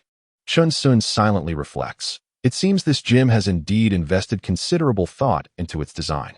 Several young women in bikinis frolic in the pool, their graceful forms motivating the male members engaged in weightlifting to showcase their prowess even more fervently. However, with Su Ji's arrival, their presence seems to dim somewhat. After completing the entry procedure at the front desk, Chen Sun curiously follows Su Ji. The gym is neatly divided into several zones: the aerobic area, the anaerobic area, and the entertainment zone. It boasts a yoga studio, a spinning room, and even a dedicated fitness CAF. Suddenly, Su Ji pivots and tosses her handbag toward him. "I'll start my practice first," she announces, finding a relatively vacant corner to begin her warm-up stretches. Chen Sun catches the bag with a wry smile, realizing she regards him as her little assistant. Observing Su Ji engrossed in her training, he shrugs helplessly and reluctantly starts to get moving as well. Admittedly, it has been quite some time since he last engaged in serious exercise since acquiring the system. Now that he is here, he might as well take the opportunity to stretch his limbs. Chen Sun thinks, casually draping Su Ji's bag around his neck. Following her lead, he mimics her movements as they exercise side by side. Su Ji's graceful limb extensions flow like water, transforming the most mundane calisthenics into a performance reminiscent of professional dance, pleasing to the eye. Any semblance of condescension he previously harbored dissipates in an instant. As he awkwardly attempts to replicate her actions, he can't help but steal glances at her striking figure. He is reminded of Ruashi. It has indeed been a while since he last saw her. Recent troubles with the Qin family have consumed his attention. Gradually, He becomes acutely aware of the male gazes within the gym subtly drifting toward them. Not toward him, but toward Suji. Accompanying such a captivating enchantress outdoors, Chun Sun felt an undeniable sense of exasperation as he rubbed his temples, suddenly grasping the thoughtful intentions behind Sister Qing's arrangements. A vision of the private gym in Villa Number 1 flickered through his mind. Although it lacked the expansive space of this place, it was adequately equipped with all the essentials. Moreover, its privacy was unparalleled.